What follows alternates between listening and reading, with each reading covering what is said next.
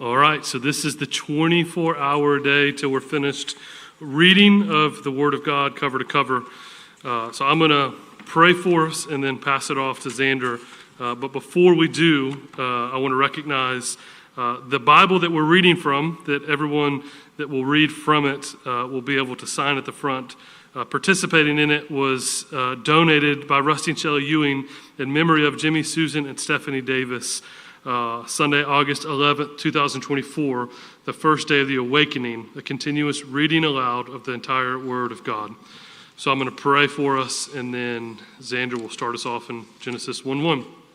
Father, we thank you for the Word that you've given us. We believe every word of it, and we're so excited to see what you're going to do in us and through our church in this time where we're devoting our entire selves to reading your word and living in obedience to it. Bless the readers, bless the security, bless the coordinators, all the people that are here to make this happen. God, we trust you to promise that your word never returns void. And so we're excited to see all that you're going to do. In your name we pray. Amen.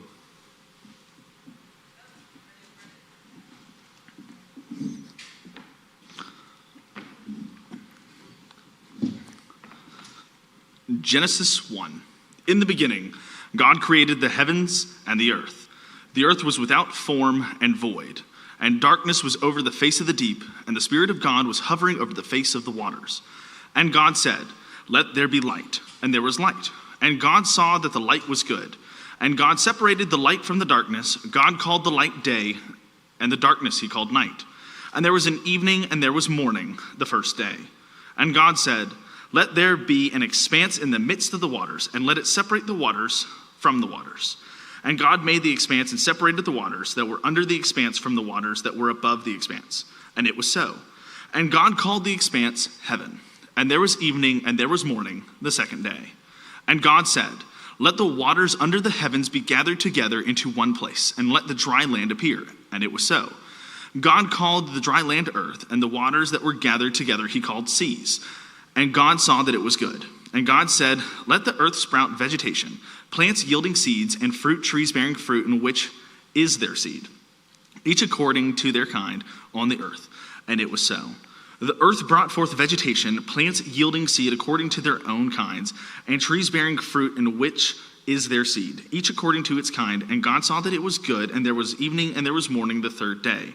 And God said, "Let there be lights in the expanse of the heavens to separate the day from the night, and let them be for sights and seasons, and for days and years, and let them be lights in the expanse of the heavens, and give light upon the earth." And it was so.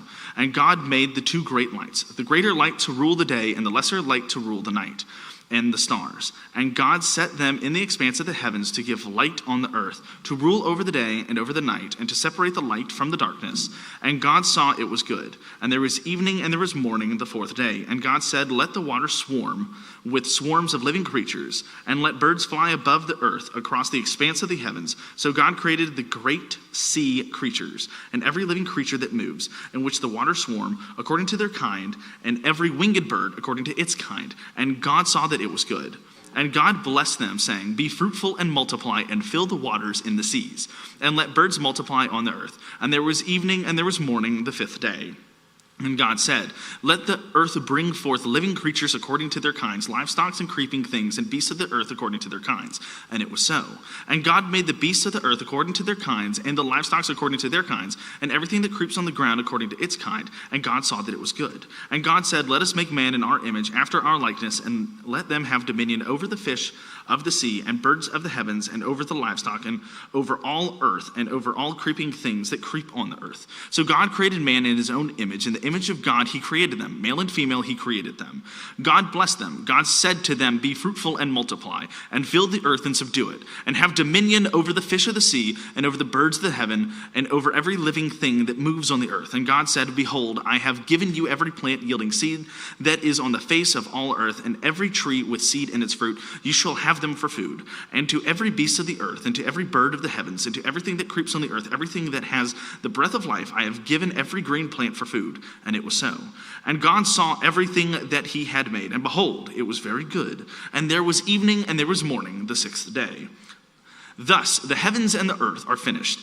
and all the host of them. And on the seventh day, God finished his work that he had done, and he had rested on the seventh day from all his work that he had done. So God blessed the seventh day and made it holy, because on it God rested from all his work that he had done in creation. These are the generations of the heavens and the earth when they were created, in the day that the Lord had made on earth and in the heavens, when no bush of the field was yet in the land, and no small plant of the field had yet sprung up, for the Lord God had not caused it to rain on the land. And there was no man to work the ground, and a mist was going up from the land, and was watering the whole face of the ground. Then the Lord God formed the man of dust from the ground and breathed into his nostrils the breath of life. And the man became a living creature. And the Lord God planted a garden in Eden in the east. And there he put the man to whom he had formed.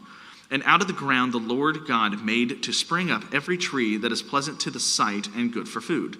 The tree of life was in the midst of the garden, and the tree of the knowledge of good and evil. A river flowed out of Eden to water the garden, and there it divided and became 4 rivers. The name of the first is the Fishon.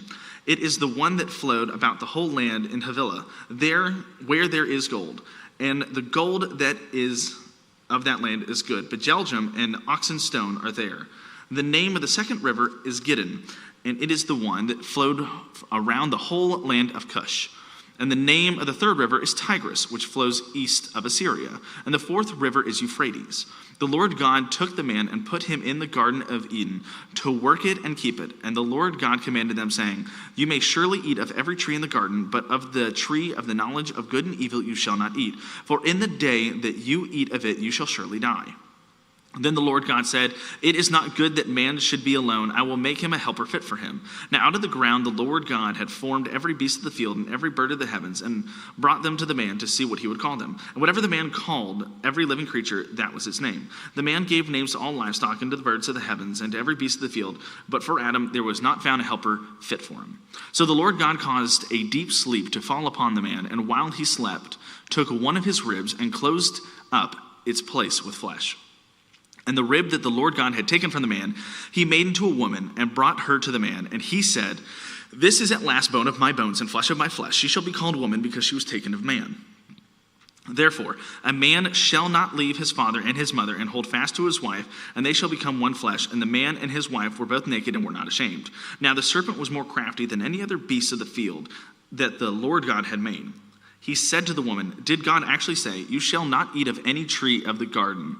And the woman said to the serpent, We may eat of the fruit of the trees in the garden, but God said, You shall not eat of the fruit of the tree that is in the midst of the garden, neither shall you touch it, lest you die. But the serpent said to the woman, You will not surely die, for God knows that when you eat it, your eyes will be opened, and you will be like God, knowing good and evil.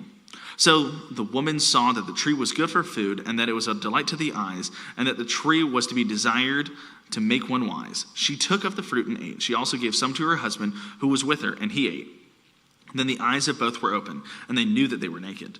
And they sewed fig leaves together and made themselves loincloths. And they heard the sound of the Lord God walking in the garden in the cool of the day. And the man and his wife hid themselves from the presence of the Lord God among the trees of the garden. But the Lord God called to the man and said to him, Where are you? He said, I heard the sound of you in the garden, and I was afraid because I was naked and hid myself. He said, Who told you that you were naked? Have you eaten of the tree in which I have commanded you not to eat? The man said, The woman whom you gave me to be with me, she gave me the fruit of the tree, and I ate. Then the Lord God said to the woman, What is it that you have done? The woman said, The serpent deceived me, and I ate. The Lord God said to the serpent, Because you have done this, cursed are you above all livestock, and above all beasts of the field. On your belly you shall go, and dust you shall eat all the days of your life. I will put enmity between you and the woman, and between your offspring and her offspring. He shall bruise your head, and you shall bruise his heel. To the woman, he said, I will surely multiply your pain in childbearing. In pain you shall bring forth children. Your desires shall be contrary to your husband, but he shall rule over you. And to Adam he said, Because you have listened to the voice of your wife, and have eaten of the tree of which I have commanded you, you shall not eat it. Cursed is the ground because of you. In pain you shall eat of it all the days of your life. Thorns and thistles it shall bring forth to you, and you shall eat the plants of the field. By the sweat of your face you shall eat bread, till you return to the ground, or out of it were you taken. For you are dust, and to dust you shall return. The man called his wife's name Eve, because she was the mother of all living. And the Lord God made for Adam and for his wife garments of skin and clothed them. Then the Lord God said, Behold, the man has become like one of us, knowing good and evil. Now lest he reach out his hand and take also the tree of life and eat and live forever. Therefore the Lord God sent him out of the Garden of Eden to work the ground from which he was taken. He drove out the man, and at the east of the Garden of Eden he placed the cherubim, a flaming sword that turned every way to guard, and he went to guard the way of the tree of life. Now Adam knew Eve, his wife, and she conceived and bore Cain, saying, I have gotten a man with the help of the Lord. And again she bore his brother Abel. Now Abel was a keeper of sheep, and Cain a worker of the ground. In the course of time, Cain brought to the Lord an offering of the fruit of the ground, and Abel also brought of the firstborn of his flock and of their fat portions. And the Lord had regard for Abel and his offering, but for Cain and his offering he had no regard. So Cain was very angry, and his face fell. The Lord said to Cain, Why are you angry? And why has your face fallen? If you do well, will you not be accepted? And if you do not do well, sin is crouching at the door. Its desire is contrary to you, but you must not rule over it. Cain spoke to Abel, his brother, and when they were in the field, Cain rose up against his brother Abel and killed him. Then the Lord said to Cain, Where is Abel your brother? He said, I do not know. Am I my brother's keeper? And the Lord said, What have you done? The voice of your brother's blood is crying to me from the ground. And now you are cursed from the ground, which has opened its mouth to receive your brother's blood from your hand. When you work the ground, you shall no longer yield. It shall no longer yield to your strength. You shall be a fugitive and a wanderer on the earth. Cain said to the Lord, My punishment is greater than I can bear. Behold, you have driven me today away from the ground, and from your face I shall be hidden. I shall be a fugitive and a wanderer on the earth, and whoever finds me will kill me. Then the Lord said to him, Not so. If anyone kills Cain, vengeance shall be taken on him sevenfold. And the Lord put a mark on Cain, lest to any found him should attack him. And Cain went away from the presence of the Lord and settled in the land of Nod, east of Eden. Cain knew his wife, and she conceived and bore Enoch. When he built a city, he called the name of the city after the name of his son, Enoch. To Enoch was born Irad, and from Irad fathered Mahujael, and Mahujael fathered Methuselah, and Methuselah fathered Lamech. And Lamech took two wives. The name of one was Adah, and the name of the other was Zillah. Adah bore Jabal. He was the father of those who dwell in tents and have livestock. His brother's name was Jubal. He was the father of all who play the lyre and the pipe. Zillah, also born Tubal-Cain. He was the forger of all instruments of bronze and iron. His sister of Tubal-Cain was Naamah. Lamech said to his wives, Adah and Zillah, Hear my voice. You wives of Lamech, listen to what I say. I have killed a man for wounding me, a young man for striking me. If Cain's revenge is sevenfold, then Lamech's is 77-fold. And Adam knew his wife again, and she bore a son and called his name Seth. For she said, God has appointed for me another offspring instead of Abel, for Cain killed him. To Seth also a son was born, and he called his name Enosh. And that time people began to call upon the name of the Lord. This is the book of the generations of Adam. When God created man, he made him in the likeness of God. Male and female he created them, and he blessed them and named them man when they were created. When Adam had lived 130 years, he fathered a son in his own likeness after his image and named him Seth. The days of Adam after he fathered Seth were 800 years, and he had other sons and daughters. Thus, all the days that Adam lived were 930 years, and he died. When Seth had lived 105 years, he fathered Enosh. Seth lived after he fathered Enosh 807 years, and had other sons and daughters. Thus, all the days of Seth were 912 years, and he died. When Enosh had lived 90 years, he fathered Kenan. Enosh lived after he fathered Kenan 815 years, and had other sons and daughters. Thus, all the days of Enosh were 905 years, and he died. When Kenan had lived 70 years, he fathered Mahalalel. Kenan lived after he fathered Mahalalel 840 years, and had other sons and daughters. Thus all the days of Kenan were 910 years, and he died. When Mahalalel had served 65 years, he fathered Jared. Mahalalel lived after he fathered Jared 830 years, and had other sons and daughters. Thus all the days of Mahalalel were 895 years, and he died. When Jared had lived 162 years, he fathered Enosh. Jared lived after he fathered Enosh 800 years, and had other sons and daughters. Thus all the days of Jared were 962 years, and he died. When Enosh had lived 65 years, he fathered Methuselah. Enosh walked with God after he fathered Methuselah 300 years, and had other sons and daughters. Thus all the days of Enosh were 365 years. Enosh walked with God, and he was not, for God took him. When Methuselah had lived 187 years, he fathered Lamech. Methuselah lived after he fathered Lamech 782 years, and had other sons and daughters. Thus all the days of Methuselah were 969 years, and he died. When Lamech had lived 182 years, he fathered a son, and called his name Noah, saying, out of the ground that the Lord has cursed, this one shall bring us relief, for our work and from the painful toil of our hands. Lamech lived after he fathered Noah 595 years, and had other sons and daughters. Thus all the days of Lamech were 777 years, and he died. After Noah was 500 years old, Noah fathered Shem, Ham, and Japheth. When man began to multiply on the face of the earth, and the daughters were born to them, the sons of God saw that the daughters of man were attractive, and they took as their wives any they chose. Then the Lord said, my spirit shall not abide in man forever, for he is flesh. His days shall be 120 years. The Nephilim were on the earth in those days, and also afterwards, when the sons of God came to the daughters of man, and they were born children to them. These were the mighty men who were of old, the men of renown. Then God saw that the wickedness of man was great in the earth, and that every intention of the thoughts of his heart was only evil continually. And then the Lord regretted that he had made man on the earth, and it grieved him to his heart.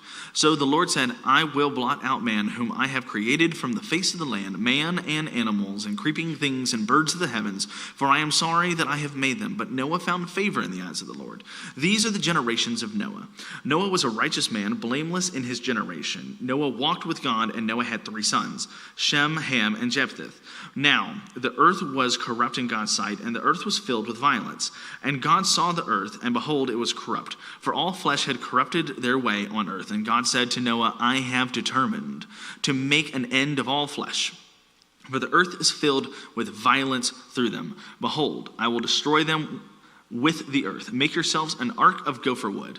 Make rooms in the ark and cover it inside and out with pitch. This is how you are to make it. The length of the ark, 300 cubits, its breadth, 50 cubits, and its height, 30 cubits. Make a roof for the ark and finish it to a cubit above, and set the door of the ark in its side. Make it with lower, second, and third decks. For behold, I will bring a flood of waters upon the earth to destroy all flesh, in which is the breath of life under heaven.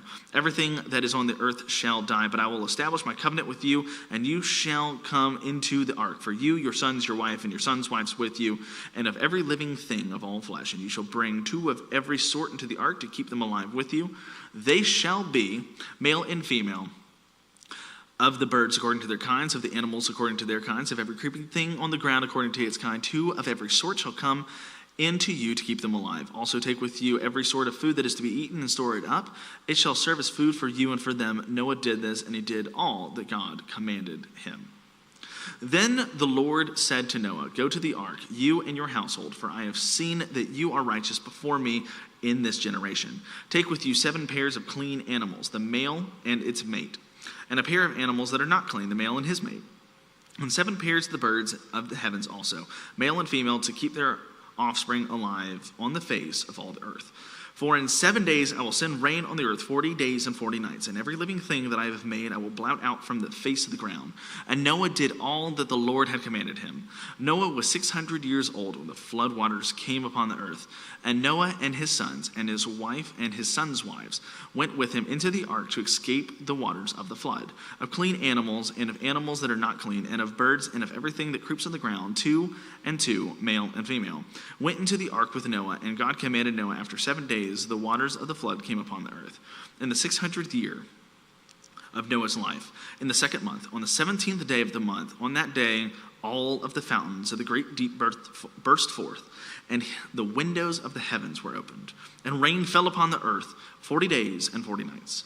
On the very same day, Noah and his sons, Shem, Ham, and Japheth, and Noah's wife, and the 3 wives of his son with him entered the ark. They and every beast according to its kind, and all the livestock according to their kinds, and every creeping thing that creeps on the earth according to its kind, and every bird according to its kind, every winged creature, they went into the ark with Noah, 2 and 2 of all flesh, in which was the breath of life. And those that entered, male and female of all flesh, went in as God had commanded him, and the Lord shut him in. The flood continued 40 days on the earth. The waters increased and bore up the ark, and it rose high above the earth. The waters prevailed increasingly greatly on the earth, and the ark floated on the face of the waters. And the waters prevailed so mightily on the earth that all the high mountains under the whole heaven were covered. The waters prevailed above the mountains, covering them 15 cubits deep. And all flesh died that moved on the earth, bird, livestock, beasts, and all swimming creatures that swarmed the earth, and all mankind. Everything on the dry land, in whose nostrils was the breath of life, died. He blotted out every living thing that was on the face of the ground, man and animals and creeping things and birds of the heaven. They were blotted out from the earth. Only Noah was left, and those who were with him on the ark. And the waters prevailed on the earth 150 days. But God remembered Noah and all the beasts and all the livestock that were with him on the ark. And God made a wind blow over the earth, and the waters subsided. The fountains of the deep and the windows of the heavens were closed. The rain from the heavens was restrained, and the waters receded from the earth continually. At the end of 150 days, the waters had abated. And in the 7th month, on the 17th day of the month, the ark came to rest on the mountains of Ararat. And the waters continued to abate until the 10th month. In the 10th month, on the first day of the month, on the tops of the mountains were seen. At the end of 40 days, Noah opened the window of the ark that he had made and sent forth a raven. It went to and fro, and the waters were dried up on the earth. Then he sent forth a dove from him to see if the waters had subsided from the face of the earth. But the dove found no place to set her foot. When she returned to him to the ark, for the waters were still on the face of the whole earth. So he put out his hand and took her and brought her into the ark with him. He waited another 7 days, and again he sent forth the dove out of the ark. And the dove came back to him in the evening, and behold, in her mouth was a freshly plucked olive leaf. So Noah knew that the waters had subsided on the earth, and he waited another 7 days and sent forth the dove, and she did not return to him anymore. In the 601st year, in the 1st month, the 1st day of the month, the waters had dried from off the earth. And Noah removed the covering of the ark, and looked, and behold, the face of the ground was dry. In the second month, on the 27th day of the month, the earth had dried out. And God said to Noah, "Go out from the ark, you and your wife, and your sons wives with you. Bring out with you every living thing that is with you, all flesh, birds and animals, and every creeping thing that creeps on the ground, that they may swarm on the earth. Be fruitful and multiply on the earth." So Noah went out, and his sons and his wives, and his sons' wives with him. Every beast, every creeping thing, and every bird, everything that moves on the earth, went out by families from the ark. Then Noah built an altar to the Lord, and took some of every clean animal, and some of every clean bird, and offered burnt offerings on the altar. And when the Lord smelled the pleasing aroma, the Lord said in his heart, "I will never again curse the ground because of man. For the intention of man's heart is evil from his youth, and neither will I ever again strike down every living creature as I have done. While the earth remains, seed time and harvest, cold and heat, summer and winter, day and night shall not cease."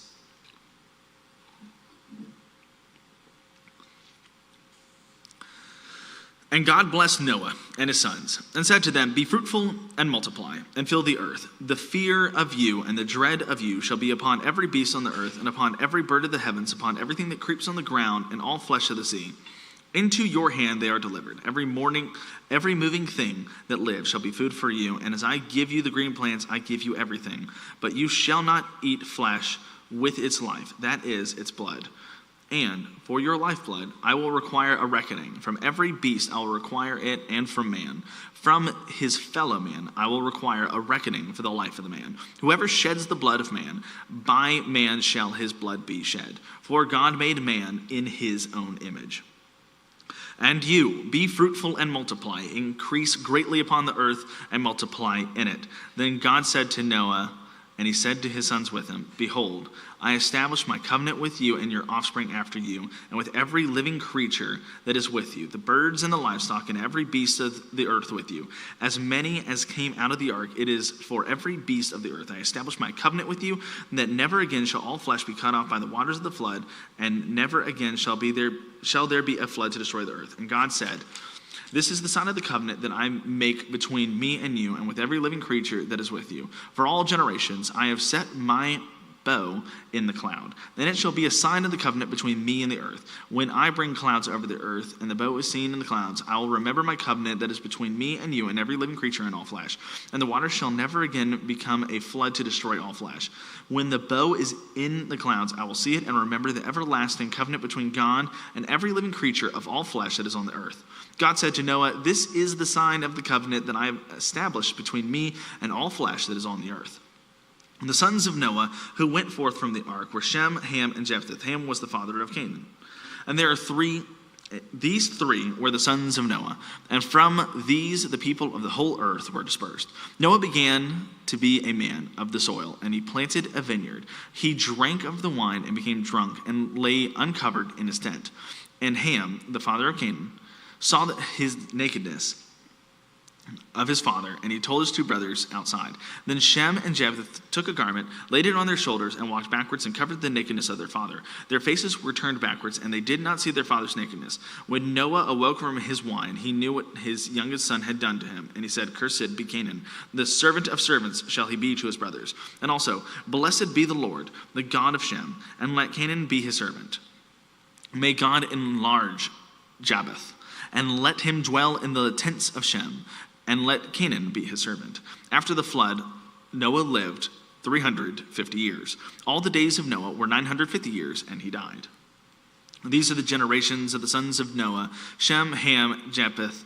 Sons were born to them after the floods. The sons of Japheth: Gomer, Magog, Madi, Javan, Tubal, Meshech, and Tyrus. The sons of Gomer: Akesh, Ribeth, and Togarmah. And the sons of Javan: Elisha, Tarshish, Kittim, and Danim. From these the coastland people spread in their lands, each with his own language, by their clans in their nations. The sons of Ham: Cush, Egypt, Put, and Canaan. The sons of Cush: Seba, Havilah, Sabeth, Ramah, and Tabekah. The sons of Ramah: Sheba and Denon. Cush fathered Nimrod. He was the first on the earth to be a mighty man. He was a mighty hunter before the Lord. Therefore, it is said, like Nimrod, a mighty hunter before the Lord.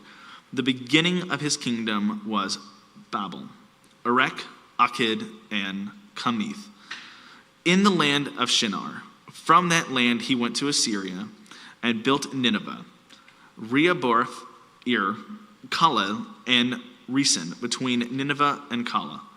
This is the great city.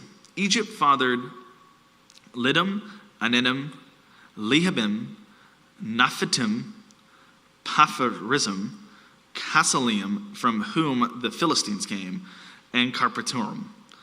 Canaan fathered Sidon, his firstborn, and Heth, and the Jebusites, and the Amorites, and the Gershurites, the Hivites, and the Archasites, and the Sinites, the Arvadites, the Zemarites, and the Hamatharites.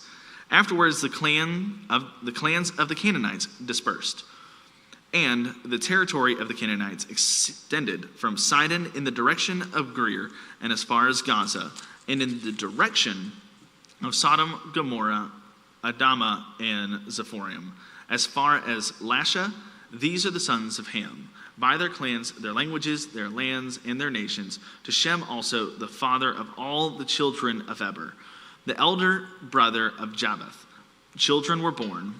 The sons of Shem: Elah, Asher, Abarashad, Lud, and Aram. And the sons of Aram: Uz, Hul, Gether, and Mash. Parcherad fathered Shelah, and Shelah fathered Eber. To Eber were born 2 sons. The name of one was Peleg, for his days on the earth were divided, and his brother's name was Joktan.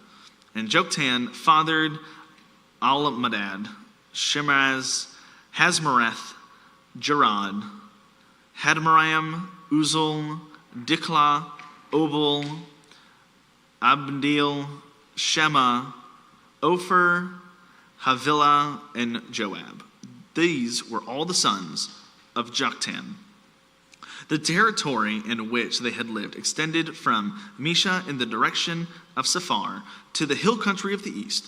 These are the sons of Shem, by their clans, by their languages, their lands, and their nations. These are the clans of the sons of Noah, according to their genealogies and their nations, and from the nations spread abroad the earth after the flood.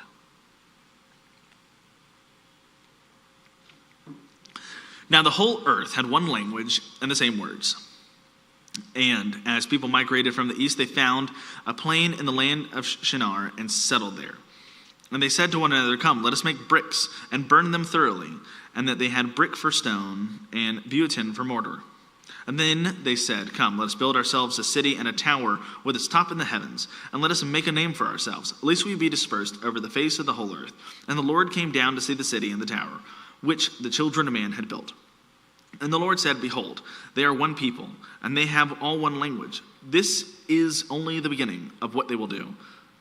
And nothing that they propose to do will now be impossible for them. Come, let us go down there and confuse their language, so that they may not understand one another's speech." So the Lord dispersed them from there over the face of all the earth, and they left off building the city. Therefore, its name was called Babel, because there the Lord confused the languages of all the earth. And from there over the Lord dispersed them over the face of the earth. These are the generations of Shem. When Shem was 100 years old, he fathered Arpachshad after 2 years of the flood. And Shem lived after he fathered Arpachshad 500 years and had other sons and daughters. When Arpachshad had lived 35 years, he fathered Shelah. And Arpachshad lived after he fathered Shelah 403 years and had other sons and daughters. When Shelah had lived 30 years, he fathered Eber. And Shelah lived after he fathered Eber 403 years and had another son and had other sons and daughters. When Eber had lived 34 years, he fathered Peleg. And Eber lived after he fathered Peleg 430 years and had other sons and daughters. When Peleg had lived 30 years, he fathered Reu. And Peleg lived after he fathered Reu 209 years and had other sons and daughters. When Reu had lived 32 years, he fathered Serg. Reu lived after he fathered Serug 207 years and had other sons and daughters. When Serug had lived 30 years, he fathered Nahor. And Serug lived after he fathered Nahor 200 years and had other sons and daughters. When Nahor had lived 29 years, he fathered Terah. And Nahor lived after he fathered Terah 119 years and had other sons and daughters. Then Terah had lived 70 years and fathered Abram, Nahor, and Haran. Now these are the generations of Terah. Terah fathered Abram, Nahor, and Haran. And Haran fathered Lot. Haran lived in the presence of his father Terah, in the land of his kindred of Ur, or the Chaldeans. And Abram and Nahor took wives. The name of Abram's wife was Sarai, and the name of Nahor's wife Malachi. The daughter of Haran is the father of Milcah and Iscah. Now Sarai was barren, she had no children. Terah took Abram his son, and Lot, the son of Haran, his grandson, and Sarai, his daughter-in-law, his son Abram's wife, and they went forth together from Ur to the Chaldeans, to the land of Canaan. But when they came to Haran, they settled there. The days of Terah were 205 years, and Terah died in Haran. Now, the Lord said to Abram, "Go forth from your country to your kindred and your father's house to the land that I will show you, and I will make you a great nation. I will bless you, and I will make your name great, so that you will be a blessing. I will bless those who bless you, and him who dishonors you I will curse. And in you all families of the earth shall be blessed." So Abram went as the Lord had told him, and Lot went with him. Abram was 75 years old when he departed from Haran. And Abram took Sarai his wife, and Lot his brother's son, and all their possessions that they had gathered, and the people that they had acquired in Haran, and they set out to go to the land of Canaan. When they came to the land of Canaan, Abram passed through the land to the place of Shem, to the oak of Mahor. And at that time, Canaanites were in the land. And the Lord appeared to Abram and said, to your offspring I shall give this land. So he built there an altar to the Lord, who had appeared in front of him. And from there he moved to the hill country on the east of Bethel and pitched his tent, with Bethel on the west and Ai on the east. And there he built an altar to the Lord and called upon the name of the Lord. And Abram journeyed on, still going towards the Negeb. Now, there was a famine in the land, so Abram went down to Egypt to sojourn there, for the famine was severe in the land. When he was about to enter Egypt, he said to Sarai his wife, I know that you are a woman beautiful in appearance, and when the Egyptians see you, they will say, this is his wife. Then they will kill me, but they will let you live. Say you are my sister, that it may go well with me because of you, and that my life may be spared for your sake. When Abram entered Egypt, the Egyptians saw that the woman was very beautiful. And when the princess of Pharaoh saw her, they praised her to Pharaoh. And the woman was taken into Pharaoh's house. And for her sake, he dealt with Abram. And he had sheep, oxen, male donkeys, male servants, female donkeys, and camels. But the Lord afflicted Pharaoh and his house with great plagues because of Sarai, Abram's wife. So Pharaoh called Abraham and said, what is this that you have done to me? Why did you not tell me that she was your wife? Why did you say she is my sister, so that I took her for my own wife? Now then, here is your wife. Take her and go. And Pharaoh gave men orders concerning him, and sent him away with his wife and all that he had. So Abram went up from Egypt, and his wife, and all that he had, and Lot went with him to Negeb. Now Abram was very rich in livestock, in silver, and in gold, and he journeyed on from Negeb as far as Bethel, to the place where his tent had been in the beginning, between Bethel and Ai, to the place where he had made an altar at first. And there Abram called upon the name of the Lord, and Lot, who was with Abraham, also had flocks and herds and tents, and so that the land could not support both of them dwelling together, for their possessions were so great that they could not dwell together. And there was strife between the herdsmen of Abram's livestock and the herdsmen of Lot's livestock. At that time the Canaanites and the Perizzites were dwelling in the land. And Abram said to Lot, let there be no strife between you and me, and between your herdsmen and my herdsmen, for we are both kinsmen. Is it not the whole land before you? Separate yourselves from me. If you take not the left hand, then I will go to the right. Or if you take the right hand, then I will go to the left. And Lot lifted up his eyes and saw that the Jordan Valley was well watered everywhere, like the garden before the Lord, like the land of Egypt in the direction of Zoar. This is before the Lord destroyed Sodom and Gomorrah. So Lot chose for himself all of the Jordan Valley, and Lot journeyed east. Thus they separated from each other. Abram settled in the land of Canaan, where Lot settled among the cities of the valley, and moved his tent as far as Sodom. Now, the men of Sodom were wicked, great sinners against the Lord. The Lord said to Abram, after Lot had separated from him, lift your eyes up and look from the place where you are, northward and southward and eastward and westward. For all in the land that you see I will give to you and your offspring forever. I will make your offspring as dust on the earth, so that if one can count the dust of the earth, your offspring can also be counted. Arise, walk through the length and the breadth of the land, for I will give it to you. So Abram moved his tent and came and settled by the oaks of Mamre, which were at Hebron, and there he built an altar to the Lord. In these days of Amipharel, king of Shinar, Arok, king of Eliezer, Shedorlaomer, king of Elam, and Tidal, king of Goim, these kings made war with Bera, king of Sodom, Birsha, king of Gomorrah, Shidab, king of Abdad, Shemer, king of Zeboim, and of the king of Bela, that is Zor. And all of these joined forces in the valley of Siddim, that is the Salt Sea. 12 years they had served Shemlador. But in the 13th year they rebelled. In the 14th year of Sheblador, and the kings who were with him came and defeated the Rephaim and Asteraphim and Zuzim, and Ham and Emim, in Shavakirathim, and the Hirites, in their hill country of Seir, as far as El Paran, on the border of the wilderness. Then they turned back and came to Anishvat, that is Kadesh, and defeated all the country of the Amalekites and also the Amorites who were dwelling in Hazron Tamar. Then the king of Sodom, the king of Gomorrah, the king of Adam, the king of Zeboim, and the king of Bela, that is Zor, went out, and they joined battle in the valley of Siddim with Sherdolomor, king of Elam, Tidal, king of Goim, Amphrael, king of Shamar, and Arok, king of Elessar, 4 kings against 5. Now the valley of Siddim was full of bitumen pits, and as kings of Sodom and Gomorrah fled, some of them fell into them, and the rest fled into the hill country. So the enemy took possessions of Sodom and Gomorrah and all their provisions and went on their way. They also took Lot and the sons of Abram's brother, who was dwelling in Sodom, and his possessions, and went their way. Then one who escaped came and told Abram, the Hebrew, who was living in the oaks of Mamre, an Amorite, brother of Eshcol and Adner. These were the allies of Abram. When Abram heard that his kinsmen had been taken captive, he led forth his trained men, born in his house, 318 of them, and went in pursuit as far as Dan. And he divided his forces against them by night, he and his servants, and defeated them and pursued them to Haboah, north of Damascus. Then he brought back all the possessions, and he brought back his kinsman Lot with his possessions, and the women and the people.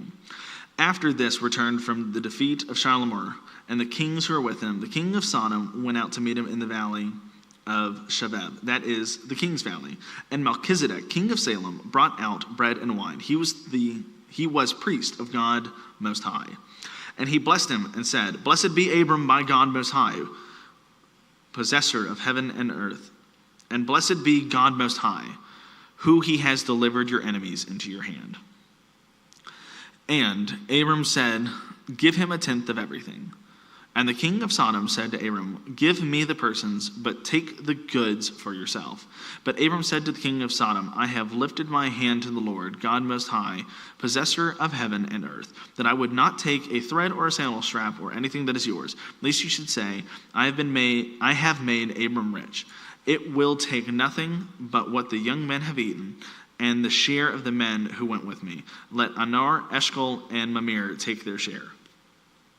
After these things, the word of the Lord came to Abram in a vision. Fear not, Abram, I am your shield. Your reward shall be very great. But Abram said, O Lord God, what will you give me, for I continue childless, and the heir of my house is Eliezer of Damascus. And Abram said, Behold, you have given me no offspring, and a member of my household will be my heir. And behold, the word of the Lord came to him, This man shall not be your heir, your very own son shall be your heir. And he brought him outside and said, Look towards heaven and number the stars, if you are able to number them. And then he said to him, So shall your offspring be. And he believed the Lord, and he counted it to him as righteousness. And he said to him, I am the Lord who brought you out from Ur of the Chaldeans to give you this land to possess. But he said, O Lord God, how am I to know that I shall possess it? And he said to him, Bring me a heifer 3 years old, a female goat 3 years old, a ram 3 years old, a turtle dove, and a young pigeon. And he brought him all these creatures, cut them in half, and laid each over against the other. But he did not cut the birds in half. And when he saw the birds of prey come down on the carcass, Abraham drove them away. As the sun was going down, a deep sleep fell upon Abram. And behold, dreadful was the darkness fell upon him. Then the Lord said to Abram, Know for certain that your offspring will be sojourners in the land that is not theirs, and they will be servants there, and they will be afflicted for 400 years. But I will bring judgment on the nation that they shall serve, and afterwards they shall come out with great possessions. As for you, you shall go to your fathers in peace. You shall be buried in a good old age, and they shall come back there in the 14th generation, for all the iniquity of the Amorites is not yet complete. When the sun had gone down and it was dark, behold, a smoking firepot and a flaming torch passed between these pieces. On that day the Lord made a covenant with Abram, saying, To your offspring I give this land, from the river of Egypt to the great river, to the river Euphrates, the land of the Kenites, the Kizanites, the Kedomites, the Hittites, the Perizzites, and the Rephaim, and the Amorites, and the Canaanites, and the Girgashites, and the Jebusites. Now Sarai, Abram's wife, had borne him no children. She had a female Egyptian servant whose name was Hagar. And Sarai said to Abram, Behold, now the Lord has prevented me from bearing children. Go now in my servant. It shall be that I shall obtain children by her. And Abram listened to the voice of Sarai. So Abram had lived 10 years in the land of Canaan. Sarai, Abram's wife, took Hagar the Egyptian, her servant, and gave her to Abram, her husband, as a wife. And as he went into Hagar, and she conceived, and when she saw that she had conceived, she looked with contempt on her mistress. And Sarai said to Abram, may the wrong done to me be on you. I gave you my servant to your embrace. And then she saw that I had conceived. She looked on me with contempt. May the Lord judge between you and me. But Abram said to Sarai, behold, your servant is in your power. Do to her as you please. Then Sarai dealt harshly with her, and she fled from her. The angel of the Lord found her by a spring of water in the wilderness, the spring on the way to Shur, and said, Hagar, servant of Sarai, where have you come from, and where will you be going? She said, I am fleeing from my mistress Sarai. The angel of the Lord said to her, return to your mistress and submit to her. The angel of the Lord also said to her, I will surely multiply your offspring so they cannot be numbered for multitude. And the angel of the Lord said to her, behold, you are pregnant and shall bear a son, and you shall call his name Ishmael, because the Lord has listened to your affliction. He shall be a wild donkey of a man, his hand against everyone, and everyone's hand against him. And he shall dwell over against all his kinsmen. So she called the name of the Lord, who spoke to her, you are a God of seeing. For she said, truly here I have seen him who looks after me. Therefore, the well was called Ber-Loi-Ri, which lies between Kadesh and Bered. And Hagar bore Abram a son, and Abram called the name of his son, whom Hagar bore Ishmael. Abram was 86 years old when Hagar bore Ishmael to Abram. Then Abram was 99 years old, and the Lord appeared to Abram and said to him, I am God Almighty, walk before me and be blameless, that I may make my covenant between me and you, and may multiply you greatly. Then Abram fell on his face, and God said to him, behold, my covenant is with you, and you shall be the father of multitudes of nations. No longer shall your name be Abram, but now your name shall be Abraham. For I have made you the father of a multitude of nations. I will make you exceedingly fruitful, and I will make you into nations, and kings shall come from you. And I will establish my covenant between me and you and your offspring after you throughout their generations for an everlasting covenant, to be God to you and to your offspring after you. And I will give to you and to your offspring after the land of your sojournings, all the land of Canaan for the everlasting possession, and I will be their God. And God said to Abraham, as for you, you shall keep my covenant, you and your offspring throughout the generations. This is my covenant which you shall keep between me and your offspring after you. Every male among you shall be circumcised. You shall be circumcised in the flesh of your foreskins, and it shall be a sign of the covenant between me and you. He who is 8 days old among you shall be circumcised. Every male throughout your generations, whether born in your house or brought with your money from any foreigner who is not of your offspring, both he who is born in your house and he who is brought in with your money shall surely be circumcised. So shall my covenant with your flesh be everlasting covenants. Any uncircumcised male who is not circumcised in the flesh of his foreskin shall be cut off from his people. He has broken my covenant. And God said to Abraham, as for Sarai your wife, you shall not call her Sarai, but Sarah shall be her name. I will bless her, and moreover, I will give you a son by her. I will bless her, and she shall become nations. Kings of people shall come from her. Then Abraham fell on his face and laughed and said to himself, Shall a child be born to a man who is 100 years old? Tell Sarah, who is 90 years old, to bear a child. And Abraham said to God, oh, that Ishmael might live before you. God said, no, but Sarah, your wife, shall bear you a son, and you shall call his name Isaac. I will establish my covenant with him as an everlasting covenant for his offspring after him. As for Ishmael, I have heard of you. Behold, I have blessed him, and I will make him fruitful and multiply him greatly. He shall father 12 princes, and I shall make him into a great nation. But I will establish my covenant with Isaac, whom Sarah shall bear with you, this time next year. When he had finished talking with him, God went up from Abraham. Then Abraham took Ishmael, his son, and those born in his house, and bought with his money every male among the men of Abraham's house. He had circumcised the flesh of their foreskins that very day, as God had said to him. Abraham was 99 years old when he was circumcised in the flesh and of his foreskin. And Ishmael, his son, was 13 years old when he was circumcised in the flesh of his foreskin. That very day, Abraham and his son Ishmael were circumcised. And all the men of his house, those born in the house and those bought with money from a foreigner, were circumcised with him. And the Lord appeared to him by the oaks of Mamre, as he sat At the door of his tent in the heat of the day, he lifted up his eyes and looked, and behold, 3 men were standing in front of him. And when he saw them, he ran from the tent door to meet them and bowed himself to the earth and said, O Lord, if I have found favor in your sight, do not pass by your servant. Let a little water be brought and wash your feet, and rest yourselves under the tree, while I bring a morsel of bread, that you may refresh yourselves, and after that you may pass on, since you have come to your servant. So they said, do as you have said. And Abraham went quickly into the tent to Sarah and said, quick, 3 seahs of fine flour. Knead it and make cakes. And Abraham ran to the herd and took a calf, tender and good, and gave it to the young man, who prepared it quickly. Then he took curds and milk and the calf and he had prepared and set it before them. And he stood before them under the tree where they ate. They said to him, where is Sarah your wife? And he said, she is in the tent. The Lord said, I will surely return to you about this time next year, and Sarah your wife shall have a son. And Sarah was listening at the tent door behind him. Now Abraham and Sarah were old, advanced in years, the way that women have ceased to be with Sarah. So Sarah laughed to herself, saying, after I am worn out and my Lord is old, shall I have pleasure? The Lord said to Abraham, why did Sarah laugh and say, shall I indeed bear a child now that I am old? Is anything too hard for the Lord? At the appointed time I'll return to you about this time next year, and Sarah will have a son. But Sarah denied it, saying, I did not laugh, for she was afraid. He said, no, but you did laugh.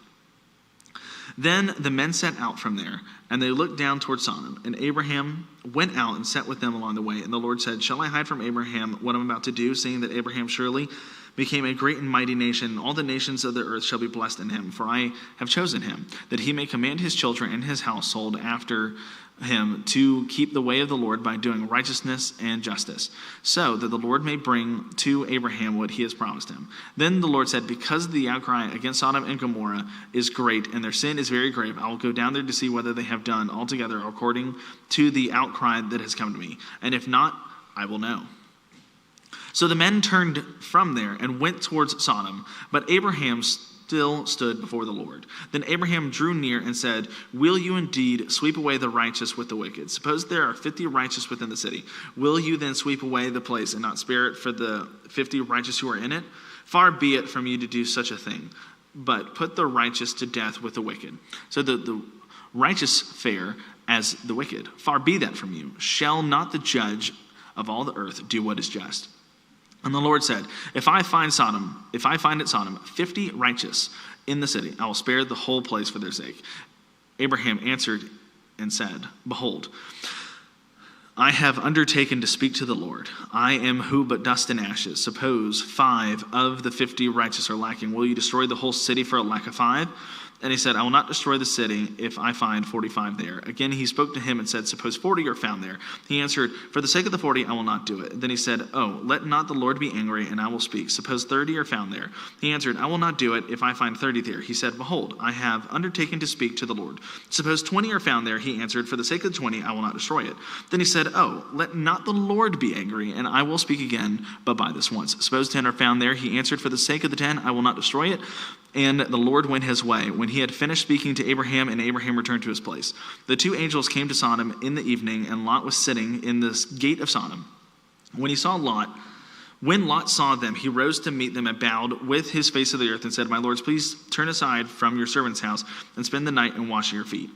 Then you may go, rise early, and go your way. They said, no, we will spend the night in the town square. But he pressed them strongly, so they turned aside to him and entered his house.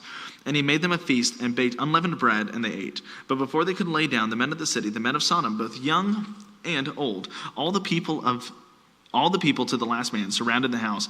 And they called to Lot, who are the men who came to you tonight? Bring them out to us, that we may know them. Lot went out to meet the men at the entrance and shut the door before him, and said, I beg you, my brothers, do not act so wickedly. Behold, I have 2 daughters who have not known any man. Let me bring them out to you, and do to them as you please.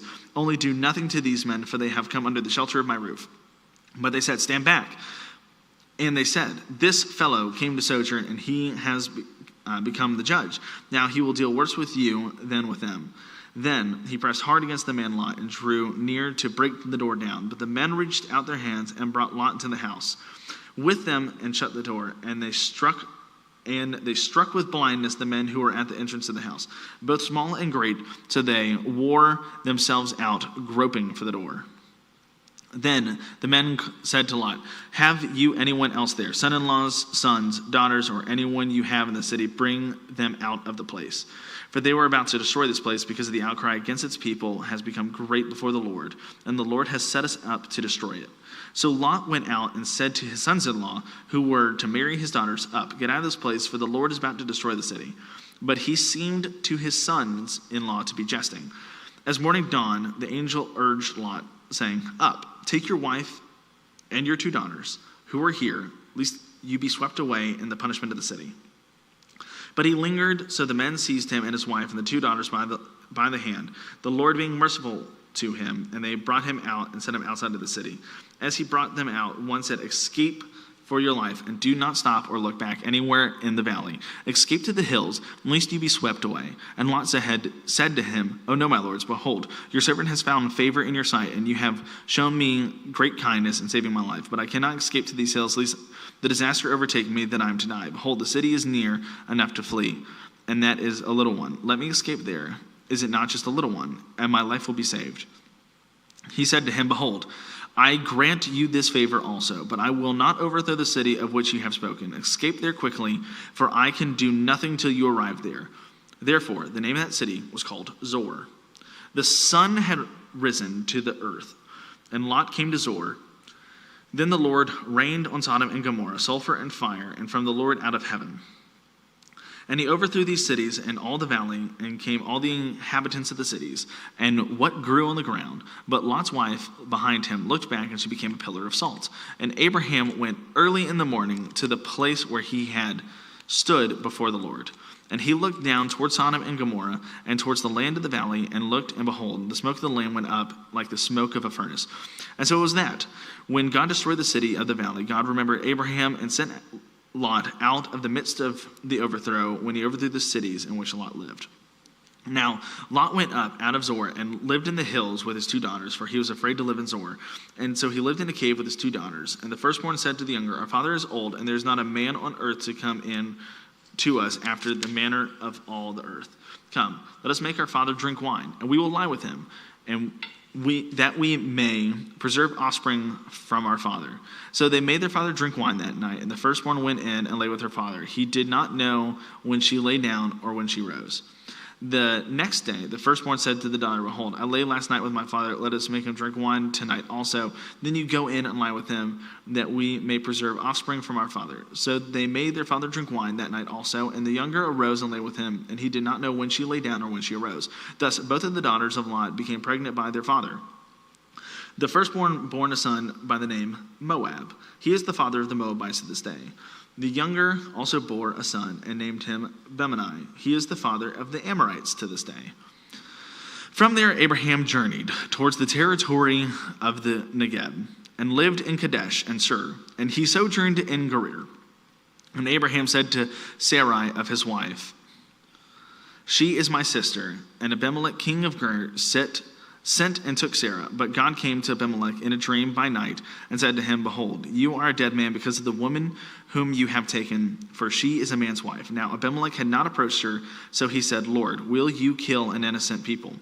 Did he not say to me, "She is my sister," and she himself said, "He is my brother"? In the integrity of my heart and the innocence of my hands, I have done this. Then God said to him in a dream, "Yes, I know that you have done this in the integrity of your heart, and it was I who keep you from sinning against me. Therefore, I did not let you touch her. Now then, return the man's wife, for he is a prophet, so that he may pray for you and that you may live.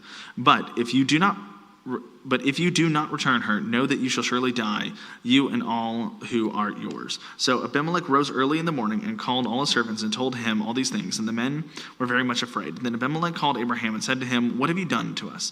And how have I sinned against you, that you have brought me and my kingdom a great sin? You have done to me things that ought not to be done." And Abimelech said to Abraham, "What did you see, that you have done this thing?" Abraham said, "I did it because I thought, there is no fear of God in all this place, and they will kill me because of my wife. Besides, she is indeed my sister, the daughter of my father, although not the daughter of my mother, and she became my wife. And when God caused me to wander from my father's house, I said to her, 'This is the kindness that you do to me. At every place to which in every place to which we come to say of me, he is my brother. Then Abimelech took sheep and oxen and male servants and female servants and gave them to Abraham and returned Sarai his wife to him. And Abimelech said, behold, my land is before you, dwell where it pleases you. To Sarai he said, behold, I have given your brother 1,000 pieces of silver. It is a sight of your innocence in the eyes of all who are with you, and before everyone you are vindicated. Then Abraham prayed to God, and God healed Abimelech, and also healed his wife and female servants, so that they bore children. For the Lord had closed all the wombs of the house of Abimelech because of Sarai, Abraham's wife.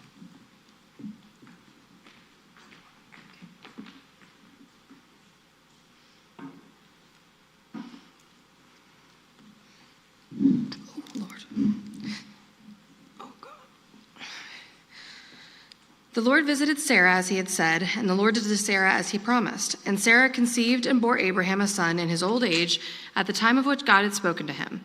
Abraham called the name of his son who was born to him, who Sarah bore him, Isaac. And Abraham circumcised his son Isaac when he was 8 days old, as God had commanded him. Abraham was 100 years old when his son Isaac was born to him. And Sarah said, God has made laughter for me. Everyone who hears will laugh over me. And she said, who would have said to Abraham that Sarah would nurse children? Yet I have borne him a son in this old age. And the child grew and was weaned. And Abraham made a feast on the day that Isaac was weaned. But Sarah saw the son of Hagar, the Egyptian, whom she had borne to Abraham, laughing. So she said to Abraham, cast out this slave woman with her son, for the son of this slave woman shall not be heir with my son Isaac. And the thing was very displeasing to Abraham on account of his son. But God said to Abraham, be not displeased because of the boy and because of your slave woman. Whatever Sarah says to you, do as she tells you, for through Isaac shall your offspring be named. And I will make a nation of the son of the slave woman, also because he is your offspring. So Abraham rose early in the morning and took bread and a skin of water and gave it to Hagar, putting it on her shoulder along with the child, and sent her away. And she departed and wandered in the wilderness of Beersheba. When the water in the skin was gone, she put the child under one of the bushes. Then she went and sat down opposite him a good way off, about the distance of a bow shot, for she said, let me not look on the death of this child. And as she sat opposite him, she lifted up her voice and wept. And God heard the voice of the boy, and the angel of God called to Hagar from heaven and said to her, what troubles you, Hagar? Fear not, for God has heard the voice of the boy where he is. Up, lift the boy, and hold him fast with your hand, for I will make him into a great nation. Then God opened her eyes, and she saw a well of water. And she went and filled the skin with water and gave the boy a drink. And God was with the boy, and he grew up. He lived in the wilderness and became an expert with the bow. He lived in the wilderness of Paran, and his mother took a wife for him from the land of Egypt. At that time, Abimelech and Phicol, the commander of his army, said to Abraham, God is with you in all that you do. Now therefore swear to me here by God that you will not deal falsely with me or with my descendants or with my posterity, but as I have dealt kindly with you. So you will deal with me and with the land where you have sojourned. And Abraham said, I will swear. When Abraham reproved Abimelech about a well of water that Abimelech's servants had seized, Abimelech said, I do not know who has done this thing. You did not tell me, and I have not heard of it until today. So Abraham took sheep and oxen and gave them to Abimelech, and the two men made a covenant. Abraham set 7 ewe lambs of the flock apart. And Abimelech said to Abraham, what is the meaning of these 7 ewe lambs that you have set apart? He said, these 7 ewe lambs you will take from my hand, and this may be a witness for me that I dug this well.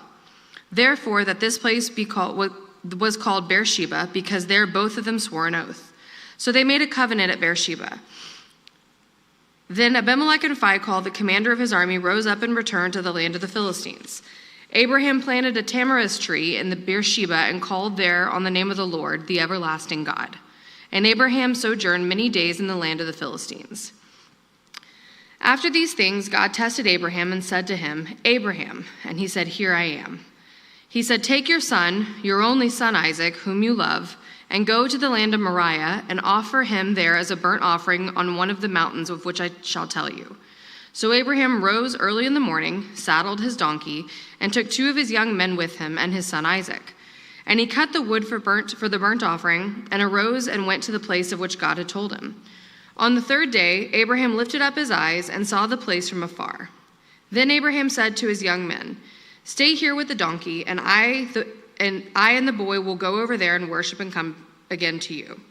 And Abraham took the wood of the burnt offering and laid it on Isaac his son, and he took it in his hand, the fire and the knife. So they went both of them together. And Isaac said to his father, "Abraham, my father." And he said, "Here I am, my son." He said, "Behold the fire and the wood, but where is the lamb for a burnt offering?" Abraham said, "God will provide for himself the lamb for a burnt offering, my son." So they went both of them together. When they came to the place of which God had told him, Abraham built the altar there and laid the wood in order and bound Isaac his son and laid him on the altar on top of the wood. Then Abraham reached out his hand and took the knife to slaughter his son. But the angel of the Lord called to him from heaven and said, "Abraham, Abraham." And he said, "Here I am." He said, "Do not lay your hand on the boy or do anything to him, for now I know that you fear God, seeing you have not withheld your son, your only son, from me." And Abraham lifted up his eyes and looked, and behold, behind him was a ram caught in the thicket by his horns. And Abraham went and took the ram and offered it up as a burnt offering instead of his son. So Abraham called the name of that place, "The Lord will provide," as it is said to this day, "On the mount of the Lord it shall be provided." And the angel of the Lord called to Abraham a second time from heaven and said, "By myself I have sworn, declares the Lord, because you have done this and have not withheld your son, your only son, I will surely bless you, and I will surely multiply your offspring as the stars of the heavens and as the sand that is on the seashore. And your offspring shall possess the gate of his enemies, and in your offspring shall all the nations of the earth be blessed, because you have obeyed my voice." So Abraham returned to his young men, and they arose and went together to Beersheba. And Abraham lived in Beersheba. Now after these things it was told to Abraham, "Behold, Milcah also has borne children to your brother Nahor. Uz, his firstborn, Buz, his brother Kemuel, the father of Aram, Chesed, Hazo, Fildash, Jidlaph, and Bethuel. Bethuel fathered Rebekah. These 8 Milcah bore to Nahor, Abraham's brother. Moreover, his concubine, whose name was Reumah, bore Teba, Gam, Tahash, and Makai. Sarah lived 127 years. These were the years of the life of Sarah. And Sarah died at Kiriath-arba, that is Hebron, in the land of Canaan, and Abraham went in to mourn for Sarah and to weep for her. And Abraham rose up from before his dead and said to the Hittites, "I am a sojourner and foreigner among you. Give me property among you for a burying place, that I may bury my dead out of my sight." The Hittites answered Abram, "Hear us, my lord. You are a prince of God among us. Bury your dead in the choicest of our tombs. None of us will withhold from you his tomb to hinder you from burying your dead." Abraham rose and bowed to the Hittites, the people of the land. And he said to them, "If you are willing that I should bury my dead out of my sight, hear me and entreat for me Ephron the son of Zohar, that he may give me the cave of Machpelah, which he owns. It is at the end of his field. For the full price, let him give it to me in your presence as property for a burying place." Now Ephron was sitting among the Hittites, and Ephron the Hittite answered Abraham in the hearing of the Hittites, of all who went in the gate of his city, "No, my lord, hear me. I give you the field, and I give you the cave that is in it. In the sight of the sons of my people, I give it to you. Bury your dead." Then Abraham bowed down before the people of the land, and he said to Ephron in the hearing of the people of the land, "But if you will, hear me. I give the price of that field. Accept it from me, that I may bury my dead there." Ephron answered Abraham, "My lord, listen to me. A piece of land worth 400 shekels of silver, what is that between you and me? Bury your dead." Abraham listened to Ephron, and Abraham weighed out for Ephron the silver that he had named in the hearing of the Hittites, 400 shekels of silver, according to the weights current among the merchants. So the field of Ephron in Machpelah, which was to the east of Mamre, the field with the cave that was in it, and all the trees that were in the field throughout its whole area, was made over to Abraham as a possession in the presence of the Hittites before all who went in at the gate of his city. After this, Abraham buried Sarah his wife in the cave of the field of Machpelah, east of Mamre, in the land of Canaan. The field and the cave that is in it were made over to Abraham as the property for a burying place by the Hittites. Now Abraham was old, well advanced in years, and the Lord had blessed Abraham in all things. And Abraham said to his servant, the oldest of his household, who had charge of all that he had, Put your hand under my thigh, that I may make you swear by the Lord, the God of the heaven and God of the earth, that you will not take a wife for my son from the daughters of the Canaanites among whom I dwell, but will go to my country and to my kindred and take a wife for my son Isaac. The servant said to him, Perhaps the woman may not be willing to follow me to this land. Must I then take your son back to the land from which you came? Abraham said to him, See to it that you do not take my son back there.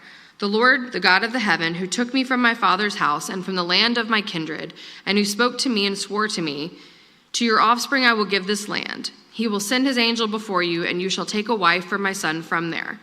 But if the woman is not willing to follow you, then you will be free from this oath of mine, only you must not take my son back there. So the servant put his hand under the thigh of Abraham, his master, and swore to him concerning this matter.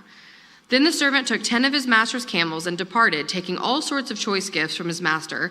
And he arose and went to Mesopotamia, to the city of Nahor. And he made the camels kneel down outside the city by the well of water at the time of the evening, the time when women go out to draw water. And he said, O Lord, God of my master Abraham, please grant me success today and show steadfast love to my master Abraham. Behold, I am standing by the spring of water, and the daughters of the men of the city are coming out to draw the water. Let the young woman to whom I shall say, Please let down your jar that I may drink, and who shall say, Drink, and I will water your camels, let her be the one whom you have appointed for your servant Isaac. By this I shall know that you have shown steadfast love to my master. Before he had finished speaking, behold, Rebekah, who was born to Bethuel, the son of Milcah, the wife of Nahor, Abraham's brother, came out with her water jar on her shoulder. The young woman was very attractive in appearance, a maiden woman no man had known.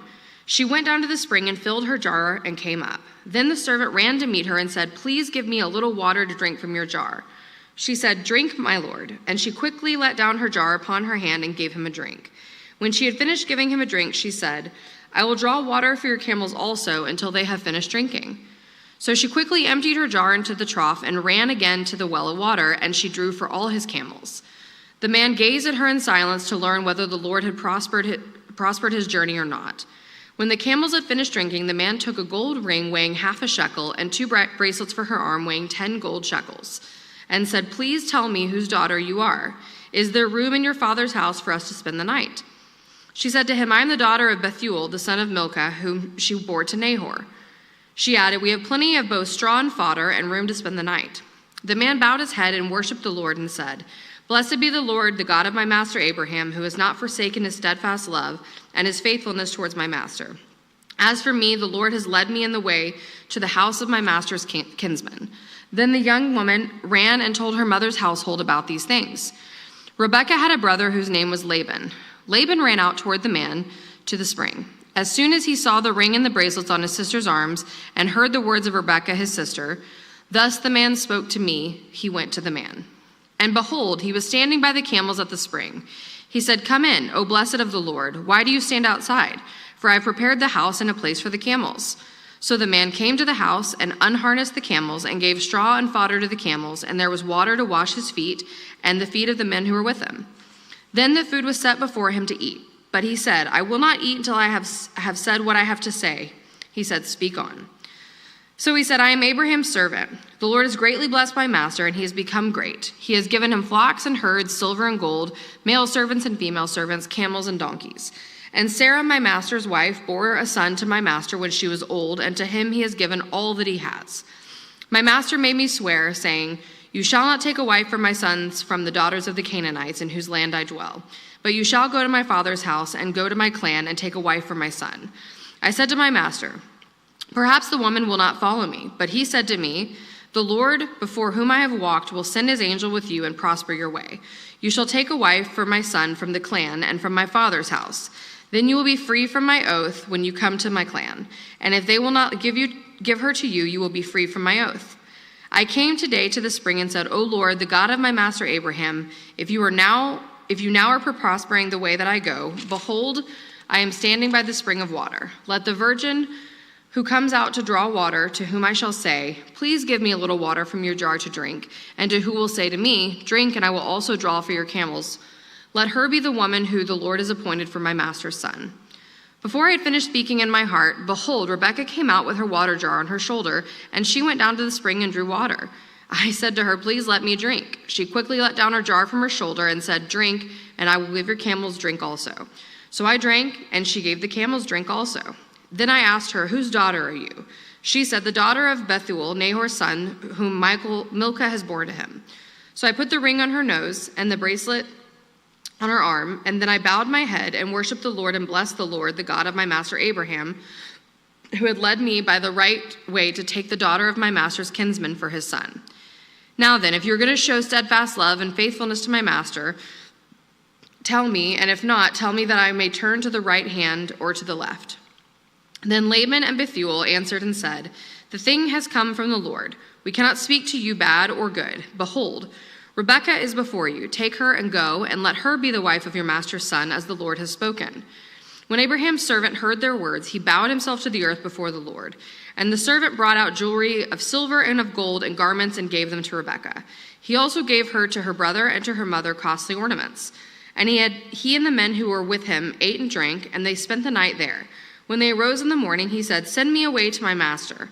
Her brother and her mother said, let the young woman remain with us a while, at least 10 days. After that she may go. But he said to them, do not delay me, since the Lord has prospered my way. Send me away that I may go to my master.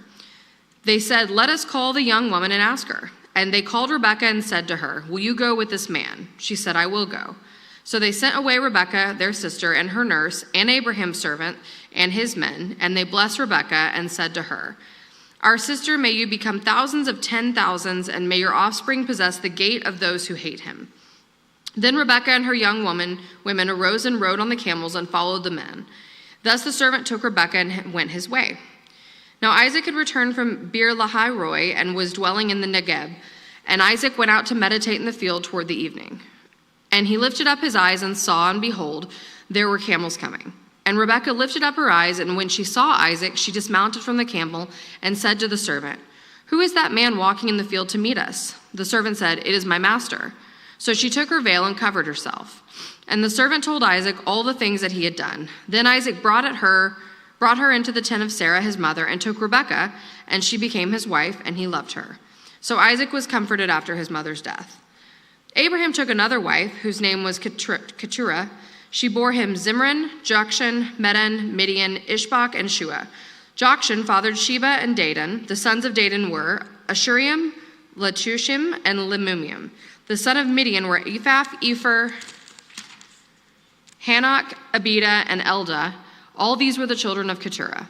Abraham gave all that he had to Isaac, but to the sons of his concubines Abraham gave gifts, and while he was still living, he sent them away from his son Isaac eastward to the east country. These are the days of the years of Abraham's life, 175 years. Abraham breathed his last and died in a good old age, an old man and full of years, and was gathered to his people. Isaac and Ishmael, his sons, buried him in the cave of Machpelah in the field of Ephron, the son of Zohar the Hittite, east of Mamre, the field that Abraham purchased from the Hittites. There Abraham was buried with Sarah his wife. After the death of Abraham, God blessed Isaac his son, and Isaac settled at Beer Lahai Roi. These are the generations of Ishmael, Abraham's son, whom Hagar the Egyptian, Sarah's servant, bore to Abraham. These are the names of the sons of Ishmael, named in the order of their birth. Nebaioth, the firstborn of Ishmael, and Kedar, Adbeel, Mibsam, Mishma, Duma, Massa, Hadad, Tema, Jetur, Naphish, and Kedemah. These are the sons of Ishmael, and these are their names, by their villages and by their encampments, 12 princes according to their tribes. These are the years of the life of Ishmael, 137 years. He breathed his last and died and was gathered to his people.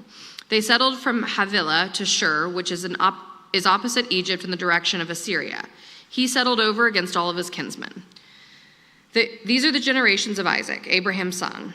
Abraham fathered Isaac, and Isaac was 40 years old when he took Rebekah, the daughter of Bethuel, the Aramean of Paddan Aram, the sister of Laban, the Aramean, to be his wife. And Isaac prayed to the Lord for his wife because she was barren. And the Lord granted his prayer, and Rebekah his wife conceived. The children struggled together within her, and she said, if it is thus, why is this happening to me? So she went to inquire of the Lord, and the Lord said to her, 2 nations are in your womb, and 2 peoples from within you shall be divided. The one shall be stronger than the other, the older shall serve the younger. When her days to give birth were completed, behold, there were twins in her womb. The first came out red, all his body like a hairy cloak, so they called his name Esau. Afterward, his brother came out with the hand holding Esau's heel, so his name was called Jacob. Isaac was 60 years old when she bore them. When the boys grew up, Esau was a skillful hunter, a man of the field, while Jacob was a quiet man dwelling in tents. Isaac loved Esau because he ate of his game, but Rebekah loved Jacob. Once when Jacob was cooking stew, Esau came in from the field, and he was exhausted. And Esau said to Jacob, "Let me eat some of that red stew, for I am exhausted." Therefore his name was called Edom. Jacob said, "Sell me your birthright now." Esau said, "I'm about to die. Of what use is a birthright to me?" Jacob said, "Swear to me now." So he swore to him and sold his birthright to Jacob. Then Jacob gave Esau bread and lentil stew, and he ate and drank and rose and went away. Thus Esau despised his birthright. Now there was a famine in the land besides the former famine that was in the days of Abraham, and Isaac went to Gerar to Abimelech, king of the Philistines. And the Lord appeared to him and said, "Do not go down to Egypt. Dwell in the land of which I shall tell you. Sojourn in this land, and I will be with you and will bless you. For to you and to your offspring I will give all these lands, and I will establish the oath that I swore to Abraham your father. I will multiply your offspring as the stars of heaven, and will give to your offspring all these lands. And in your offspring all the nations of the earth shall be blessed, because Abraham obeyed my voice and kept my charge, my commandments, my statutes, and my laws." So Isaac settled in Gerar. When the men of the place asked him about his wife, he said, "She's my sister," for he feared to say my wife, thinking, lest the men of the place should kill me because of Rebekah, because she was attractive in appearance. When he had been there a long time, Abimelech, king of the Philistines, looked out of the window and saw Isaac laughing with Rebekah, his wife. So Abimelech called Isaac and said, "Behold, she is your wife. How could you say, 'She is my sister'?" Isaac said to him, "Because I thought, lest I die because of her." Abimelech said, "What is this you have done to us? One of the people might easily have lain with your wife, and you would have brought guilt upon us." So Abimelech warned all the people, saying, "Whoever touches this man or his wife shall surely be put to death." And Isaac sowed in that land and reaped in the same year 100-fold. The Lord blessed him, and the man became rich and gained more and more until he became very wealthy. He had possessions of flocks and herds and many servants, so that the Philistines envied him.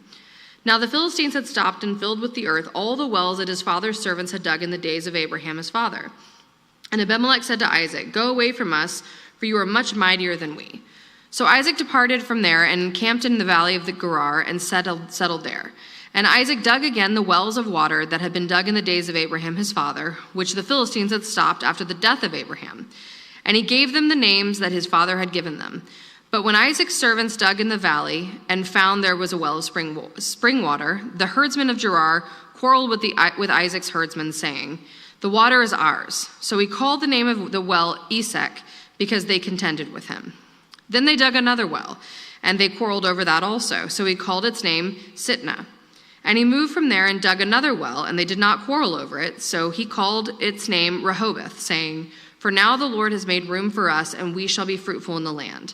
From there he went up to Beersheba, and the Lord appeared to him the same night and said, "I am the God of Abraham your father. Fear not, for I am with you, and will bless you and multiply your offspring for my servant Abraham's sake." So he built an altar there and called upon the name of the Lord and pitched his tent there. And there Isaac's servants dug a well.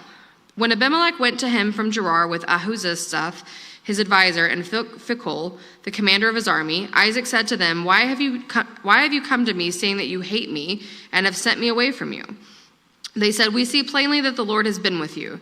So we said, "Let there be a sworn pact between us, between you and us, and let us make a covenant with you, that you will do us no harm, just as we have not touched you or have done to you nothing but good, and have you sent away in peace. You are now the blessed of the Lord." So he made them a feast, and they ate and drank. In the morning they rose early and exchanged oaths, and Isaac sent them on their way, and he departed from them in peace. That same day Isaac's servants came and told him about the well that they had dug, and said to him, "We have found water." He called it Sheba. Therefore the name of the city is Beersheba to this day. When Esau was 40 years old, he took Judith, the daughter of Beeri the Hittite, to be his wife, and Basmath, the daughter of Elon the Hittite, and they made life bitter for Isaac and Rebekah. When Isaac was old and his eyes were dim so that he could not see, he called Esau his older son and said to him, "My son," and he answered, "Here I am." He said, "Behold, I am old. I do not know the day of my death. Now then, take your weapons, your quiver, and your bow, and go out to the field and hunt game for me, and prepare for me a delicious food such as I love, and bring it to me so that I may eat, that my soul may be bless you before I die." Now Rebekah was listening when Isaac spoke to his son Esau. So when Esau went to the field to hunt for game and bring it, Rebekah said to her son Jacob, "I heard your father speak to your brother Esau. Bring me game and prepare for me delicious food, that I may eat it and bless you before the Lord before I die. Now therefore, my son, obey my voice as I command you. Go to the flock and bring me 2 good young goats, so that I may prepare them delicious food for your father, such as he loves. And you shall bring it to your father to eat, so that he may bless you before he dies." But Jacob said to Rebekah his mother, "Behold, my brother Esau is a hairy man, and I am a smooth man. Perhaps my father will feed me, and I shall seem to be mocking him, and he bring a curse upon myself, not a blessing." His mother said to him, "Let your curse be on me, my son. Only obey my voice and go. Bring them to me." So he went and took them and brought them to his mother, and his mother prepared delicious food, such as his father loved. Then Rebekah took the best garments of Esau, her older son, which were with her in the house, and put them on Jacob, her younger son. And the skins of the young goats she put on his hands and on the smooth part of his neck. And she put the delicious food and the bread which she had prepared into the hand of her son Jacob. So he went to his father and said, "My father." And he said, "Here I am. Who are you, my son?" Jacob said to his father, "I am Esau, your firstborn. I have done as you told me. Now sit up and eat of my game, that your soul may bless me." But Isaac said to his son, "How is it that you have found it so quickly, my son?" He answered, "Because the Lord your God granted me success." Then Isaac said to Jacob, "Please come near, that I may feel you, my son, to know whether you are really my son Esau or not." So Jacob went near to Isaac his father, who felt him and said, "The voice is Jacob's voice, but the hands are the hands of Esau." And he did not recognize him, because his hands were hairy like his brother Esau's hands. So he blessed him. He said, "Are you really my son Esau?" He answered, "I am."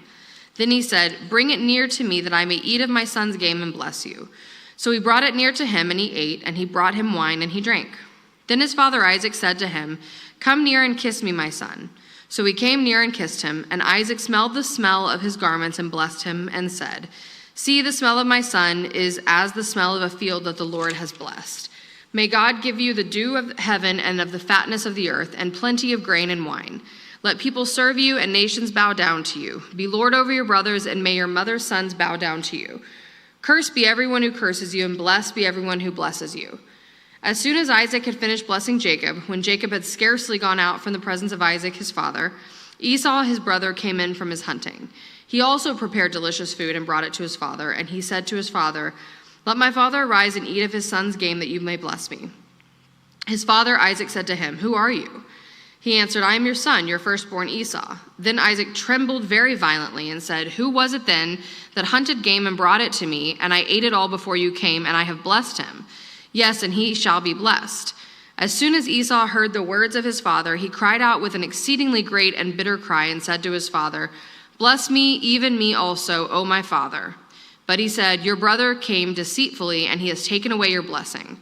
Esau said, "Is he not rightly named Jacob? For he has cheated me these 2 times. He took away my birthright, and behold, now he has taken away my blessing." Then he said, "Have you not reserved a blessing for me?" Isaac answered and said to Esau, "Behold, I have made him lord over you, and all his brothers I have given to him for servants, and with grain and wine I have also sustained him. What then can I do for you, my son?" Esau said to his father, "Have you but one blessing, my father? Bless me even also, O my father." And Esau lifted up his voice and wept. Then Isaac his father answered and said to him, "Behold, away from the fatness of the earth shall your dwelling be, and away from the dew of heaven on high. By your sword you shall live, and you shall serve your brother, but when you grow restless, you shall break his yoke from your neck." Now Esau hated Jacob because of the blessing which his father had blessed him. And Esau said to himself, "The days of mourning for my father are approaching. Then I will kill my brother Jacob." But the words of Esau, her older son, were told to Rebekah. So she sent and called Jacob, her younger son, and said to him, "Behold, your brother Esau comforts himself about you by planning to kill you. Now therefore, my son, obey my voice. Arise, Flee to Laban, my brother in Haran, and stay with him a while, until your brother's fury turns away, until your brother's anger turns away from you, and he forgets what you have done to him. Then I will send and bring you from there. Why should I bereft you of you both in one day?" Then Rebekah said to Isaac, "I loathe my life because of the Hittite woman. If Jacob marries one of the Hittite women like these, one of the women of the land, what good will my life be to me?" Then Isaac called Jacob and blessed him and directed him, "You must not take a wife from the Canaanite women. Arise, go to Paddan-aram for the house of Bethuel, your mother's father, and take as your wife from there one of the daughters of Laban, your mother's brother. God Almighty bless you and multiply and make you fruitful and multiply you, that you may become a company of peoples. May he give the blessing of Abraham to you and to your offspring with you, that you may take possession of the land of your sojournings that God gave to Abraham." Thus Isaac sent Jacob away, and he went to the Paddan-aram to Laban, the son of Bethuel the Aramean, the brother of Rebekah, Jacob's and Esau's mother. Now Esau saw that Isaac had blessed Jacob and sent him away to Paddan-aram to take a wife from there, and that he blessed him, he directed him, "You must not take a wife from the Canaanite women," and that Jacob had obeyed his father and his mother and gone to Paddan-aram. So when Esau saw that the Canaanite women did not please Isaac his father, Esau went to Ishmael and took as his wife, besides the wives he had, Mahalath the daughter of Ishmael, Abraham's son, the sister of Nebaioth. Jacob left Beersheba and went towards Haran, and he came to a certain place and stayed there at night, because the sun had set. Taking one of the stones of the place, he put it under his head and lay down in the place to sleep.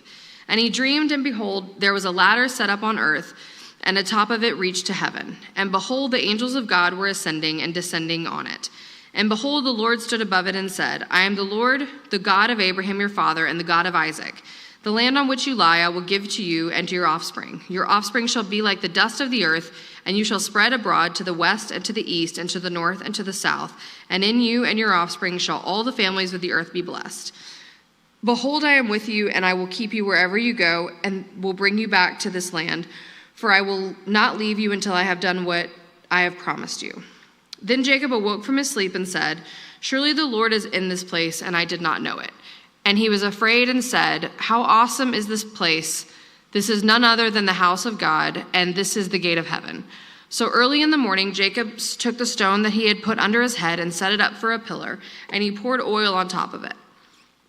He called the name of that place Bethel, but the name of the city was Luz at the first. Then Jacob made a vow, saying, "If God will be with me and will keep me in this way that I go, and will give me bread to eat and clothing to wear, so that I come again to my father's house in peace, then the Lord shall be my God, and this stone which I have set up for the pillar shall be God's house. And of all that you give to me, I will give a full tenth to you."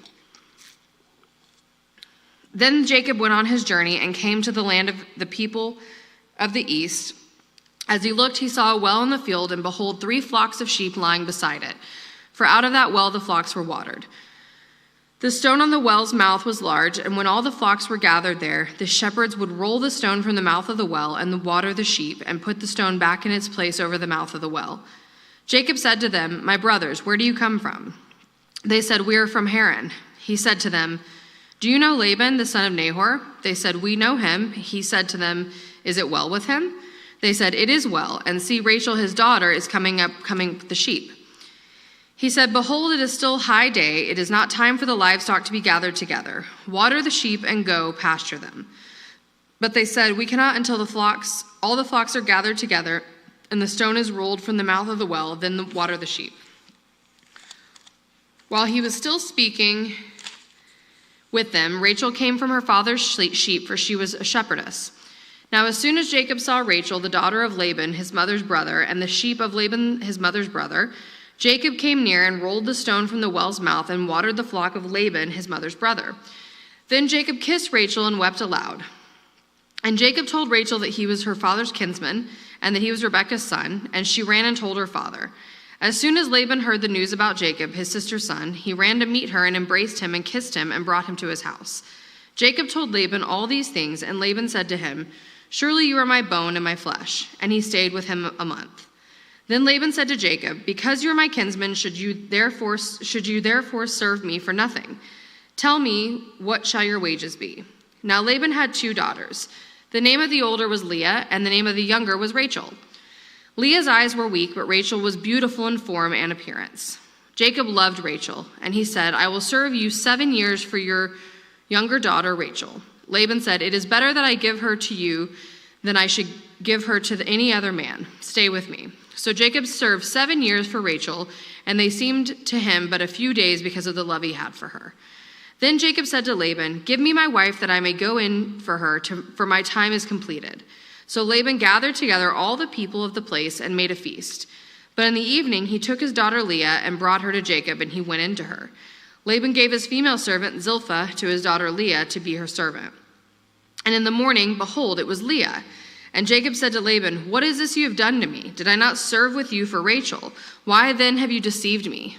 Laban said, it is not so done in our country to give the younger before the firstborn. Complete the week of this one, and we will give you the other also in return for serving me another 7 years.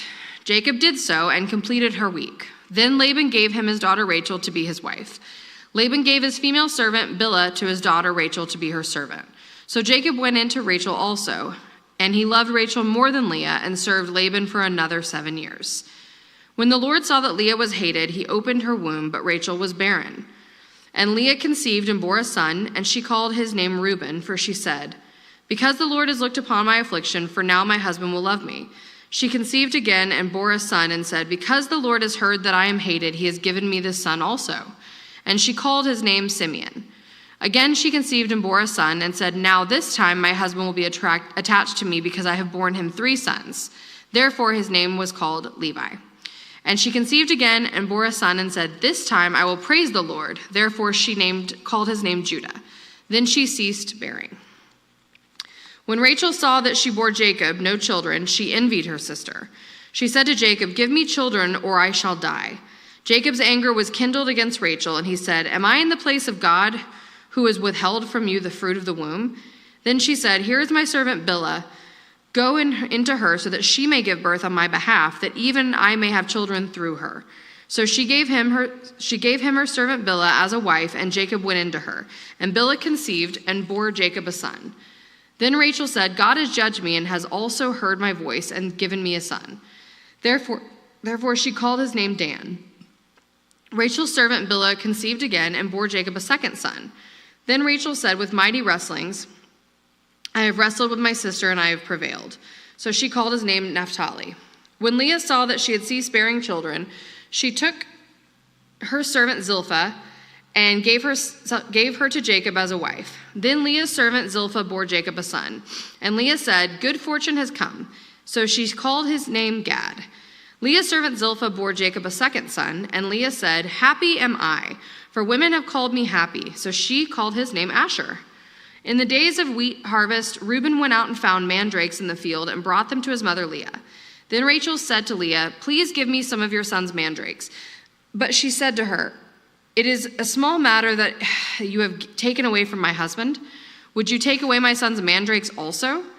Rachel said, then he may lie with you tonight in exchange for your son's mandrakes. When Jacob came from the field in the evening, Leah went out to meet him and said, you must come in to me, for I have hired you with my son's mandrakes.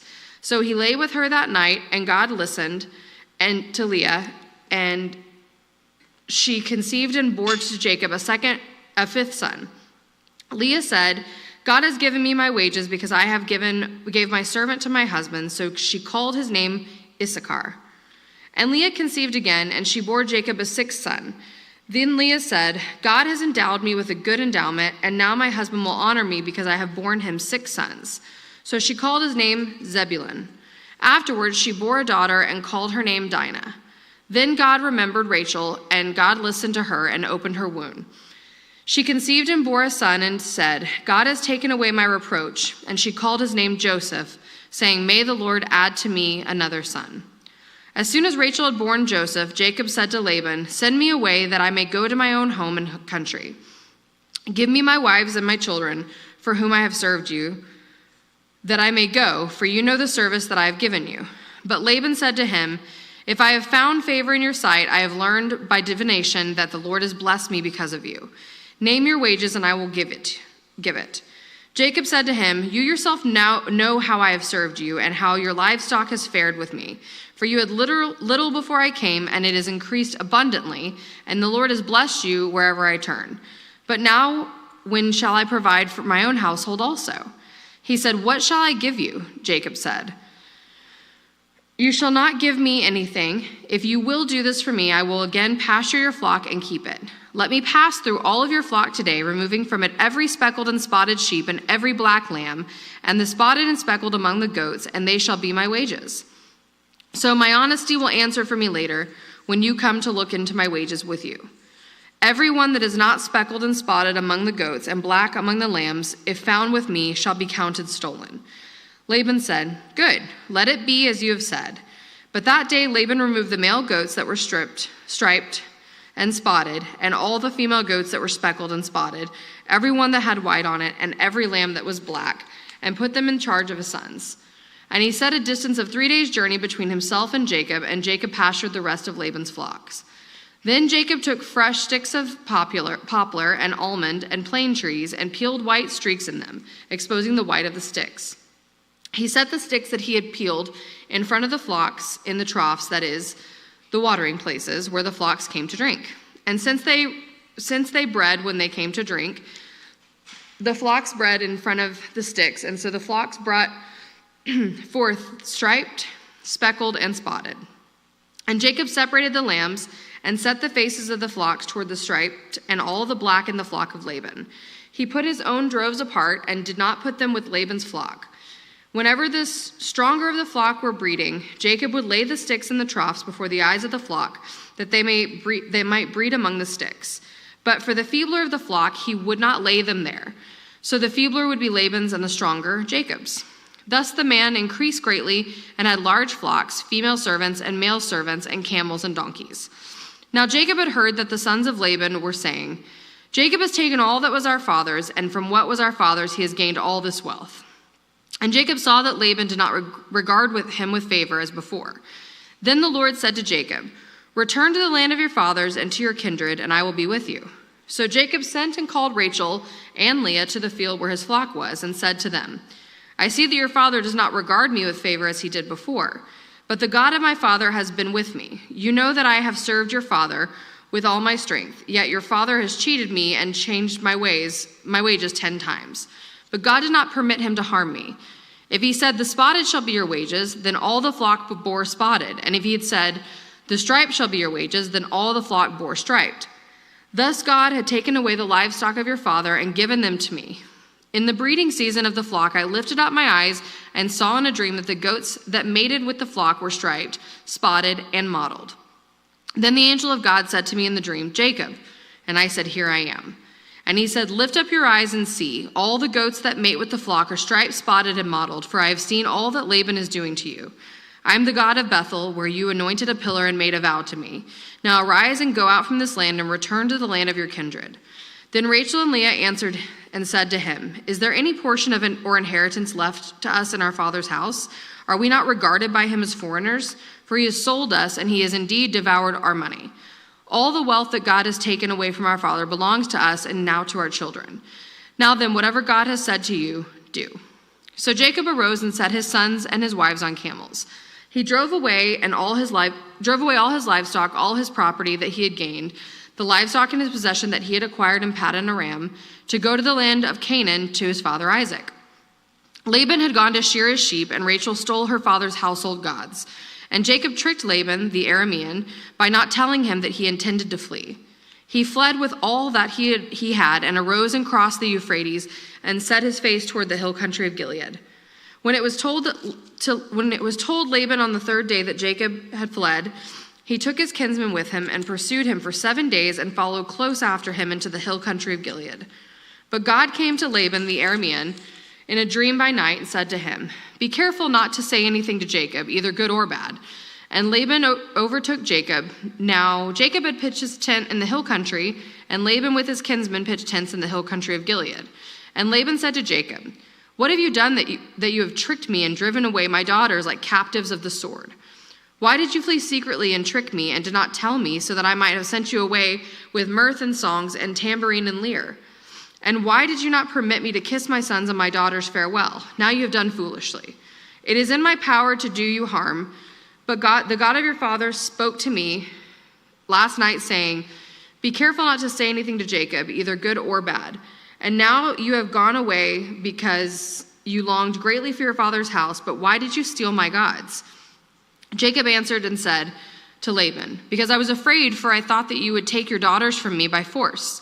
Anyone with whom you find your God shall not live. In the presence of our kinsmen, point out what I have that is yours and take it. Now Jacob did not know that Rachel had stolen them. So Laban went into Jacob's tent and into Leah's tent and into the tent of the 2 female servants, but he did not find them. And he went out of Leah's tent and entered Rachel's. Now Rachel had taken the household gods and put them in the camel's saddle and sat on them. Laban felt all about the tent, but did not find them. And she said to her father, let not my lord be angry that I cannot arise before you, for the way of women is upon me. So he searched but did not find the household gods. Then Jacob became angry and berated Laban. Jacob said to Laban, what is my offense? What is my sin that you have wholly pursued me? For you have felt through all my goods. What have you found of all your household goods? Set it here before my kinsmen and your kinsmen, that they may decide between us two. These 20 years I have been with you. Your ewes and your female goats have not miscarried, and I have not eaten the rams of your flocks. What was torn by wild beasts I did not bring to you. I bore the loss of it myself. From my hand you required it, whether stolen by day or stolen by night. There I was. By day the heat consumed me, and the cold by night, and my sleep fled from my eyes. These 20 years I have been in your house. I served you 14 years for your 2 daughters, and 6 years for your flock, and you have changed my wages 10 times. If the God of my father, the God of Abraham, and the fear of Isaac had not been on my side, surely now you would have sent me away empty-handed.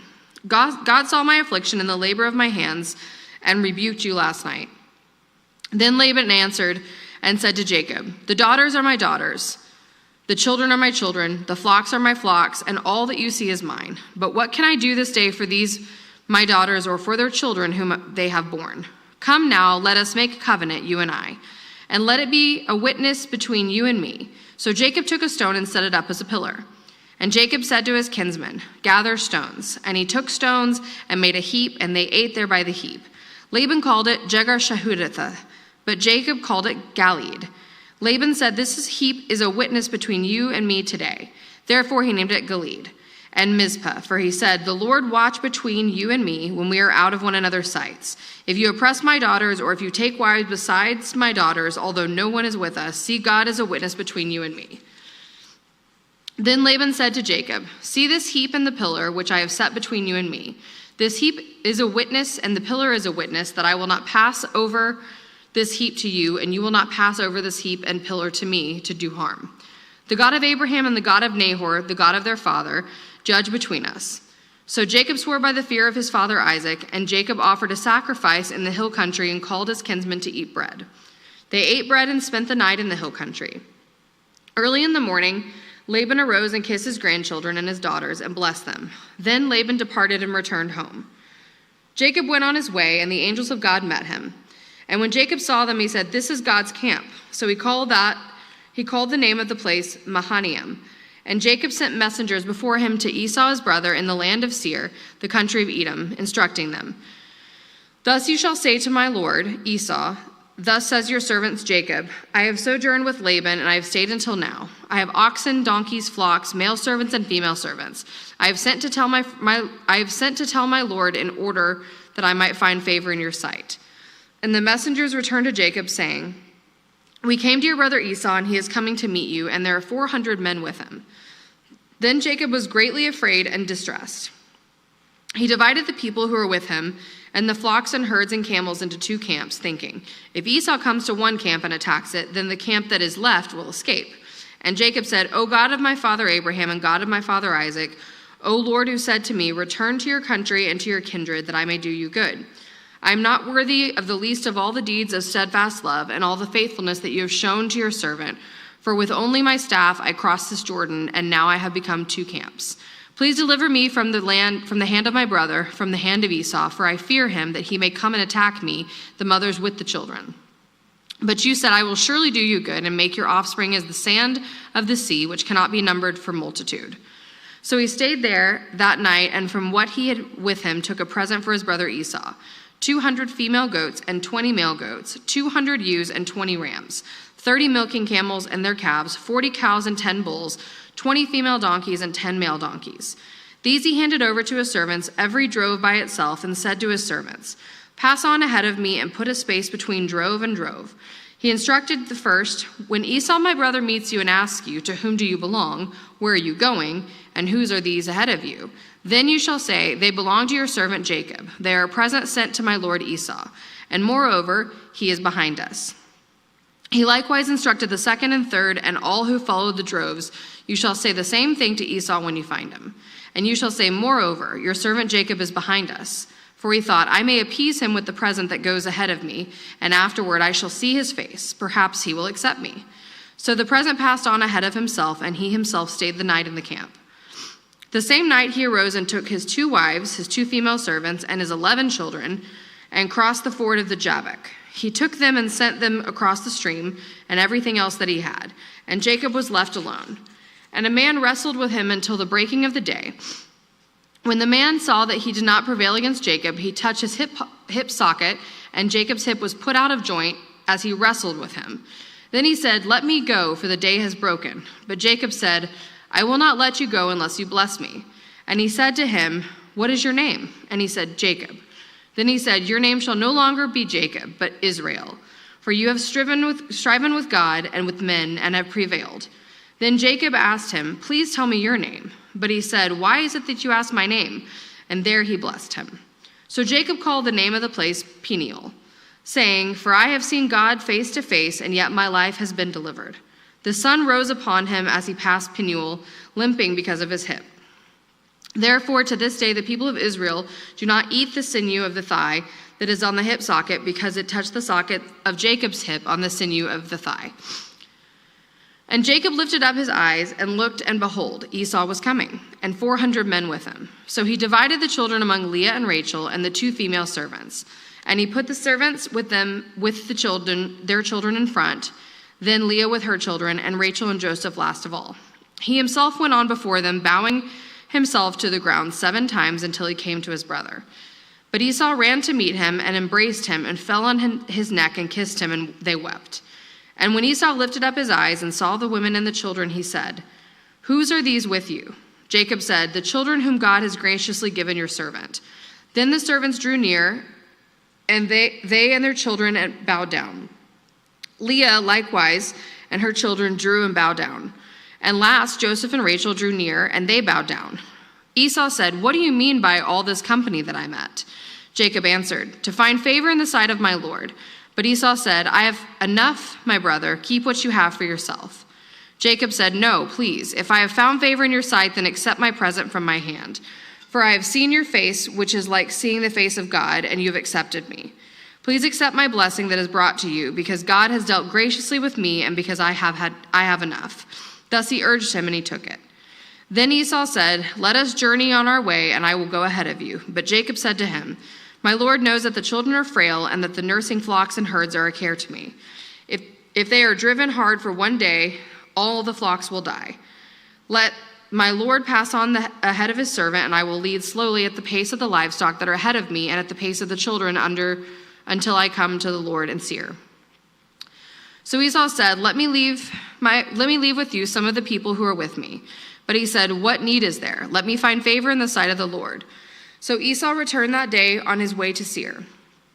But Jacob journeyed to Succoth and built himself a house and made booths for his livestock. Therefore the name of the place is called Succoth.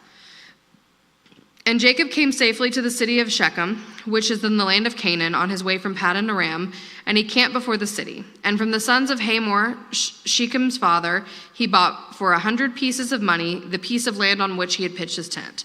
Therefore he erected an altar and called it El Elohei Israel. Now Dinah, the daughter of Leah, whom she had borne to Jacob, went out to see the women of the land.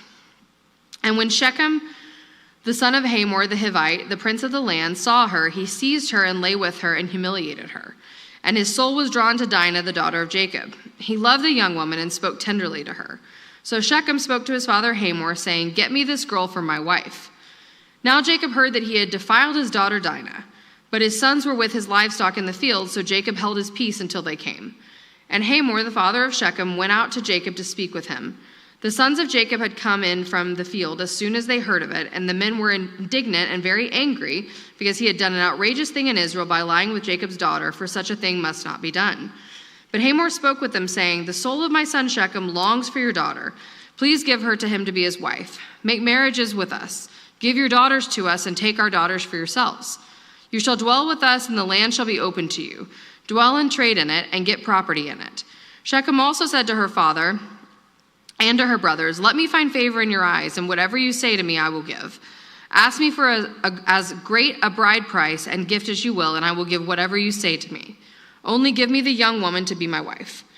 The sons of Jacob answered Shechem and his father by Hamor deceitfully, because he had defiled their sister Dinah. They said to him, "We cannot do this thing to give our sister to one who is uncircumcised, for that would be a disgrace to us. Only on this condition will we agree with you, that you will become as we are by every male among you being circumcised. Then we will give our daughters to you, and we will take your daughters to ourselves, and we will dwell with you and become one people. But if you will not listen to us and be circumcised, then we will take our daughter and we will be gone." Their words pleased Hamor and Hamor's son Shechem. And the young man did not delay to do the thing, because he delighted in Jacob's daughter. Now he was the most honored of all his father's house. So Hamor came, and his son Shechem came to the gate of their city and spoke to the men of their city, saying, "These men are at peace with us. Let them dwell in the land and trade in it, for behold, the land is large enough for them. Let us take their daughters as wives, and let us give them our daughters. Only on this condition will the men agree to dwell with us to become one people, when every male among us is circumcised as they are circumcised. Will not their livestock, their property, and all their beasts be ours? Only let us agree with them, and they will dwell with us." And all who went out of the gate of his city listened to Hamor and his sons Shechem, and every male was circumcised, all who went out into the gate of his city. On the third day, when they were sore, two of the sons of Jacob, Simeon and Levi, Dinah's brothers, took their swords and came against the city while it felt secure, and killed all the males. They killed Hamor and his son Shechem with the sword, and took Dinah out of Shechem's house and went away. The sons of Jacob came upon the slain and plundered the city, because they had defiled their sister.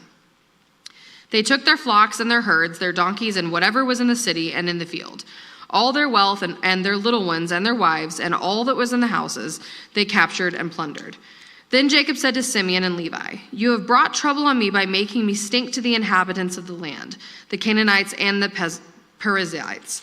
My numbers are few, and if they gather themselves against me and attack me, I shall be destroyed, both I and my household." But they said, "Should he treat our sister like a prostitute?" God said to Jacob, "Arise, go up to Bethel and dwell there. Make an altar there to the God who appeared to you when you fled from your brother Esau." So Jacob said to his household and to all who were with him, "Put away the foreign gods that are among you, and purify yourselves and change your garments.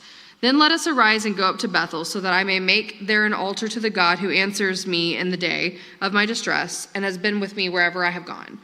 So they gave to Jacob all the foreign gods that they had and the rings that were in their ears. Jacob hid them under their terebinth tree and was near Shechem. As they journeyed, a terror from God fell upon the cities that were around them, so that they did not pursue the sons of Jacob. And Jacob came to Luz, which is in the land of Canaan, he and all the people who were with him.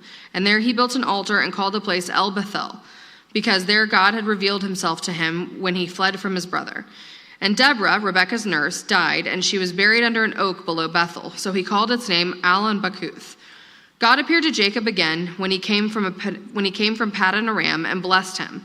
And God said to him, "Your name is Jacob. No longer shall your name be called Jacob, but Israel shall be your name." So he called his name Israel. And God said to him, "I am God Almighty. Be fruitful and multiply. A nation and a company of nations shall come from you, and kings shall come from your own body. The land that I gave to Abraham and Isaac I will give to you, and I will give the land to your offspring after you." Then God went up from him and in the place where he had spoken with him. And Jacob set up a pillar in the place where he had spoken with him, a pillar of stone. He poured out a drink offering on it and poured oil on it. So Jacob called the name of the place where God had spoken with him Bethel. Then they journeyed from Bethel. When they were still some distance from Ephrath, Rachel went into labor, and she had hard labor. And when her labor was at its hardest, the midwife said to her, "Do not fear, for you have another son." And as her soul was departing, she called his name Ben-Oni, but his father called him Benjamin. So Rachel died, and she was buried on the way to Ephrath, and Jacob set up a pillar over her tomb. It is the pillar of Rachel's tomb, which is there to this day. Israel journeyed on and pitched his tent beyond the Tower of Eder. While Israel lived in that land, Reuben went and lay with Bilhah, his father's concubine, and Israel heard of it. Now the sons of Jacob were 12, the sons of Leah, Reuben, Simeon, Levi, Judah, Issachar, and Zebulun, the sons of Rachel, Joseph and Benjamin, the sons of Bilhah, Rachel's servant, Dan and Naphtali, the sons of Zilphith, Leah's servant, Gad and Asher. These were the sons of Jacob who were born to him in Paddan Aram. And Jacob came to his father Isaac at Mamre, or Kiriath-araba, where Abraham and Isaac had sojourned. Now the days of Isaac were 180 years. And Isaac breathed his last, and he died and was gathered to his people, old and full of days, and his sons Esau and Jacob buried him.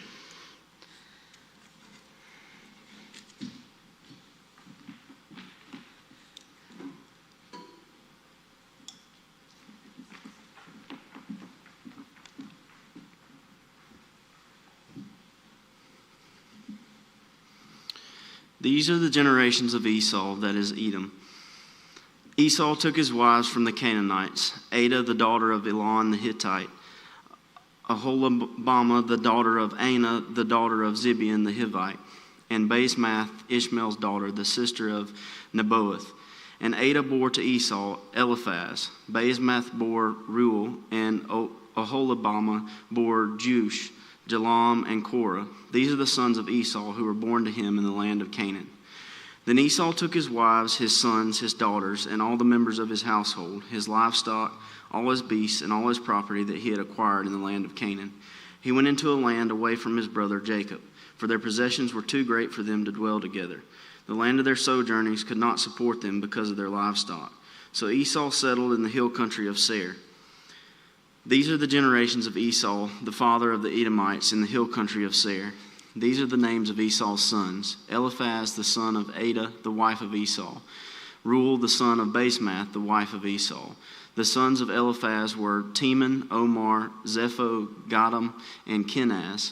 Timnah was a concubine of Eliphaz, Esau's son. She bore Amalek to Eliphaz. These are the sons of Adah, Esau's wife. These are the sons of Reuel: Nahath, Zerah, Shammah, and Mizah. These are the sons of Basemath, Esau's wife.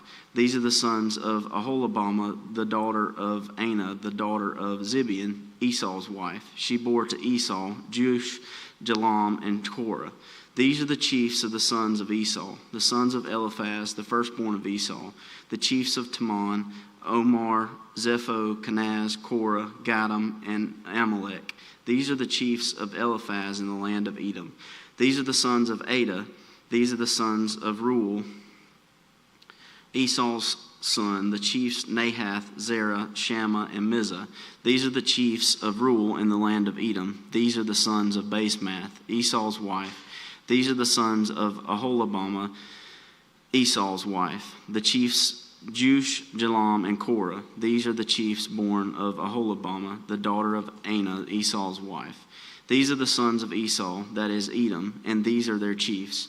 These are the sons of Seir, the Horite, the inhabitants of the land: Lotan, Shobal, Zibeon, Anah, Dishon, Ezer, and Dishon. These are the chiefs of the Horites, the sons of Seir in the land of Edom. The sons of Lotan were Hori and Himam, and Lotan's sister was Timnah. These are the sons of Shobal: Alvan, Manahath, Ebal, Shepho, and Onam. These are the sons of Zibeon, and Anah. He is the Anah who found the hot springs in the wilderness as he pastured the donkeys of Zibeon his father. These are the children of Anah, Dishon and Aholibamah, the daughter of Anah. These are the sons of Dishon: Hemdan, Eshban, Ithran, and Cheran. These are the sons of Ezer: Bilhan, Zevon, and Achan. These are the sons of Dishan, Uz, and Aran. These are the chiefs of the Horites, the chiefs Lotan, Shobal, Zibeon, Anah, Dishon, Ezer, and Dishan. These are the chiefs of the Horites, chief by chief in the land of Seir. These are the kings who reigned in the land of Edom before any king reigned over the Israelites. Bela, the son of Beor, reigned in Edom, the name of his city being Dinhabah. Bela died, and Jobab, the son of Zerah of Bozrah, reigned in his place. Jobab died, and Husham of the land of the Temanites reigned in his place. Husham died, and Hadad, the son of Bedad, who defeated Midian in the country of Moab, reigned in his place, the name of his city being Avith. Hadad died, and Samlah of Masrekah reigned in his place. Samlah died, and Shaul of Rehoboth on the Euphrates reigned in his place. Shaul died, and Baal-Hanan the son of Achbor reigned in his place. Baal-Hanan the son of Achbor died, and Hadar reigned in his place, the name of his city being Pau. His wife's name was Mehetabel, the daughter of Matred, daughter of Mezahab.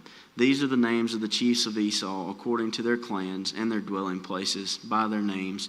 The chiefs Timnah, Alva, Jetheth, Oholabama, Elah, Pinon, Kenaz, Teman, Mibzar, Magdiel, and Iram. These are the chiefs of Edom, that is, Esau, the father of Edom, according to their dwelling places in the land of their possession. Jacob lived in the land of his father's sojournings, in the land of Canaan. These are the generations of Jacob. Joseph, being 17 years old, was pasturing the flock with his brothers.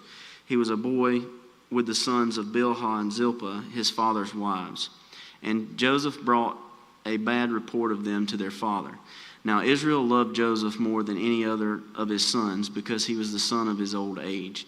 And he made him a robe of many colors. But when his brothers saw that their father loved him more than all his brothers, they hated him and could not speak peacefully to him. Now Joseph had a dream, and when he told it to his brothers, they hated him even more. He said to them, "Hear this dream that I have dreamed.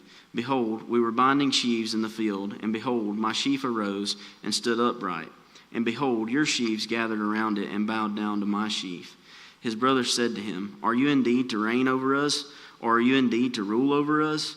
So they hated him even more for his dreams and for his words. Then he dreamed another dream and told it to his brothers and said, "Behold, I have dreamed another dream.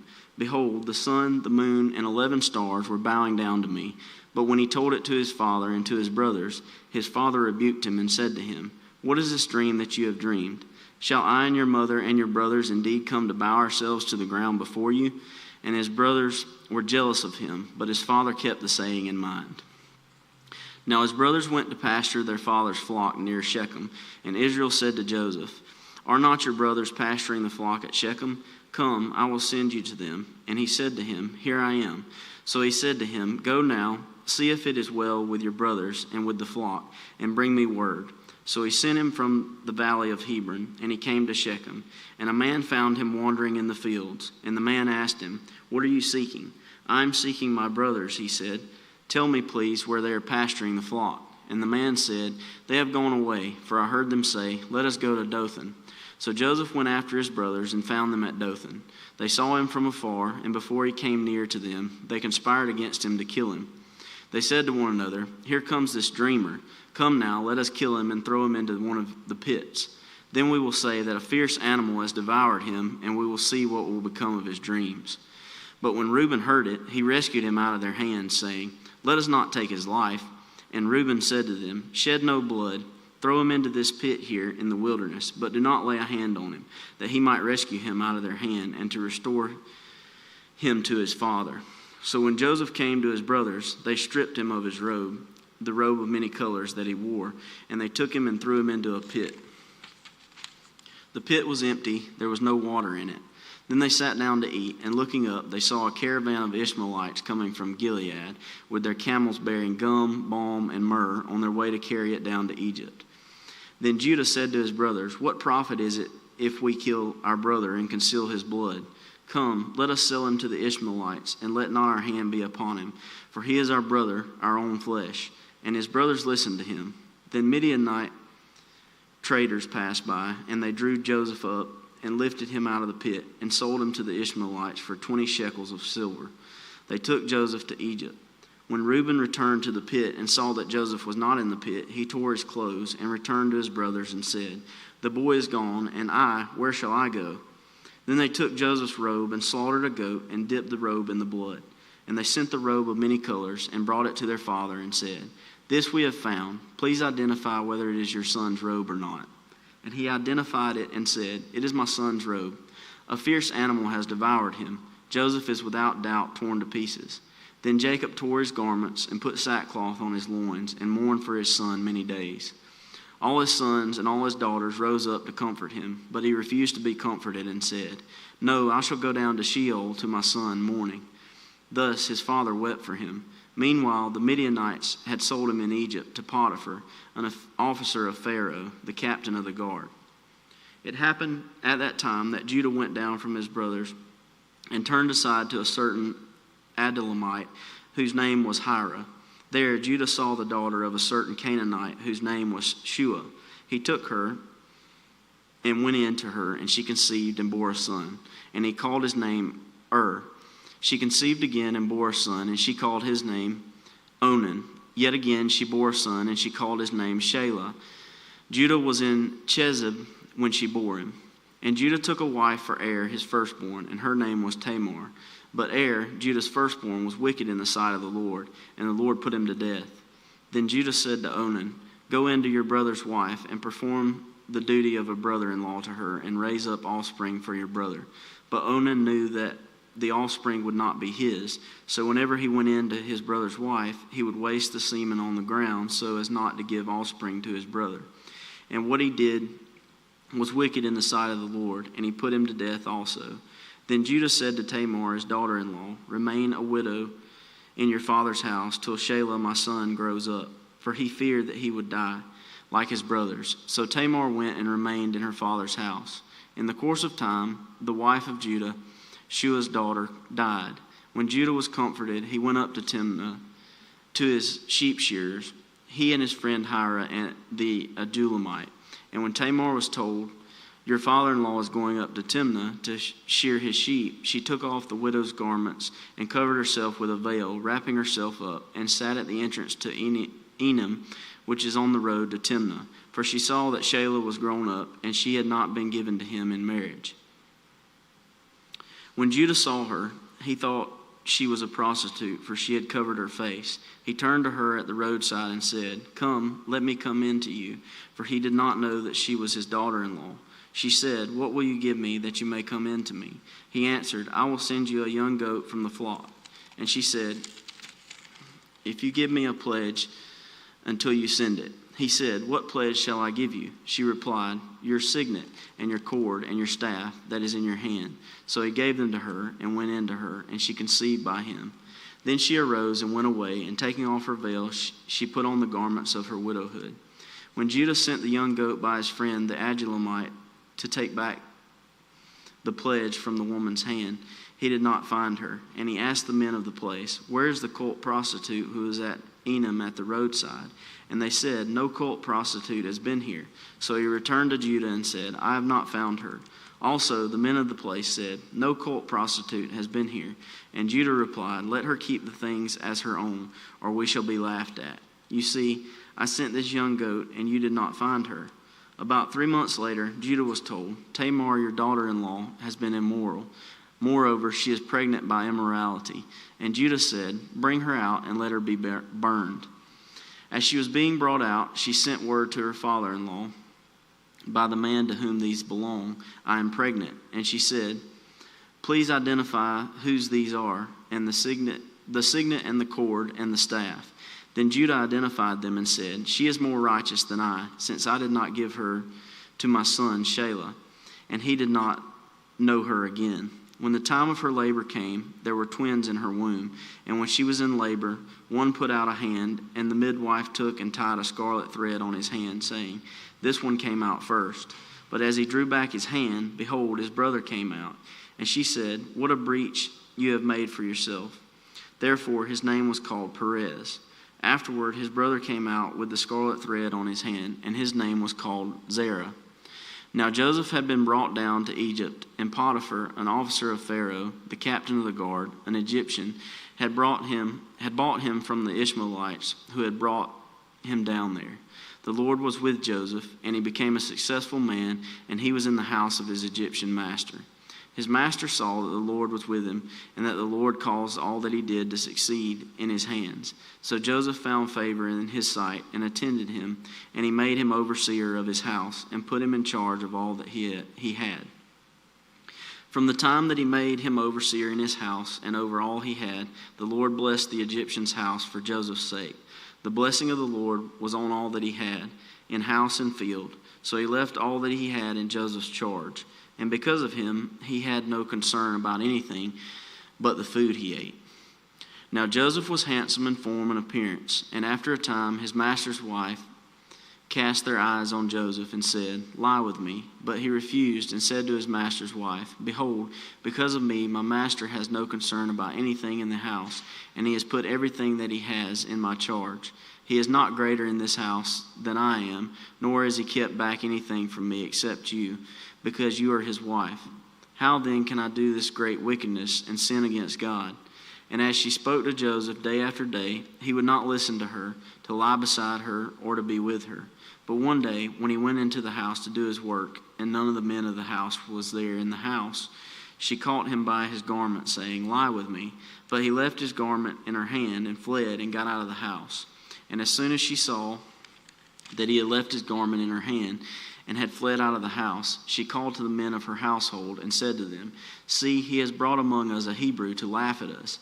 He came in to me to lie with me, and I cried out with a loud voice. And as soon as he heard that, I lifted up my voice and cried out. He left his garment beside me and fled and got out of the house." Then she laid up his garment by her until his master came home. And she told him the same story, saying, "The Hebrew servant whom you have brought among us came in to me to laugh at me. But as soon as I lifted up my voice and cried, he left his garment beside me and fled out of the house." As soon as his master heard the words that his wife spoke to him, "This is the way your servant treated me," his anger was kindled. And Joseph's master took him and put him into the prison, the place where the king's prisoners were confined. And he was there in prison. But the Lord was with Joseph and showed him steadfast love and gave him favor in the sight of the keeper of the prison. And the keeper of the prison put Joseph in charge of all the prisoners who were in the prison. Whatever was done there, he was the one who did it. The keeper of the prison paid no attention to anything that was in Joseph's charge, because the Lord was with him, and whatever he did, the Lord made it succeed. Some time after this, the cupbearer of the king of Egypt and his baker committed an offense against their lord, the king of Egypt.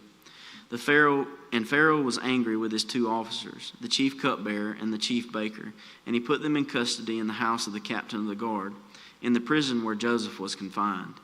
The captain of the guard appointed Joseph to be with them, and he attended them.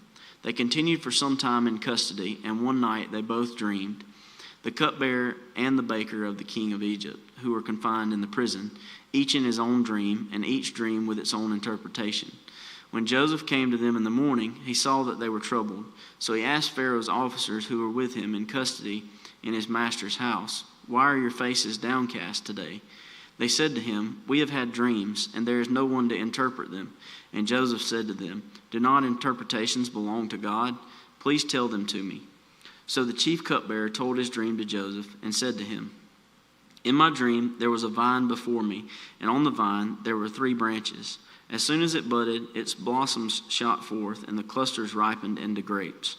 Pharaoh's cup was in my hand, and I took the grapes and pressed them into Pharaoh's cup, and placed the cup in Pharaoh's hand." Then Joseph said to him, "This is its interpretation. The 3 branches are 3 days.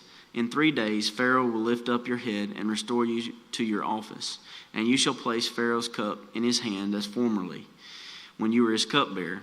Only remember me when it is well with you, and please do me the kindness to mention me to Pharaoh, and so get me out of this house. For I was indeed stolen out of the land of the Hebrews, and here also I have done nothing that they should put me into the pit." When the chief baker saw that the interpretation was favorable, he said to Joseph, "I also had a dream. There were 3 cake baskets on my head, and in the uppermost basket there were all sorts of baked food for Pharaoh, but the birds were eating it out of the basket on my head." And Joseph answered and said, "This is its interpretation. The 3 baskets are 3 days. In 3 days Pharaoh will lift up your head from you and hang you on a tree, and the birds will eat the flesh from you. On the third day, which was Pharaoh's birthday, he made a feast for all his servants and lifted up the head of the chief cupbearer and the head of the chief baker among his servants. He restored the chief cupbearer to his position, and he placed the cup in Pharaoh's hand. But he hanged the chief baker, as Joseph had interpreted to them. Yet the chief cupbearer did not remember Joseph, but forgot him. After 2 whole years, Pharaoh dreamed that he was standing by the Nile. And behold, there came up out of the Nile 7 cows, attractive and plump, and they fed in the reed grass. And behold, 7 other cows, ugly and thin, came up out of the Nile after them, and stood by the other cows on the bank of the Nile. And the ugly, thin cows ate up the 7 attractive, plump cows. And Pharaoh awoke, and he fell asleep and dreamed a second time. And behold, 7 ears of grain, plump and good, were growing on one stalk. And behold, after them sprouted 7 ears, thin and blighted by the east wind.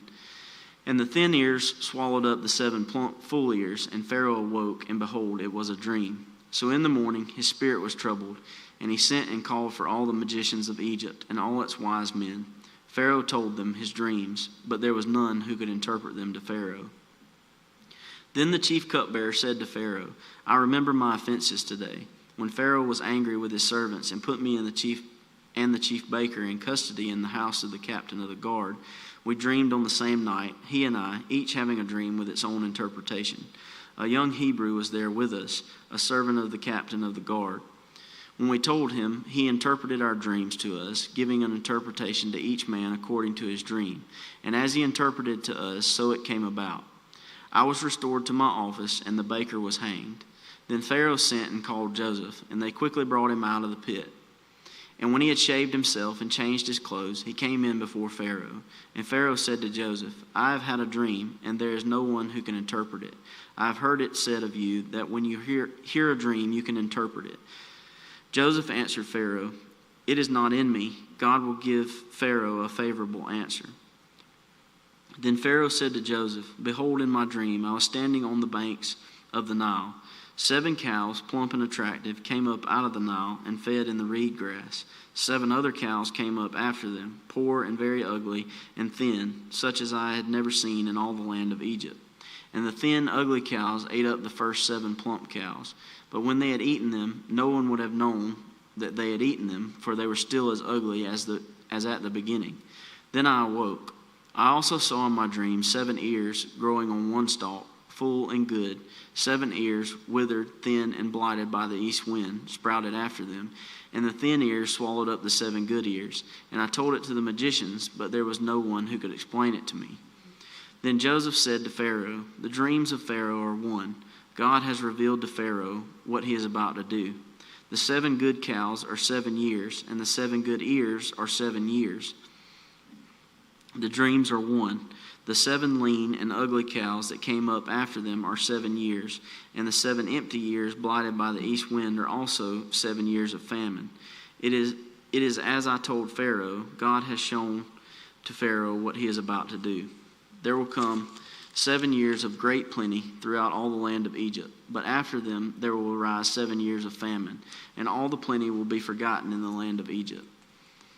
The famine will consume the land, and the plenty will be unknown in the land by reason of the famine that will follow, for it will be very severe. And the doubling of Pharaoh's dream means that the thing is fixed by God, and God will shortly bring it about.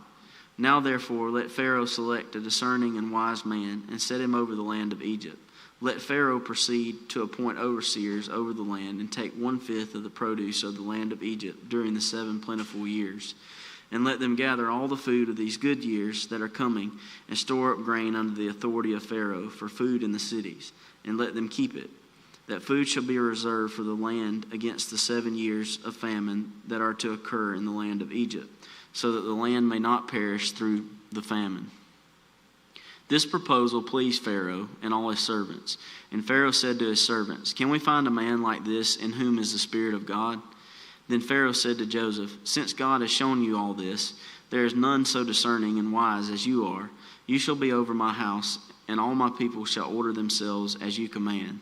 Only as regards the throne will I be greater than you. And Pharaoh said to Joseph, See, I have set you over all the land of Egypt. Then Pharaoh took his signet ring from his hand and put it on Joseph's hand, and clothed him in garments of fine linen, and put a gold chain about his neck. And he made him ride in his second chariot. And they called out before him, "Bow the knee." Thus he set him over all the land of Egypt. Moreover, Pharaoh said to Joseph, "I am Pharaoh, and without your consent no one shall lift up hand or foot in all the land of Egypt." And Pharaoh called Joseph's name Zaphanath-Paneah, and he gave him in marriage Asenath, the daughter of Potiphar, priest of On. So Joseph went out over the land of Egypt. Joseph was 30 years old when he entered the service of Pharaoh, king of Egypt. And Joseph went out from the presence of Pharaoh and went through all the land of Egypt. During the 7 plentiful years, the earth produced abundantly, and he gathered up all the food of these 7 years which occurred in the land of Egypt, and put the food in the cities. He put in every city the food from the fields around it. And Joseph stored up grain in abundance, like the sand of the sea, until he ceased to measure it, for it could not be measured. Before the year of famine came, 2 sons were born to Joseph. Asenath, the daughter of Potiphar, priest of On, bore them to him. Joseph called the name of the firstborn Manasseh, for he said, "God has made me forget all my hardship and all my father's house." The name of the second he called Ephraim, for God has made me fruitful in the land of my affliction. The 7 years of plenty that occurred in the land of Egypt came to an end, and the 7 years of famine began to come, as Joseph had said. There was famine in all lands, but in all the land of Egypt there was bread. When all the land of Egypt was famished, the people cried to Pharaoh for bread. Pharaoh said to all the Egyptians, "Go to Joseph. What he says to you, do." So when the famine had spread over all the land, Joseph opened all the storehouses and sold to the Egyptians, for the famine was severe in the land of Egypt. Moreover, all the earth came to Egypt, to Joseph, to buy grain, because the famine was severe over all the earth. When Jacob learned that there was grain for sale in Egypt, he said to his sons, "Why do you look at one another?" And he said, "Behold, I have heard that there is grain for sale in Egypt. Go down and buy grain for us there, that we may live and not die." So 10 of Joseph's brothers went down to buy grain in Egypt. But Jacob did not send Benjamin, Joseph's brother, with his brothers, for he feared that harm might happen to him. Thus the sons of Israel came to buy among the others who came, for the famine was in the land of Canaan. Now Joseph was governor over the land. He was the one who sold to all the people of the land. And Joseph's brothers came and bowed themselves before him with their faces to the ground. Joseph saw his brothers and recognized them, but he treated them like strangers and spoke roughly to them. "Where do you come from?" he said. They said, "From the land of Canaan, to buy food." And Joseph recognized his brothers, but they did not recognize him. And Joseph remembered the dreams that he had dreamed of them. And he said to them, "You are spies. You have come to see the nakedness of the land." They said to him, "No, my lord, your servants have come to buy food. We are all sons of one man. We are honest men. Your servants have never been spies." He said to them, "No, it is the nakedness of the land that you have come to see." And they said, "We, your servants, are 12 brothers, the sons of one man in the land of Canaan. And behold, the youngest is this day with our father, and one is no more." But Joseph said to them, "It is as I said to you, you are spies. By this you shall be tested. By the life of Pharaoh, you shall not go from this place unless your youngest brother comes here. Send one of you and let him bring your brother while you remain confined, that your words may be tested, whether there is truth in you, or else by the life of Pharaoh, surely you are spies." And he put them all together in custody for 3 days. On the 3rd day, Joseph said to them, "Do this and you will live, for I fear God. If you are honest men, let one of your brothers remain confined where you are in custody, and let the rest go and carry grain for the famine of your households. And bring your youngest brother to me, so your words will be verified, and you shall not die." And they did so. Then they said to one another, "In truth, we are guilty concerning our brother, in that we saw the distress of his soul when he begged us, and we did not listen. That is why this distress has come upon us." And Reuben answered them, "Did I not tell you not to sin against the boy? But you did not listen. So now there comes a reckoning for his blood." They did not know that Joseph understood them, for there was an interpreter between them. Then he turned away from them and wept, and he returned to them and spoke to them. And he took Simeon from them and bound him before their eyes. And Joseph gave orders to fill their bags with grain, and to replace every man's money in his sack, and to give them provisions for the journey. This was done for them. Then they loaded their donkeys with their grain and departed. And as one of them opened his sack to give his donkey fodder at the lodging place, he saw his money in the mouth of his sack. He said to his brothers, "My money has been put back. Here it is in the mouth of my sack." At this their hearts failed them, and they turned trembling to one another, saying, "What is this that God has done to us?" When they came to Jacob their father in the land of Canaan, they told him all that had happened to them, saying, The Lord of the land, spoke roughly to us and took us to be spies of the land. But we said to him, "We are honest men, we have never been spies. We are 12 brothers, sons of our father. One is no more, and the youngest is this day with our father in the land of Canaan." Then the Lord of the land, said to us, "By this I shall know that you are honest men. Leave one of your brothers with me, and take grain for the famine of your households, and go your way. Bring your youngest brother to me. Then I shall know that you are not spies, but honest men, and I will deliver your brother to you, and you shall trade in the land." As they emptied their sacks, behold, every man's bundle of money was in his sack. And when they and their father saw their bundles of money, they were afraid. And Jacob their father said to them, "You have bereaved me of my children. Joseph is no more, and Simeon is no more, and now you would take Benjamin? All this has come against me." Then Reuben said to his father, "Kill my 2 sons if I do not bring him back to you. Put him in my hands, and I will bring him back to you." But he said, "My son shall not go down with you, for his brother is dead, and he is the only one left. If harm should happen to him on the journey that you are to make, you would bring down my gray hairs with sorrow to Sheol." Now the famine was severe in the land, and when they had eaten the grain that they had brought from Egypt, their father said to them, "Go again, buy us a little food." But Judah said to him, "The man solemnly warned us, saying, 'You shall not see my face unless your brother is with you.' If you will send our brother with us, we will go down and buy you food. But if you will not send him, we will not go down. For the man said to us, 'You shall not see my face unless your brother is with you.'" Israel said, "Why did you treat me so badly as to tell the man that you had another brother?" They replied, "The man questioned us carefully about ourselves and our kindred, saying, 'Is your father still alive? Do you have another brother?' What we told him was in answer to these questions. Could we in any way know that he would say, 'Bring your brother down'?" And Judah said to Israel his father, "Send the boy with me, and we will arise and go, that we may live and not die, both we and you, and also our little ones. I will be a pledge of his safety. From my hand you shall require him. If I do not bring him back to you and set him before you, then let me bear the blame forever. If we had not delayed, we would now have returned twice." Then their father Israel said to them, "If it must be so, then do this. Take some of the choice fruits of the land in your bags, and carry a present down to the man, a little balm and a little honey, gum, myrrh, pistachio nuts, and almonds. Take double the money with you. Carry back with you the money that was returned in the mouth of your sacks. Perhaps it was an oversight. Take also your brother, and arise, go again to the man. May God Almighty grant you mercy before the man, and may he send back your other brother and Benjamin. And as for me, if I am bereaved of my children, I am bereaved." So the men took this present, and they took double the money with them. And Benjamin, they arose and went down to Egypt and stood before Joseph. When Joseph saw Benjamin with them, he said to the steward of his house, "Bring the men into the house, and slaughter an animal, and make ready, for the men are to dine with me at noon." The man did as Joseph told him, and brought the men to Joseph's house.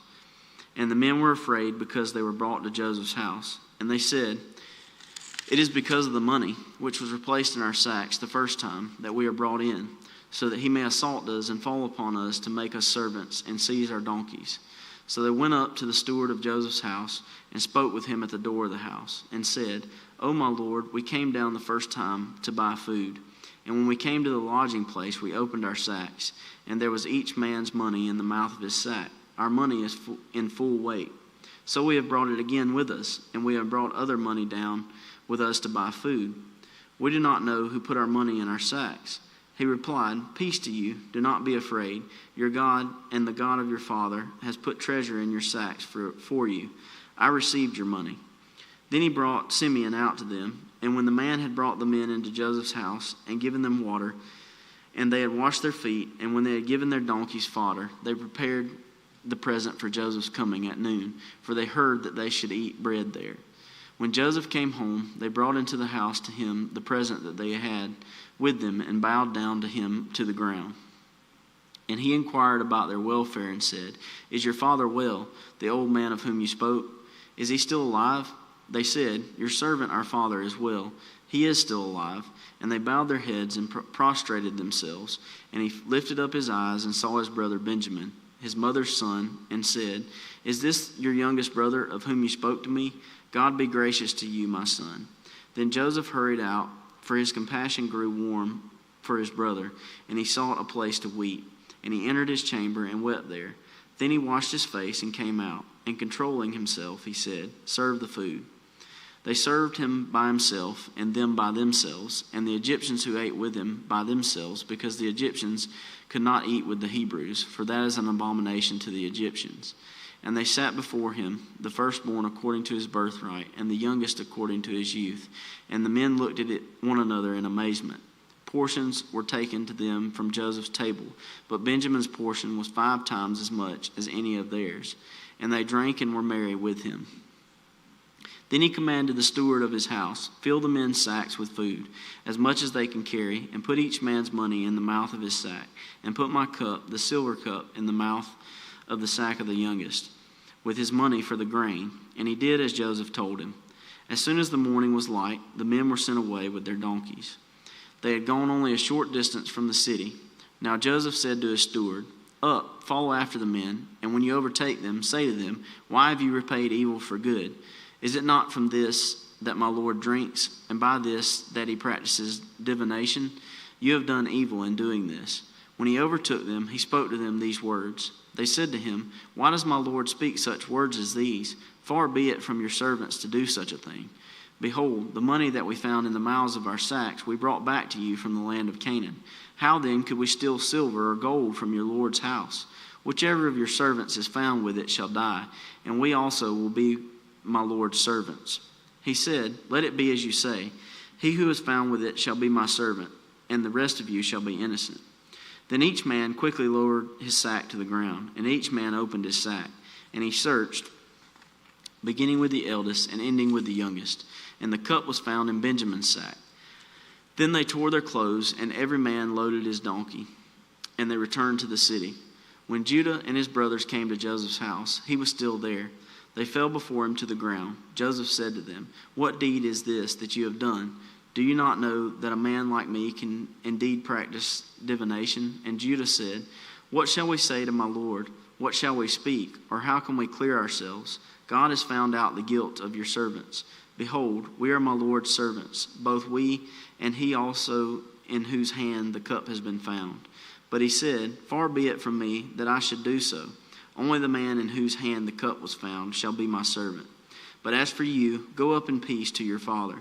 Then Judah went up to him and said, "O my Lord, please let your servant speak a word in my Lord's ears, and let not your anger burn against your servant, for you are like Pharaoh himself." My Lord asked his servants, saying, "Have you a father or a brother?" And we said to my Lord, "We have a father, an old man, and a young brother, the child of his old age. His brother is dead, and he alone is left of his mother's children, and his father loves him." Then you said to your servants, "Bring him down to me, that I may set my eyes on him." We said to my Lord, "The boy cannot leave his father, for if he should leave his father would die." Then you said to your servants, "Unless your youngest brother comes down with you, you shall not see my face again." When we went back to your servant, my father, we told him the words of my Lord. And when our father said, "Go again, buy us a little food," we said, "We cannot go down. If our youngest brother goes with us, then we will go down. For we cannot see the man's face unless our youngest brother is with us." Then your servant, my father, said to us, "You know that my wife bore me 2 sons. One left me, and I said, 'Surely he has been torn to pieces, and I have never seen him since.' If you take this one also from me, and harm happens to him, you will bring down my gray hairs in evil to Sheol. Now therefore, as soon as I come to your servant my father, and the boy is not with us, then as his life is bound up in the boy's life, as soon as he sees that the boy is not with us, he will die, and your servants will bring down the gray hairs of your servant our father with sorrow to Sheol. For your servant became a pledge of safety for the boy to my father, saying, if I do not bring him back to you, then I shall bear the blame before my father all my life. Now therefore, please let your servant remain instead of the boy as a servant to my lord, and let the boy go back with his brothers. For how can I go back to my father if the boy is not with me? I fear to see the evil that would find my father." Then Joseph could not control himself before all those who stood by him. He cried, "Make everyone go out from me." So no one stayed with him when Joseph made himself known to his brothers. And he wept aloud so that the Egyptians heard it, and the household of Pharaoh heard it. And Joseph said to his brothers, "I am Joseph. Is my father still alive?" But his brothers could not answer him, for they were dismayed at his presence. So Joseph said to his brothers, "Come near to me, please." And they came near. And he said, "I am your brother, Joseph, whom you sold into Egypt. And now do not be distressed or angry with yourselves because you sold me here, for God sent me before you to preserve life. For the famine has been in the land these 2 years, and there are yet 5 years in which there will be neither plowing nor harvest. And God sent me before you to preserve for you a remnant on earth, and to keep alive for you many survivors. So it was not you who sent me here, but God. He has made me a father to Pharaoh, and lord of all his house, and ruler over all the land of Egypt. Hurry and go up to my father and say to him, 'Thus says your son Joseph, God has made me lord of all Egypt. Come down to me, do not tarry. You shall dwell in the land of Goshen, and you shall be near me, you and your children and your children's children, and your flocks, your herds, and all that you have. There I will provide for you, for there are yet 5 years of famine to come, so that you and your household and all that you have do not come to poverty. And now your eyes see, and the eyes of my brother Benjamin see, that it is my mouth that speaks to you. You must tell my father of all my honor in Egypt, and of all that you have seen. Hurry and bring my father down here." Then he fell upon his brother Benjamin's neck and wept. And Benjamin wept upon his neck, and he kissed all his brothers and wept upon them. After that, his brothers talked with him. When the report was heard in Pharaoh's house, "Joseph's brothers have come," it pleased Pharaoh and his servants. And Pharaoh said to Joseph, "Say to your brothers, do this. Load your beasts and go back to the land of Canaan, and take your father and your households, and come to me, and I will give you the best of the land of Egypt, and you shall eat the fat of the land. And you, Joseph, are commanded to say, do this, take wagons from the land of Egypt for your little ones and for your wives, and bring your father and come. Have no concern for your goods, for the best of all the land of Egypt is yours." The sons of Israel did so, and Joseph gave them wagons according to the command of Pharaoh, and gave them provisions for the journey. To each and all of them he gave a change of clothes, but to Benjamin he gave 300 shekels of silver and 5 changes of clothes. To his father he sent as follows: 10 donkeys loaded with the good things of Egypt, and 10 female donkeys loaded with grain, bread, and provision for his father on the journey. Then he sent his brothers away, and as they departed, he said to them, "Do not quarrel on the way." So they went up out of Egypt and came to the land of Canaan to their father Jacob. And they told him, "Joseph is still alive, and he is ruler over all the land of Egypt." And his heart became numb, for he did not believe them. But when they told him all the words of Joseph, which he had said to them, and when he saw the wagons that Joseph had sent to carry him, the spirit of their father Jacob revived. And Israel said, "It is enough. Joseph, my son, is still alive. I will go and see him before I die." So Israel took his journey with all that he had and came to Beersheba and offered sacrifices to the God of his father Isaac. And God spoke to Israel in visions of the night and said, "Jacob, Jacob." And he said, "Here I am." Then he said, "I am God, the God of your father. Do not be afraid to go down to Egypt, for there I will make you into a great nation. I myself will go down with you to Egypt, and I will also bring you up again, and Joseph's hand shall close your eyes." Then Jacob set out from Beersheba. The sons of Israel carried Jacob their father, their little ones, and their wives in the wagons that Pharaoh had sent to carry him. They also took their livestock and their goods, which they had gained in the land of Canaan, and came into Egypt, Jacob and all his offspring with him, his sons and his sons' sons with him, his daughters and his sons' daughters. All his offspring he brought with him into Egypt. Now these are the names of the descendants of Israel who came into Egypt: Jacob and his sons, Reuben, Jacob's firstborn, and the sons of Reuben, Hanok, Palu, Hezron, and Carmi. The sons of Simeon, Jemuel, Jamin, Ohad, Jachin, Zohar, and Shaul, the son of a Canaanite woman. The sons of Levi, Gershon, Kohath, and Merari. The sons of Judah, Onan, Shelah, Perez, and Zerah. But and Onan died in the land of Canaan. And the sons of Perez were Hezron and Hamuel. The sons of Issachar, Tola, Puvah, Yob, and Shimron. The sons of Zebulun, Sered, Elon, and Jaleel. These are the sons of Leah, whom she bore to Jacob in Paddan Aram, together with his daughter Dinah. Altogether, his sons and his daughters numbered 33. The sons of Gad, Ziphion, Haggai, Shuni, Esbon, Eri, Aradi, and Areli. The sons of Asher, Imnah, Ishva, Ishvi, Beriah, with Sarah their sister. And the sons of Beriah, Heber, and Malchiel. These are the sons of Zilpah, whom Laban gave to Leah his daughter. And these she bore to Jacob, 16 persons. The sons of Rachel, Jacob's wife, Joseph and Benjamin. And to Joseph in the land of Egypt were born Manasseh and Ephraim, whom Asenath, the daughter of Potipharah, the priest of On, bore to him. And the sons of Benjamin, Bela, Becher, Ashbel, Gera, Naaman, Ehi, Rosh, Mupim, Hupim, and Ard. These are the sons of Rachel, who were born to Jacob, 14 persons in all. The son of Dan, Hushim. The sons of Naphtali, Jaziel, Guni, Jezer, and Shilem. These are the sons of Bilhah, whom Laban gave to Rachel his daughter, and these she bore to Jacob, 7 persons in all. All the persons belonging to Jacob who came into Egypt, who were his own descendants, not including Jacob's sons' wives, were 66 persons in all. And the sons of Joseph who were born to him in Egypt were 2. All the persons of the house of Jacob who came into Egypt were 70. He had sent Judah ahead of him to Joseph to show the way before him in Goshen, and they came into the land of Goshen. Then Joseph prepared his chariot and went up to meet Israel his father in Goshen. He presented himself to him and fell on his neck and wept on his neck a good while. Israel said to Joseph, "Now let me die, since I have seen your face and know that you are still alive." Joseph said to his brothers and to his father's household, "I will go up and tell Pharaoh, and will say to him, my brothers and my father's household, who are in the land of Canaan, have come to me.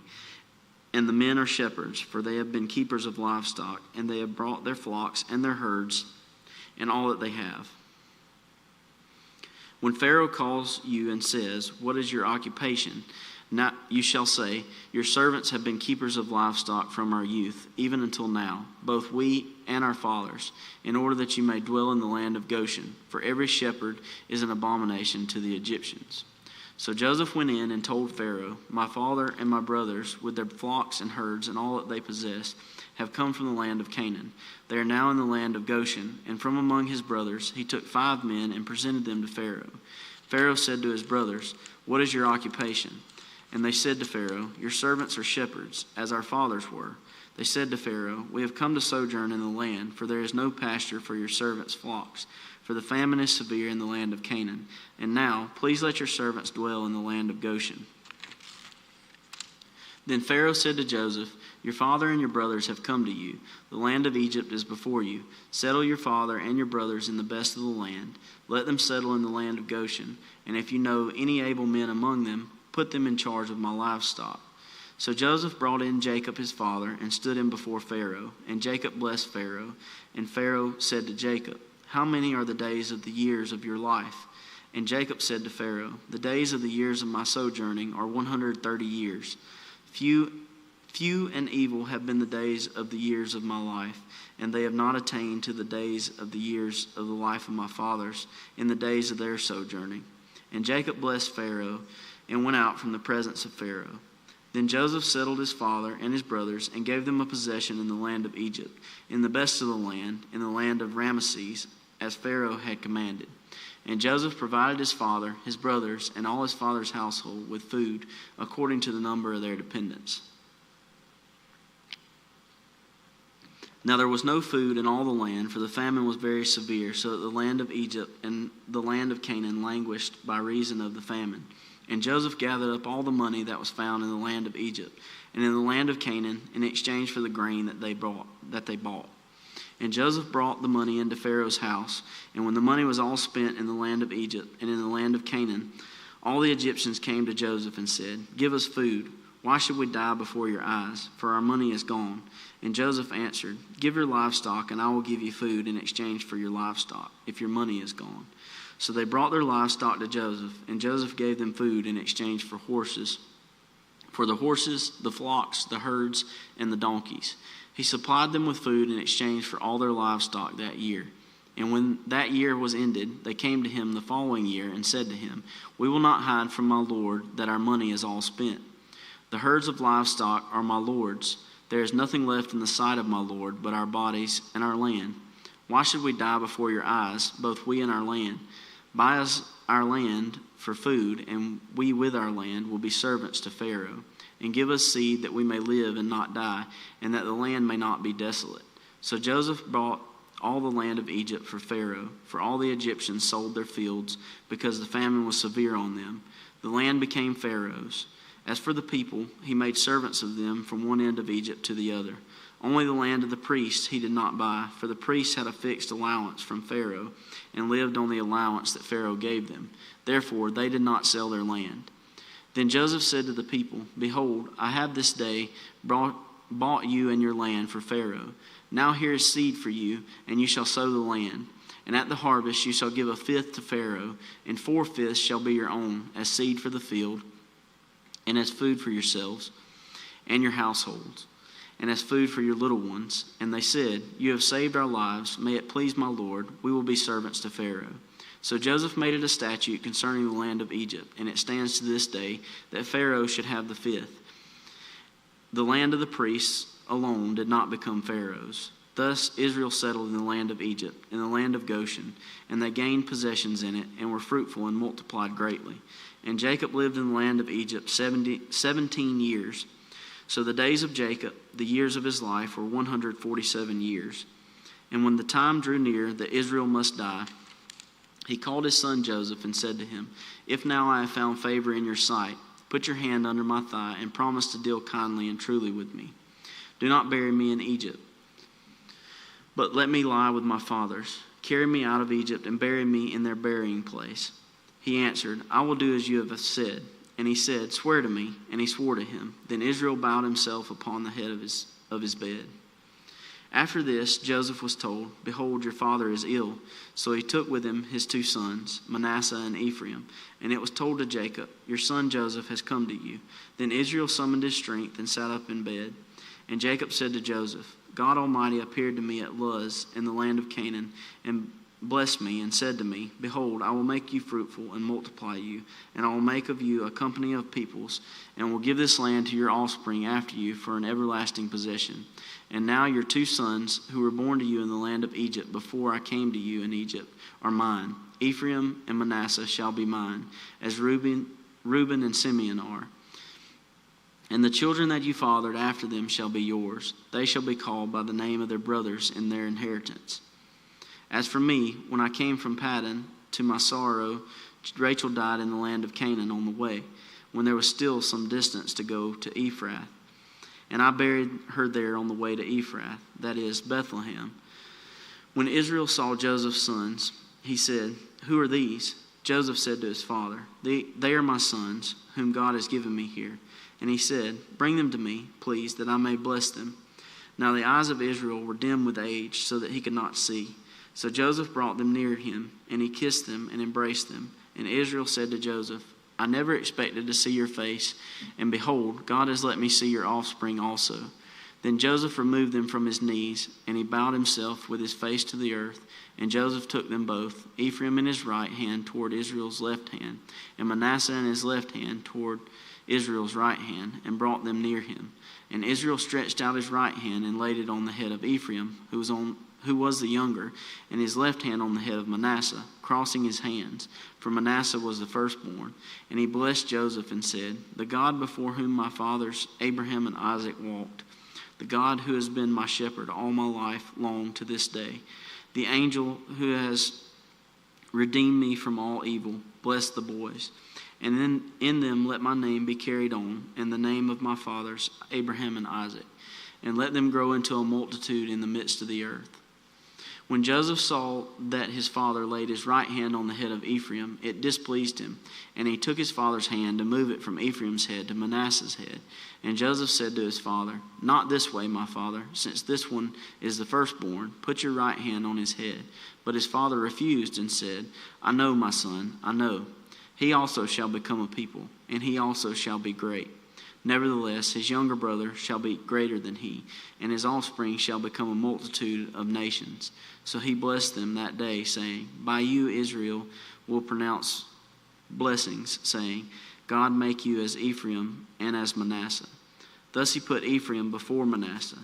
Then Israel said to Joseph, Behold, I am about to die, but God will be with you and will bring you again to the land of your fathers. Moreover, I have given to you, rather than to your brothers, one mountain slope that I took from the hand of the Amorites with my sword and with my bow. Then Jacob called his sons and said, Gather yourselves together, that I may tell you what shall happen to you in days to come. Assemble and listen, O sons of Jacob. Listen to Israel your father. Reuben, you are my firstborn, my might, and the firstfruits of my strength, preeminent in dignity and preeminent in power. Unstable as water, you shall not have preeminence, because you went up to your father's bed. Then you defiled it. He went up to my couch. Simeon and Levi are brothers. Weapons of violence are their swords. Let my soul come not into their counsel. O my glory, be not joined to their company. For in their anger they killed men, and in their willfulness they hamstrung oxen. Cursed be their anger, for it is fierce, and their wrath, for it is cruel. I will divide them in Jacob, and scatter them in Israel. Judah, your brothers shall praise you. Your hand shall be on the neck of your enemies. Your father's sons shall bow down before you. Judah is a lion's cub. From the prey, my son, you have gone up. He stooped down. He crouched as a lion and as a lioness. Who dares rouse him? The scepter shall not depart from Judah, nor the ruler's staff from between his feet, until tribute comes to him, and to him shall be the obedience of the peoples. Binding his foal to the vine, and his donkey's colt to the choice vine. He has washed his garments in wine, and his vesture in the blood of grapes. His eyes are darker than wine, and his teeth whiter than milk. Zebulun shall dwell at the shore of the sea. He shall become a haven for ships, and his border shall be at Sidon. Issachar is a strong donkey, crouching between the sheepfolds. He saw that a resting place was good, and that the land was pleasant. So he bowed his shoulder to bear, and became a servant at forced labor. Dan shall judge his people as one of the tribes of Israel. Dan shall be a serpent in the way, a viper by the path, that bites the horse's heels, so that his rider falls backward. I wait for your salvation, O Lord. Raiders shall raid Gad, but he shall raid at their heels. Asher's food shall be rich, and he shall yield royal delicacies. Naphtali is a doe let loose that bears beautiful fawns. Joseph is a fruitful bow by a spring. His branches run over the wall. The archers bitterly attacked him, shot at him, and harassed him severely, yet his bow remained unmoved. His arms were made agile by the hands of the mighty one of Jacob. For there is the shepherd, the stone of Israel. By the God of your father who will help you, by the Almighty who will bless you, with blessings of heaven above, blessings of the deep that crouches beneath, blessings of the breasts and of the womb. The blessings of your father are mighty beyond the blessings of my parents. Up to the bounties of the everlasting hills, may they be on the head of Joseph, and on the brow of him who is set apart from his brothers. Benjamin is a ravenous wolf, in the morning devouring the prey, and at evening dividing the spoil. All these are the 12 tribes of Israel. This is what their father said to them as he blessed them, blessing each with the blessing suitable to him. Then he commanded them and said to them, I am to be gathered to my people. Bury me with my fathers in the cave that is in the field of Ephron the Hittite, in the cave that is in the field at Machpelah to the east of Mamre, in the land of Canaan, which Abraham bought with the field from from Ephron the Hittite to possess as a burying place. There they buried Abraham and Sarah his wife. There they buried Isaac and Rebekah his wife. And there I buried Leah. The field and the cave that is in it were bought from the Hittites. When Jacob finished commanding his sons, he drew up his feet into the bed and breathed his last, and he was gathered to his people. Then Joseph fell on his father's face and wept over him and kissed him. And Joseph commanded his servants and physicians to embalm his father. So the physicians embalmed Israel. 40 days were required for it. So that is how many are required for embalming. And the Egyptians were wept for him 70 days. And when the days of weeping for him were past, Joseph spoke to the household of Pharaoh, saying, If now I have found favor in your eyes, please speak in the ears of Pharaoh, saying, My father made me swear, saying, I am about to die. In my tomb that I hewed out for myself in the land of Canaan, there shall you bury me. Now therefore, let me please go up and bury my father, then I will return. And Pharaoh answered, Go up and bury your father, as he made you swear. So Joseph went up to bury his father. With him went up all the servants of Pharaoh, the elders of his household, and all the elders of the land of Egypt, as well as all the household of Egypt, household of Joseph, his brothers, and his father's household. Only their children, their flocks, and their herds were left in the land of Goshen. And there went up with him both chariots and horsemen. It was a very great company. When they came to the threshing floor of Atad, which is beyond the Jordan, they lamented there with a very great and grievous lamentation. He made a mourning for his father 7 days. When the inhabitants of the land, the Canaanites, saw the mourning on the threshing floor of Atad, they said, This is a grievous mourning by the Egyptians. Therefore the place was named Abel Mizraim. It is beyond the Jordan. Thus his sons did for him as he commanded them. For his sons carried him to the land of Canaan and buried him in the cave of the field at Machpelah to the east of Mamre, which Abraham bought with the field from Ephron the Hittite to possess as a burying place. After he had buried his father, Joseph returned to Egypt with his brothers and all who had gone up with him to bury his father.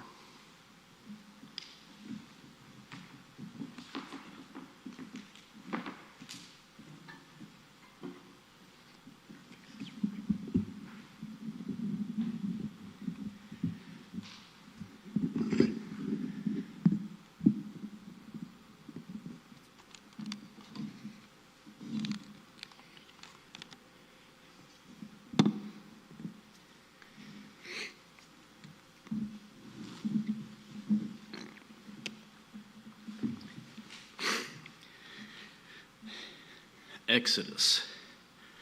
These are the names of the sons of Israel who came to Egypt with Jacob, each with his household: Reuben, Simeon, Levi and Judah, Issachar, Zebulun and Benjamin, Dan and Naphtali, Gad and Asher. All the descendants of Jacob were 70 persons. Joseph was already in Egypt. Then Joseph died, and all his brothers and all that generation. But the people of Israel were fruitful and increased greatly. They multiplied and grew exceedingly strong, so that the land was filled with them. Now there arose a new king over Egypt who did not know Joseph. And he said to his people, Behold, the people of Israel are too many, too mighty for us. I realized I got to go back. Sorry, this is Genesis 50:22. So Joseph remained in Egypt. He and his father's house lived there 110 years. And Joseph saw Ephraim's children. Oh, I went too far. Sorry. Genesis 50:15. I'm sorry. When Joseph's brothers saw that their father was dead, they said, It may be that Joseph will hate us and pay us back for all the evil that we did to him. So they sent a message to Joseph saying, Your father gave us this command before he died. Say to Joseph, Please forgive the transgression of your brothers and their sins, and their sin because they did evil to you. And now please forgive the transgression of the servants of the God of your father. Joseph wept when they spoke to him. His brothers also came and fell down before him and said, Behold, we are your servants. But Joseph said to them, Do not fear, for am I in the place of God? As for you, you meant evil against me, but God meant it for good, to bring it about that many people should be kept alive as they are today. So do not fear. I will provide for you and your little ones. Thus he comforted them and spoke kindly to them. So Joseph remained in Egypt, he and his father's house. Joseph lived 110 years. Joseph saw Ephraim's children of the third generation. The children also of Machir, the son of Manasseh, were counted as Joseph's own. And Joseph said to his brothers, I am about to die, but God will visit you and bring you up out of this land, to the land that he swore to Abraham, to Isaac, and to Jacob. Then Joseph made the sons of Israel swear, saying, God will surely visit you, and you shall carry my bones from here. So Joseph died, being 110 years old. They embalmed him, and he was put in a coffin in Egypt. Exodus. These are the names of the sons of Israel who came to Egypt with Jacob, each with his household: Reuben, Simeon, Levi, and Judah, Issachar, Zebulun, and Benjamin, Dan and Naphtali, Gad and Asher. All the descendants of Jacob were 70 persons. Joseph was already in Egypt. Then Joseph died, and all his brothers and all that generation. But the people of Israel were fruitful and increased greatly. They multiplied and grew exceedingly strong, so that the land was filled with them. Now there arose a new king over Egypt who did not know Joseph. And he said to his people, Behold, the people of Israel are too many and too mighty for us. Come, let us deal shrewdly with them, lest they multiply. And if war breaks out, they join our enemies and fight against us and escape from the land. Therefore they set taskmasters over them to afflict them with heavy burdens. They built for Pharaoh store cities, Pithom and Ramses. But the more they were oppressed, the more they multiplied, and the more they spread abroad, and the Egyptians were in dread of the peoples of Israel. So they ruthlessly made the people of Israel work as slaves, and made their lives bitter with hard service in mortar and brick, and in all kinds of work in the field. And all their work they ruthlessly made them work as slaves. Then the king of Egypt said to the Hebrew midwives, one of whom was named Shiphrah, and the other Puah, when you serve as midwife to the Hebrew women and see them on the birth stool, if it is a son, you shall kill him. But if it is a daughter, she shall live. But the midwives feared God and did not do as the king of Egypt commanded them, but let the male children live. So the king of Egypt called the midwives and said to them, Why have you done this? And let the male children live. The midwives said to Pharaoh, Because the Hebrew women are not like the Egyptian women, for they are vigorous and give birth before the midwife comes to them. So God dealt well with the midwives, and the people multiplied and grew very strong. And because the midwives feared God, he gave them families. Then Pharaoh commanded all his people, Every son that is born to the Hebrews you shall cast into the Nile, but you shall let every daughter live. Now a man from the house of Levi went and took as his wife a Levite woman. The woman conceived and bore a son, and when she saw that he was a fine child, she hid him 3 months. When she could hide him no longer, she took for him a basket made of bulrushes and daubed it with bitumen and pitch. She put the child in it and placed it among the reeds by the riverbank. And his sister stood at a distance to know what would be done or what would be done to him.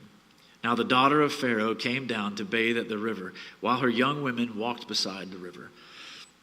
She saw the basket among the reeds and sent her servant woman, and she took it. When she opened it, she saw the child, and behold, the baby was crying. She took pity on him and said, This is one of the Hebrews' children. Then his sister said to Pharaoh's daughter, Shall I go and call you a nurse from the Hebrew women to nurse the child for you? And Pharaoh's daughter said to her, Go. So the girl went and called the child's mother. And Pharaoh's daughter said to her, Take this child away and nurse him for me, and I will give you your wages. So the woman took the child and nursed him. When the child grew older, she brought him to Pharaoh's daughter, and he became her son. She named him Moses, because she said, I drew him out of the water.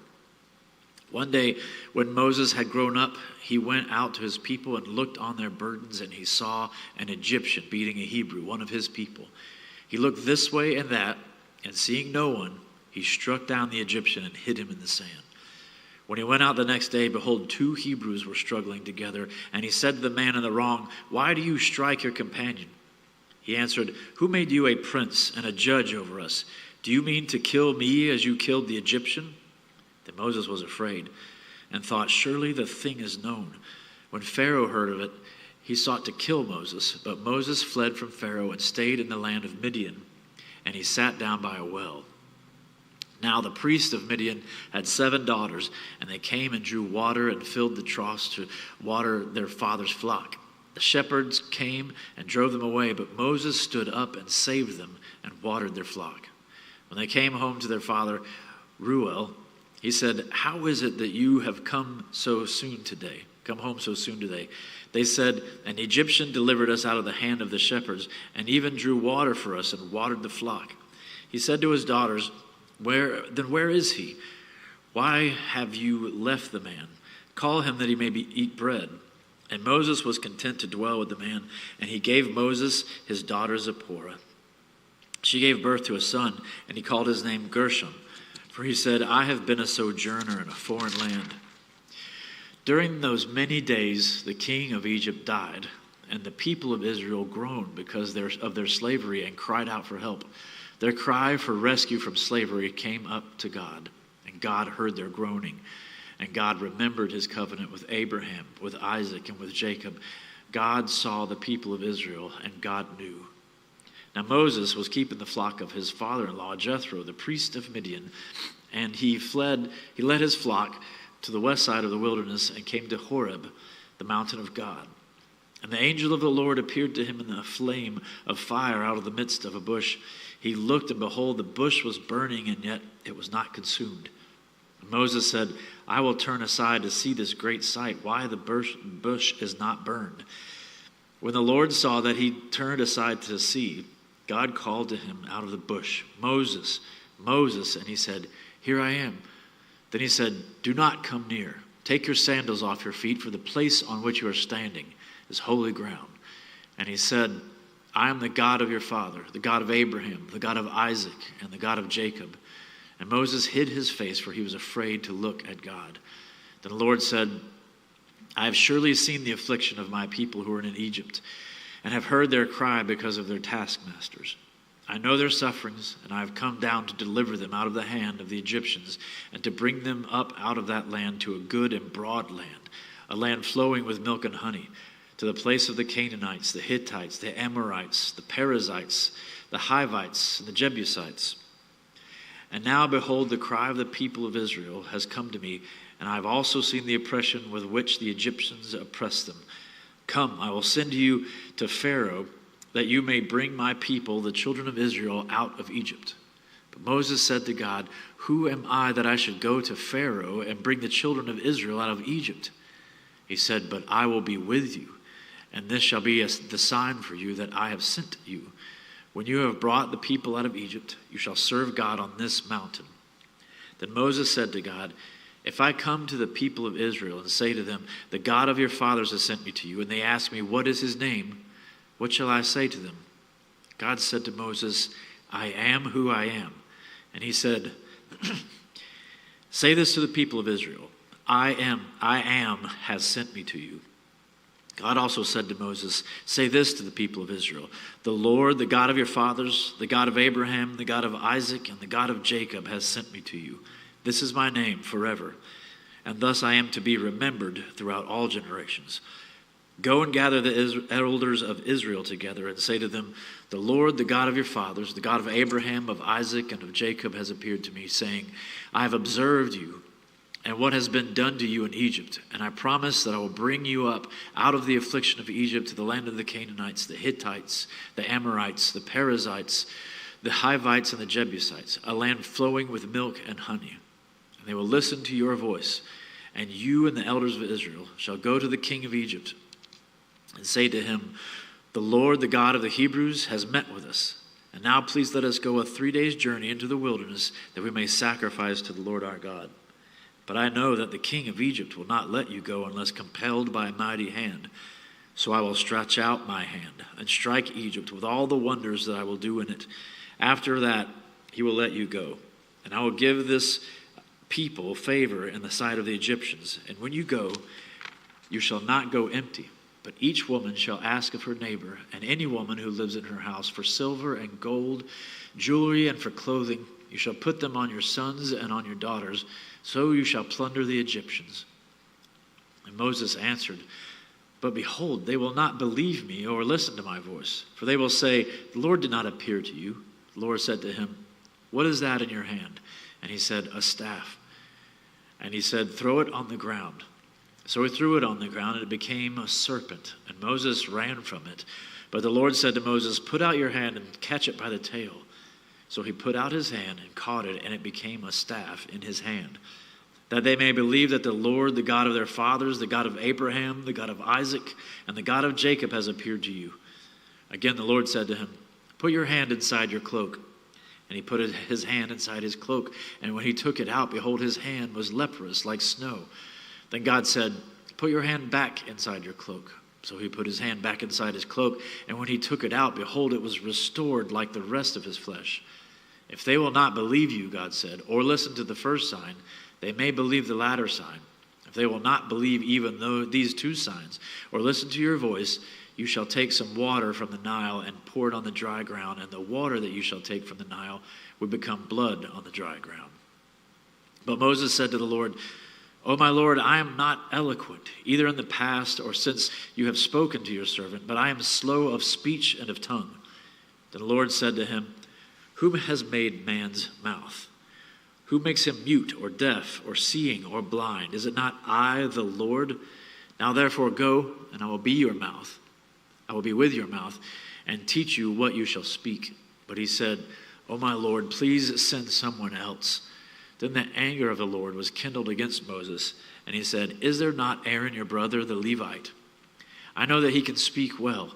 Behold, he is coming out to meet you, and when he sees you, he will be glad in his heart. You shall speak to him and put the words in his mouth, and I will be your mouth, and with his mouth, and will teach you both what to do. He shall speak for you to the people, and he shall be your mouth, and you shall be as God to him. And take in your hand this staff, which you shall do the signs. Moses went back to Jethro, his father-in-law, and said to him, please let me go back to my brothers in Egypt to see whether they are still alive.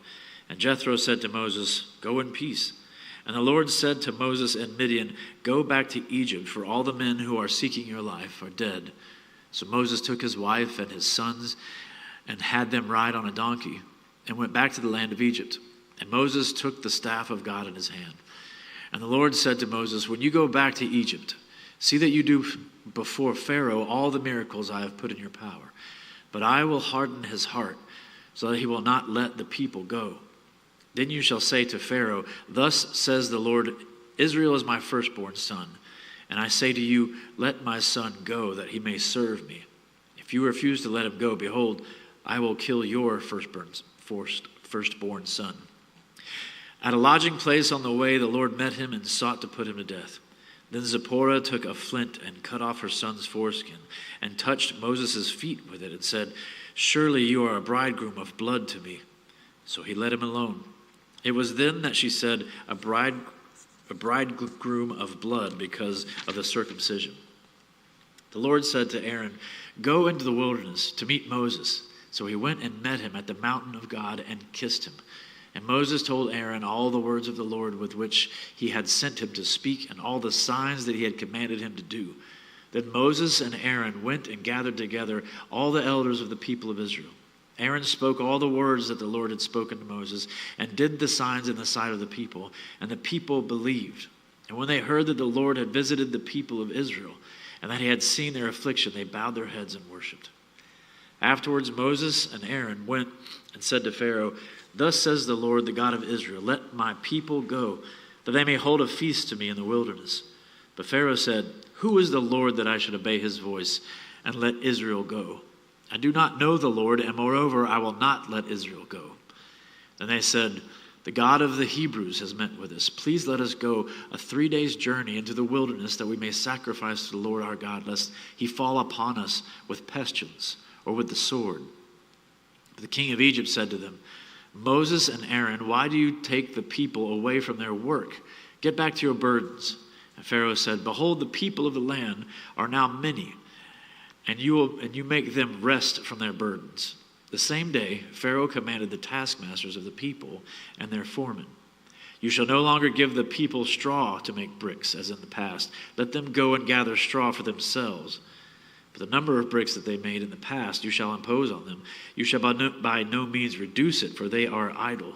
Therefore they cry, let us go and offer sacrifice to our God. Let heavier work be laid on the men, that they may labor at it and pay no regard to lying words. So the taskmasters and the foremen of the people went out and said to the people, thus says Pharaoh, I will not give you straw. Go and get your straw yourselves, wherever you can find it. But your work will not be reduced in the least. So the people were scattered throughout all the land of Egypt to gather stubble for straw. The taskmasters were urgent, saying, complete your work, your daily task each day as when there was straw. And the foremen of the people of Israel, whom Pharaoh's taskmasters had set over them, were beaten and were asked, why have you not done all your task of making bricks today and yesterday as in the past? Then the foreman of the people of Israel came and cried to Pharaoh, why do you treat your servants like this? No straw is given to your servants, yet they say to us, make bricks, and behold, your servants are beaten. But the fault is in your own people. But he said, you are idle. That is why you say, let us go and sacrifice to the Lord. Go now and work. No straw will be given to you. But you must still deliver the same number of bricks. The foreman of the people of Israel saw that they were in trouble when they said, you shall by no means reduce your number of bricks, your daily task each day.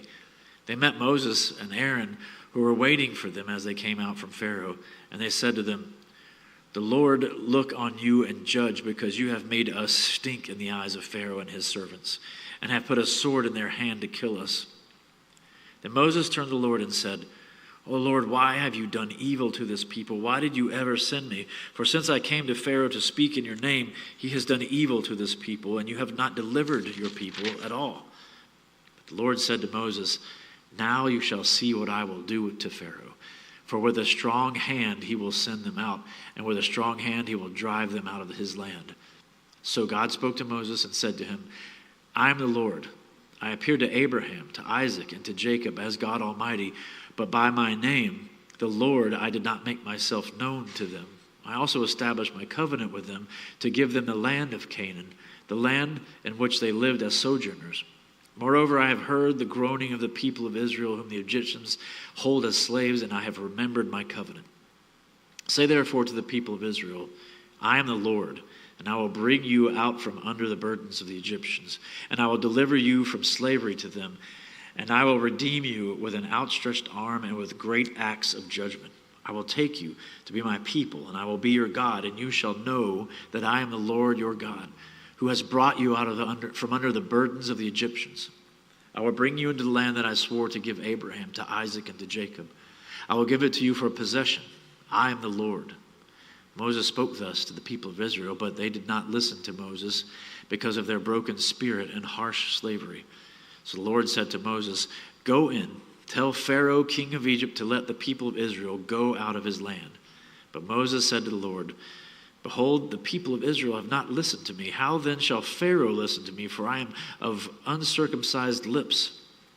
But the Lord spoke to Moses and Aaron and gave them a charge about the people of Israel and about Pharaoh, king of Egypt, to bring the people of Israel out of the land of Egypt. These are the heads of their fathers' houses, the sons of Reuben, the firstborn of Israel, Hanok, Palu, Hezron, and Chemri. These are the clans of Reuben, the sons of Simeon, Jemuel, Jamin, Ohad, Jachin, Zohar, and Shaul, the sons of a Canaanite woman. These are the clans of Simeon. These are the names of the sons of Levi according to their generations, Gershon, Kohath, and Merari, the years of the life of Levi being 137 years. The sons of Gershon, Libni, and Shimei, by their clans. The sons of Kohath, Amram, Izhar, Hebron, and Uzziel. The years of the life of Kohath being 133 years. The sons of Merari, Mahli, and Mushi. These are the clans of the generations. Amram took as his wife Jochebed, his father's sister, and she bore him Aaron and Moses, the years of the life of Amram being 137 years. The sons of Izhar, Korah, Nepheg, and Zikri. The sons of Uzziel, Mishael, Elzphan, and Sithri. Aaron took as his wife Elisheba, and the daughter of Aminadab, and the sister of Neshon. And she bore him Nadab, Abihu, Eleazar, and Ithamar. The sons of Korah, Asir, Elkanah, and Abiasaph. These are the clans of Korahites. Eleazar, Aaron's son, took as his wife one of the daughters of Putiel, and she bore him Phinehas. These are the heads of the fathers' houses of the Levites by the clans. These are the Aaron and Moses to whom the Lord said, "Bring out the people of Israel from the land of Egypt by their hosts." It was they who spoke to Pharaoh, king of Egypt, about bringing out the people of Israel from Egypt, this Moses and this Aaron. On the day when the Lord spoke to Moses in the land of Egypt, the Lord said to Moses, "I am the Lord. Tell Pharaoh, king of Egypt, all that I say to you." But Moses said to the Lord, "Behold, I am of uncircumcised lips. How will Pharaoh listen to me?" And the Lord said to Moses, "See, I have made you like God to Pharaoh, and your brother Aaron shall be your prophet. You shall speak all that I command you, and your brother Aaron shall tell Pharaoh to let the people of Israel go out of his land. But I will harden Pharaoh's heart. And though I multiply my signs and wonders in the land of Egypt, Pharaoh will not listen to you. Then I will lay my hand on Egypt and bring my hosts, my people, the children of Israel, out of the land of Egypt by great acts of judgment. The Egyptians shall know that I am the Lord, when I stretch out my hand against Egypt and bring out the people of Israel from among them." Moses and Aaron did so. They did just as the Lord commanded them. Now Moses was 80 years old, and Aaron 83 years old when they spoke to Pharaoh. Then the Lord said to Moses and Aaron, "When Pharaoh says to you, 'Prove yourselves by working a miracle,' then you shall say to Aaron, 'Take your staff and cast it down before Pharaoh, that it may become a serpent.'"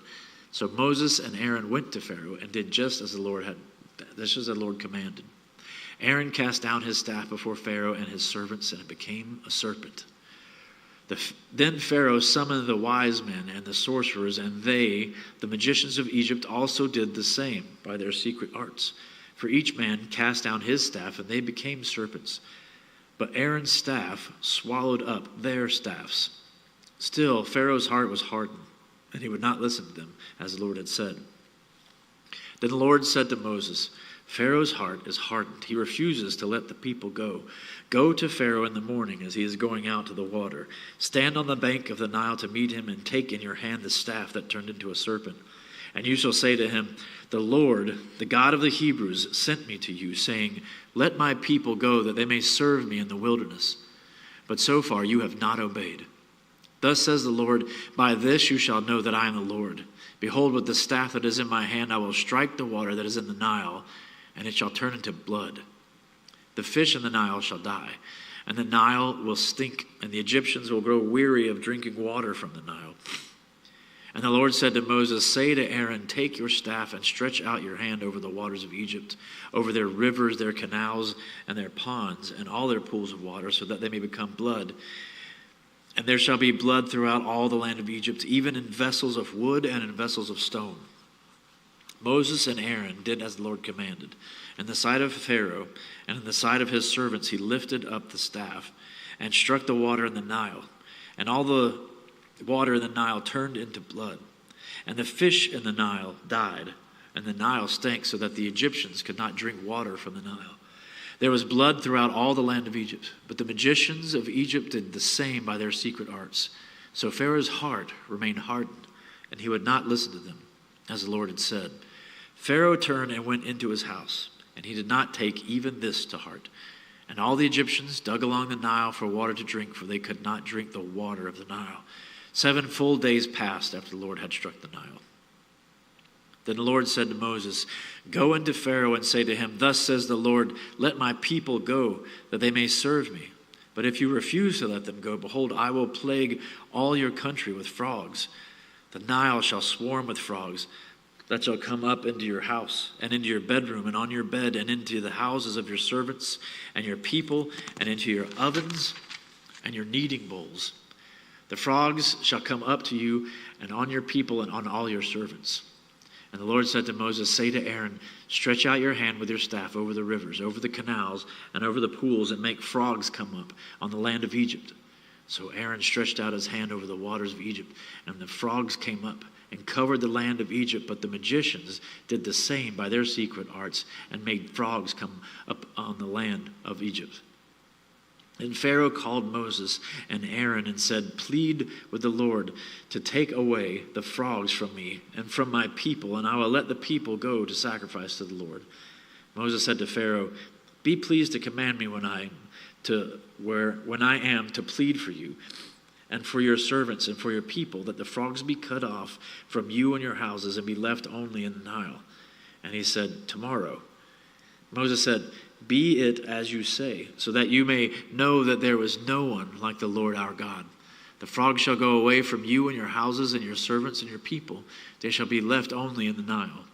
So Moses and Aaron went out from Pharaoh, and Moses cried out to the Lord about the frogs, as he had agreed with Pharaoh. And the Lord did according to the word of Moses. The frogs died out in the houses, and the courtyards, and the fields. And they gathered them together in heaps, and the land stank. But when Pharaoh saw that there was a respite, he hardened his heart and would not listen to them as the Lord had said. Then the Lord said to Moses, "Say to Aaron, stretch out your staff and strike the dust of the earth, so that it may become gnats in all the land of Egypt." And they did so. Aaron stretched out his hand with his staff and struck the dust of the earth, and there were gnats on man and beast. All the dust of the earth became gnats in the land of Egypt. The magicians tried by their secret arts to produce gnats, but they could not. So there were gnats on man and beast. Then the magician said to Pharaoh, "This is the finger of God." But Pharaoh's heart was hardened, and he would not listen to them, as the Lord had said.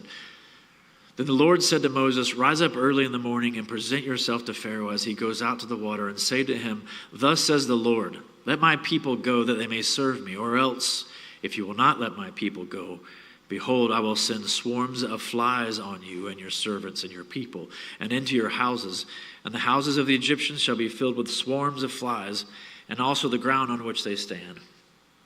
But on that day I will set apart the land of Goshen, where my people dwell, so that no swarms of flies shall be there, that you may know that I am the Lord in the midst of the earth. Thus I will put a division between my people and your people. Tomorrow the sun shall happen." And the Lord did so. There came great swarms of flies in the house of Pharaoh and into his servants' houses. Throughout all the land of Egypt, the land was ruined by the swarms of flies. Then Pharaoh called Moses and Aaron and said, "Go sacrifice to your gods within the land." But Moses said, "It would not be right to do so, for the offerings we shall sacrifice to the Lord our God are an abomination to the Egyptians. If we sacrifice offerings abominable to the Egyptians before their eyes, will they not stone us? We must go 3 days' journey into the wilderness and sacrifice to the Lord our God as he tells us." So Pharaoh said, "I will let you go to sacrifice to the Lord your God in the wilderness, only you must not go very far away. Plead for me." Then Moses said,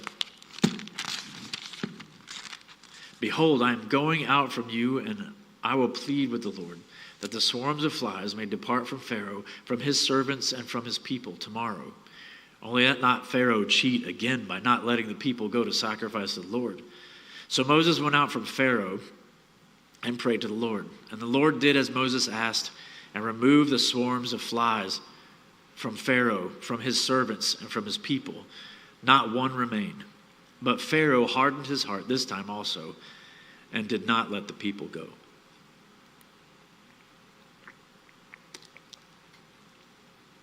Then the Lord said to Moses, "Go into Pharaoh and say to him, 'Thus says the Lord, the God of the Hebrews, let my people go that they may serve me.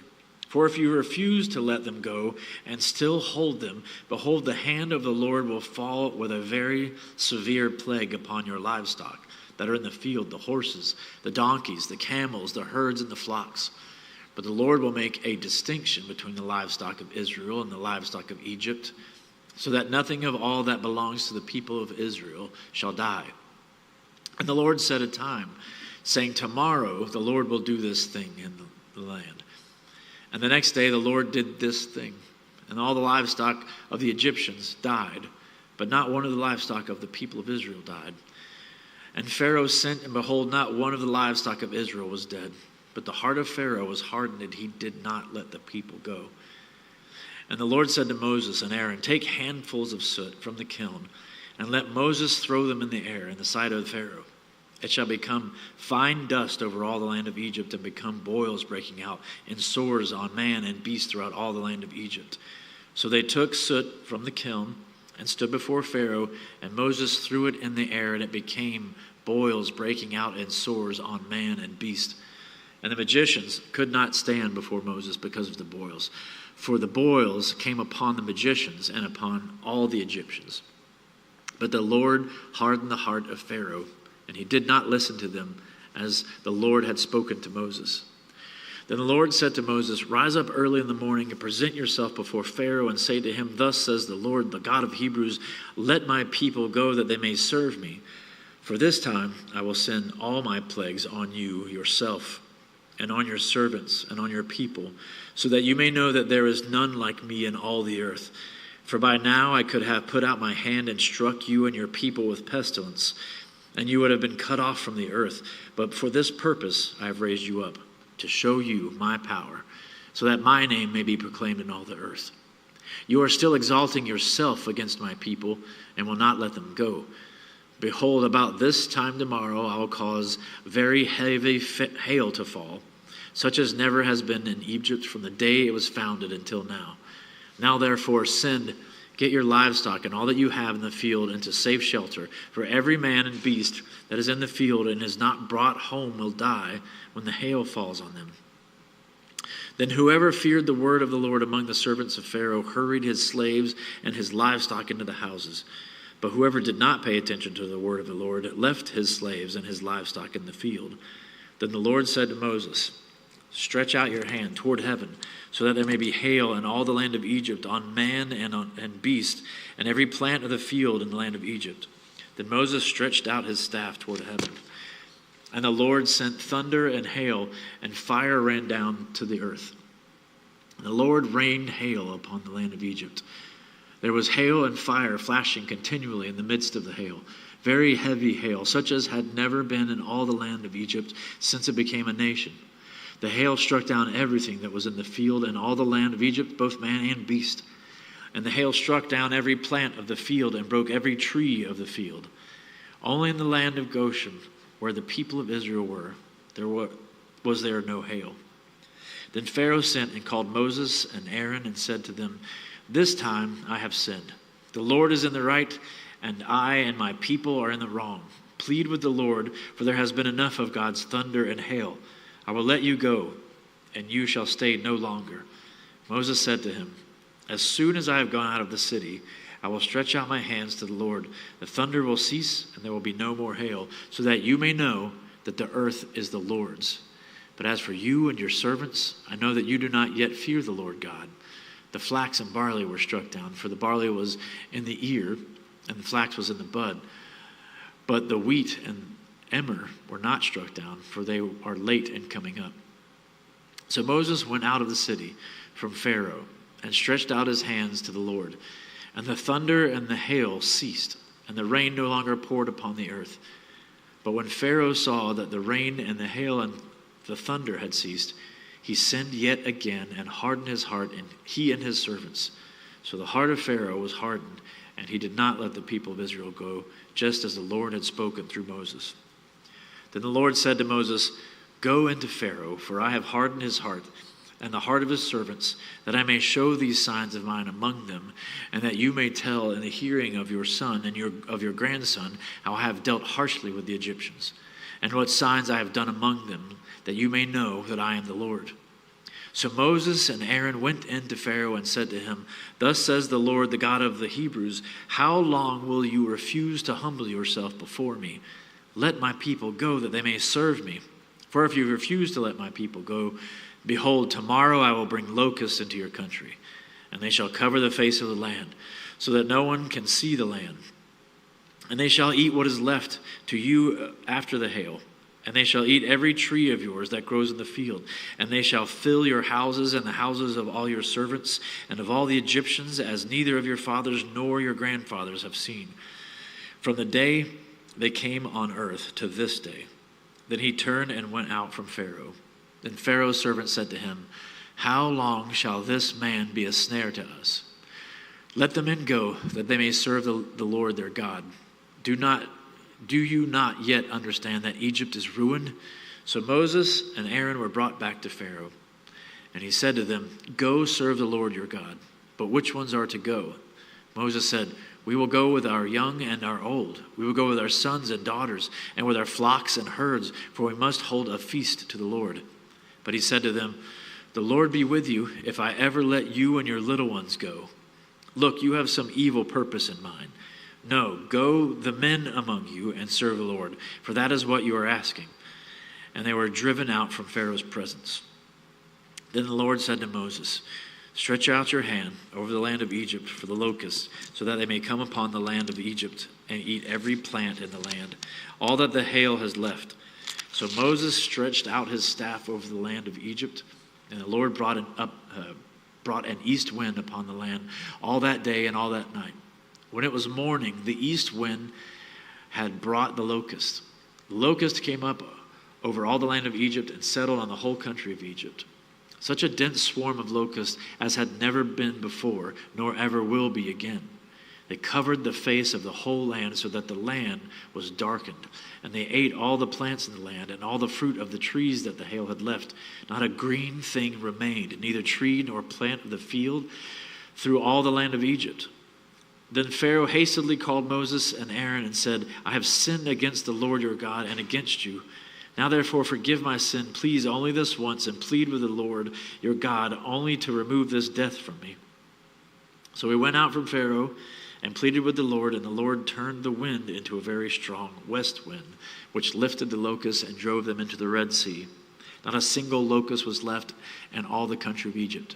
But the Lord hardened Pharaoh's heart, and he did not let the people of Israel go. Then the Lord said to Moses, "Stretch out your hand toward heaven, that there may be darkness over the land of Egypt, a darkness to be felt." So Moses stretched out his hand toward heaven, and there was pitch darkness in all the land of Egypt 3 days. They did not see one another, nor did anyone rise from his place for 3 days, but all the people of Israel had light where they lived. Then Pharaoh called Moses and said, "Go serve the Lord. Your little ones also may go with you. Only let your flocks and your herds remain behind." But Moses said, "You must also let us have sacrifices and burnt offerings that we may sacrifice to the Lord our God. Our livestock also must go with us. Not a hoof shall be left behind, for we must take of them to serve the Lord our God. And we do not know with what we must serve the Lord until we arrive there." But the Lord hardened Pharaoh's heart, and he would not let them go. Then Pharaoh said to him, "Get away from me. Take care never to see my face again, for on the day you see my face you shall die." Moses said, "As you say, I will not see your face again." The Lord said to Moses, "Yet one plague more I will bring upon Pharaoh and upon Egypt. Afterward he will let you go from here. When he lets you go, he will drive you away completely. Speak now in the hearing of the people, that they ask every man of his neighbor and every woman of her neighbor for silver and gold jewelry." And the Lord gave the people favor in the sight of the Egyptians. Moreover, the man Moses was very great in the land of Egypt, in the sight of Pharaoh's servants and in the sight of the people.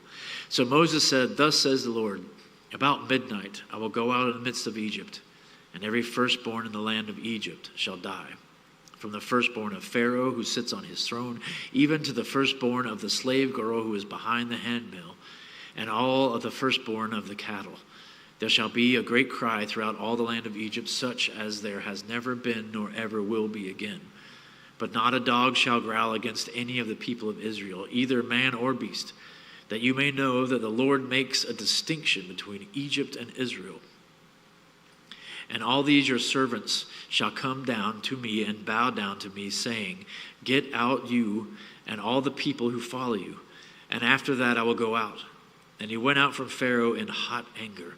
Then the Lord said to Moses, "Pharaoh will not listen to you, that my wonders may be multiplied in the land of Egypt."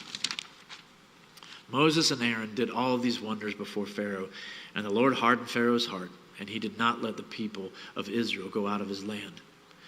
The Lord said to Moses and Aaron in the land of Egypt, "This month shall be for you the beginning of months, and shall be the first month of the year for you.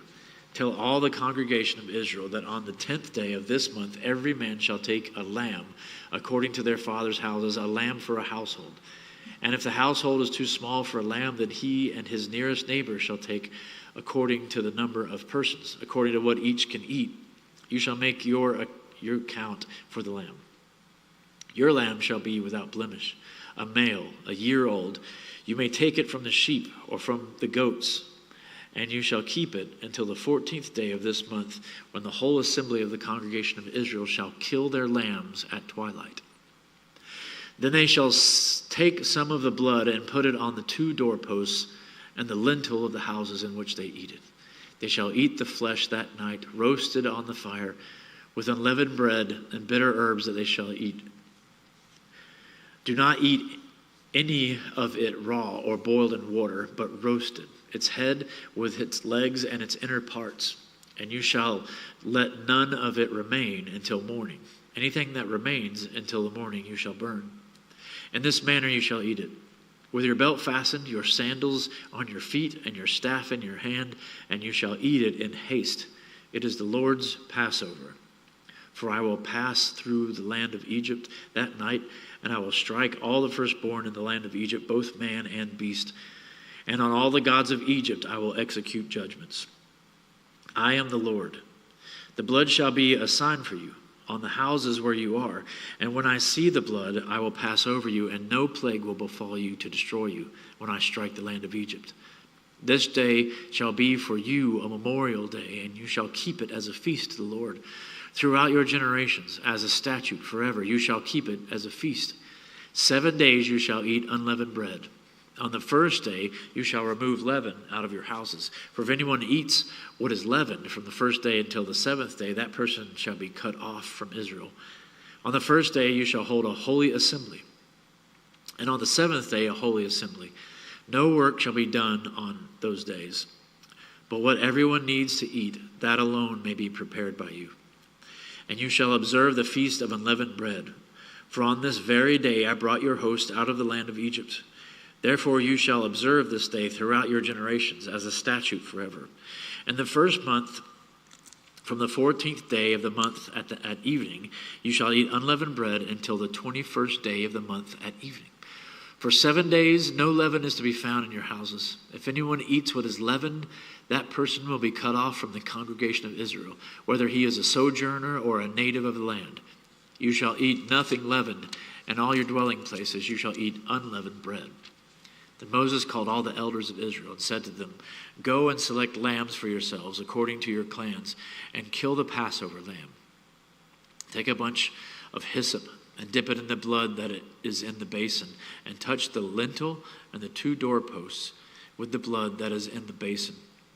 None of you shall go out of the door of this house until the morning, for the Lord will pass through to strike the Egyptians. And when he sees the blood on the lintel and on the 2 doorposts, the Lord will pass over the door and will not allow the destroyer to enter your houses to strike you. You shall observe this rite as a statute for you and your sons forever.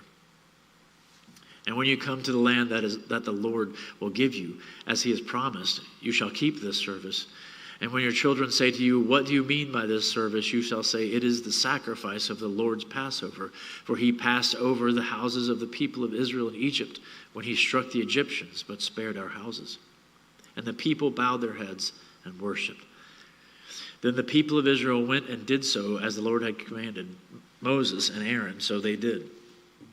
At midnight, the Lord struck down all the firstborn in the land of Egypt, from the firstborn of Pharaoh who sat on his throne to the firstborn of the captive who was in the dungeon, and all the firstborn of the livestock. And Pharaoh rose up in the night, he and all his servants and all the Egyptians. And there was a great cry in Egypt, for there was not a house where someone was not dead.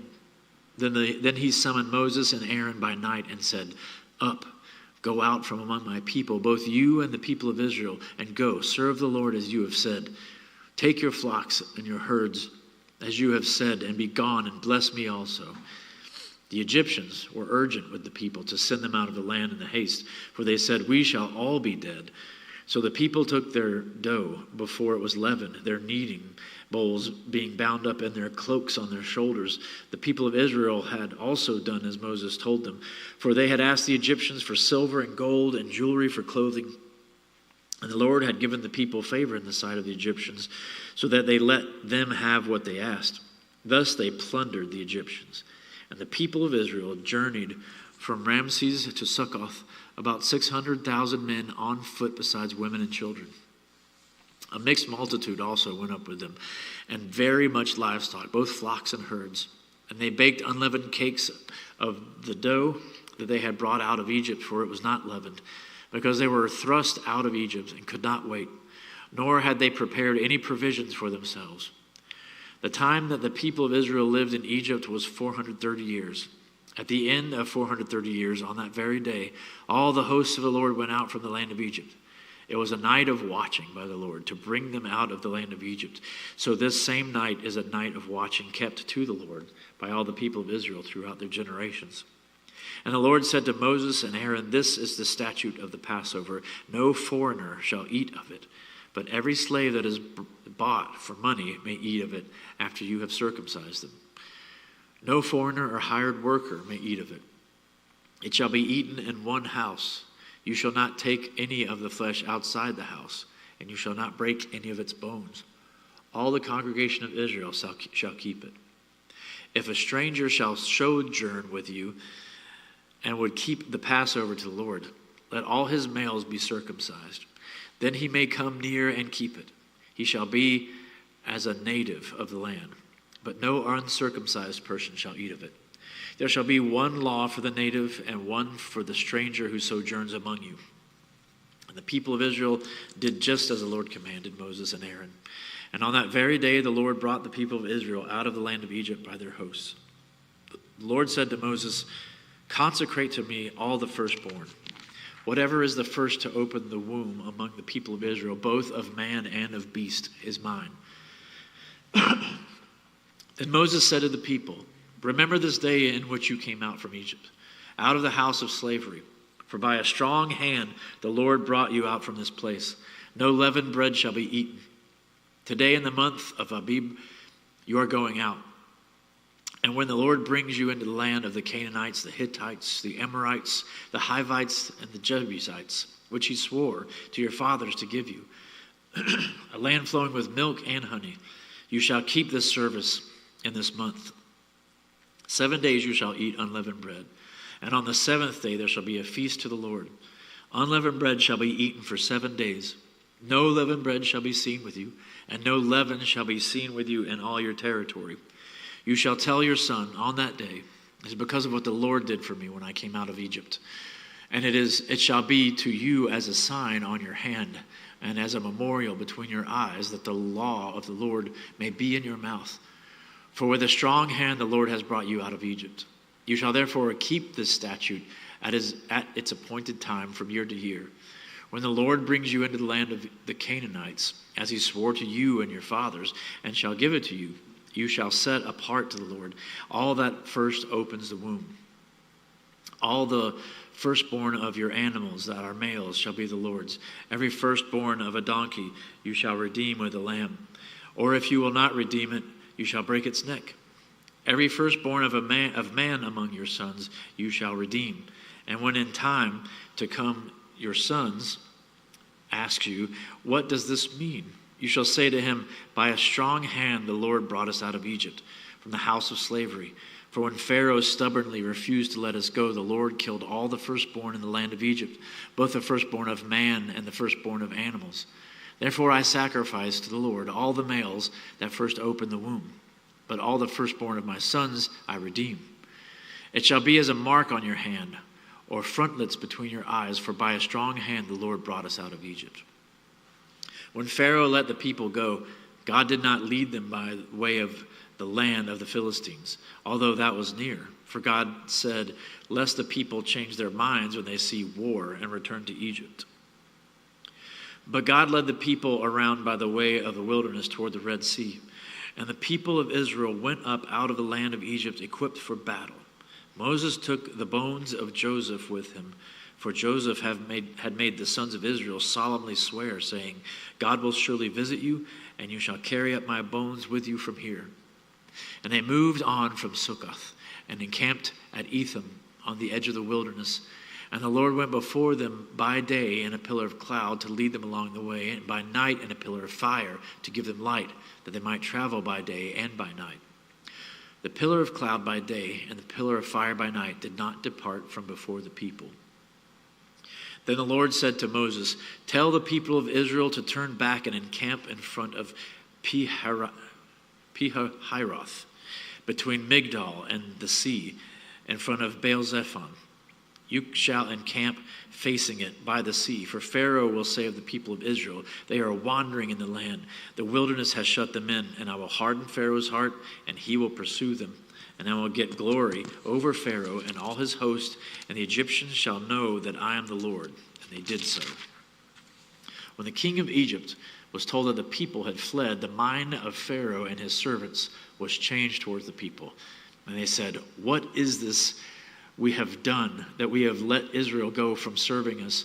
So he made ready his chariot and took his army with him, and took 600 chosen chariots and all the other chariots of Egypt, with the officers over all of them. And the Lord hardened the heart of Pharaoh, king of Egypt, and he pursued the people of Israel, while the people of Israel were going out defiantly. The Egyptians pursued them, all Pharaoh's horses and chariots and his horsemen and his army, and overtook them and camped at the sea by Pi-hahiroth in front of Baal-zephon. When Pharaoh drew near, the people of Israel lifted up their eyes, and behold, the Egyptians were marching after them, and they feared greatly. And the people of Israel cried out to the Lord. They said to Moses, "Is it because there are no graves in Egypt that you have taken us away to die in the wilderness? What have you done to us in bringing us out of Egypt? Is not this what we said to you in Egypt? Leave us alone, that we may serve the Egyptians. For it would have been better for us to serve the Egyptians than to die in the wilderness." And Moses said to the people, "Fear not, stand firm and see the salvation of the Lord, which he will work for you today. For the Egyptians whom you see today, you shall never see again. The Lord will fight for you, and you have only to be silent." The Lord said to Moses, "Why do you cry to me? Tell the people of Israel to go forward. Lift up your staff and stretch out your hand over the sea and divide it, that the people of Israel may go through the sea on dry ground. And I will harden the hearts of the Egyptians, so that they shall go in after them. And I will get glory over Pharaoh and all his hosts, his chariots and his horsemen. And the Egyptians shall know that I am the Lord, when I have gotten glory over Pharaoh, his chariots and his horsemen." Then the angel of God, who was going before the hosts of Israel, moved and went behind them, and the pillar of cloud moved from before them and stood behind them, coming between the hosts of Egypt and the hosts of Israel. And there was a cloud in the darkness, and it lit up the night, without one coming near the other all night. Then Moses stretched out his hand over the sea, and the Lord drove the sea back by a strong east wind all night, and made the sea dry land, and the waters were divided. And the people of Israel went into the midst of the sea on dry ground, the waters being a wall to them on their right hand and on their left. The Egyptians pursued and went in after them into the midst of the sea, all Pharaoh's horses, his chariots, and his horsemen. And in the morning watch, the Lord in the pillar of fire and of cloud looked down on the Egyptian forces and threw the Egyptian forces into a panic, clogging their chariot wheels so that they drove heavily. And the Egyptians said, "Let us flee from before Israel, for the Lord fights for them against the Egyptians." Then the Lord said to Moses, "Stretch out your hand over the sea, that the water may come back upon the Egyptians, upon their chariots, and upon their horsemen." So Moses stretched out his hand over the sea, and the sea returned to its normal course when the morning appeared. And as the Egyptians fled into it, the Lord threw the Egyptians into the midst of the sea. The waters returned and covered the chariots and the horsemen of all the hosts of Pharaoh that had followed them into the sea. Not one of them remained, but the people of Israel walked on dry ground through the sea, the waters being a wall to them on their right hand and on their left. Thus the Lord saved Israel that day from the hand of the Egyptians, and Israel saw the Egyptians dead on the seashore. Israel saw the great power that the Lord used against the Egyptians, so the people feared the Lord, and they believed in the Lord and his servant Moses.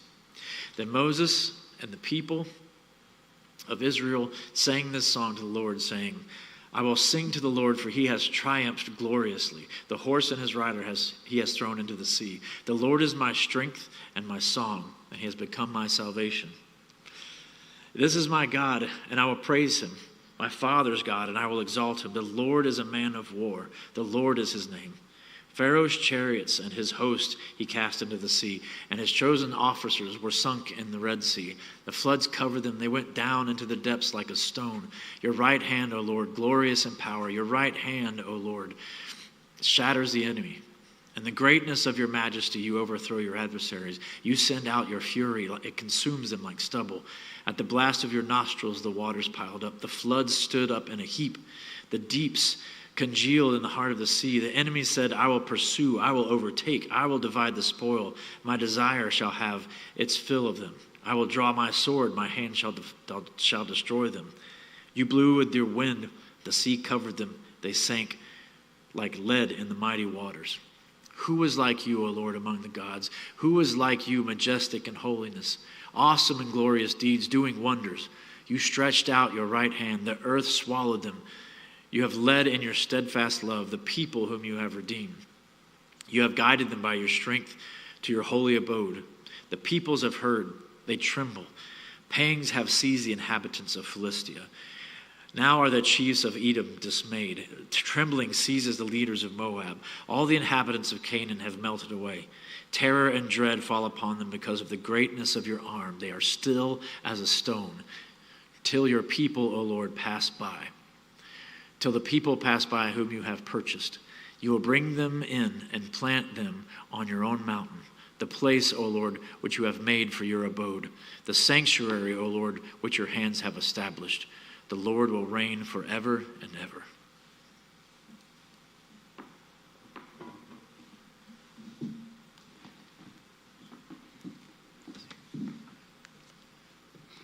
For when the horses of Pharaoh with his chariots and his horsemen went into the sea, the Lord brought back the waters of the sea upon them. But the people of Israel walked on dry ground in the midst of the sea. Then Miriam the prophetess and the sister of Aaron took a tambourine in her hand, and all the women went out after her with tambourines and dancing. And Miriam sang, Sing to the Lord, for he has triumphed gloriously. The horse and his rider he has thrown into the sea. Then Moses made Israel set out from the Red Sea, and they went into the wilderness of Shur. They went 3 days into the wilderness and found no water. When they came to Marah, they could not drink the water of Marah because it was bitter. Therefore it was named Marah.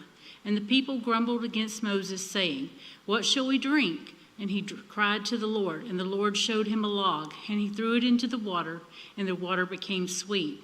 There the Lord made them a statute and a rule, and there he tested them, saying, If you will diligently listen to the voice of the Lord your God, and do that which is right in the eyes, and give ear to his commandments, and keep all of his statutes, I will put none of the diseases on you that I put on the Egyptians, for I am the Lord, your healer. Then they came to Elim, where there were 12 springs of water and 70 palm trees, and they encamped there by the water. They set out for Elim, and all the congregation of the people of Israel came to the wilderness of Sin, which is between Elim and Sinai, on the 15th day of the 2nd month after they had departed from the land of Egypt. And the whole congregation of the people of Israel grumbled against Moses and Aaron in the wilderness. And the people of Israel said to them, Would that we had died by the hand of the Lord in the land of Egypt, when we sat by the meat pots and ate bread to full, for you have brought us out into this wilderness to kill this whole assembly with hunger. Then the Lord said to Moses, Behold, I am about to rain bread from heaven for you, and the people shall go out and gather a day's portion every day, that I may test them, whether they will walk in my law or not. On the 6th day, when they prepare what they bring in, it will be twice as much as they gather daily. So Moses and Aaron said to all the people of Israel, At evening you shall know that it was the Lord who brought you out of the land of Egypt. And in the morning you shall see the glory of the Lord, because he has heard your grumbling against the Lord. For what are we that you grumble against us? And Moses said, When the Lord gives you in the evening meat to eat, and in the morning bread to the full, because your Lord has heard your grumbling, that you grumble against him, what are we? Your grumbling is not against us, but against the Lord. Then Moses said to Aaron, Say to the whole congregation of the people of Israel, Come near before the Lord, for he has heard your grumbling. And as soon as Aaron spoke to the whole congregation of the people of Israel, they looked toward the wilderness, and behold, the glory of the Lord appeared in the cloud. And the Lord said to Moses, I have heard the grumbling of the people of Israel. Say to them, at twilight you shall eat meat, and in the morning you shall be filled with bread. Then you shall know that I am the Lord your God. In the evening quail came up and covered the camp, and in the morning dew lay around the camp. And when the dew had gone up, there was on the face of the wilderness a fine, flake-like thing, fine as frost on the ground. When the people of Israel saw it, they said to one another, What is it? For they did not know what it was. And Moses said to them, It is the bread that the Lord has given you to eat. This is what the Lord has commanded. Gather it, and each one of you as much as he can eat. You shall each take an omer, according to the number of persons that each of you has in his tent. And the people of Israel did so. They gathered some more, some less. But when they measured it with an omer, whoever gathered much had nothing left over, and whoever gathered little had no lack. Each of them gathered as much as he could eat. And Moses said to them, Let no one leave any of it over till the morning. But they did not listen to Moses. Some left part of it till the morning, and it bred worms and stank. And Moses was angry with them. Morning by morning they gathered it, eat as much as he could eat, but when the sun grew hot, it melted. On the 6th day they gathered twice as much bread, 2 omers each. And when all the leaders of the congregation came and told Moses, he said to them, This is what the Lord has commanded. Tomorrow is a day of solemn rest, a holy Sabbath to the Lord. Bake what you will bake, and boil what you will boil, and all that is left over lay aside to be kept till the morning. So they laid it aside till the morning, as Moses commanded them, and it did not stink, and there were no worms in it. Moses said, Eat it today, for today is a Sabbath to the Lord. Today you will not find it in the field. 6 days you shall gather it, but on the 7th day, which is a Sabbath, there will be none. On the 7th day, some of the people went out together, but they found none. And the Lord said to Moses, How long will you refuse to keep my commandments and my laws? See, the Lord has given you the Sabbath. Therefore, on the 6th day, he gives you bread for 2 days. Remain each of you in his place. Let no one go out of his place on the 7th day. So the people rested on the 7th day. Now the house of Israel called its name manna. It was like coriander seed, white, and the taste of it was like wafers made with honey. Moses said, This is what the Lord has commanded. Let an omer of it be kept throughout your generations, so that they may see the bread with which I fed you in the wilderness, when I brought you out of the land of Egypt. And Moses said to Aaron, Take a jar and put an omer of manna in it, and place it before the Lord to be kept throughout your generations. As the Lord commanded Moses, so Aaron placed it before the testimony to be kept. The people of Israel ate the manna 40 years, till they came to a habitable land. They ate the manna till they came to the border of the land of Canaan. An omer is a 10th part of an ephah. All the congregation of the people of Israel moved on from the wilderness of Sin by stages, according to the commandment of the Lord, and camped at Rephidim, but there was no water for the people to drink. Therefore the people quarreled with Moses and said, Give us water to drink. And Moses said to them, Why do you quarrel with me? Why do you test the Lord? But the people thirsted there for water. And the people grumbled against Moses and said, Why did you bring us up out of Egypt to kill us and our children and our livestock with thirst? So Moses cried to the Lord, What shall I do with this people? They are almost ready to stone me. And the Lord said to Moses, Pass on before the people, taking with you some of the elders of Israel, and take in your hand the staff with which you struck the Nile, and go. Behold, I will stand before you there on the rock at Horeb, and you shall strike the rock, and the water shall come out of it, and the people will drink. And Moses did so in the sight of the elders of Israel, and he called the name of the place Massah and Meribah, because of the quarreling of the people of Israel, and because they tested the Lord by saying, Is the Lord among us or not? Then Amalek came and fought with Israel at Rephidim. So Moses said to Joshua, Choose for us men and go out and fight with Amalek. Tomorrow I will stand on the top of the hill with the staff of God in my hand. So Joshua did as Moses told him and fought with Amalek, while Moses, Aaron, and Hur went up to the top of the hill. Whenever Moses held up his hand, Israel prevailed, and whenever he lowered his hand, Amalek prevailed. But Moses' hands grew weary, so they took a stone and put it under him, and he sat on it, while Aaron and Hur held up his hands on one side and the other on the other side. So his hands were steady until the going down of the sun, and Joshua overwhelmed Amalek and his people with the sword. Then the Lord said to Moses, "Write this as a memorial in a book and recite it in the ears of Joshua, that I will utterly blot out the memory of Amalek from under heaven." And Moses built an altar and called the name of it, "The Lord is my banner," saying, "A hand upon the throne of the Lord. The Lord will have war with Amalek from generation to generation." Jethro, the priest of Midian, Moses' father-in-law, heard of all that God has done for Moses and for Israel, his people, how the Lord had brought Israel out of Egypt. Now Jethro, Moses' father-in-law, had taken Zipporah, Moses' wife, after he had sent her home, along with her 2 sons. The name of the one was Gershom, for he said, "I have been a sojourner in a foreign land." And the name of the other, Eliezer, of my father was my help, and delivered me from the sword. Jethro, Moses' father-in-law, came with his sons and his wife to Moses in the wilderness, where he was encamped at the mountain of God. And when he sent word to Moses, "I, your father-in-law, Jethro, am coming to you with your wife and her 2 sons with her," Moses went out to meet his father-in-law and bowed down and kissed him. And they asked each other of their welfare and went into the tent. Then Moses told his father-in-law all that the Lord had done to Pharaoh and to the Egyptians for Israel's sake, all the hardship that had come upon them in the way, and how the Lord had delivered them. And Jethro rejoiced for all the good that the Lord had done to Israel, and that he had delivered them out of the hand of the Egyptians. Jethro said, "Blessed be the Lord, who has delivered you out of the hand of the Egyptians and out of the hand of Pharaoh, and has delivered the people from under the hand of the Egyptians. Now I know that the Lord is greater than all gods, because in this affair they dealt arrogantly with the people."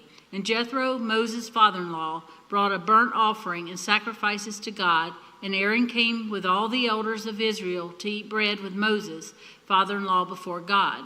The next day Moses sat to judge the people, and the people stood around Moses from morning till evening. When Moses' father-in-law saw all that he was doing for the people, he said, "What is this that you are doing for the people? Why do you sit alone, and all the people stand around from you from the morning till evening?" And Moses said to his father-in-law, "Because the people come to me to inquire of God. When they have a dispute, they come to me, and I decide between one person and another, and make them know the statutes of God and his law." Moses' father-in-law said to him, "What you are doing is not good. You and the people with you will certainly wear yourselves out, for the first thing is too heavy for you. You are not able to do it alone. Now, obey my voice. I will give you advice, and God will be with you. You shall represent the people before God and bring their cases to God, and you shall warn them about the statutes and the laws, and make them know the way in which they must walk and what they must do.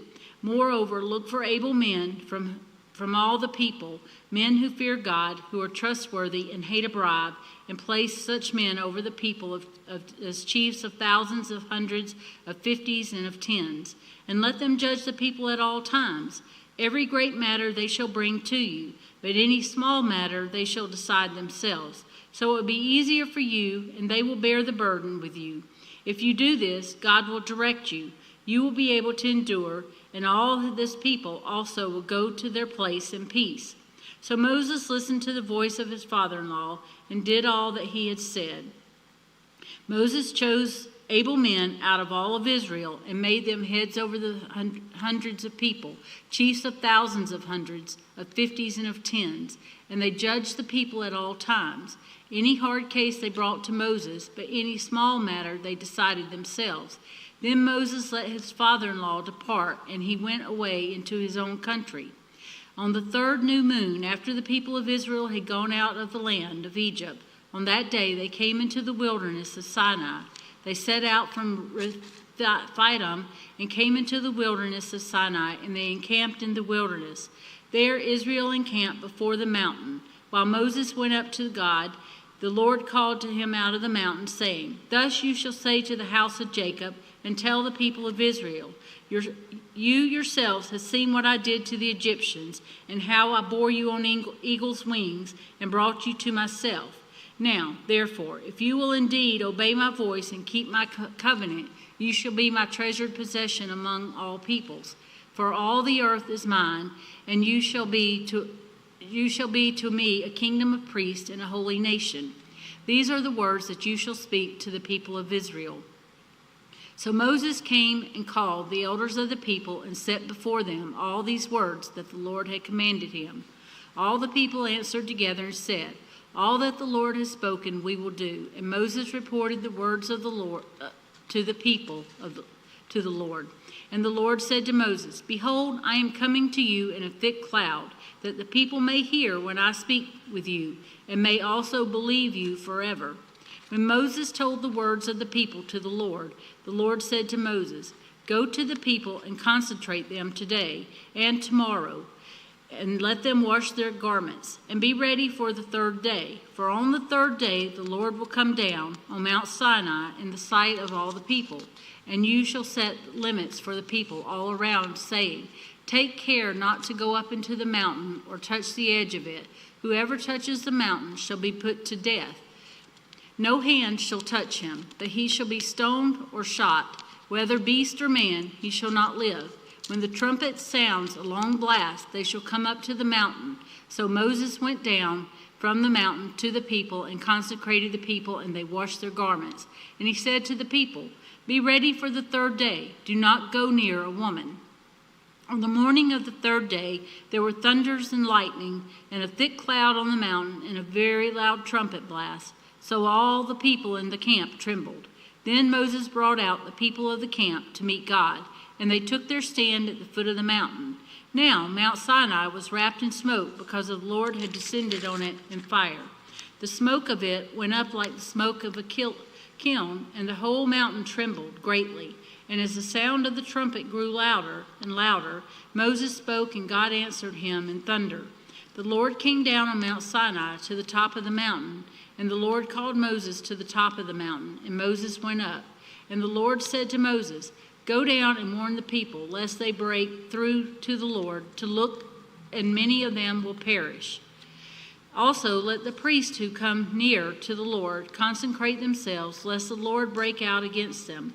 And Moses said to the Lord, the people cannot come up to Mount Sinai, for you yourself warned us, saying, set limits around the mountain and consecrate it. And the Lord said to him, go down and come up, bringing Aaron with you. But do not let the priest and the people break through to come up to the Lord, lest he break out against them. So Moses went down to the people and told them. And God spoke all these words, saying, I am the Lord your God, who brought you out of the land of Egypt, out of the house of slavery. You shall have no other gods before me. You shall not make for yourself a carved image, or any likeness of anything that is in the heaven above, or that is in the earth beneath, or that is in the water under the earth. You shall not bow down to them or serve them, for I, the Lord your God, am a jealous God, visiting the iniquity of the fathers on the children to the third and fourth generation of those who hate me, but showing steadfast love to thousands of those who love me and keep my commandments. You shall not take the name of the Lord your God in vain, for the Lord will not hold him guiltless who takes his name in vain. Remember the Sabbath day to keep it holy. 6 days you shall labor and do all your work, but the seventh day is the Sabbath, and to the Lord your God. On it you shall not do any work, you or your son or your daughter, your male servant or your female servant, or your livestock or the sojourner who is within your gates. For in 6 days the Lord made heaven and earth, the sea and all that is in them, and rested on the seventh day. Therefore the Lord blessed the Sabbath day and made it holy. Honor your father and your mother, that your days may be long in the land that the Lord your God is giving you. You shall not murder, you shall not commit adultery, you shall not steal, you shall not bear false witness against your neighbor. You shall not covet your neighbor's house. You shall not covet your neighbor's wife, or his male servant, or his female servant, or his ox, or his donkey, or anything that is in your that is of your neighbor's. Now, when all the people saw the thunder and the flashes of lightning and the sound of the trumpet in the mountain smoking, the people were afraid and trembled. And they stood far off and said to Moses, "You speak to us, and we will listen, but do not let God speak to us, lest we die." Moses said to the people, "Do not fear, for God has come to test you, that the fear of him may be before you, that you may not sin." The people stood far off, while Moses drew near to the thick darkness where God was. And the Lord said to Moses, "Thus you shall say to people of Israel, you have seen for yourselves that I have talked with you from heaven. You shall not make gods of silver to be with me, nor shall you make for yourselves gods of gold. An altar of earth you shall make for me, and sacrifice on it your burnt offerings, and your peace offerings, your sheep and your oxen. In every place where I cause my name to be remembered, I will come to you and bless you. If you make me an altar of stone, you shall not build it out of hewn stones. For if you wield your tool on it, you profane it. And you shall not go up by steps to my altar, that your nakedness be not exposed on it. Now, these are the rules that you shall set before them. When you buy a Hebrew slave, he shall serve 6 years, and in the 7th he shall go out free for nothing. If he comes in single, he shall go out single. If he comes in married, then his wife shall go out with him. And his master gives him a wife, and she bears him sons or daughters. The wife and her children shall be her master's, and he shall go out alone. But if the slave plainly says, I love my master, my wife, and my children, I will not go out free, then his master shall bring him to God, and he shall bring him to the door of the doorpost. And his master shall bore his ear through with an awl, and he shall be his slave forever. When a man sells his daughter as a slave, she shall not go out as the male slaves do. If she does not please her master, who has designated her for himself, then he shall let her be redeemed.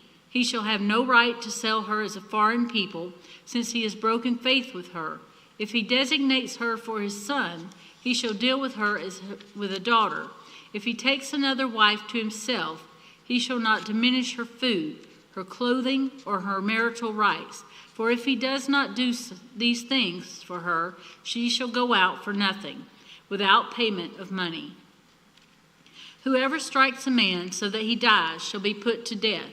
But if he did not lie and wait for him, but God let him fall into his hand, then I will appoint for you a place to which he may flee. But if a man willfully attacks another to kill him by cunning, you shall take him from my altar, that he may die. Whoever strikes his father or his mother shall be put to death. Whoever steals a man and sells him, and anyone found in possession of him, shall be put to death. Whoever curses his father or his mother shall be put to death. When men quarrel, and one strikes the other with a stone, or with his fist, and the man does not die, but takes to his bed, then if the man rises again and walks out the door with his staff, he who struck him shall be clear. Only he shall pay for the loss of his time, and shall have him thoroughly healed. When a man strikes his slave, male or female, with a rod, and the slave dies under his hand, he shall be avenged. But if the slave survives a day or two, he is not to be avenged, for the slave is in his money. When men strive together and hit a pregnant woman, so that her children come out, but there is no harm, the one who's hit her shall surely be fined, as a woman's husband shall impose on him, and he shall pay as the judges determine. But if there is harm, then you shall pay life for life, eye for eye, tooth for tooth, hand for hand, foot for foot, burn for burn, wound for wound, stripe for stripe. When a man strikes the eye of his slave, male or female, and destroys it, he shall let the slave go free because of his eye. If he knocks out the tooth of his slave, male or female, he shall let the slave go free because of his tooth. When an ox gores a man or a woman to death, the ox shall be stoned, and its flesh shall not be eaten, but the owner of the ox shall not be liable. But if the ox has been accustomed to gore in the past, and its owner has been warned, but has not kept it in, and it kills a man or a woman, the ox shall be stoned, and its owner shall also be put to death. If a ransom is imposed on him, then he shall give for the redemption of his life whatever is imposed on him. If it gores a man, son or daughter, he shall be dealt with according to the same rule. If the ox gores a slave, male or female, the owner shall give to their master 30 shekels of silver, and the ox shall be stoned. When a man opens a pit, or when a man digs a pit and does not cover it, and an ox or a donkey falls into it, the owner of the pit shall make restoration.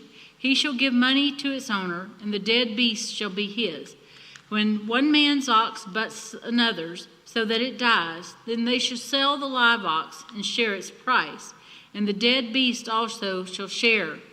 Or if it has known that the ox has been accustomed to gore in the past, and its owner has not kept it in, he shall repay ox for ox, and the dead beast shall be his.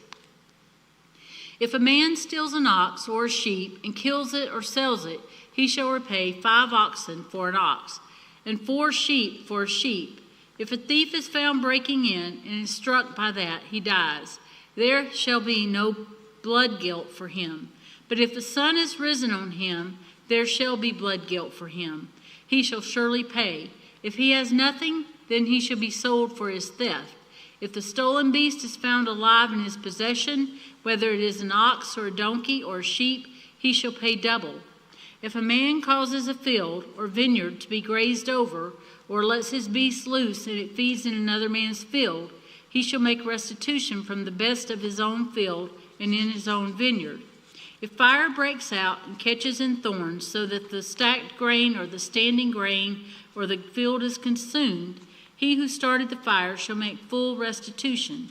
If a man gives to his neighbor money or goods to keep safe, and if it is stolen from the man's house, then if the thief is found, he shall pay double. If the thief is not found, the owner of the house shall come near to God to show whether or not he has put his hand to his neighbor's property. For every breach of trust, whether it is an ox, or for a donkey, for a sheep, for a cloak, or for any kind of lost thing, of which one says, "This is it," the case of both parties shall come before God. The one whom God condemns shall pay double to his neighbor. If a man gives to his neighbor a donkey, or an ox, or a sheep, or a beast to keep safe, and it dies, or is injured, or is driven away without anyone seeing it, an oath by the Lord shall be between them, both to see whether or not he has put his hand to his neighbor's property. The owner shall accept the oath, and he shall not make restitution. But if it is stolen from him, he shall make restitution to its owner. If it is torn by beast, let him bring it as evidence. He shall not make restitution for what has been torn. If a man borrows anything of his neighbor's and is not injured or dies, the owner not being with it, he shall make full restitution. If the owner was with it, he shall not make restitution. If it was hired, it came for its hiring fee. If a man seduces a virgin who has not been betrothed and lies with her, he shall give the bride price for her and make her his wife. If her father utterly refuses to give her to him, he shall pay money equal to the bride price for virgins. You shall not permit a sorceress to live. Whoever lives with an animal shall be put to death. Whoever sacrifices to any god other than the Lord alone shall be devoted to destruction. You shall not wrong a sojourner or oppress him, for you were sojourners in the land of Egypt. You shall not mistreat any widow or fatherless child. If you do mistreat them, or they cry out to me, I will surely hear their cry, and my wrath will burn, and I will kill you with the sword, and your wives shall become widows, and your children fatherless. If you lend money to any of my people with you who is poor, you shall not be like a moneylender to him, and you shall not exact interest from him. If you ever take your neighbor's cloak in pledge, you shall return it to him before the sun goes down. For that is his only covering, and it is his cloak for his body. And what else shall he sleep? And if he cries to me, I will hear, for I am compassionate. You shall not revile God, nor curse the ruler of your people. You shall not delay to offer from the fullness of your harvest, and from the outflow of your presses. The firstborn of your sons you shall give to me. You shall do the same with your oxen and with your sheep. 7 days it shall be with its mother, and on the 8th day you shall give it to me. You shall be consecrated to me. Therefore you shall not eat any flesh that is torn by beast in the field. You shall throw it to the dogs. You shall not spread a false report. You shall not join hands with a wicked man to be a malicious witness.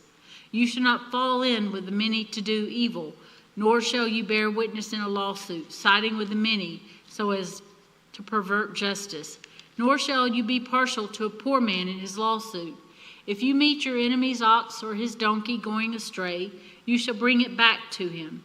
If you see the donkey of one who hates you lying down under its burden, you shall refrain from leaving him with it. You shall rescue it with him. You shall not pervert the justice due to your poor in his lawsuit. Keep far from a false charge, and do not kill the innocent and righteous, for I will not acquit the wicked. And you shall take no bribe, for a bribe blinds the clear-sighted and subverts the cause of those who are in the right. You shall not oppress a sojourner. You know the heart of a sojourner, for you were sojourners in the land of Egypt. For 6 years you shall sow your land and gather in its field. But the 7th year you shall let it rest and lie fallow, that the poor of your people may eat, and what they leave the beast of the field may eat. You shall do likewise with your vineyard and with your olive orchard. 6 days you shall do your work, but on the 7th day you shall rest, that your ox and your donkey may have rest, and the son of your servant woman and the alien may be refreshed. Pay attention to all that I have said to you, and make no mention of the names of other gods, nor let it be heard on your lips. 3 times in the year you shall keep a feast to me. You shall keep the feast of unleavened bread, and as I commanded you, you shall eat unleavened bread for 7 days at the appointed time, in the month of Abib, for in it you came out of Egypt. None shall appear before me empty-handed. You shall keep the feast of harvest, of the first fruits of your labor, and what you sow in the field. You shall keep the feast of ingathering at the end of the year, when you gather in from the field the fruit of your labor. 3 times in the year shall all your males appear before the Lord God. You shall not offer the blood of my sacrifice with anything leavened, or let the fat of my feast remain until the morning. The best of the first fruits of your ground you shall bring into the house of the Lord your God. You shall not boil a young goat in its mother's milk. Behold, I send an angel before you to guard you on the way and to bring you to the place that I have prepared. Pay careful attention to him and obey his voice. Do not rebel against him, for he will not pardon your transgression, for my name is in him. But if you carefully obey his voice and do all that I say, then I will be an enemy to your enemies and your adversary to your adversaries. When my angel goes before you and brings you to the Amorites and the Hittites and the Perizzites and the Canaanites and the Hivites and the Jebusites, and I blot them out, you shall not bow down to their gods, nor serve them, nor do as they do, but you shall utterly overthrow them and break their pillows in pieces. You shall serve the Lord your God, and he will bless your bread and your water, and I will take sickness away from among you. None shall miscarry or be barren in your land. I will fulfill the number of your days. I will send my terror before you and will throw into confusion all the people against whom you shall come, and I will make all your enemies turn their backs to you. And I will send hornets before you, which shall drive out the Hivites and the Canaanites and the Hittites from before you. I will not drive them out from before you in 1 year, lest the land become desolate and the wild beasts multiply against you. Little by little I will drive them out from before you, until you have increased and possessed the land. And I will set your border from the Red Sea to the Sea of the Philistines, and from the wilderness to the Euphrates, for I will give the inhabitants of the land into your hand, and you shall drive them out before you. You shall make no covenant with them and their gods. They shall not dwell in your land, lest they make you sin against me. For if you serve their gods, it will surely be a snare to you. Then he said to Moses, Come up to the Lord, you and Aaron, Nadab, and Abihu, and 70 of the elders of Israel, and worship from afar. Moses alone shall come near to the Lord, but the others shall not come near, and the people shall not come up with him. Moses came and told the people all the words of the Lord and all the rules. And all the people answered with one voice and said, "All the words of the Lord has spoken we will do." And Moses wrote down all the words of the Lord.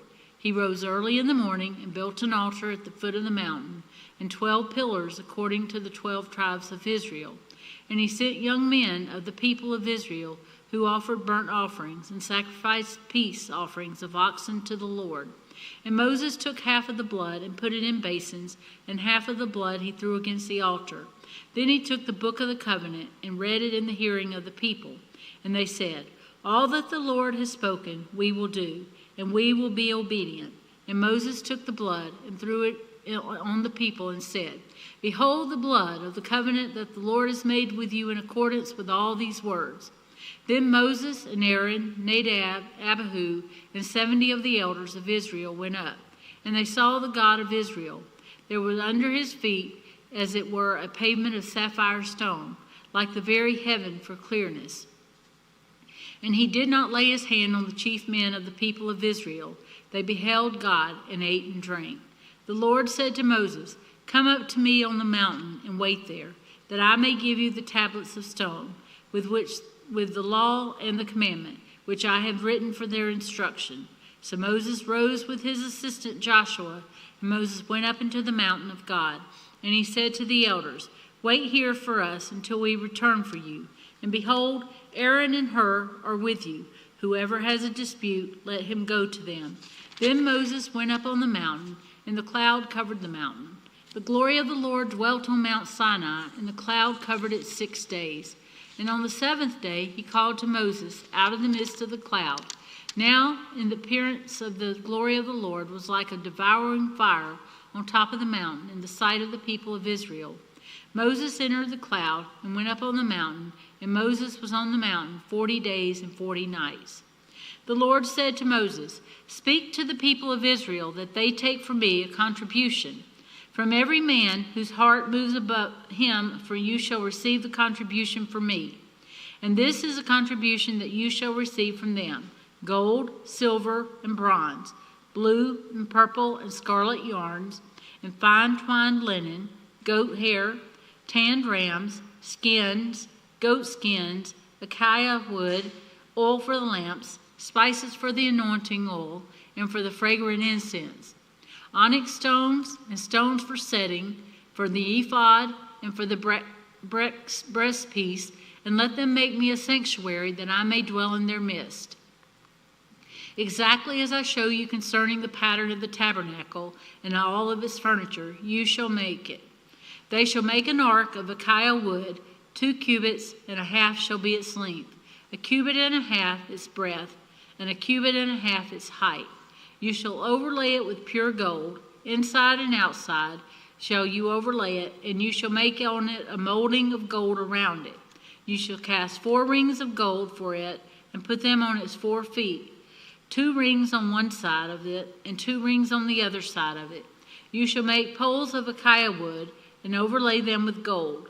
And you shall put the poles into the rings on the sides of the ark, to carry the ark by them. The poles shall remain in the rings of the ark. They shall not be taken from it. And you shall put into the ark the testimony that I shall give you. You shall make a mercy seat of pure gold. 2 cubits and a half shall be its length, and 1 cubit and a half its breadth.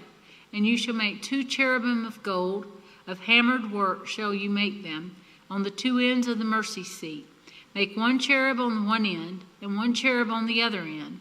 Of one piece with the mercy seat shall make you the cherubim on its 2 ends. The cherubim shall spread out their wings above, overshadowing the mercy seat with their wings, their faces one to another. Toward the mercy seat shall the faces of the cherubim be. And you shall put the mercy seat on the top of the ark.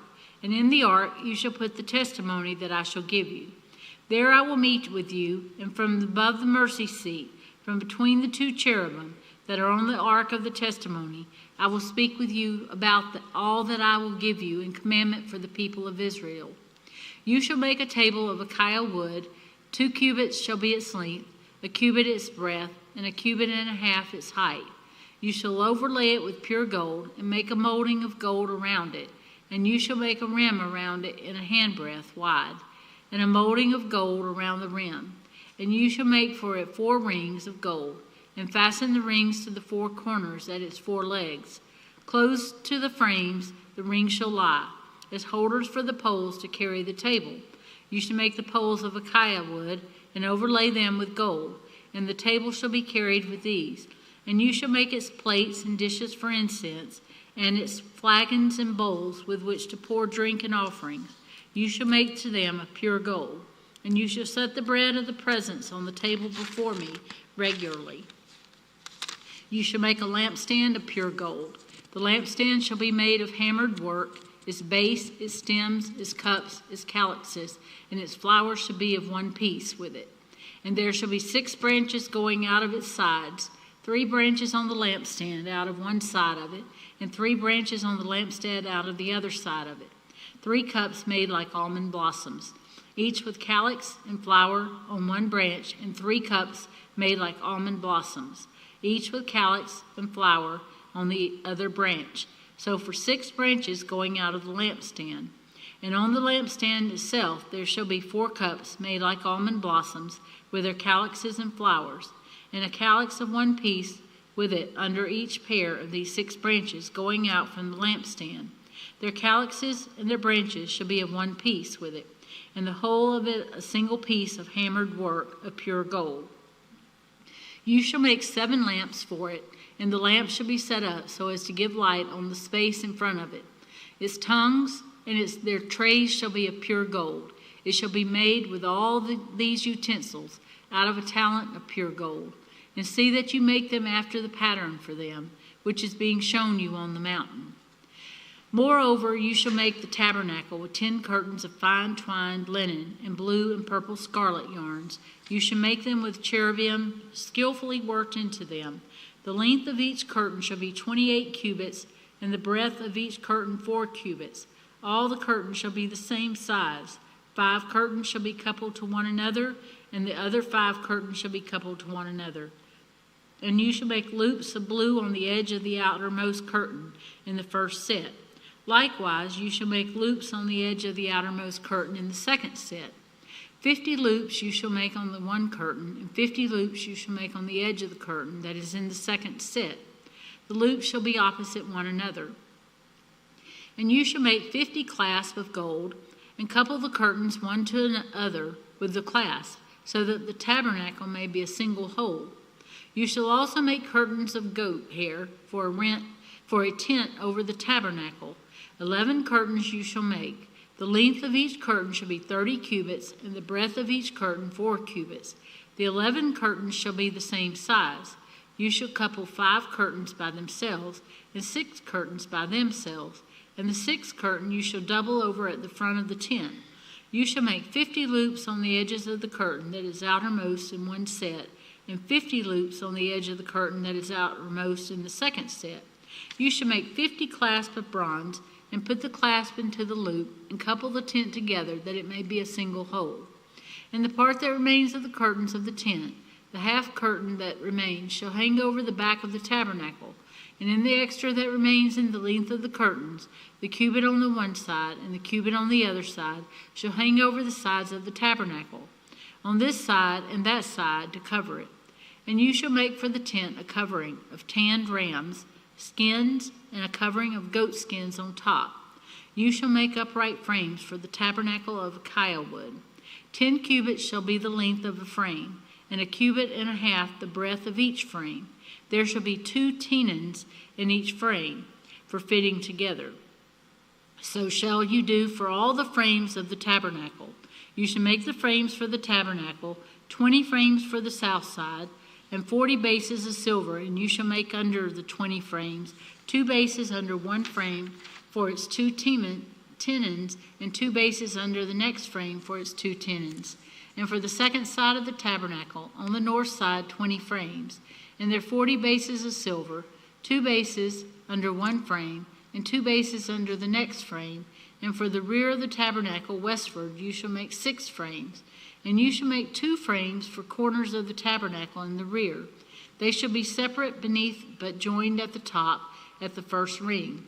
Thus shall it be with both of them. They shall form the 2 corners, and there shall be 8 frames with their bases of silver, 16 bases, 2 bases under one frame, and 2 bases under another frame. You shall make bars of acacia wood, 5 for the frames of the one side of the tabernacle, and 5 bars for the frames of the other side of the tabernacle, and 5 bars for the frames of the side of the tabernacle at the rear westward. The middle bar, halfway up the frame, shall run from end to end. You shall overlay the frames with gold, and shall make their rings of gold for holders for the bars, and you shall overlay the bars with gold. Then you shall erect the tabernacle according to the plan for it that you were shown on the mountain. And you shall make a veil of blue and purple and scarlet yarns and fine twined linen. It shall be made with cherubim skillfully worked into it. And you shall hang on it 4 pillars of acacia overlaid with gold, with hooks of gold on 4 bases of silver. And you shall hang the veil from the clasp, and bring the ark of the testimony in there within the veil. And the veil shall separate for you the holy place from the most holy. You shall put the mercy seat on the ark of the testimony in the most holy place. And you shall set the table outside the veil, and the lampstand on the south side of the tabernacle, opposite the table, and you shall put the table on the north side. You shall make a screen for the entrance of the tent, of blue and purple and scarlet yarns, and fine twined linen, embroidered with needlework. And you shall make for the screen 5 pillars of acacia, and overlay them with gold. Their hooks shall be of gold, and you shall cast 5 bases of bronze for them. You shall make the altar of acacia wood, 5 cubits long and 5 cubits broad. The altar shall be square, and its height shall be 3 cubits. And you shall make horns for it on its 4 corners. Its horns shall be of one piece with it, and you shall overlay it with bronze. You shall make pots for it to receive its ashes, and shovels and basins and forks and fire pans. You shall make all its utensils of bronze. You shall also make for it a grating, a network of bronze, and on the net you shall make 4 bronze rings at its 4 corners. And you shall set it under the ledge of the altar, so that the neck extends halfway down the altar. And you shall make poles for the altar, poles of acacia wood, and overlay them with bronze, and the rings so that the poles are on the 2 sides of the altar when it is carried. You shall make it hollow with boards, as it has been shown you on the mountain, so shall it be made. You shall make the court of the tabernacle. On the south side of the court shall have hangings of fine twined linen, 100 cubits long for one side. Its 20 pillars and their 20 bases shall be of bronze, but the hooks of the pillars and their fillets shall be of silver. And likewise, for its length on the north side, there shall be hangings 100 cubits long, its pillars 20 and their bases 20 of bronze, but the hooks of the pillars and their fillets shall be of silver. And for the breadth of the court on the west side, there shall be hangings for 50 cubits and 10 pillars and 10 bases. The breadth of the court on the front to the east shall be 50 cubits. The hangings for one side of the gate shall be 15 cubits, and their 3 pillars and 3 bases. On the other side of the hangings shall be 15 cubits, with their 3 pillars and 3 bases. For the gate of the court there shall be a screen 20 cubits long, of purple and blue and scarlet yarns and fine twined linen, embroidered with needlework. It shall have 4 pillars, and with them 4 bases. All the pillars around the court shall be filleted with silver. Their hooks shall be of silver, and their bases of bronze. The length of the court shall be 100 cubits, the breadth 50, and the height 5 cubits, with hangings of fine twined linen and bases of bronze. All the utensils of the tabernacle for every use, and all its pegs and all the pegs of the court shall be of bronze. You shall command the people of Israel that they bring to you pure beaten olive oil for the light, that a lamp may regularly be set up to burn. In the tent of meeting outside the veil that is before the testimony, Aaron and his sons shall tend it from evening to morning before the Lord. It shall be a statute forever to be observed throughout their generations by the people of Israel. Then bring near to you Aaron with your brother and his sons with him from among the people of Israel to serve me as priest. Aaron and Aaron's sons Nadab and Abihu and Eleazar and Ithamar. And you shall make holy garments for Aaron your brother, your glory and for beauty. You shall speak to all the skillful, whom I have filled with the spirit of skill, that they make Aaron's garments to consecrate him for my priesthood. These are the garments that they shall make: a breastpiece, an ephod, a robe, a coat of checker work, a turban, and a sash. They shall make holy garments for Aaron your brother and his sons to serve me as priests. They shall receive gold, blue, and purple, and scarlet yarns, and fine twined linen. And they shall make the ephod of gold, of blue, and purple, and scarlet yarns, and of fine twined linen, skillfully worked. It shall have 2 shoulder pieces attached to its 2 edges, so that it may be joined together. And the skillfully woven band on it shall be made like it, and be of one piece with it, of gold, blue, and purple, and scarlet yarns, and fine twined linen. You shall take 2 onyx stones, and engrave on them the names of the sons of Israel, 6 of their names on the one stone, and the name of the remaining 6 on the other, in the order of their birth. As a jeweler engraves signets, so shall you engrave the 2 stones with the names of the sons of Israel. You shall enclose them in settings of gold filigree, and you shall set the 2 stones on the shoulder pieces of the ephod, as stones of remembrance for the sons of Israel. And Aaron shall bear the names before the Lord on his 2 shoulders for remembrance. You shall make settings of gold filigree, and 2 chains of pure gold, twisted like cords, and you shall attach the corded chains to the settings. You shall make a breastpiece of judgment in skilled work. In the style of the ephod, you shall make it of gold, purple, and blue, and scarlet yarns, and fine twined linen shall you make it. It shall be square and doubled, a span its length, and a span its breadth. You shall set it in 4 rows of stones. A row of sardius, topaz, and carbuncle shall be the first row. The second row, an emerald, a sapphire, and a diamond. In the third row, a jacinth, and an agate, and an amethyst. In the 4th row, a beryl, and an onyx, and a jasper. They shall be set in gold filigree. There shall be 12 stones with their names according to their names of the sons of Israel. They shall be like signets, each engraved with its name for the 12 tribes. You shall make for the breastpiece twisted chains like cords of pure gold. And you shall make for the breastpiece 2 rings of gold, and put the 2 rings on the 2 edges of the breastpiece. And you shall put the 2 cords in the gold and the 2 rings at the edges of the breastpiece. The 2 ends of the 2 cords you shall attach to the 2 settings of filigree, and so attach it in front to the shoulder pieces of the ephod. You shall make 2 rings of gold, and put them at the 2 ends of the breastpiece on its inside edge next to the ephod. And you shall make 2 rings of gold, and attach them in front to the lower part of the 2 shoulder pieces of the ephod, at its seams above the skillfully woven band of the ephod. And they shall bind the breastpiece by its rings to the rings of the ephod with a lace of blue, so that it may lie on the skillfully woven band of the ephod, so that the breastpiece shall not come loose from the ephod. So Aaron shall bear the names of the sons of Israel in the breastpiece of judgment on his heart when he goes into the holy place, to bring them to regular remembrance before the Lord. And in the breastpiece of judgment you shall put the Urim and the Thummim, and they shall be on Aaron's heart when he goes in before the Lord. Thus Aaron shall bear the judgment of the people of Israel on his heart before the Lord regularly. You shall make the robe of the ephod all of blue. It shall have an opening for the head in the middle of it, with a woven binding around the opening like an opening in a garment, so that it may not tear.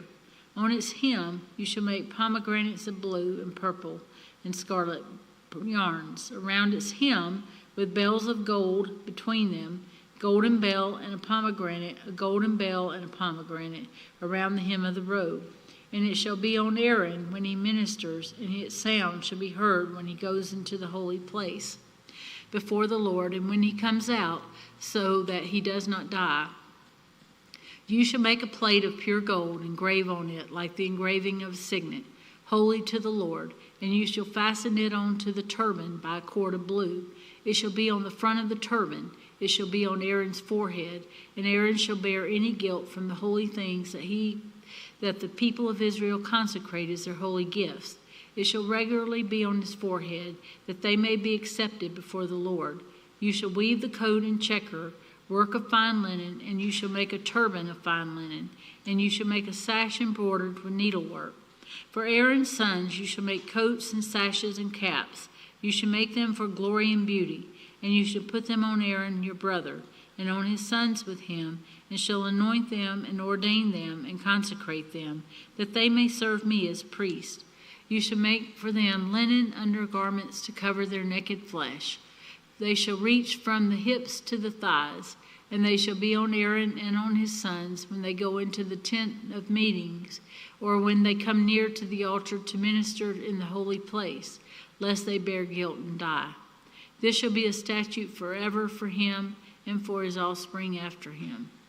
Now, this is what you shall do to them to consecrate them, that they may serve me as priests. Take 1 bull of the herd and 2 rams without blemish, and unleavened bread, unleavened cake mixed with oil, and unleavened wafers smeared with oil.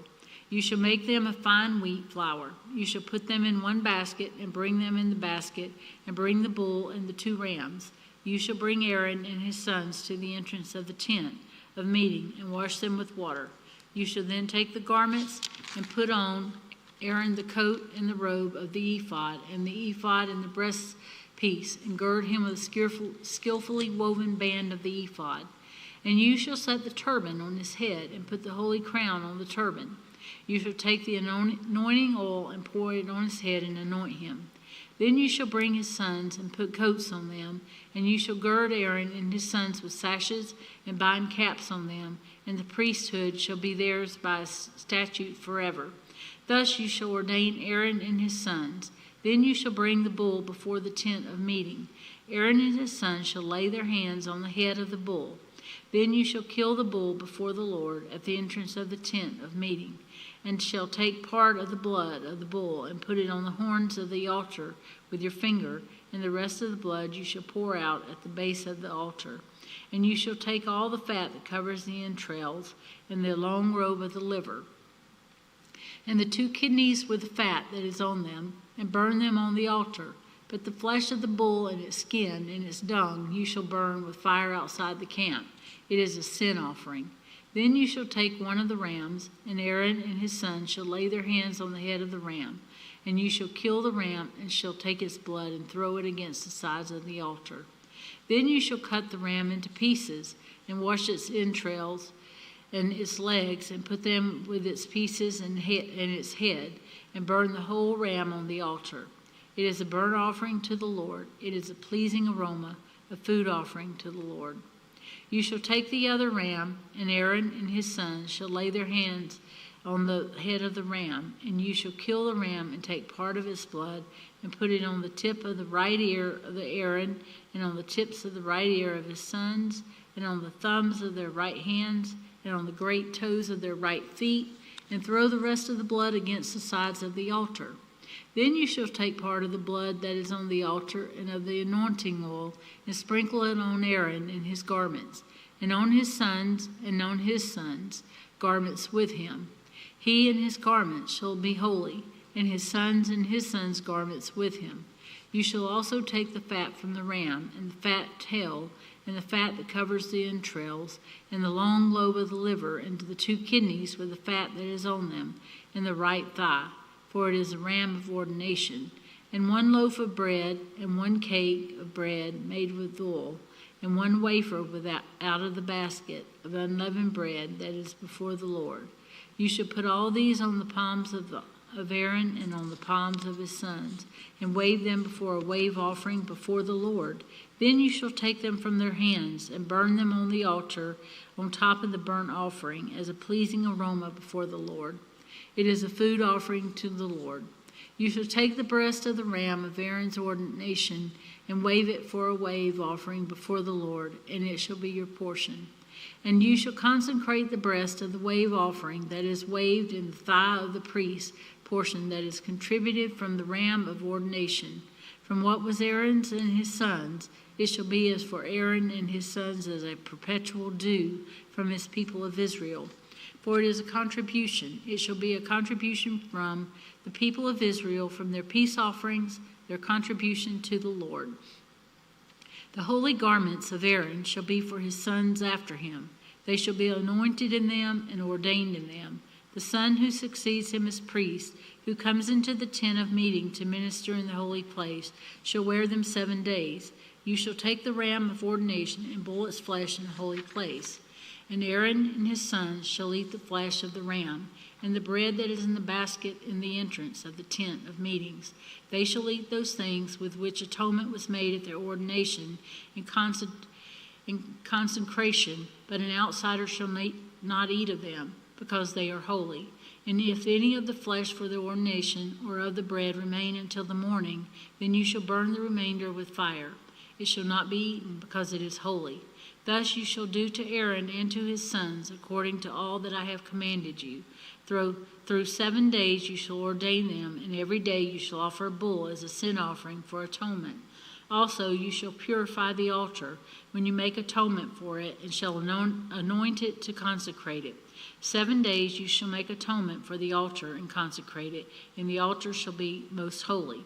Whatever touches the altar shall become holy.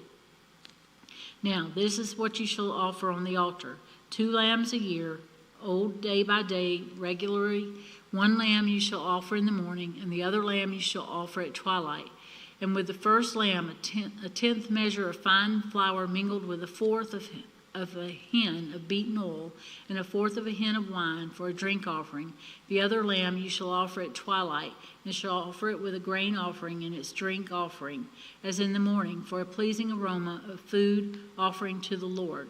It should be a regular burnt offering throughout your generations at the entrance of the tent of meeting there before the Lord, where I will meet with you to speak to you there. There I will meet with the people of Israel, and it shall be sanctified by my glory. I will consecrate the tent of meeting and the altar. Aaron also and his sons I will consecrate to serve me as priest. I will dwell among the people of Israel and will be their God, and they shall know that I am the Lord their God, who brought them out of the land of Egypt, that I might dwell among them. I am the Lord their God.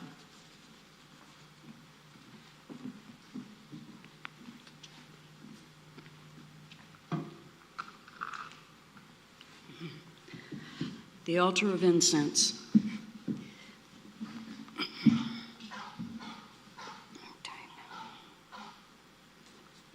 You shall make an altar on which to burn incense. You shall make it of acacia wood. A cubit shall be its length, and a cubit its breadth. It shall be square, and 2 cubits shall be its height. Its horns shall be of 1 piece with it. You shall overlay it with pure gold, its top and around its sides, and its horns. You shall make a molding of gold around it, and you shall make 2 golden rings for it.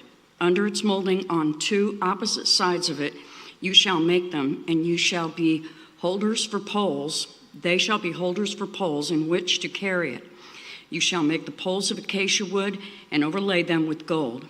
And you shall put it in front of the veil that is above the ark of the testimony, in front of the mercy seat that is above the testimony, where I will meet with you.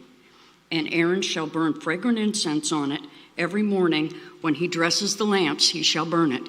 And when Aaron sets up the lamps at twilight, he shall burn it, a regular incense offering before the Lord throughout your generations. You shall not offer unauthorized incense on it, or a burnt offering, or a grain offering, and you shall not pour a drink offering on it. Aaron shall make atonement on its horns once a year. With the blood of the sin offering of atonement, he shall make atonement for it once in the year throughout your generations. It is most holy to the Lord. The census tax, verse 11. The Lord said to Moses, when you take the census of the people of Israel, then each shall give a ransom for his life to the Lord. When you number them, that there be no plague among them when you number them. Each one who is numbered in the census shall give this, half a shekel according to the shekel of the sanctuary. The shekel is 20 gerahs. Half a shekel as an offering to the Lord. Everyone who is numbered in the census from 20 years old and upward shall give the Lord's offering. The rich shall not give more, and the poor shall not give less than the half shekel when you give the Lord's offering to make atonement for your lives. You shall take the atonement money from the people of Israel and shall give it for the service of the tent meeting, that it may bring the people of Israel to remembrance before the Lord, so as to make atonement for your lives. The bronze basin, verse 17. The Lord said to Moses, you shall make a basin of bronze with its stand of bronze for washing. You shall put it between the tent of meeting and the altar, and you shall put water in it, with which Aaron and his sons shall wash their hands and their feet when they go into the tent of meeting, or when they come near the altar to minister, to burn a food offering to the Lord. They shall wash with water so that they may not die. They shall wash their hands and their feet so that they may not die. It shall be a statute forever to them, even to him and to his offspring throughout the generations. The anointing oil and incense, verse 22. The Lord said to Moses, take the finest spices of liquid myrrh, 500 shekels, and of sweet-smelling cinnamon half as much, that is 250, and 250 of aromatic cane, and 500 of cassia according to the shekel of the sanctuary, and a hin of olive oil. And you shall make of these a sacred anointing oil blend as by the perfumer. It shall be a holy anointing oil. With it you shall anoint the tent of meeting and the ark of the testimony, and the table and all its utensils, and the lampstand and its utensils, and the altar of incense, and the altar of burnt offering with all its utensils, and the basin and its stand. You shall consecrate them that they may be most holy. Whatever touches them will become holy. You shall anoint Aaron and his sons and consecrate them that they may serve me as priests. And you shall say to the people of Israel, this shall be my holy anointing oil throughout your generations. It shall not be poured on the body of an ordinary person, and you shall make no other like it in its composition. It is holy, and it shall be holy to you. Whoever compounds any like it, or whoever puts any of it on an outsider, shall be cut off from his people. The Lord said to Moses, take sweet spices, stacte, and onycha, and galbanum, sweet spices with pure frankincense, of each there shall be an equal part, and make an incense blended as by the perfumer, seasoned with salt, pure and holy. You shall beat some of it very small, and put part of it before the testimony in the tent meeting where I shall meet with you. It shall be most holy for you, and the incense that you shall make according to its composition you shall not make for yourselves. It shall be for you holy to the Lord. Whoever makes any like it to use as perfume shall be cut off from his people.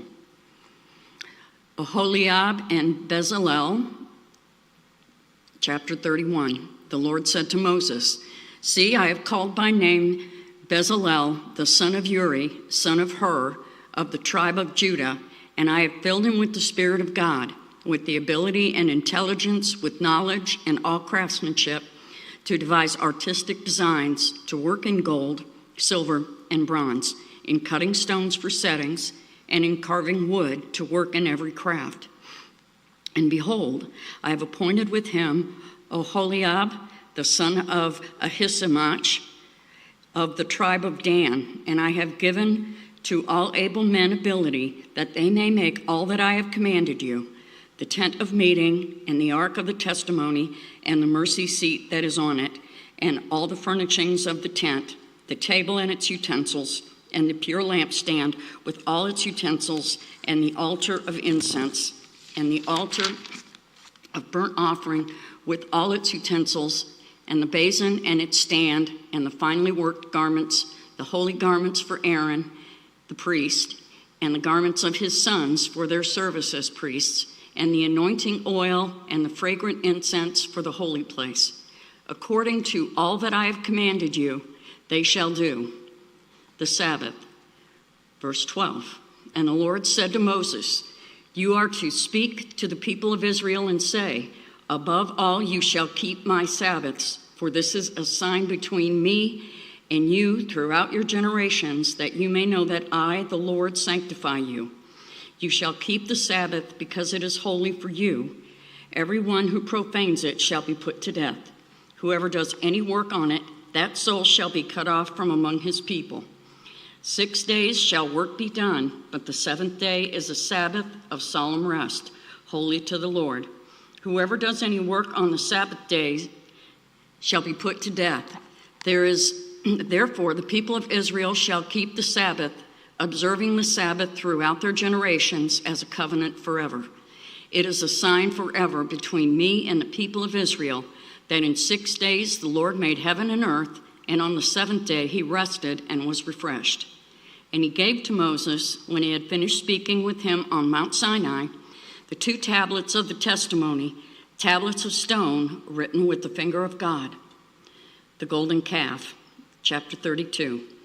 When the people saw that Moses delayed to come down from the mountain, the people gathered themselves together to Aaron and said to him, "Up, make us gods who shall go before us. As for this Moses, the man who brought us up and out of the land of Egypt, we do not know what has become of him." So Aaron said to them, "Take off the rings of gold that are in the ears of your wives, your sons, and your daughters, and bring them to me." So all the people took off the rings of gold that were in their ears and brought them to Aaron. And he received the gold from their hand and fashioned it with a graving tool and made a golden calf. And they said, "These are your gods, O Israel, who brought you up out of the land of Egypt." When Aaron saw this, he built an altar before it, and Aaron made a proclamation and said, "Tomorrow shall be a feast to the Lord." And they rose up early the next day and offered burnt offerings and brought peace offerings. And the people sat down to eat and drink and rose up to play. And the Lord said to Moses, "Go down, for your people whom you brought up out of the land of Egypt have corrupted themselves. They have turned aside quickly out of the way that I have commanded them.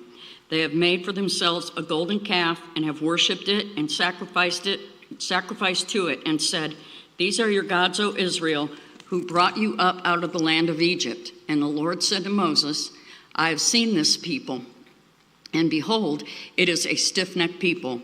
Now therefore, let me alone, that my wrath may burn hot against them, and I may consume them, in order that I may make a great nation of you.' But Moses implored the Lord, his God, and said, 'O Lord, why does your wrath burn hot against your people, who you have brought out of Egypt, out of the land of Egypt, with great power and with a mighty hand? Why should the Egyptians say, with evil intent did he bring them out, to kill them in the mountains and to consume them from the face of the earth? Turn from your burning anger and relent from this disaster against your people. Remember Abraham, Isaac, and Israel, your servants, to whom you swore by your own self and said to them, I will multiply your offspring as the stars of heaven, and all this land that I have promised I will give to your offspring, and they shall inherit it forever.' And the Lord relented from the disaster that he had spoken of bringing on his people. Then Moses turned and went down from the mountain with the 2 tablets of the testimony in his hand, tablets that were written on both sides, on the front and on the back they were written. The tablets were the work of God, and the writing was the writing of God engraved on these tablets. When Joshua heard the noise of the people as they shouted, he said to Moses, 'There is a noise of war in the camp.' But he said, 'It is not the sound of shouting for victory or the sound of the cry of defeat, but the sound of singing that I hear.'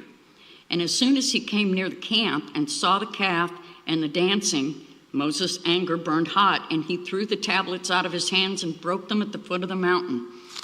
He took the calf that they had made and burned it with fire and ground it into powder and scattered it on the water and made the people of Israel drink it.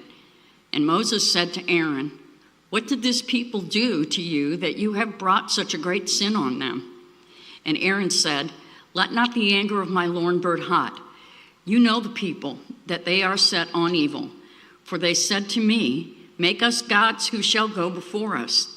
And for this Moses, the man who brought us up out of the land of Egypt, we do not know what has become of him.' So I said to them, 'Let any who have gold take it off.' So they gave it to me, and I threw it into the fire, and out came this calf. And when Moses saw that the people had broken loose, for Aaron had let them break loose to the derision of their enemies, Then Moses stood in the gate of the camp and said, "Who is on the Lord's side? Come to me." And all the sons of Levi gathered around him, and he said to them, "Thus says the Lord God of Israel, put your sword on your side, each of you, and go to and fro from gate to gate throughout the camp, and each of you kill his brother and his companion and his neighbor." And the sons of Levi did according to the word of Moses. And that day about 3,000 men of the people fell.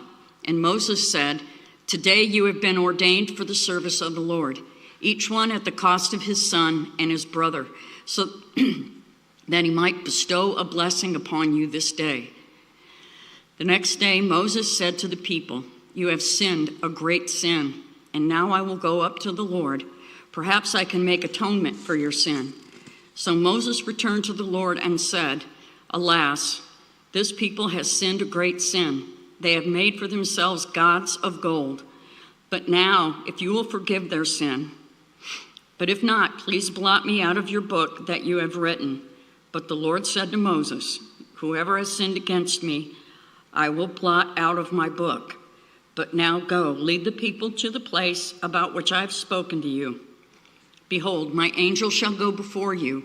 Nevertheless, in the day when I visit, I will visit their sin upon them." Then the Lord sent a plague on the people because they made the calf, the one that Aaron made. The command to leave Sinai, chapter 33. The Lord said to Moses, "Depart, go up from here, you and the people whom you have brought up out of the land of Egypt, to the land of which I swore to Abraham, Isaac, and Jacob, saying, 'To your offspring I will give it. I will send an angel before you, and I will drive out the Canaanites, the Amorites, the Hittites, the Perizzites, the Hivites, and the Jebusites. Go up to a land flowing with milk and honey. But I will not go up among you, lest I consume you on the way, for you are a stiff-necked people.'"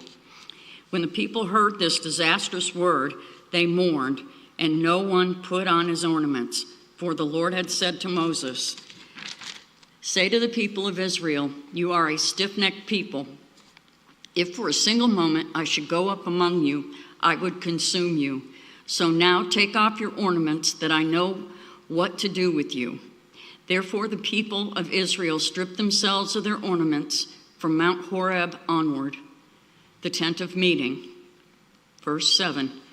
Now Moses used to take the tent and pitch it outside the camp, far off from the camp, and he called it the tent of meeting. And everyone who sought the Lord would go out to the tent of meeting, which was outside the camp. Whenever Moses went out to the tent, all the people would rise up, and each would stand at his tent door and watch Moses until he had gone into the tent.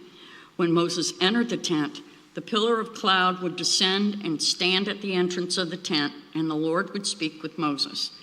And when all the people saw the pillar of cloud standing at the entrance of the tent, all the people would rise up and worship, each at his tent door. Thus the Lord used to speak to Moses face to face, as a man speaks to his friend.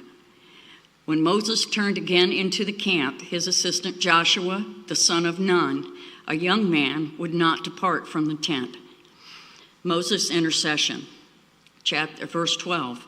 Moses said to the Lord, "See, you say to me, 'Bring up this people,' but you have not let me know whom you will send with me. Yet you have said, 'I know you by name, and you have also found favor in my sight.' Now therefore, if I have found favor in your sight, please show me now your ways, that I may know you in order to find favor in your sight. Consider too that this nation is your people." And he said, "My presence will go with you, and I will give you rest." And he said to him, "If your presence will not go with me, do not bring us up from here. For how shall it be known that I found favor in your sight, I and your people? Is it not in your going with us, so that we are distinct, and I your people, from every other people on the face of the earth?" And the Lord said to Moses, "This very thing that you have spoken, I will do. For you have found favor in my sight, and I know you by name." Moses said, "Please show me your glory." And he said, "I will make all my goodness pass before you, and you will proclaim before before you my name, the Lord, and I will be gracious to whom I will be gracious, and I will show mercy on whom I will show mercy. But he said, you cannot see my face, for a man shall not see me and live. And the Lord said, behold, there is a place by me where you shall stand on the rock, and while my glory passes, I will put you in a cleft of the rock, and I will cover you with my hand until I have passed by. Then I will take away my hand, and you shall see my back, but my face shall not be seen. Moses makes new tablets. Chapter 34. The Lord said to Moses, cut for yourself 2 tablets of stone like the first, and I will write on the tablets the words that were on the first tablets, which you broke. Be ready by the morning, and come up in the morning to Mount Sinai, and present yourself there to me on the top of the mountain. No one shall come up with you, and let no one be seen throughout all the mountain. Let no flocks or herds graze opposite that mountain. So Moses cut 2 tablets of stone like the first, and he rose early in the morning and went up on Mount Sinai as the Lord had commanded him, and took in his hand 2 tablets of stone. The Lord descended in the cloud and stood with him there and proclaimed the name of the Lord. The Lord passed before him and proclaimed, the Lord, a God merciful and gracious, slow to anger, and abounding in steadfast love and faithfulness, keeping steadfast love for thousands, forgiving iniquity and transgression and sin, but who will by no means clear the guilty, visiting the iniquity of the fathers on the children and the children's children to the 3rd and 4th generation. And Moses quickly bowed his head toward the earth and worshiped. And he said, if now I have found favor in your sight, O Lord, please let the Lord go in the midst of us, for it is a stiff-necked people, and pardon our iniquity and our sin, and take us for your inheritance. The covenant renewed. Verse 10, and he said, behold, I am making a covenant before all your people. I will do marvels such as have not been created in all the earth or in any nation. And all the people among whom you are shall see the work of the Lord, for it is an awesome thing that I will do with you. Observe what I command you this day. Behold, I will drive you out before the Amorites, the Canaanites, the Hittites, the Perizzites, the Hivites, and the Jebusites. Take care lest you make a covenant with the inhabitants of the land to which you go, lest it become a snare in your midst.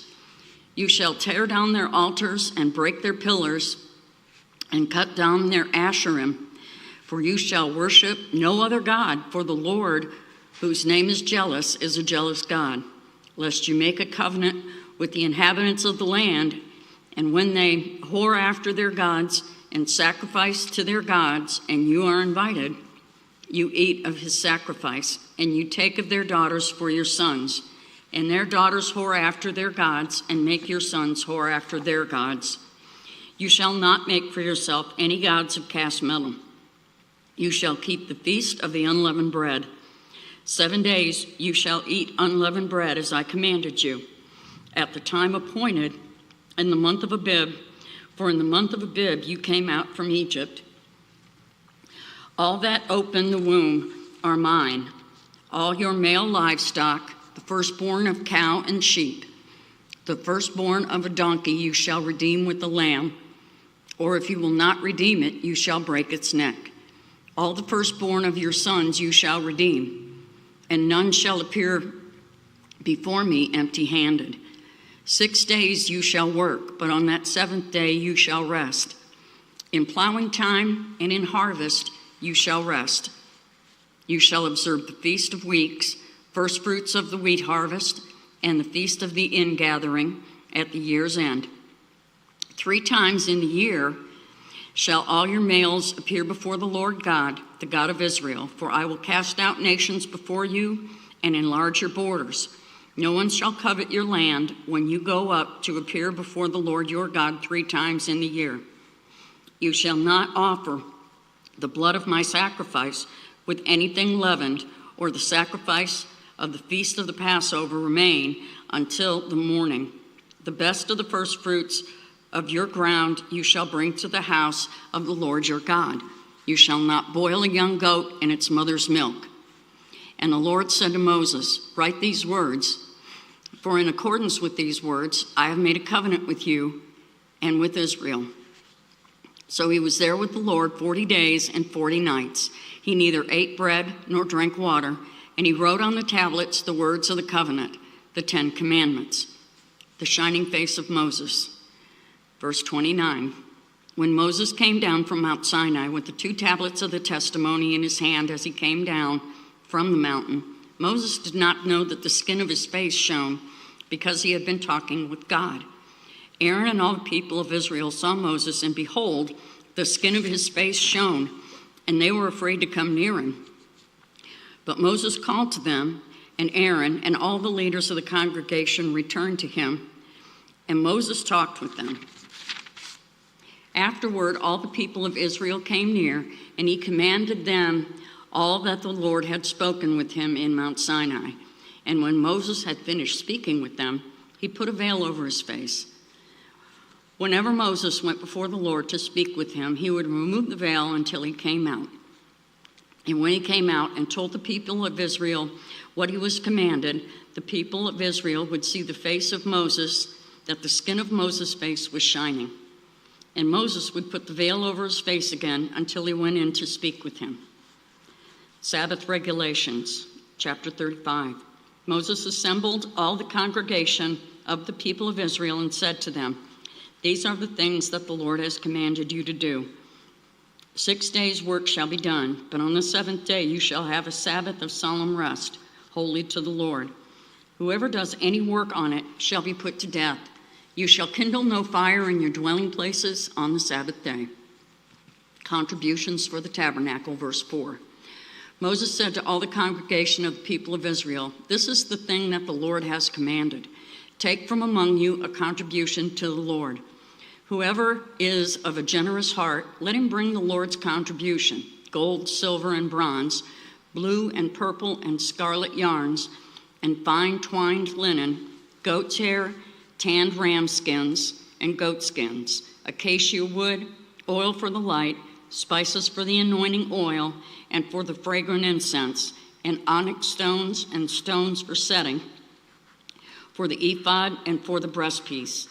Let every skillful craftsman among you come and make all that the Lord has commanded: the tabernacle, its tent, and its covering, its hooks and its frames, its bars, its pillar, and its bases, the ark with its poles, the mercy seat, and the veil of the screen, the table with its poles and all its utensils, and the bread of presence, and the lampstand also for the light, with its utensils and its lamps, and the oil for the light, and the altar of incense with its poles and the anointing oil and the fragrant incense, and the screen for the door at the door of the tabernacle, the altar of burnt offering with its grating of bronze, its poles and all its utensils, the basin and its stand, the hangings of the court, its pillars and its bases, and the screen for the gate of the court, the pegs of the tabernacle and the pegs of the court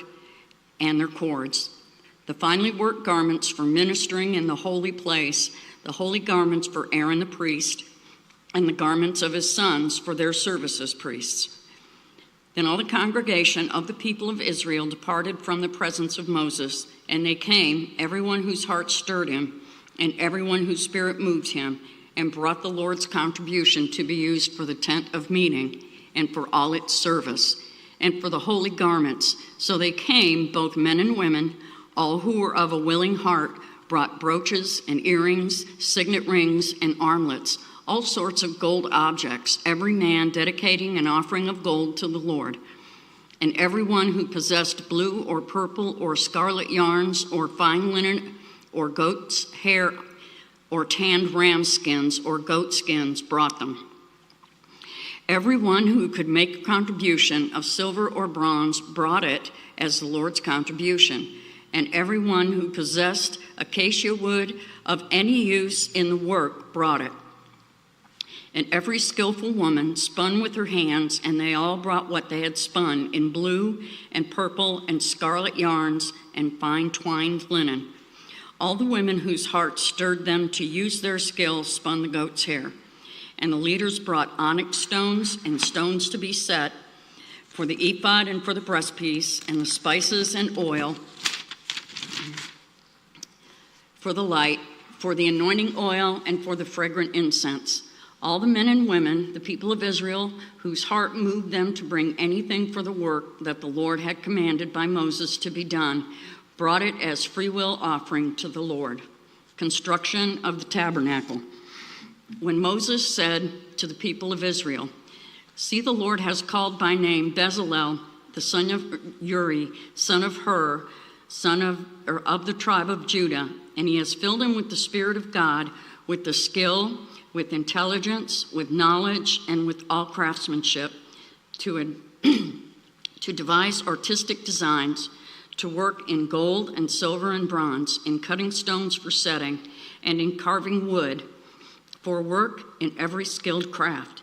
And he has inspired him to teach both him and Oholiab the son of Ahisamach of the tribe of Dan. He has filled them with skill to do every sort of work, done by an engraver or board by a designer or by an embroiderer, in blue and purple and scarlet yarns and fine twined linen, or by a weaver, by any sort of workman or skilled designer." Chapter 36. Bezalel and Oholiab and every craftsman in whom the Lord has put skill and intelligence to know how to do any work in the construction of the sanctuary shall work in accordance with all that the Lord has commanded. And Moses called Bezalel and Oholiab and every craftsman in whose mind the Lord had put skill, everyone whose heart stirred him to come to do the work. And they received from Moses all the contribution that the people of Israel had brought for doing the work of the sanctuary. They still kept bringing him freewill offerings every morning, so that all the craftsmen who were doing every sort of task on the sanctuary came, each from the task that he was doing, and said to Moses, "The people bring much more than enough for doing the work that the Lord has commanded us to do." So Moses gave command, and word was proclaimed throughout the camp, "Let no man or woman do anything more for the contribution for the sanctuary." So the people were restrained from bringing, for the material they had was sufficient to do all the work and more. And all the craftsmen among the workmen made the tabernacle with 10 curtains. They were made of fine twined linen and blue and purple scarlet yarns with cherubim skillfully worked. The length of each curtain was 28 cubits, and the breadth of each curtain 4 cubits. All the curtains were the same size. He coupled 5 curtains, one to another, and the other 5 curtains he coupled to one another. He made loops of blue on the edge of the outermost curtain of the first set. Likewise, he made them on the edge of the outermost curtain of the second set. He made 50 loops on the one curtain, and he made 50 loops on the edge of the curtain that was in the second set. The loops were opposite one another. And he made 50 clasps of gold and coupled the curtains one to the other with clasps. So the tabernacle was a single whole. He also made curtains of goat's hair for a tent over the tabernacle. He made 11 curtains. The length of each curtain was 30 cubits, and the breadth of each curtain was 4 cubits. The 11 curtains were the same size. He coupled 5 curtains by themselves and 6 curtains by themselves, and he made 50 loops on the edge of the outermost curtain of the one set, and 50 loops on the edge of the other connecting curtain. And he made 50 clasps of bronze to couple the tent together, that it might be a single whole. And he made for the tent a covering of tanned ram skin and goat skins. Then he made the upright frames for the tabernacle of acacia wood. 10 cubits was the length of a frame, and 1.5 cubits the breadth of each frame. Each frame had 2 tenons for fitting together. He did this for all the frames of the tabernacle. The frames for the tabernacle he made thus: 20 frames for the south side, and he made 40 bases of silver under the 20 frames, 2 bases under one frame for its 2 tenons, and 2 bases under the next frame for its 2 tenons. For the second side of the tabernacle, on the north side, he made 20 frames, and there are 40 bases of silver, 2 bases under one frame, and 2 bases under the next frame. For the rear of the tabernacle westward, he made 6 frames. He made 2 frames for corners of the tabernacle in the rear, and they were separate beneath but joined at the top at the first ring. He made 2 of them this way for the 2 corners. There were 8 frames with their bases of silver, 16 bases under every frame, 2 bases. He made bars of acacia wood, 5 for the frames of the one side of the tabernacle, and 5 bars for the frames of the other side of the tabernacle, and 5 bars for the frames of the tabernacle at the rear westward. And he made the middle bar to run from the end to end, halfway up the frames, and he overlaid the frames with gold, and made their rings of gold for holders for the bars, and he overlaid the bars with gold. He made the veil of blue and purple and scarlet yarns and fine twined linen, with cherubim skillfully worked into it he made it. And for it he made 4 pillars of acacia and overlaid them with gold. Their hooks were of gold, and he cast for them 4 bases of silver. He also made a screen for the entrance of the tent of blue and purple and scarlet yarns and fine twined linen, embroidered with needlework, and its 5 pillars with their hooks. He overlaid their capitals, and their fillets were of gold, but their 5 bases were of bronze. Making the ark. Chapter 37. Bezalel made the ark of acacia wood. 2 cubits and a half was its length, a cubit and a half its breadth, and a cubit and a half its height. And he overlaid it with pure gold inside and outside, and made a molding of gold around it. And he cast for it 4 rings of gold for its 4 feet, 2 rings on its side, 2 rings on its one side, and 2 rings on its other side. And he made poles of acacia wood and overlaid them with gold, and put the poles into the rings on the sides of the ark to carry the ark. And he made a mercy seat of pure gold. 2 cubits and a half was its length, and a cubit and a half its breadth. And he made 2 cherubim of gold. He made them of hammered work on the 2 ends of the mercy seat, 1 cherub on the one end and 1 cherub on the other end. Of one piece with the mercy seat, he made the cherubim on its 2 ends. The cherubim spread out their wings above, overshadowing the mercy seat with their wings, with their faces one to another. Toward the mercy seat were the faces of the cherubim. Making the table. He also made the table of acacia wood. 2 cubits was its length, a cubit its breadth, and a cubit and a half its height. And he overlaid it with pure gold, and made a molding of gold around it. And he made a rim around it, a handbreadth wide, and made a molding of gold around the rim. He cast for it 4 rings of gold, and fastened the rings to the 4 corners at its 4 legs. Close to the frame were the rings, as holders for the poles to carry the table. He made the poles of acacia wood to carry the table, and overlaid them with gold. And he made the vessels of pure gold that were to be on the table, its plates and dishes for incense, and its bowls and flagons with which to pour drink offerings, making the lampstand. He also made the lampstand of pure gold. He made the lampstand of hammered work. Its base, its stem, its cups, its calyxes, and its flowers were of one piece with it.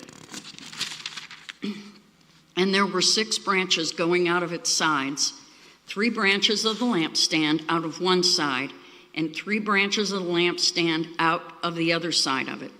3 cups made made like almond blossoms, each with calyx and flower, one on one branch, and 3 cups made like almond blossoms, each with calyx and flower on the other branch.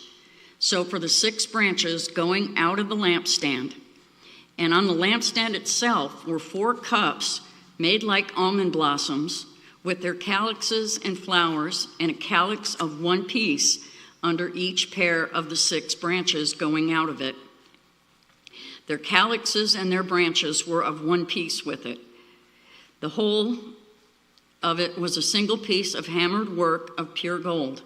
And he made its 7 lamps, and its tongs, and its trays of pure gold. He made it and all its utensils out of a talent of pure gold, making the altar of incense. He made the altar of incense of acacia wood. Its length was a cubit, its breadth was a cubit, it was square, with 2 cubits was its height. Its horns were of 1 piece with it. He overlaid it with pure gold, its top around its sides and its horns. And he made a molding of gold around it, and made 2 rings of gold on it under its molding, on 2 opposite sides of it as holders for the poles with which to carry it. And he made the poles of acacia wood and overlaid them with gold. He made the holy anointing oil also, and the pure fragrant incense blended as by the perfumer, making the altar of burnt offering. Chapter 38. He made the altar of burnt offering of acacia wood.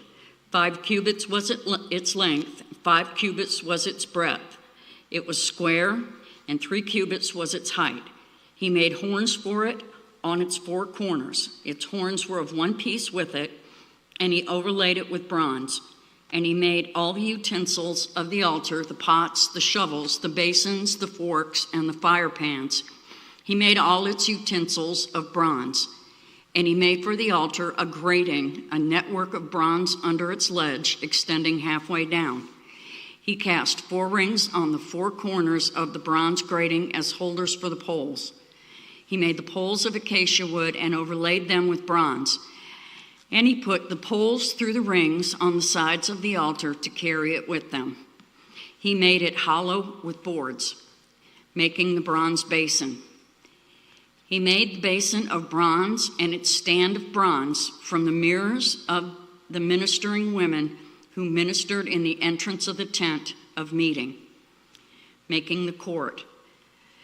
And he made the court, and for the south side of the hangings of the court were of fine twined linen, 100 cubits. Their 20 pillars and their 20 bases were of bronze, but the hooks of the pillars and their fillets were of silver.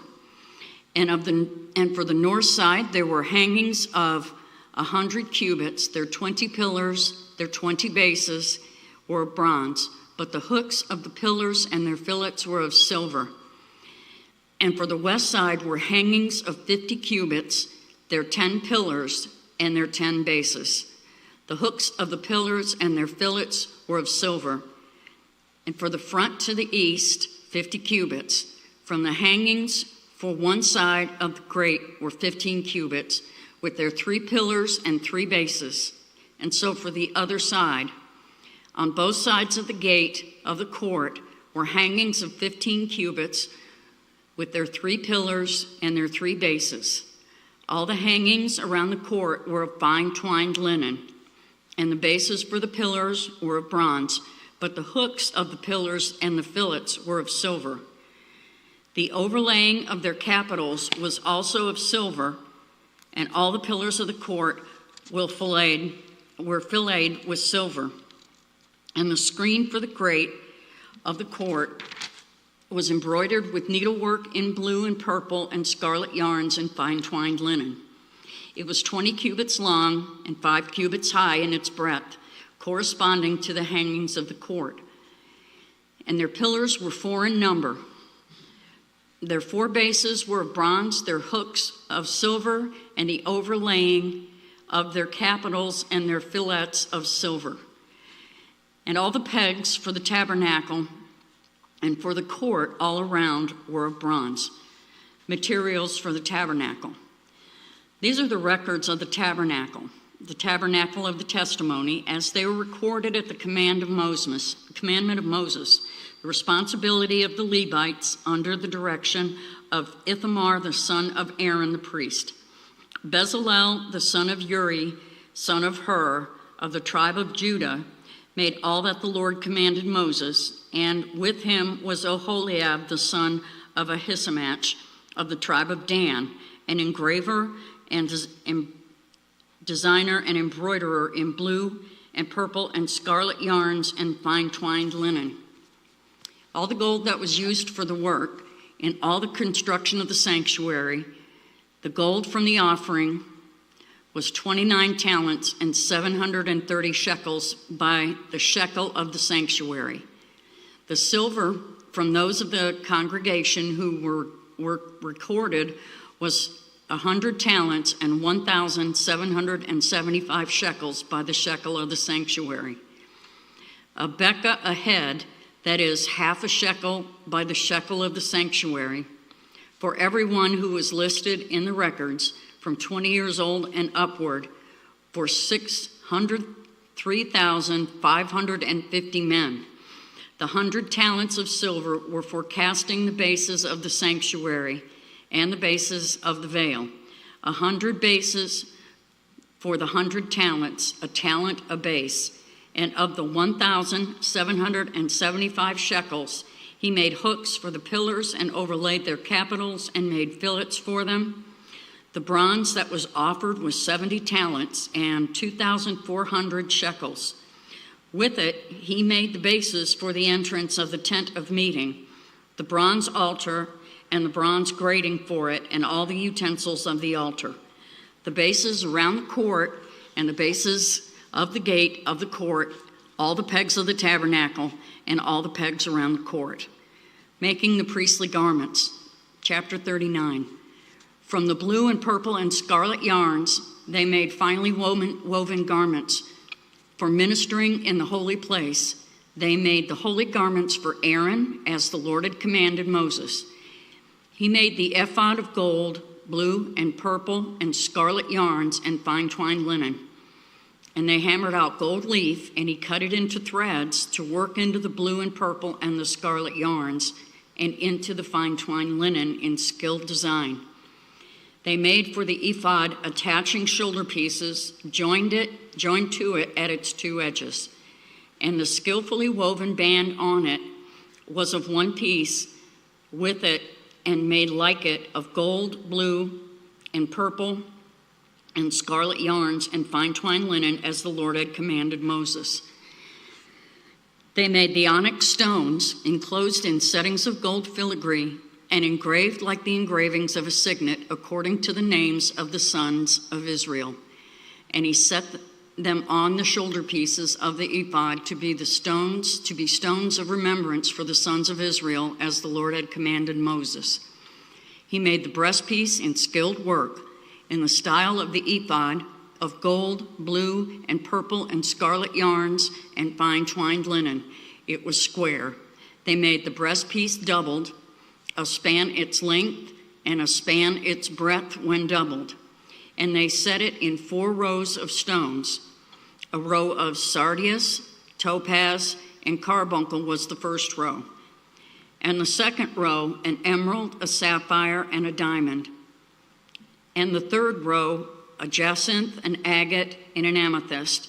And the fourth row, a beryl, an onyx, and a jasper. They were enclosed in settings of gold filigree. There were 12 stones with their names according to the names of the sons of Israel. They were like signets, each engraved with its name. For the 12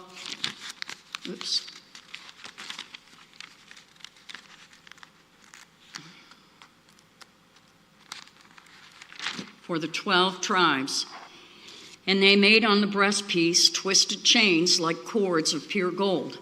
And they made 2 settings of gold filigree and 2 gold rings, and put the 2 rings on the 2 edges of the breastpiece. And they put the 2 cords of gold in the 2 rings at the edges of the breastpiece. They attached the 2 ends of the 2 cords to the 2 settings of filigree. Thus they attached it in front to the shoulder pieces of the ephod. Then they made 2 rings of gold and put them at the 2 ends of the breastpiece on its inside edge next to the ephod. And they made 2 rings of gold and attached them in front to the lower part of the 2 shoulder pieces of the ephod, at its seam above the skillfully woven band of the ephod. And they bound the breastpiece by its rings to the rings of the ephod with the lace of blue, so that it should lie on the skillfully woven band of the ephod, and that of the breastpiece should not come loose from the ephod, as the Lord had commanded Moses. He also made the robe of the ephod woven olive blue, and the opening of the robe in it was like the opening in a garment, with a binding around the opening so that it might not tear. On the hem of the robe they made pomegranates of blue and purple and scarlet yarns and fine twined linen. They also made bells of pure gold and put the bells between the pomegranates all around the hem of the robe, between the pomegranates, a bell and a pomegranate, a bell and a pomegranate around the hem of the robe for ministering, as the Lord had commanded Moses. They also made the coats woven of fine linen for Aaron and his sons, and the turban of fine linen, and the caps of fine linen, and the linen undergarments of fine twined linen, and the sash of fine twined linen, and of blue and purple and scarlet yarns, embroidered with the needlework, as the Lord had commanded Moses. They made the plate of the holy crown pure gold, and wrote on it an inscription like the engraving of a signet, holy to the Lord, and they tied it to a cord of blue to fasten it on the turban above, as the Lord had commanded Moses. Thus all the work of the tabernacle of the tent of meeting was finished, and the people of Israel did according to all that the Lord had commanded Moses. So they did. Then they brought the tabernacle to Moses, the tent and all its utensils, its hooks, its frames, its bars, its pillars, and its bases, the covering of tanned ram skins and goat skins, and the veil of the screen, the ark of the testimony with its poles, and the mercy seat, the table with all its utensils, and the bread of the presence, the lampstand of pure gold, and its lamps with the lamps set, and all its utensils, and the oil for the light, the golden altar, the anointing oil, and the fragrant incense, and the screen for the entrance of the tent, the bronze altar and its grating of bronze, its poles and all its utensils, the basin and its stand, the hangings of the court, its pillars and its bases, and the screen for the gate of the court, its cords and its pegs, and all the utensils for the service of the tabernacle, for the tent of the meeting, the finely worked garments for ministering in the holy place, the holy garments for Aaron the priest, and the garments of his sons for their service as priests, according to all that the Lord had commanded Moses. So the people of Israel had done all the work, and Moses saw all the work, and behold, they had done it. As the Lord had commanded, so they had done it. Then Moses blessed them. The tabernacle erected, chapter 40. The Lord spoke to Moses, saying, on the first day of the first month, you shall erect the tabernacle of the tent of meeting, and you shall put it in the ark of the testimony, and you shall screen the ark with the veil, and you shall bring in the table and arrange it, and you shall bring in the lampstand and set up its lamps. And you shall put the golden altar for incense before the ark of the testimony, and set up the screen for the door of the tabernacle. You shall set the altar of burnt offering before the door of the tabernacle of the tent of meeting, and place the basin between the tent of meeting and the altar, and put water in it. You shall set up the court all around, and hang up the screen for the gate of the court. Then you shall take the anointing oil and anoint the tabernacle and all that is in it, and consecrate it and all its furniture, so that it may become holy. You shall also anoint the altar of burnt offering and all its utensils, and consecrate the altar, so that the altar may become most holy. You shall also anoint the basin and its stand, and consecrate it. Then you shall bring Aaron and his sons to the entrance of the tent of meeting, and shall wash them with water, and put on Aaron the holy garments, and you shall anoint him and consecrate him, that he may serve me as priest.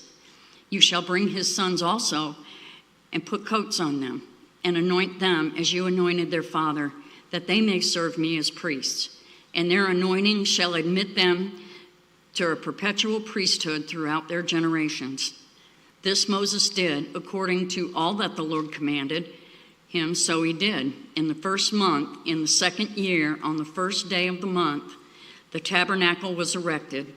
Moses erected the tabernacle. He laid its bases, set up its frames, and put in its poles and raised up its pillars.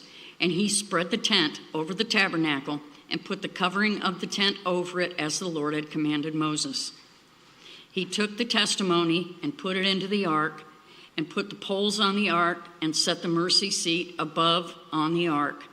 And he brought the ark into the tabernacle, and set up the veil of the screen, and screened the ark of the testimony, as the Lord had commanded Moses. He put the table in the tent of meeting on the north side of the tabernacle outside the veil, and arranged the bread on it before the Lord, as the Lord had commanded Moses. He put the lampstand in the tent of meeting opposite the table on the south side of the tabernacle, and set up the lamps before the Lord, as the Lord had commanded Moses. He put the golden altar in the tent of meeting before the veil, and burned fragrant incense on it, as the Lord had commanded Moses. He put in place the screen for the door of the tabernacle. He set the altar of burnt offering at the entrance of the tabernacle of the tent of meeting, and offered on it the burnt offering and the grain offering, as the Lord had commanded Moses. He set the basin between the tent of meeting and the altar,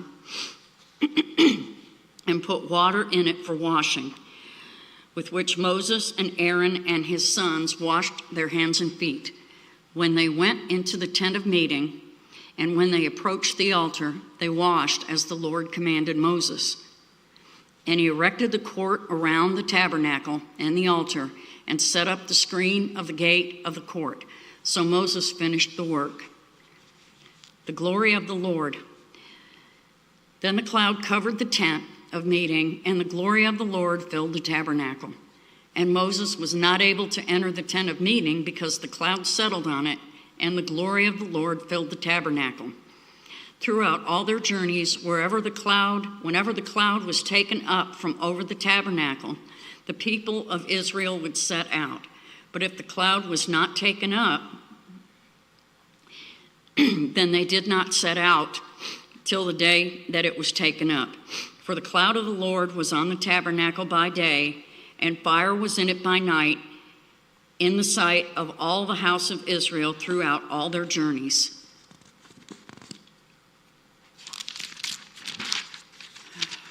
Leviticus. Laws for burnt offerings, chapter 1.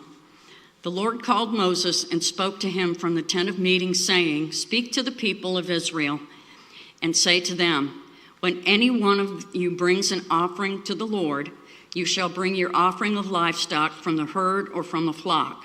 If his offering is a burnt offering from the herd, he shall offer a male without blemish. He shall bring it to the entrance of the tent of meeting, that he may be accepted before the Lord. He shall lay his hand on the head of the burnt offering, and it shall be accepted for him to make atonement for him. Then he shall kill the bull before the Lord, and Aaron's sons, the priests, shall bring the blood and throw the blood against the sides of the altar that is at the entrance of the tent of meeting. Then he shall flay the burnt offering and cut it into pieces. And the sons of Aaron, the priest, shall put fire on the altar and arrange wood on the fire. And Aaron's sons, the priests, shall arrange the pieces, the head and the fat on the wood that is on the fire on the altar, but its entrails and its legs we shall wash with water, and the priest shall burn all of it on the altar as a burnt offering, a food offering with a pleasing aroma to the Lord. If his gift for a burnt offering is from the flock, from the sheep or goats, he shall bring a male without blemish, and he shall kill it on the north side of the altar before the Lord. And Aaron's sons, the priests, shall throw its blood against the sides of the altar, and he shall cut it into pieces with its head and its fat, and the priest shall arrange them on the wood that is on the fire on the altar, but the entrails and the legs he shall wash with water, and the priest shall offer all of it and burn it on the altar. It is a burnt offering, a food offering, with a pleasing aroma to the Lord. If his offering to the Lord is a burnt offering of birds, then he shall bring his offering of 2 turtle doves or pigeons. And the priest shall bring it to the altar and wring off its head and burn it on the altar.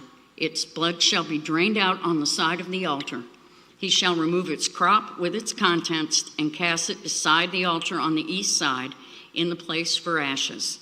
He shall tear it open by its wings, but shall not sever it completely. And the priest shall burn it on the altar on the wood that is on the fire. It is a burnt offering, a food offering with a pleasing aroma to the Lord.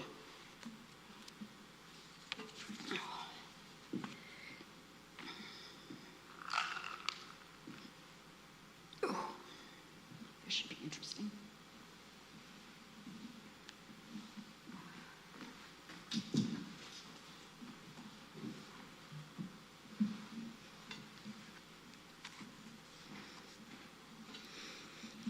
Leviticus chapter 2, laws for grain offerings. When anyone brings a grain offering as an offering to the Lord, his offering shall be of fine flour. He shall pour oil on it and put frankincense on it and bring it to Aaron's sons, the priests. And he shall take from it a handful of the fine flour and oil with all of its frankincense, and the priest shall burn this at its memorial portion on the altar, a food offering with a pleasing aroma to the Lord. But the rest of the grain offering shall be for Aaron and his sons. It is a most holy part of the Lord's food offerings. When you bring a grain offering baked in the oven as an offering, it shall be unleavened loaves of fine flour mixed with oil, or unleavened wafers smeared with oil. And if your offering is a grain offering baked on a griddle, it shall be of fine flour, unleavened, mixed with oil. You shall break it in pieces and pour oil on it. It is a grain offering. And if your offering is a grain offering cooked in a pan, it shall be made of fine flour with oil. And you shall bring the grain offering that is made of these things to the Lord. And when it is presented to the priest, he shall bring it to the altar. And the priest shall take from the grain offering its memorial portion and burn this on the altar, a food offering with a pleasing aroma to the Lord. But the rest of the grain offering shall be for Aaron and his sons. It is a most holy part of the Lord's food offerings. No grain offering that you bring to the Lord shall be made with leaven, for you shall burn no leaven nor any honey as a food offering to the Lord. As an offering of first fruits you may bring them to the Lord, but they shall not be offered on the altar for a pleasing aroma. You shall season all your grain offerings with salt. You shall not let the salt of the covenant with your God be missing from your grain offering. With all your offerings you shall offer salt. If you offer a grain offering of first fruits to the Lord, you shall offer for the grain offering of your first fruits fresh ears roasted with fire, crushed new grain. And you shall put oil on it and lay frankincense on it. It is a grain offering. And the priest shall burn as its memorial portion some of the crushed grain and some of the oil with all of its frankincense. It is a food offering to the Lord. Chapter 3, laws for peace offerings. If his offering is a sacrifice of peace offering, if he offers an animal from the herd, male or female, he shall offer it without blemish before the Lord. And he shall lay his hand on the head of his offering and kill it at the entrance of the tent of meeting. And Aaron's sons, the priest, shall throw the blood against the sides of the altar. And from the sacrifice of the peace offering as a food offering to the Lord, he shall offer the fat covering, the entrails and all the fat that is on the entrails, and the 2 kidneys with the fat that is on them at the loins, and the long lobe of the liver that he shall remove with the kidneys. Then Aaron's son shall burn it on the altar on top of the burnt offering, which is on the wood on the fire. It is a food offering with a pleasing aroma to the Lord.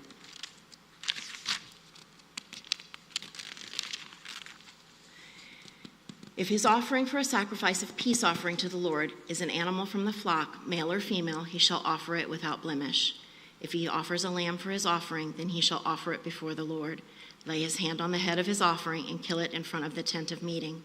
And Aaron's son shall throw its blood against the sides of the altar. Then from the sacrifice of the peace offering he shall offer as a food offering to the Lord its fat. He shall remove the whole fat tail, cut off close to the backbone, and the fat that covers the entrails, and all the fat that is on the entrails, and the 2 kidneys with the fat that is on them at the loins, and the long lobe of the liver that he shall remove with the kidneys.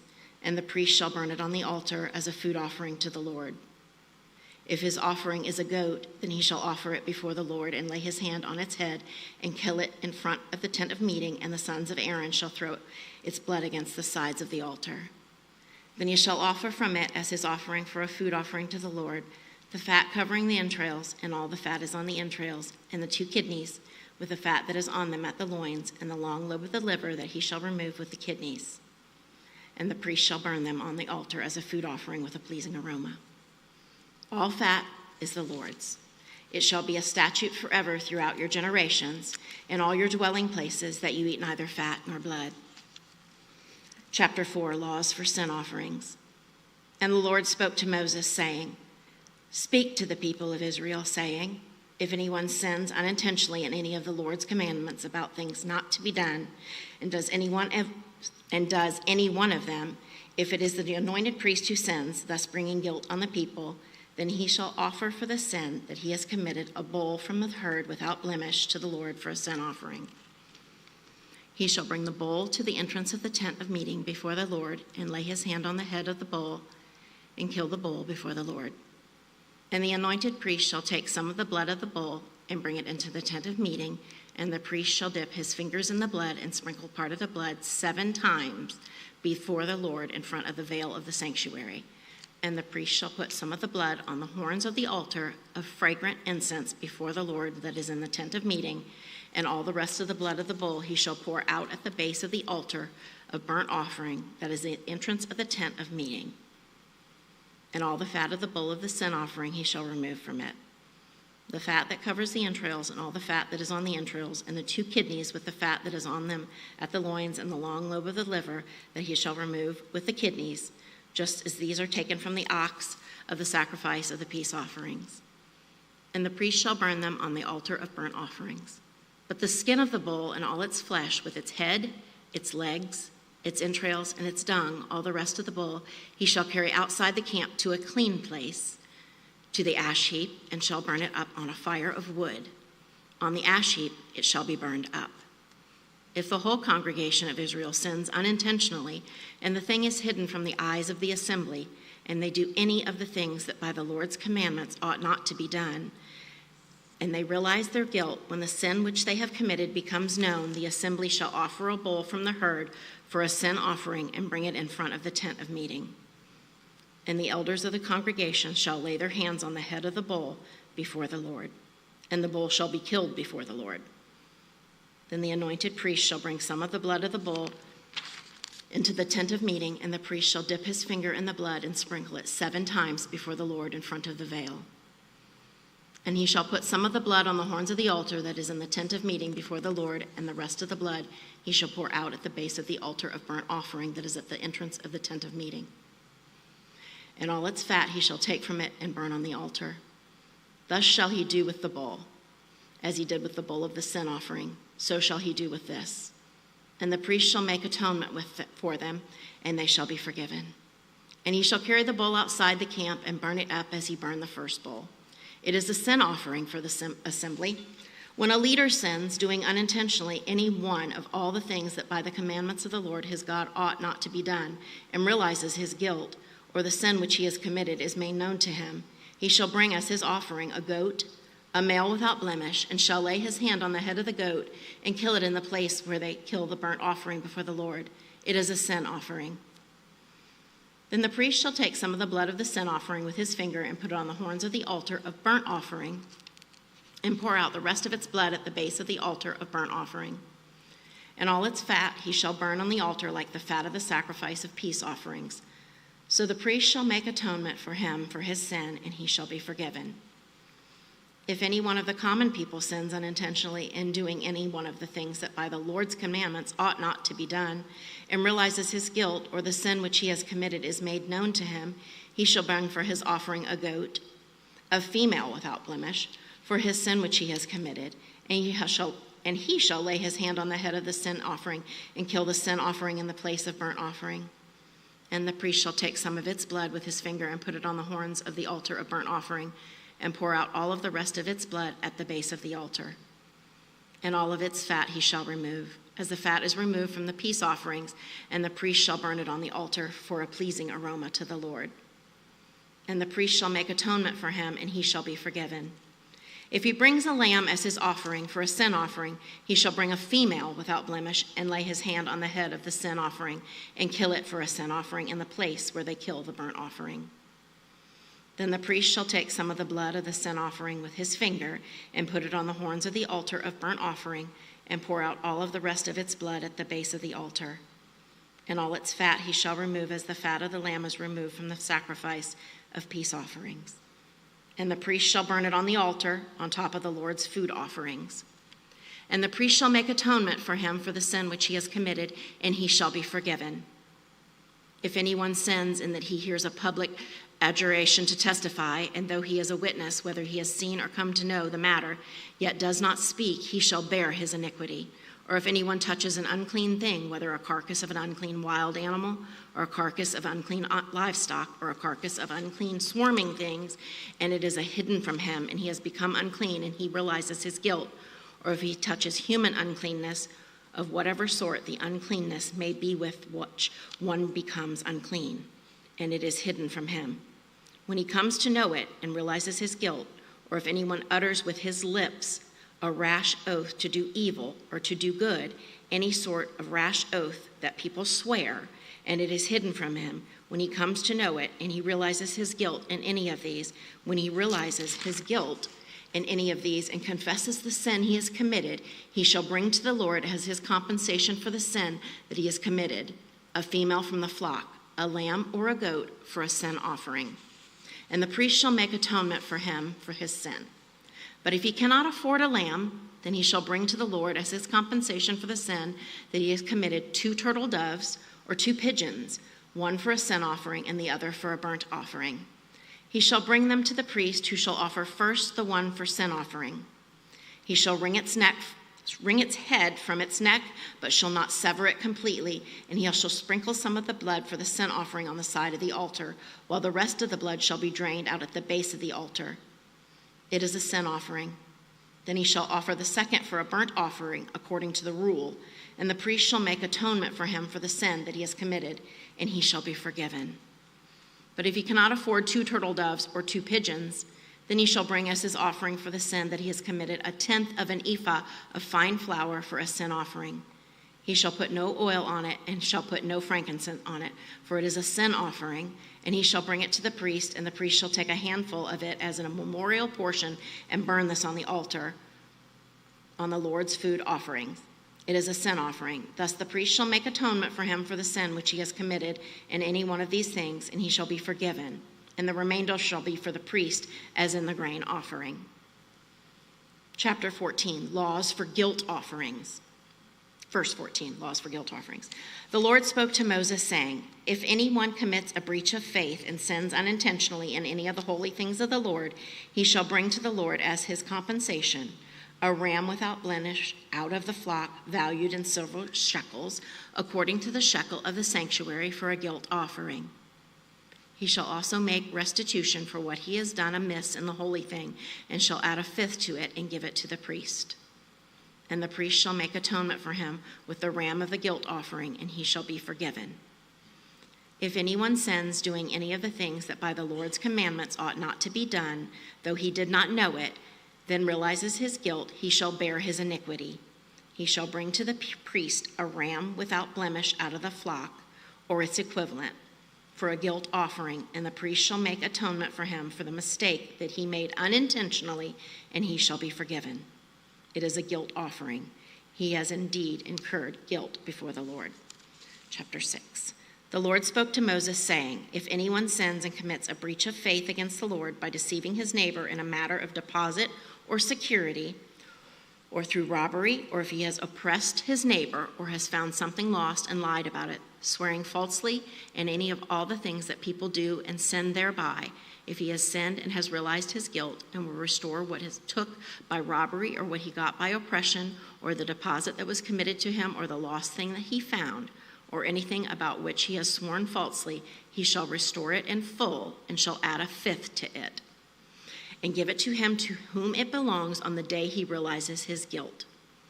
And he shall bring to the priest as his compensation to the Lord a ram without blemish out of the flock or its equivalent for a guilt offering. And the priest shall make atonement for him before the Lord, and he shall be forgiven for any of the things that one may do and thereby become guilty. The priests and the offerings. The Lord spoke to Moses, saying, Command Aaron and his sons, saying, This is the law of the burnt offering. The burnt offering shall be one of the hearth on the altar all night until the morning, and the fire of the altar shall be kept burning on it. And the priest shall put on his linen garment and put his linen undergarment on his body. And he shall take up the ashes to which the fire has reduced the burnt offering on the altar and put them beside the altar.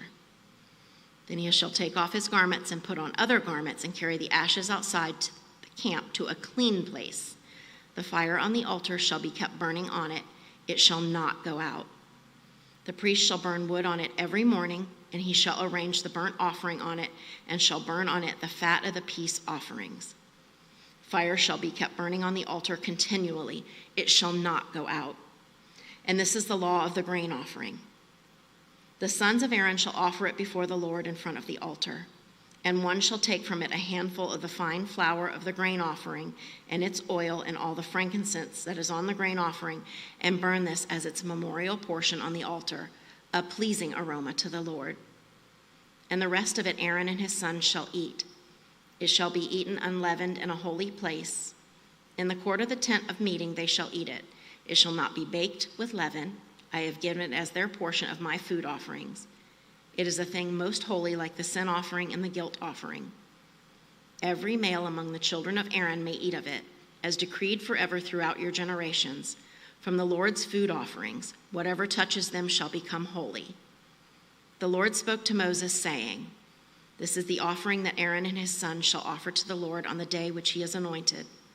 1/10 of an ephah of fine flour as a regular grain offering, half of it in the morning and half in the evening. It shall be made with oil on a griddle. You shall bring it well mixed and bake pieces like a grain offering, and offer it for a pleasing aroma to the Lord. The priest from among Aaron's sons, who is anointed to succeed him, shall offer it to the Lord as decreed forever. The whole of it shall be burned.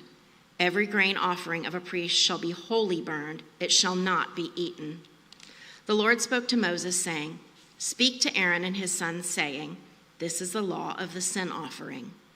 In the place where the burnt offering is killed shall the sin offering be killed before the Lord. It is most holy. The priest who offers it for sin shall eat it. In a holy place it shall be eaten, in the court of the tent of meeting.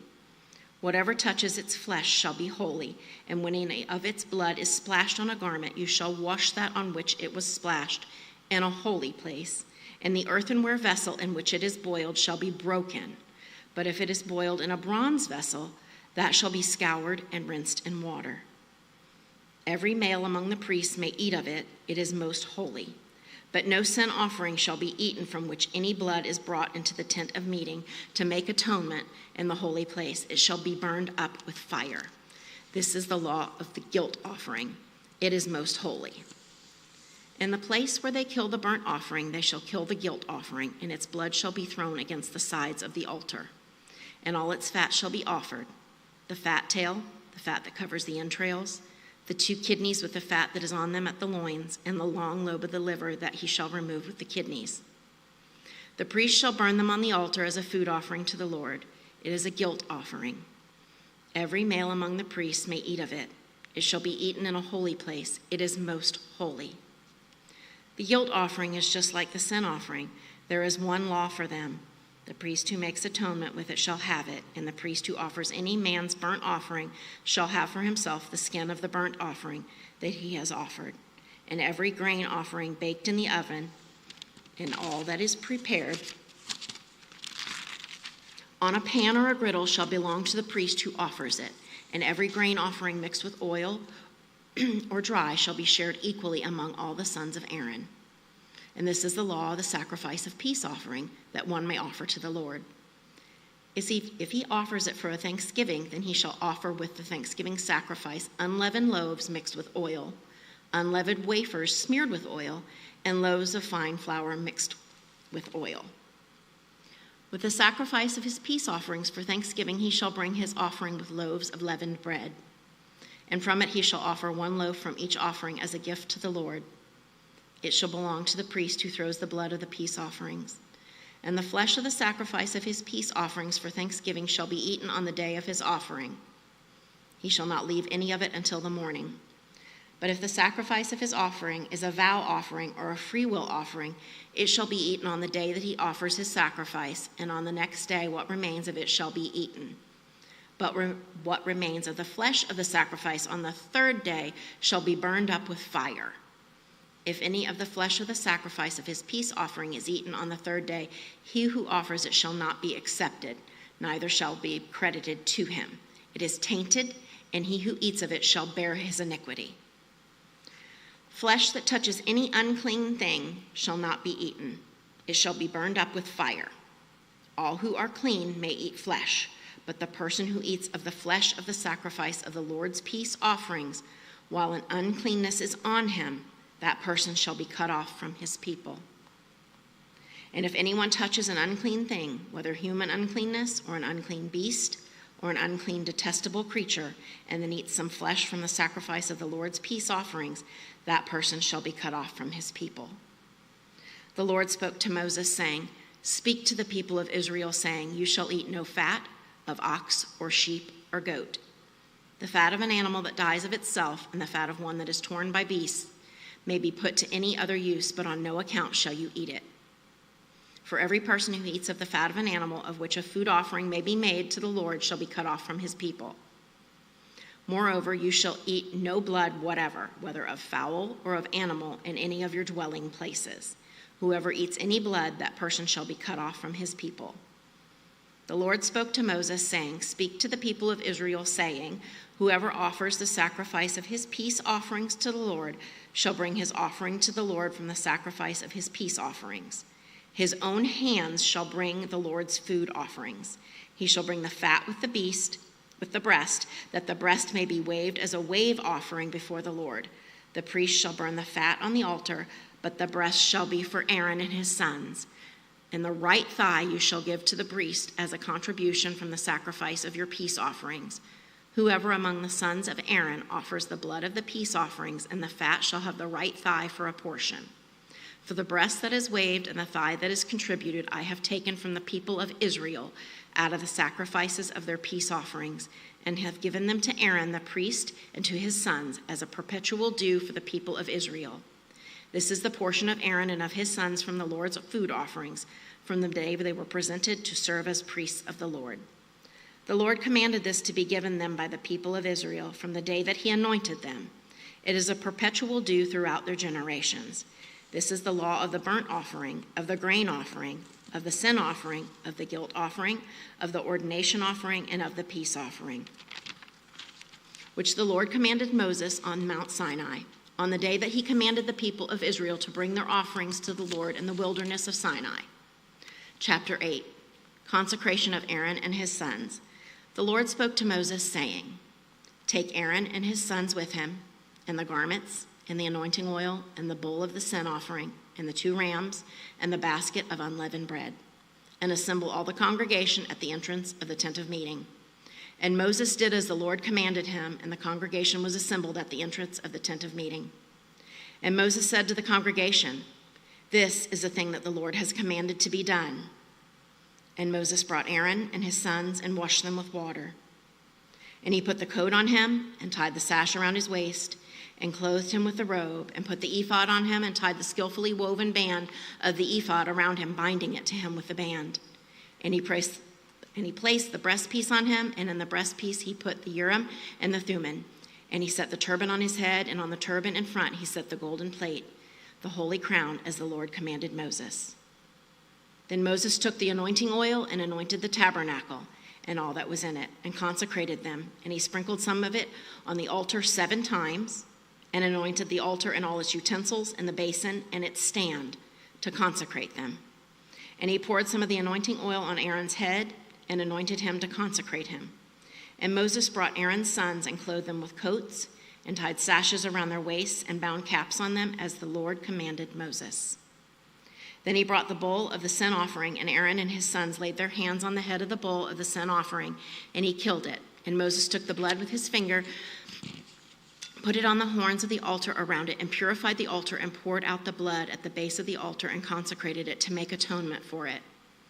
And he took all the fat that was on the entrails and the long lobe of the liver and the 2 kidneys with their fat, and Moses burned them on the altar. But the bull and its skin and its flesh and its dung he burned up with fire outside the camp, as the Lord commanded Moses. Then he presented the ram of the burnt offering, and Aaron and his sons laid their hands on the head of the ram. And he killed it, and Moses threw the blood against the sides of the altar. He cut the ram into pieces, and Moses burned the head and the pieces and the fat. He washed the entrails and the legs with water, and Moses burned the whole ram on the altar. It was a burnt offering with a pleasing aroma, a food offering for the Lord, as the Lord commanded Moses. Then he presented the other ram, the ram of ordination, and Aaron and his sons laid their hands on the head of the ram, and he killed it.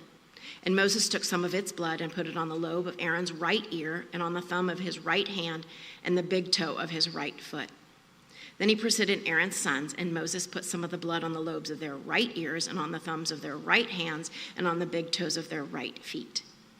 And Moses threw the blood against the sides of the altar. Then he took the fat and the fat tail and all the fat that was on the entrails and the long lobe of the liver and the 2 kidneys with their fat and the right thigh. And out of the basket of unleavened bread that was before the Lord, he took 1 unleavened loaf and 1 loaf of bread with oil and 1 wafer and placed them on the pieces of fat and on the right thigh.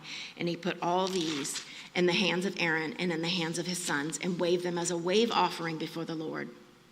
Then Moses took them from their hands and burned them on the altar with the burnt offering. This was an ordination offering with a pleasing aroma, a food offering to the Lord. And Moses took the breast and waved it for a wave offering before the Lord. It was Moses' portion of the ram of ordination, as the Lord commanded Moses. Then Moses took some of the anointing oil and the blood that was on the altar and sprinkled it on Aaron and his garments, and also on his sons' garments. So he consecrated Aaron and his garments, and his sons' garments with him. And Moses said to Aaron and his sons, "Boil the flesh at the entrance of the tent of meeting, and there eat it, and the bread that is in the basket of ordination offerings, as I commanded, saying, Aaron and his sons shall eat it. And what remains of the flesh and the blood you shall burn up with fire, and you shall not go outside the entrance of the tent of meeting for 7 days, until the days of your ordination are completed, for it will take 7 days to ordain you. As has been done today, the Lord has commanded to be done to make atonement for you. At the entrance of the tent of meeting you shall remain day and night for 7 days, performing what the Lord has charged, so that you do not die, for so I have been commanded." And Aaron and his sons did all the things that the Lord commanded by Moses. Chapter 9, the Lord accepts Aaron's offering. On the 8th day Moses called Aaron and his sons and the elders of Israel, and he said to Aaron, "Take for yourself a bull calf for a sin offering and a ram for a burnt offering, both without blemish, and offer them before the Lord. And say to the people of Israel, take a male goat for a sin offering, and a calf and a lamb, both a year old, without blemish, for a burnt offering, and an ox and a ram for peace offerings, to sacrifice before the Lord, and a grain offering mixed with oil. For today the Lord will appear to you." And they brought what Moses commanded in front of the tent of meeting, and all the congregation drew near and stood before the Lord. And Moses said, "This is the thing that the Lord commanded you to do, that the glory of the Lord may appear to you." Then Moses said to Aaron, "Draw near to the altar and offer your sin offering and your burnt offering, and make atonement for yourself and for the people, and bring the offering of the people and make atonement for them as the Lord has commanded." So Aaron drew near to the altar and killed the calf of the sin offering, which was for himself. And the sons of Aaron presented the blood to him, and he dipped his finger in the blood and put it on the horns of the altar and poured out the blood at the base of the altar.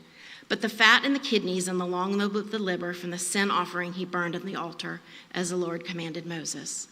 The flesh and the skin he burned up with fire outside the camp. Then he killed the burnt offering, and Aaron's sons handed him the blood, and he threw it against the sides of the altar. And they handed the burnt offering to him, piece by piece, and the head, and he burned them on the altar. And he washed the entrails and the legs, and he burned them with the burnt offering on the altar.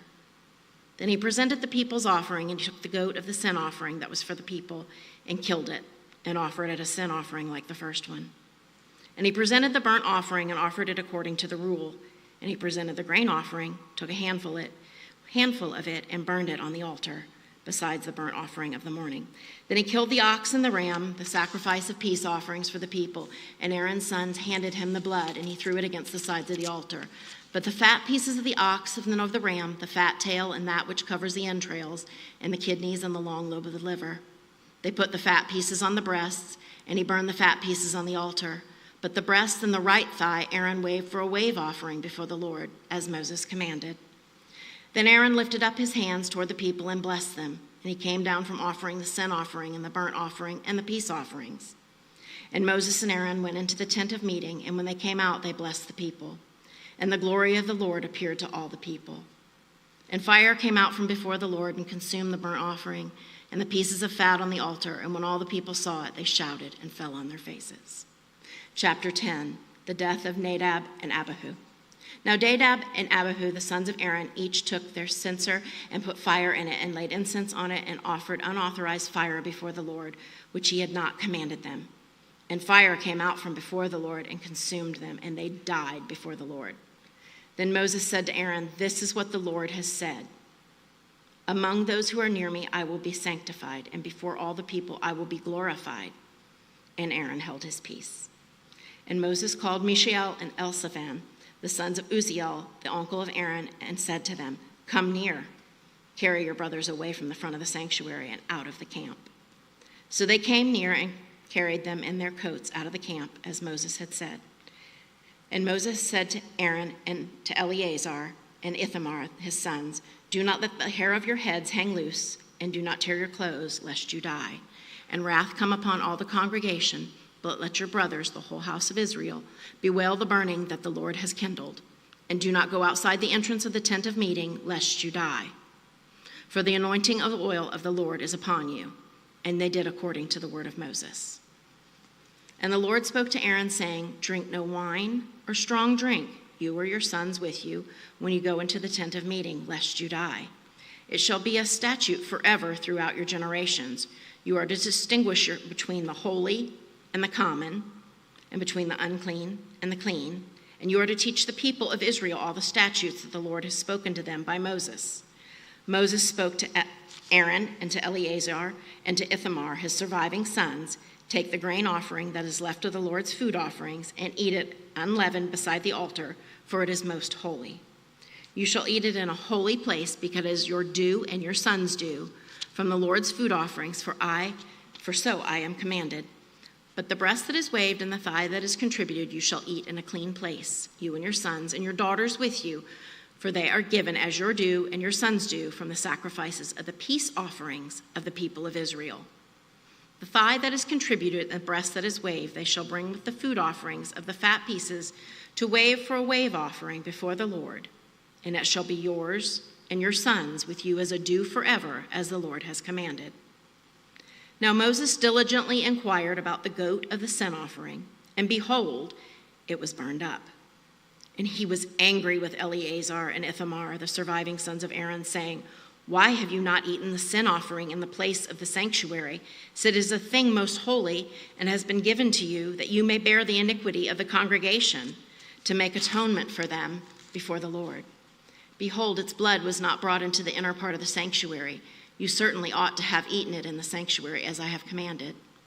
And Aaron said to Moses, "Behold, today they have offered their sin offering and their burnt offering before the Lord, and yet such things as these have happened to me.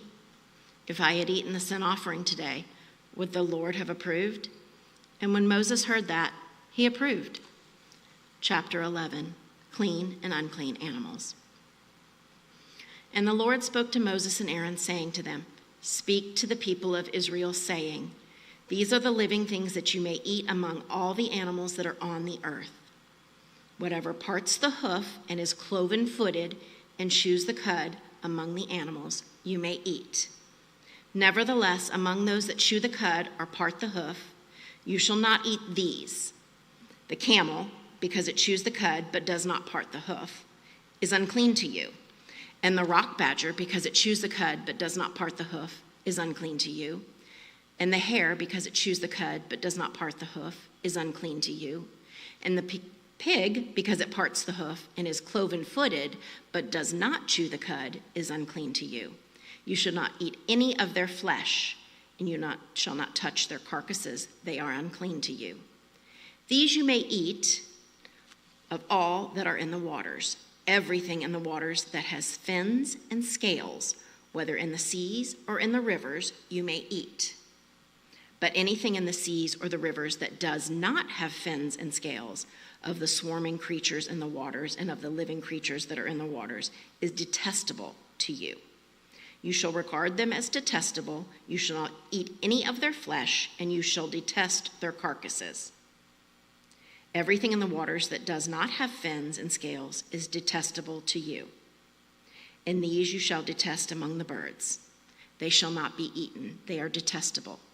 The eagle, the bearded vulture, the black vulture, the kite, the falcon of any kind, every raven of any kind, the ostrich, the nighthawk, the seagull, the hawk of any kind, the little owl, the cormorant, the short-eared owl, the barn owl, the tawny owl, the carrion vulture, the stork, the heron of any kind, the hoopoe, and the bat.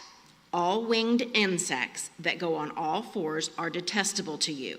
Yet among the winged insects that go on all fours, you may eat those that have jointed legs above their feet, with which to hop on the ground.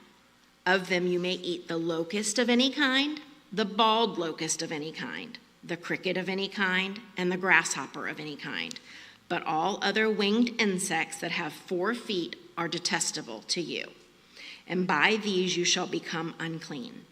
Whoever touches their carcass shall be unclean until the evening, and whoever carries any part of their carcass shall wash his clothes and be unclean until the evening.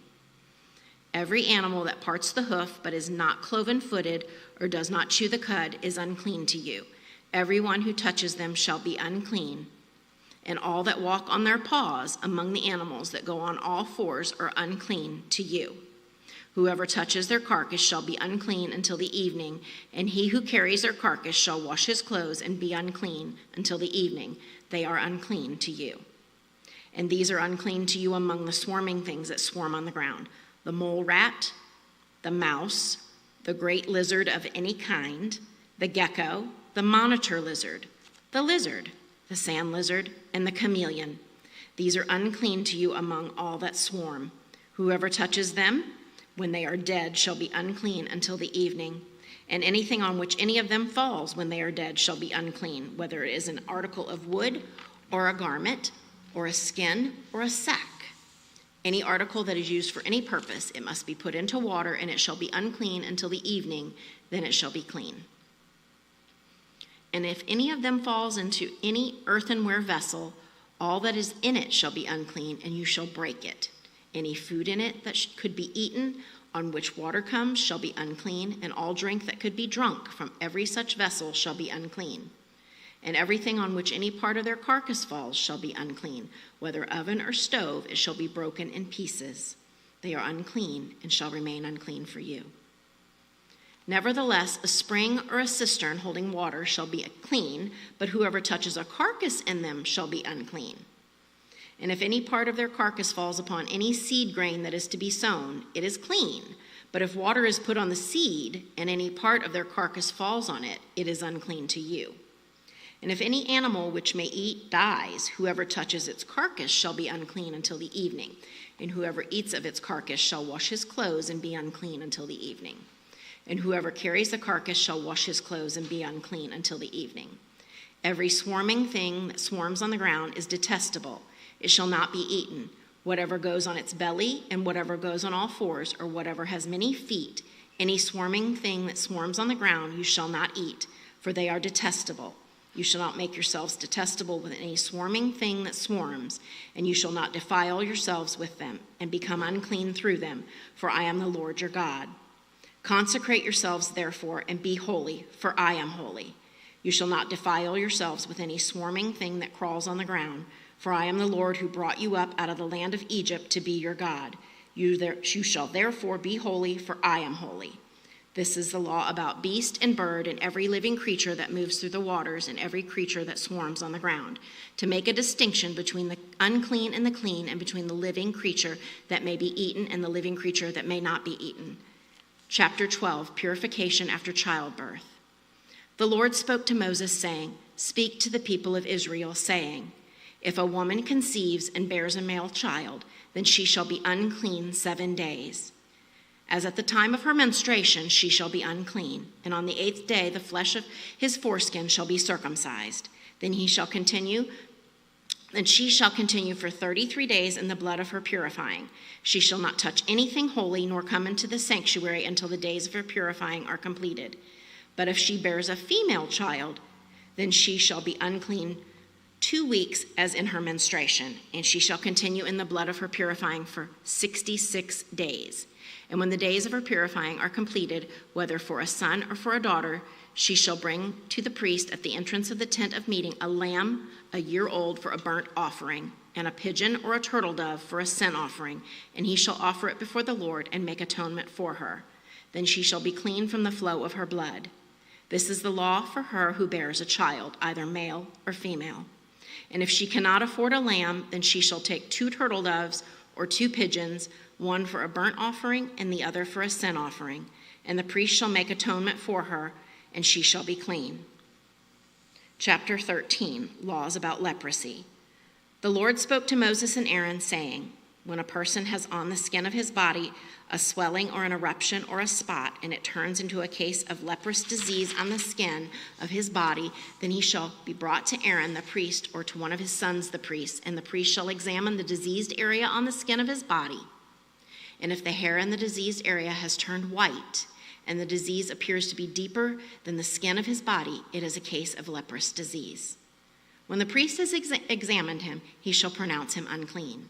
But if the spot is white in the skin of his body and appears no deeper than the skin, and the hair in it has not turned white, the priest shall shut up the diseased person for 7 days.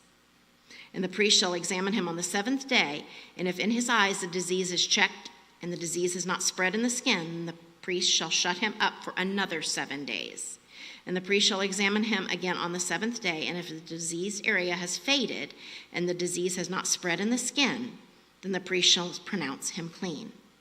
It is only an eruption, and he shall wash his clothes and be clean. But if the eruption spreads in the skin after he has shown himself to the priest for his cleansing, he shall appear again before the priest. And the priest shall look, and if the eruption is spread in the skin, then the priest shall pronounce him unclean. It is a leprous disease. When a man is afflicted with a leprous disease, he shall be brought to the priest, and the priest shall look. And if there is a white swelling in the skin that has turned the hair white, and there is a raw flesh in the swelling, it is a chronic leprous disease in the skin of his body, and the priest shall pronounce him unclean. He shall not shut him up, for he is unclean. And if the leprous disease breaks out in the skin, so that the leprous disease covers all the skin of the diseased person from head to foot, so far as the priest can see, then the priest shall look, and if the leprous disease has covered all his body, he shall pronounce him clean of the disease. It has all turned white, and he is clean. But when raw flesh appears on him, he shall be unclean. And the priest shall examine the raw flesh and pronounce him unclean. Raw flesh is unclean, for it is a leprous disease. But if the raw flesh recovers and turns white again, then he shall come to the priest, and the priest shall examine him. And if the disease has turned white, then the priest shall pronounce the diseased person clean. He is clean. If there is in the skin of one's body a boil and it heals, and in the place of the boil there comes a white swelling or a reddish white spot, then it shall be shown to the priest. And the priest shall look, and if it appears deeper than the skin and its hair has turned white, then the priest shall pronounce him unclean. It is a case of leprous disease that has broken out in the boil. But if the priest examines it, and there is no white hair in it, and it is not deeper than the skin, but is faded, then the priest shall shut him up 7 days. And if it spreads in the skin, then the priest shall pronounce him unclean. It is a disease. But if the spot remains in one place and does not spread, it is the scar of the boil, and the priest shall pronounce him clean. Or when the body has a burn on its skin, and the raw flesh of the burn becomes a spot, reddish white or white, the priest shall examine it. And if the hair in the spot turned white, and it appears deeper than the skin, then it is a leprous disease. It is broken out in the burn, and the priest shall pronounce him unclean. It is a case of leprous disease. But if the priest examines it, and there is no white hair in the spot, and it is no deeper than the skin, but has faded, the priest shall shut him up 7 days, and the priest shall examine him the 7th day. If it is spreading in the skin, then the priest shall pronounce him unclean. It is a case of leprous disease. But if the spot remains in one place and does not spread in the skin, but has faded, it is a swelling from the burn, and the priest shall pronounce him clean, for it is the scar of the burn. When a man or woman has a disease on the head or the beard, the priest shall examine the disease. If it appears deeper than the skin, and the hair in it is yellow and thin, then the priest shall pronounce him unclean. It is an itch, a leprous disease of the head or the beard. And if the priest examines the itching disease, and it appears no deeper than the skin, and there is no black hair in it, then the priest shall shut up the person with the itching disease for 7 days. And on the 7th day the priest shall examine the disease. If the itch has not spread, and there is in it no yellow hair, and the itch appears to be no deeper than the skin, then he shall shave himself, but the itch he shall not shave. And the priest shall shut up the person with the itching disease for another 7 days. And on the 7th day the priest shall examine the itch, and if the itch has not spread in the skin, and it appears to be no deeper than the skin, then the priest shall pronounce him clean, and he shall wash his clothes and be clean. But if the itch spreads in the skin after his cleansing, then the priest shall examine him, and if the itch has spread in the skin, the priest need not seek for the yellow hair, he is unclean. But if in his eyes the itch is unchanged, and black hair has grown in it, the itch is healed, and he is clean, and the priest shall pronounce him clean.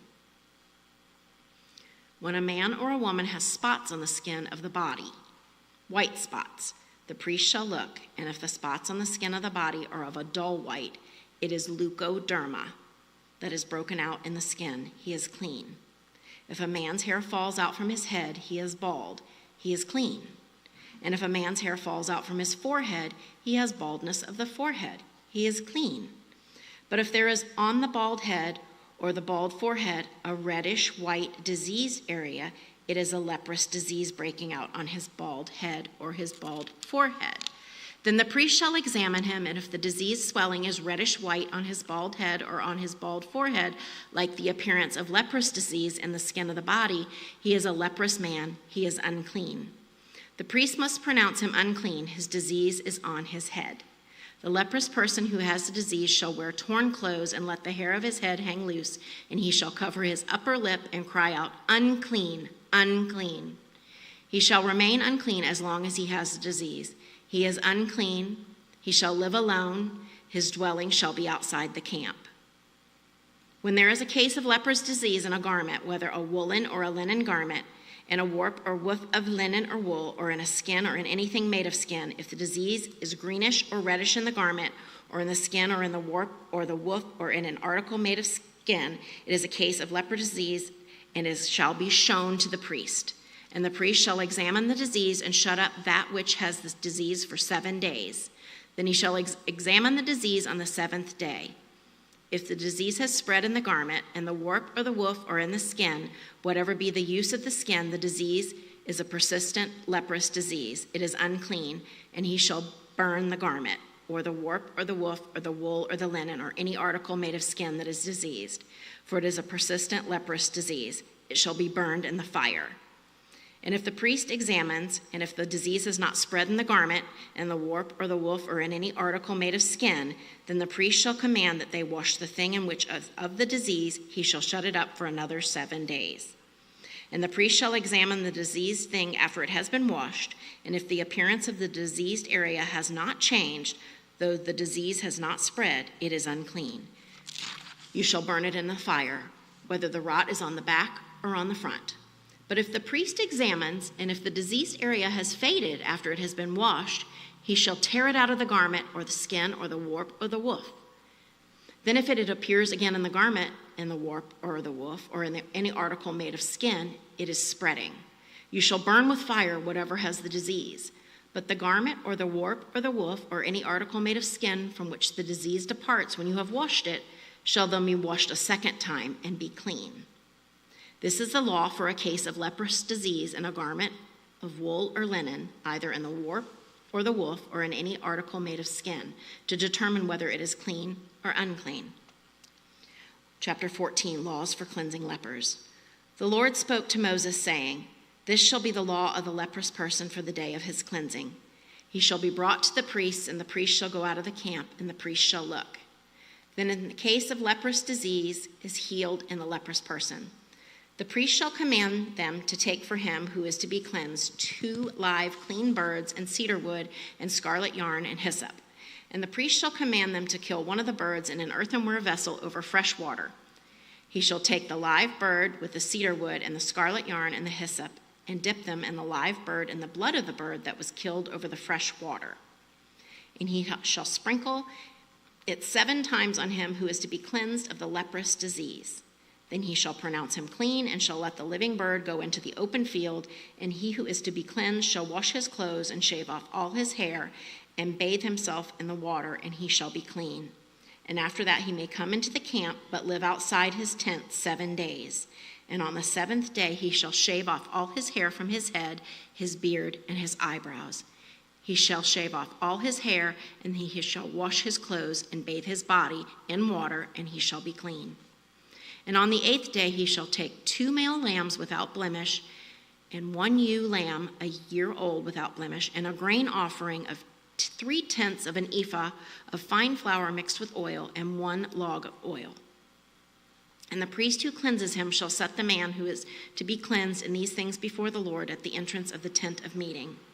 And the priest shall take one of the male lambs and offer it for guilt offering, along with the log of oil, and wave them for a wave offering before the Lord. And he shall kill the lamb in the place where they kill the sin offering and the burnt offering, in the place of the sanctuary. For the guilt offering, like the sin offering, belongs to the priest. It is the most holy. The priest shall take some of the blood of the guilt offering, and the priest shall put it on the lobe of the right ear of him who is to be cleansed, and on the thumb of his right hand, and on the big toe of his right foot. Then the priest shall take some of the log of oil and pour it into the palm of his own left hand, and dip his right finger in the oil that is in his left hand, and sprinkle some oil with his fingers 7 times before the Lord. And some of the oil that remains in his hand the priest shall put on the lobe of the right ear of him who is to be cleansed, and on the thumb of his right hand, and on the big toe of his right foot, on top of the blood of the guilt offering. And the rest of the oil that is in the priest's hand he shall put on the head of him who is to be cleansed. Then the priest shall make atonement for him before the Lord.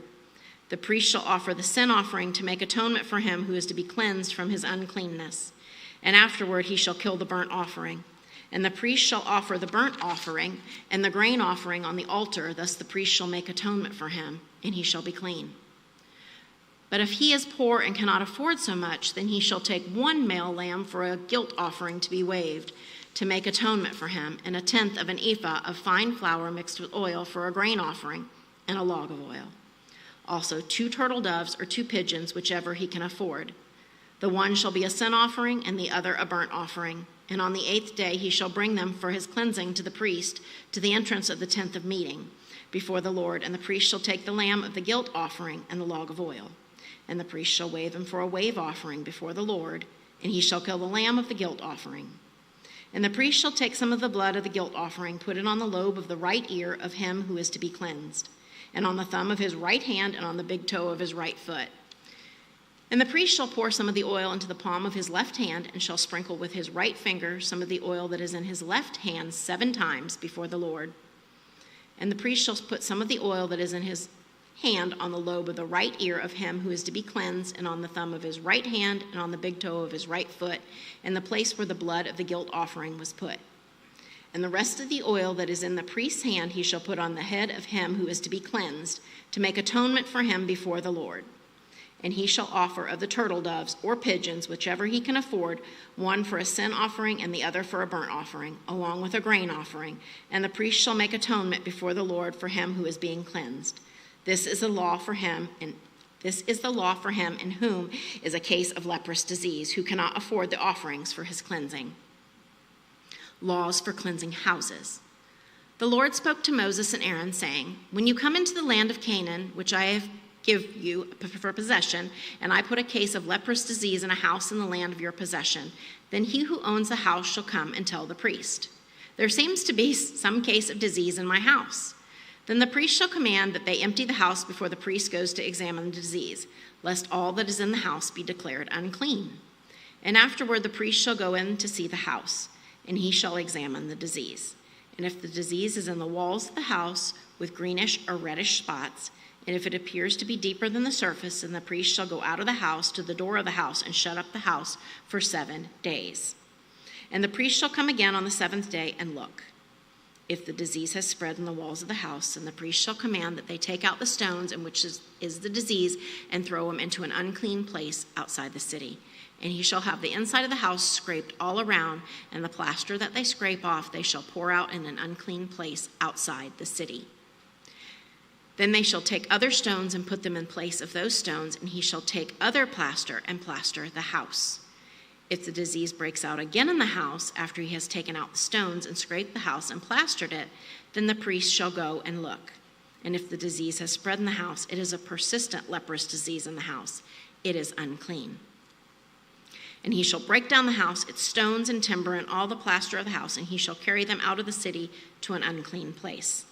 Moreover, whoever enters the house while it is shut up shall be unclean until the evening, and whoever sleeps in the house shall wash his clothes, and whoever eats in the house shall wash his clothes. But if the priest comes and looks, and if the disease has not spread in the house after the house was plastered, then the priest shall pronounce the house clean for the disease is healed. And for the cleansing of the house he shall take 2 small birds with cedar wood and scarlet yarn and hyssop, and shall kill one of the birds in an earthenware vessel over fresh water, and shall take the cedar wood and the hyssop and the scarlet yarn along with the live bird, and dip them in the blood of the bird that was killed, and then the fresh water, and sprinkle the house 7 times. Thus he shall cleanse the house with the blood of the bird, and with the fresh water, and with the live bird, and with the cedar wood and hyssop and scarlet yarn. And he shall let the live bird go out of the city into the open country. So he shall make atonement for the house, and it shall be clean. This is the law for any case of leprous disease, for an itch, for leprous disease in a garment or in a house, and for a swelling or an eruption or a spot, to show what is unclean and when it is clean. This is the law for leprous disease. Chapter 15, Laws about Bodily Discharges. The Lord spoke to Moses and Aaron, saying, "Speak to the people of Israel and say to them, when any man has a discharge from his body, his discharge is unclean. And this is the law of his uncleanness for a discharge. Whether his body runs with his discharge or his body is blocked up by his discharge, it is uncleanness.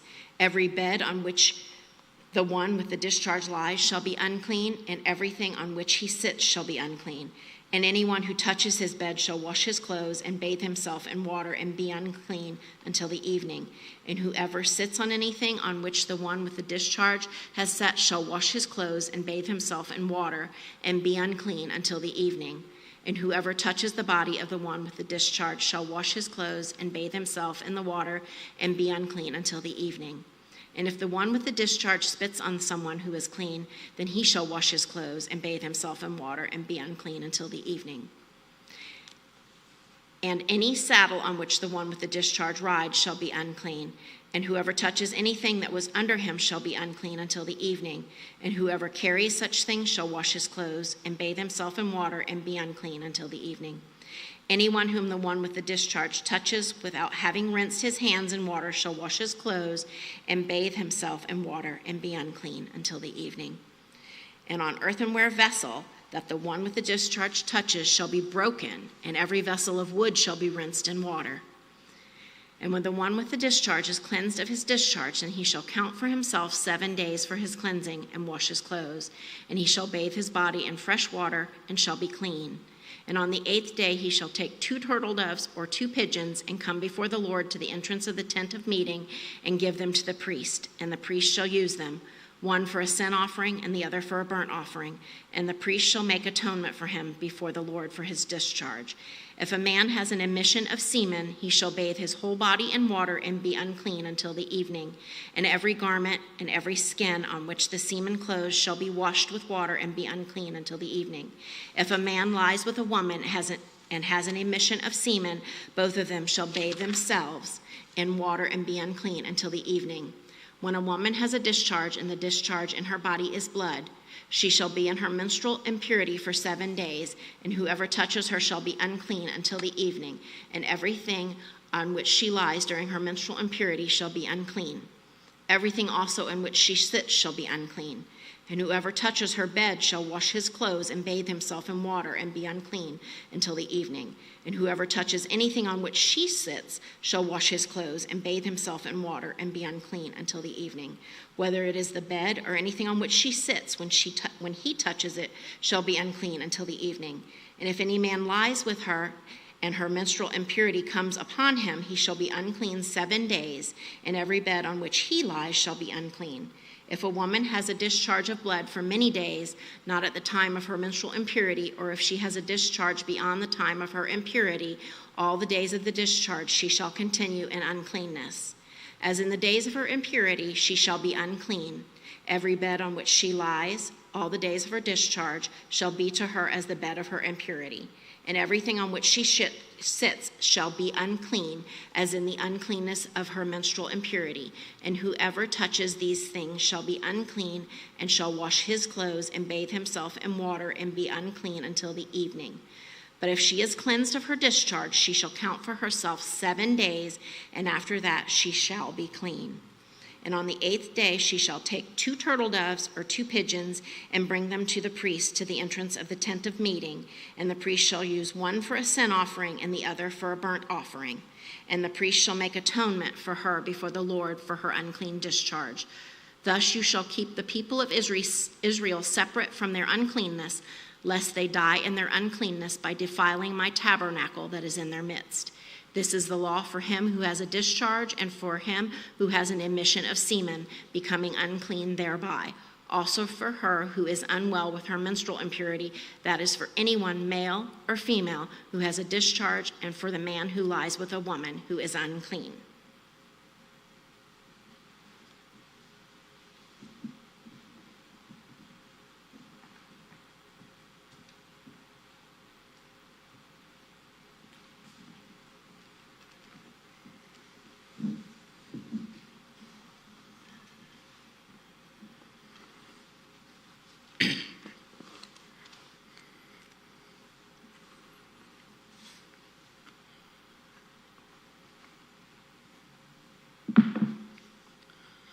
The Day of Atonement.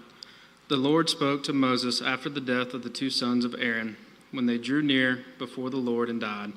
And the Lord said to Moses, "Tell Aaron your brother not to come at any time into the holy place inside the veil before the mercy seat that is on the ark, so that he may not die. For I will appear in the cloud over the mercy seat.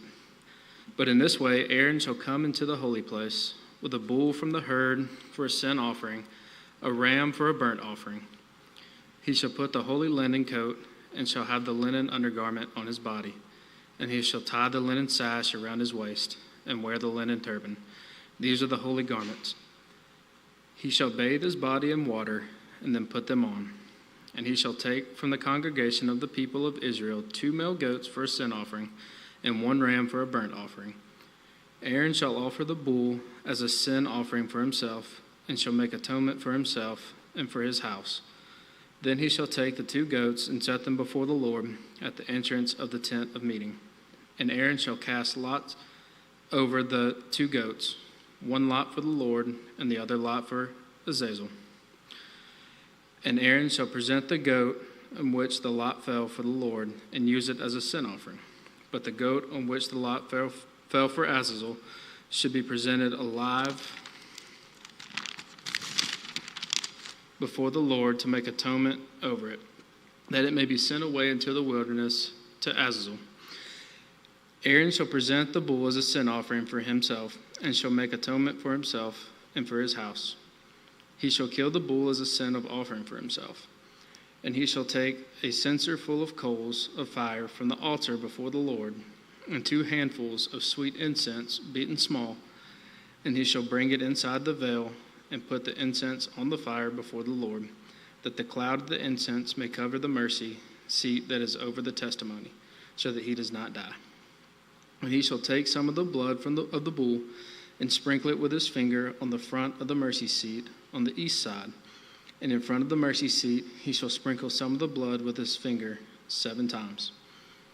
Then he shall kill the goat of the sin offering that is for the people, and bring its blood inside the veil, and do with its blood as he did with the blood of the bull, sprinkling it over the mercy seat and in front of the mercy seat. Thus he shall make atonement for the holy place, because of the uncleanness of the people of Israel, and because of their transgressions, all their sins. So he shall do for the tent of meeting, which dwells within them, in the midst of their uncleanness. No one may be in the tent of meeting from the time he enters to make atonement in the holy place, until he comes out and has made atonement for himself and for his house and for all the assembly of Israel. Then he shall go out into the altar that is before the Lord and make atonement for it, and shall take some of the blood of the bull and some of the blood of the goat and put it on the horns of the altar all around.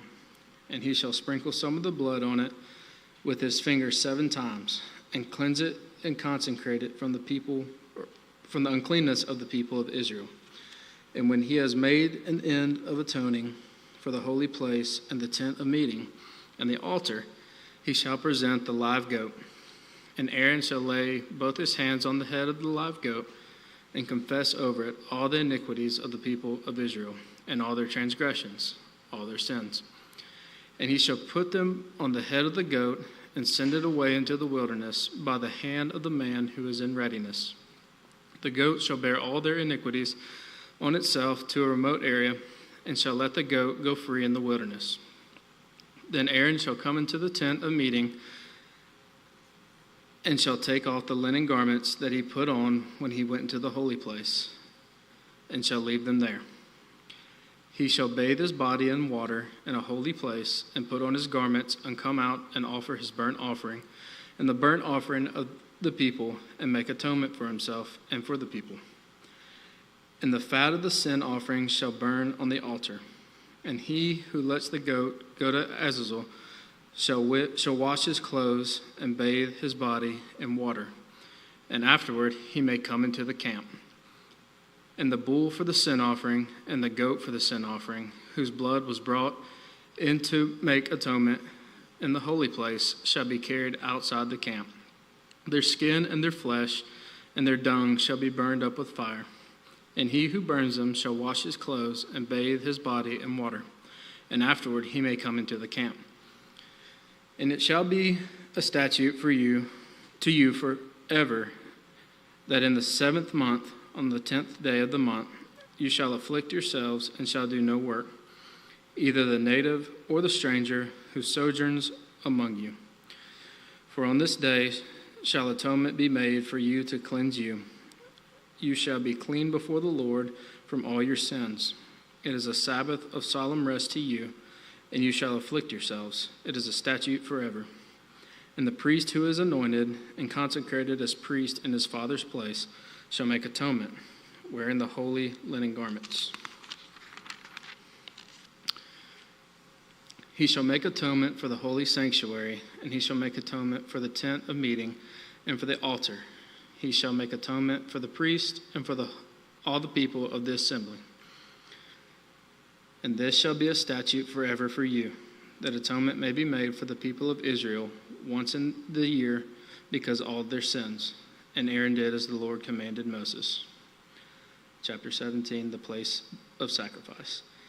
And the Lord spoke to Moses, saying, Speak to Aaron and his sons, to all the people of Israel, and say to them, This is the thing that the Lord has commanded. If any one of the house of Israel kills an ox or a lamb or a goat in the camp, or kills it outside the camp, and does not bring it into the entrance of the tent of meeting to offer its gift to the Lord in front of the tabernacle of the Lord, blood guilt shall be imputed to that man. He has shed blood, and that man shall be cut off from among his people. This is to the end that the people of Israel may bring their sacrifices that they sacrifice in the open field, that they may bring to them the Lord, to the priest at the entrance of the tent meeting, and sacrifice them as sacrifices of peace offering to the Lord. And the priest shall throw the blood on the altar of the Lord at the entrance of the tent of meeting and burn the fat for a pleasing aroma to the Lord. So they shall no more sacrifice their sacrifices to goat demons after whom they wore. This shall be a statute forever for them throughout their generations. And you shall say to them, any one of the house of Israel, or of the strangers who sojourn among them, who offers a burnt offering for sacrifice and does not bring it to the entrance of the tent of meeting to offer it to the Lord, that man shall be cut off from his people. If any one of the house of Israel or of the strangers who sojourn among them eats any blood, I will set my face against that person who eats the blood and will cut them off from among his people. For the life of the flesh is in the blood, and I have given it for you on the altar to make atonement for your souls, for it is the blood that makes atonement by the life. Therefore I have said to the people of Israel, no person among you shall eat blood, neither shall any stranger who sojourns among you eat blood. Anyone also of the people of Israel, or of the strangers who sojourn among them, who takes in hunting any beast or bird that may be eaten, shall pour out its blood and cover it with earth. For the life of every creature is its blood is its life. Therefore I have said to the people of Israel, you shall not eat the blood of any creature, for the life of every creature is its blood. Whoever eats it shall be cut off. And every person who eats what dies of itself, or what it is torn by beasts, whether he is a native or a sojourner, shall wash his clothes, and bathe himself in water, and be unclean until the evening. Then he shall be clean. But if he does not wash them or bathe his flesh, he shall bear his iniquity. Chapter 18, Unlawful Sexual Relations. And the Lord spoke to Moses, saying, speak to the people of Israel and say to them, I am the Lord your God. You shall not do as they do in the land of Egypt, where you lived, and you shall not do as they do in the land of Canaan, to which I am bringing you. You shall not walk in their statutes. You shall follow my rules and keep my statutes and walk in them. I am the Lord your God. You shall therefore keep my statutes and my rules. If a person does them, he shall live by them. I am the Lord. None of you shall approach any one of his close relatives to uncover nakedness. I am the Lord. You shall not uncover the nakedness of your father, which is the nakedness of your mother. She is your mother. You shall not uncover her nakedness. You shall not uncover the nakedness of your father's wife. It is your father's nakedness. You shall not uncover the nakedness of your sister, your father's daughter, or your mother's daughter, whether brought up in the family or in another home. You shall not uncover the nakedness of your son's daughter or of your daughter's daughter, for their nakedness is your own nakedness. You shall not uncover the nakedness of your father's wife's daughter, brought up in your father's family, since she is your sister. You shall not uncover the nakedness of your father's sister. She is your father's relative. You shall not uncover the nakedness of your mother's sister, for she is your mother's relative. You shall not uncover the nakedness of your father's brother, that is, you shall not approach his wife. She is your aunt. You shall not uncover the nakedness of your daughter-in-law. She is your son's wife. You shall not uncover her nakedness. You shall not uncover the nakedness of your brother's wife. It is your brother's nakedness. You shall not uncover the nakedness of a woman and of her daughter, and you shall not take her son's daughter or her daughter's daughter to uncover her nakedness. They are relatives. It is depravity. And you shall not take a woman as a rival wife to her sister, uncovering her nakedness while her sister is still alive. You shall not approach a woman to uncover her nakedness while she is in her menstrual uncleanness. And you shall not lie sexually with your neighbor's wife, and so make yourself unclean with her.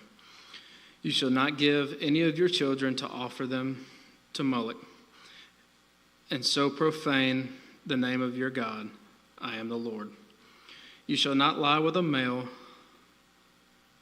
You should not lie with a male as with a woman. It is an abomination. And you shall not lie with any animal, and so make yourself unclean with it. Neither shall any woman give herself to an animal to lie with. It is perversion. Do not make yourselves unclean by any of these things, for by all these nations I am driving out before you have become unclean, and the land became unclean, so that I punished its iniquity, and the land vomited out its inhabitants. But you shall keep my statutes and my rules, and do none of these abominations, either the native or the stranger who sojourns among you. For the people of the land who were before you did all of these abominations, so that the land became unclean. Lest the land vomit you out when you make it unclean, as it vomited out the nation that was before you. For everyone who does any of these abominations, the persons who do them shall be cut off from among their people. So keep my charge never to practice any of these abominable customs that were practiced before you, and never make yourselves unclean by them. I am the Lord your God. Chapter 19, the Lord is holy. And the Lord spoke to Moses, saying, Speak to all the congregation of the people of Israel, and say to them, You shall be holy, for I, the Lord your God, am holy. Every one of you shall revere his mother and his father, and you shall keep my Sabbaths. I am the Lord your God. Do not turn to idols or make yourselves any gods of cast metal. I am the Lord your God. When you offer a sacrifice of peace offerings to the Lord, you shall offer it so that you may be accepted. It shall be eaten the same day you offer it, or on the day after, and anything left over until the third day shall be burned up with fire. If it is eaten at all on the third day, it is tainted. It will not be accepted. And everyone who eats it shall bear his iniquity, because he has profaned what is holy to the Lord, and that person shall be cut off from his people.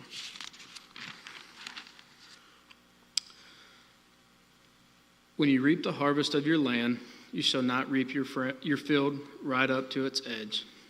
Neither shall you gather the gleanings after you harvest. And you shall not strip your vineyard bare, neither shall you gather the fallen grapes of your vineyard. You shall leave them for the poor and for the sojourner.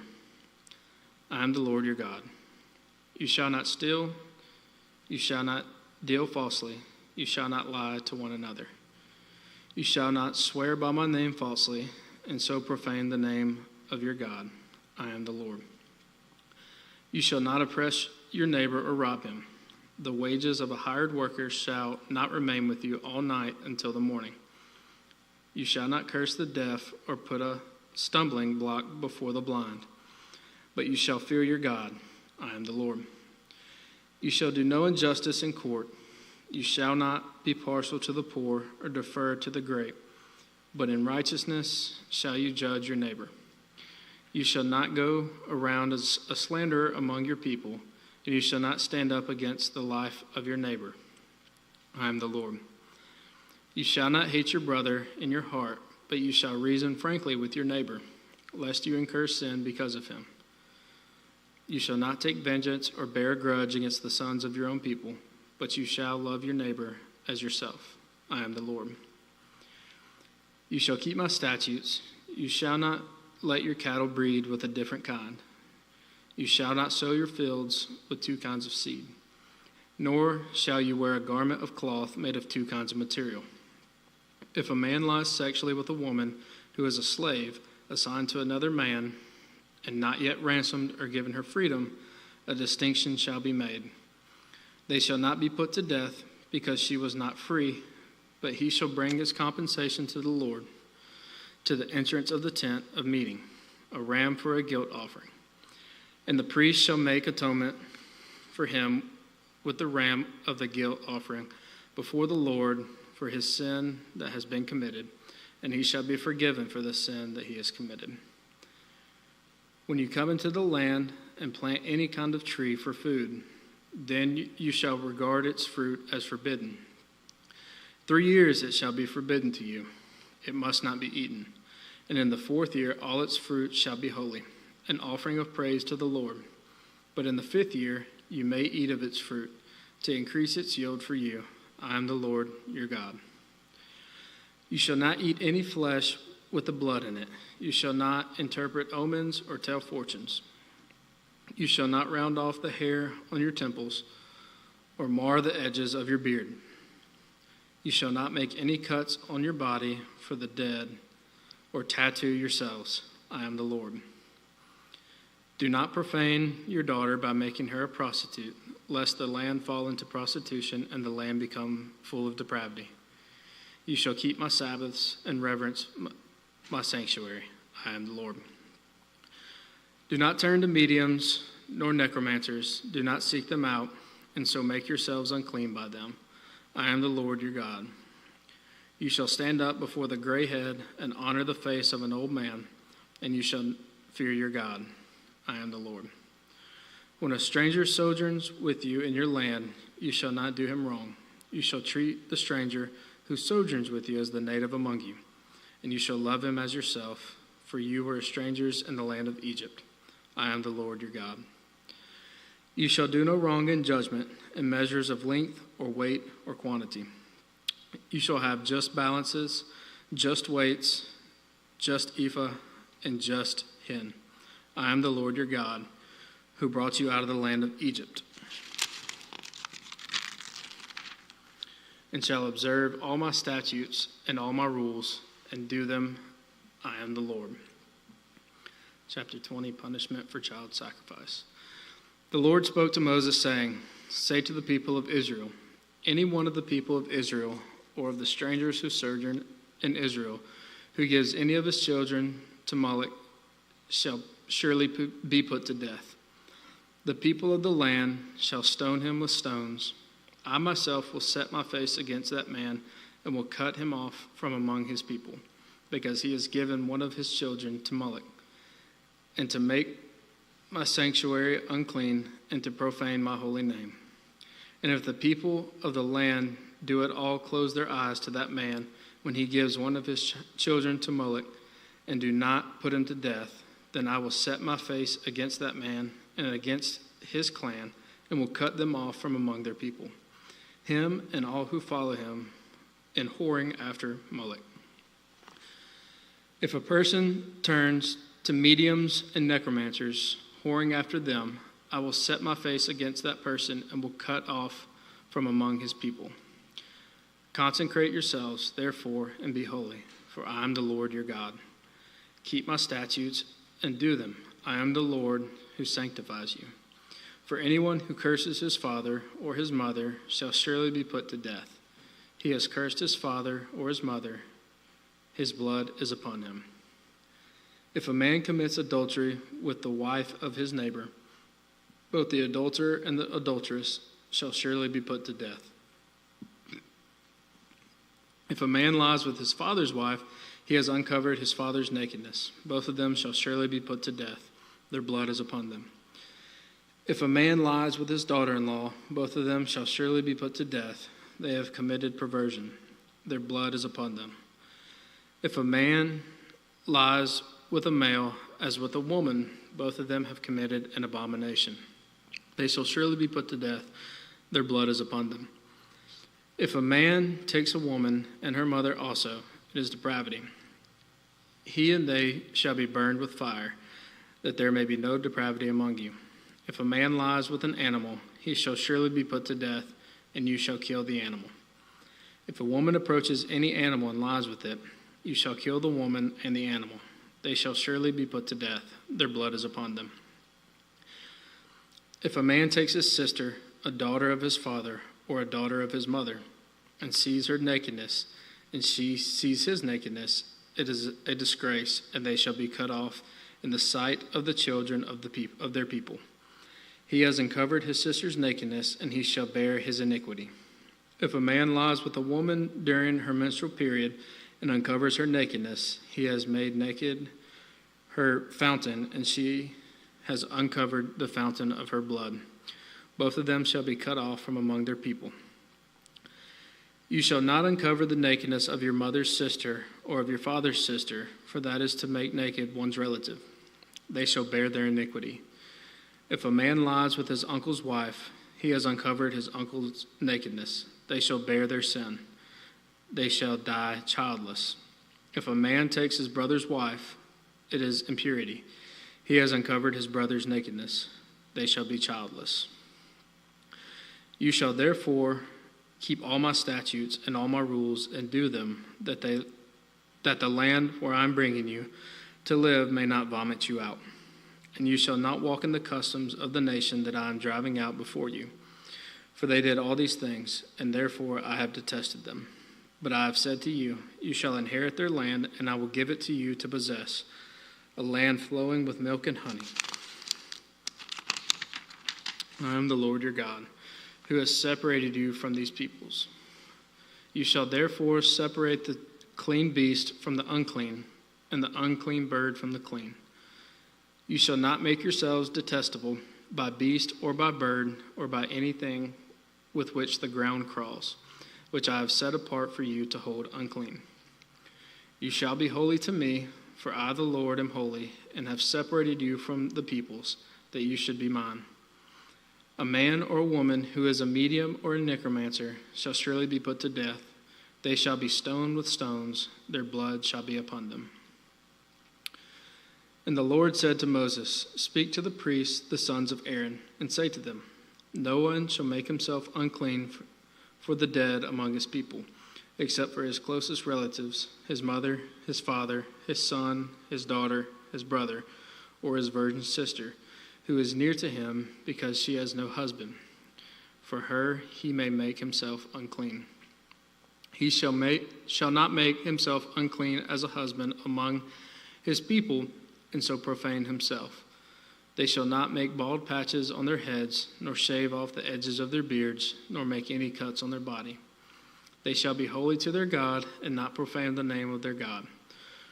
For they offer the Lord's food offerings, the bread of their God, therefore they shall be holy. They shall not marry a prostitute or a woman who has been defiled, neither shall they marry a woman divorced from her husband, for the priest is holy to his God. You shall sanctify him, for he offers the bread of your God. He shall be holy to you, for I, the Lord, who sanctify you, am holy.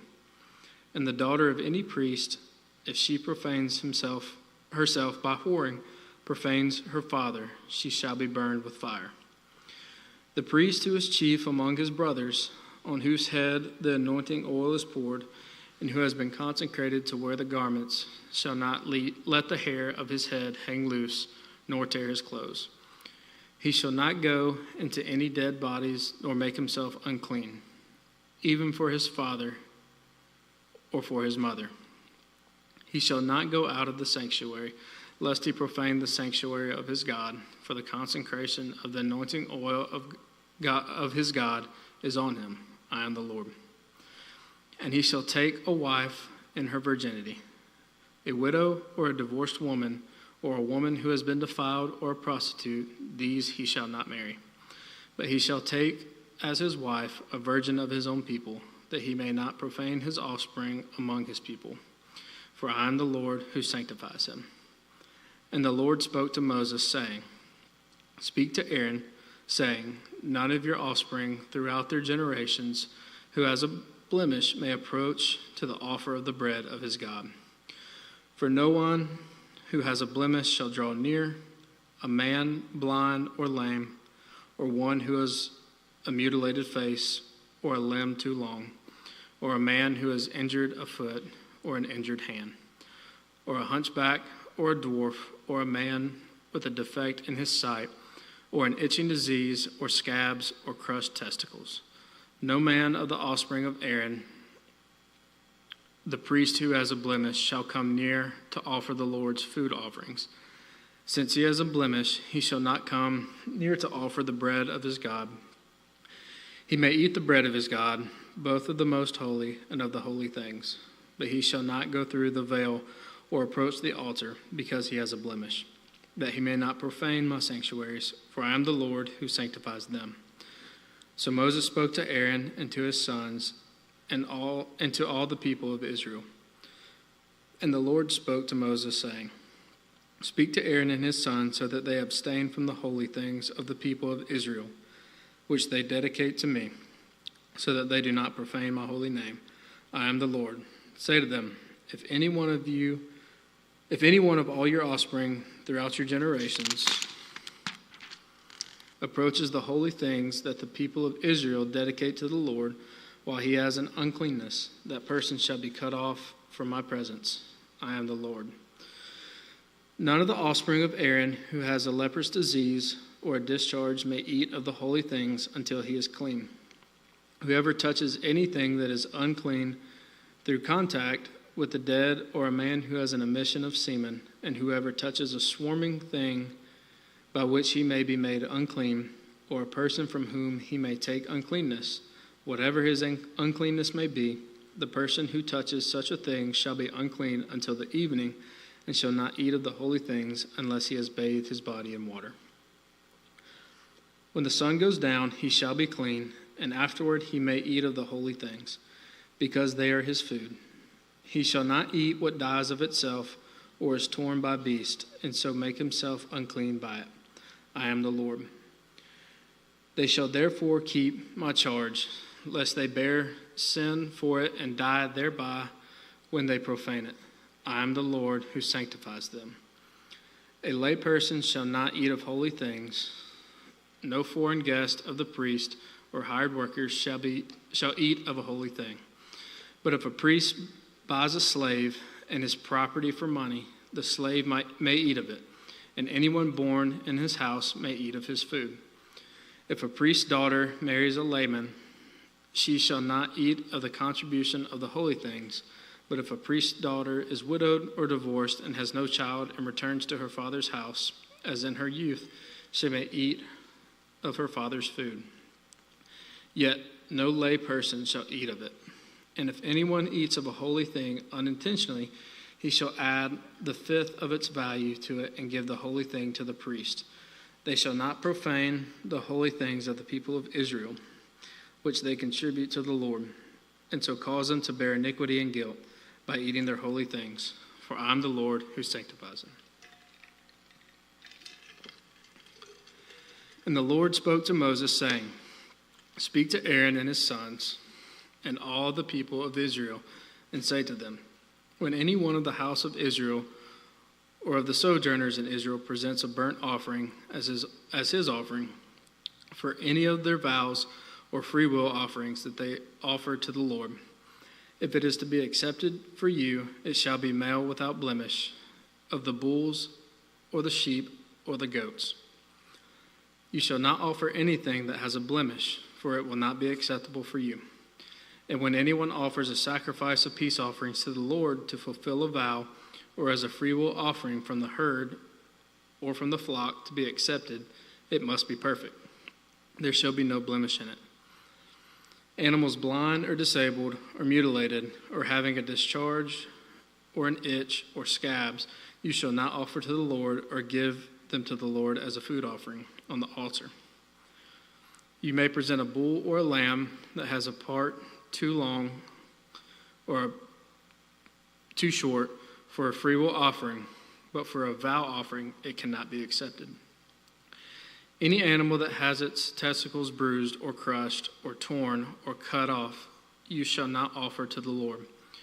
You shall not do it within your land. Neither shall you offer the bread of your God, any such animals gotten from a foreigner, since there is a blemish in them, because of their mutilation that will not be accepted for you.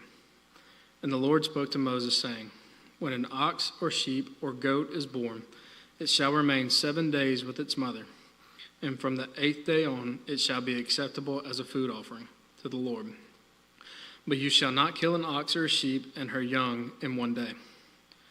And when you sacrifice a sacrifice of thanksgiving to the Lord, you shall sacrifice it so that you may be accepted. It shall be eaten on the same day. You shall leave none of it until the morning. I am the Lord. So you shall keep my commandments and do them. I am the Lord. And you shall not profane my holy name, that I may be sanctified among them, the people of Israel. I am the Lord who sanctifies you, who brought you out of the land of Egypt to be your God. I am the Lord. Chapter 23, Feast of the Lord. The Lord spoke to Moses, saying, Speak to the people of Israel and say to them, These are the appointed feasts of the Lord that you shall proclaim as holy convocations. They are my appointed feasts. 6 days shall work be done, but on the 7th day is a Sabbath of solemn rest, a holy convocation. You shall do no work. It is a Sabbath to the Lord. in all your dwelling places. The Passover. These are the appointed feasts of the Lord, the holy convocations in which you shall proclaim at the time appointed for them. In the first month, on the 14th day of the month, at twilight, is the Lord's Passover. And on the 15th day of the same month is the feast of unleavened bread to the Lord. For 7 days you shall eat unleavened bread. On the first day you shall have a holy convocation. You shall not do any ordinary work, but you shall present a food offering to the Lord for 7 days. On the seventh day is a holy convocation. You shall not do any ordinary work. The Feast of First Fruits. And the Lord spoke to Moses, saying, Speak to the people of Israel and say to them, When you come to the land that I give you and reap its harvest, you shall bring the sheaf of the first fruits of your harvest to the priest, and he shall wave the sheaf before the Lord, so that you may be accepted. On the day after the Sabbath, the priest shall wave it, and on the day when you have the sheaf, you shall offer a male lamb, a year old, without blemish, as a burnt offering to the Lord. And the grain offering with it shall be 2/10 of an ephah of fine flour mixed with oil, a food offering to the Lord with a pleasing aroma, and the drink offering with it shall be of wine, 1/4 of a hin. And you shall eat neither bread nor grain, parched or fresh, until this same day, until you have brought the offering of your God. It is a statute forever throughout your generations in all your dwellings. The Feast of Weeks. You shall count 7 full weeks from the day after the Sabbath, from the day that you brought the sheaf of wave offering. You shall count 50 days to the day after the 7th Sabbath. Then you shall present a grain offering of new grain to the Lord. You shall bring from your dwelling places 2 loaves of bread to be waved, made of 2/10 of an ephah. They shall be of fine flour, and they shall be baked with leaven as firstfruits to the Lord. And you shall present with the bread 7 lambs a year old without blemish, and 1 bull from the herd, and 2 rams. They shall be a burnt offering to the Lord, with their grain offering and their drink offerings, a food offering with a pleasing aroma to the Lord. And you shall offer 1 male goat for a sin offering, and 2 male lambs a year old as a sacrifice of peace offerings. And the priest shall wave them with the bread of the firstfruits as a wave offering before the Lord, with the 2 lambs. They shall be holy to the Lord for the priest. And you shall make a proclamation on the same day. You shall hold a holy convocation. You shall not do any ordinary work. It is a statute forever in all of your dwelling places throughout your generations. And when you reap the harvest of your land, you shall not reap your field right up to its edge, nor shall you gather the gleanings of after your harvest. You shall leave them for the poor and for the sojourner. I am the Lord your God. The Feast of Trumpets. And the Lord spoke to Moses, saying, Speak to the people of Israel, saying, In the 7th month, on the first day of the month, you shall observe a day of solemn rest, a memorial proclaimed with the blast of trumpets, a holy convocation. You shall not do any ordinary work, and you shall present a food offering to the Lord. The Day of Atonement. And the Lord spoke to Moses, saying, Now on the 10th day of the 7th month is the Day of Atonement.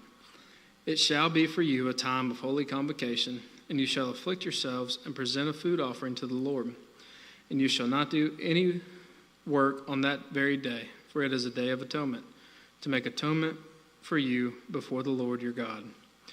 For whoever is not afflicted on that very day shall be cut off from his people. And whoever does any work on that very day, that person I will destroy from among his people. You shall not do any work. It is a statute forever throughout all your generations and all of your dwelling places. It shall be to you a Sabbath of solemn rest, and you shall afflict yourselves. On the 9th day of the month, beginning at evening, from evening to evening, shall you keep your Sabbath. The Feast of Booths. And the Lord spoke to Moses, saying, Speak to the people of Israel, saying, On the 15th day of this 7th month, and for 7 days is the Feast of Booths to the Lord. On the first day shall be a holy convocation. You shall not do any ordinary work. For 7 days you shall present food offerings to the Lord. On the 8th day you shall hold a holy convocation and present a food offering to the Lord. It is a solemn assembly. You shall not do any ordinary work.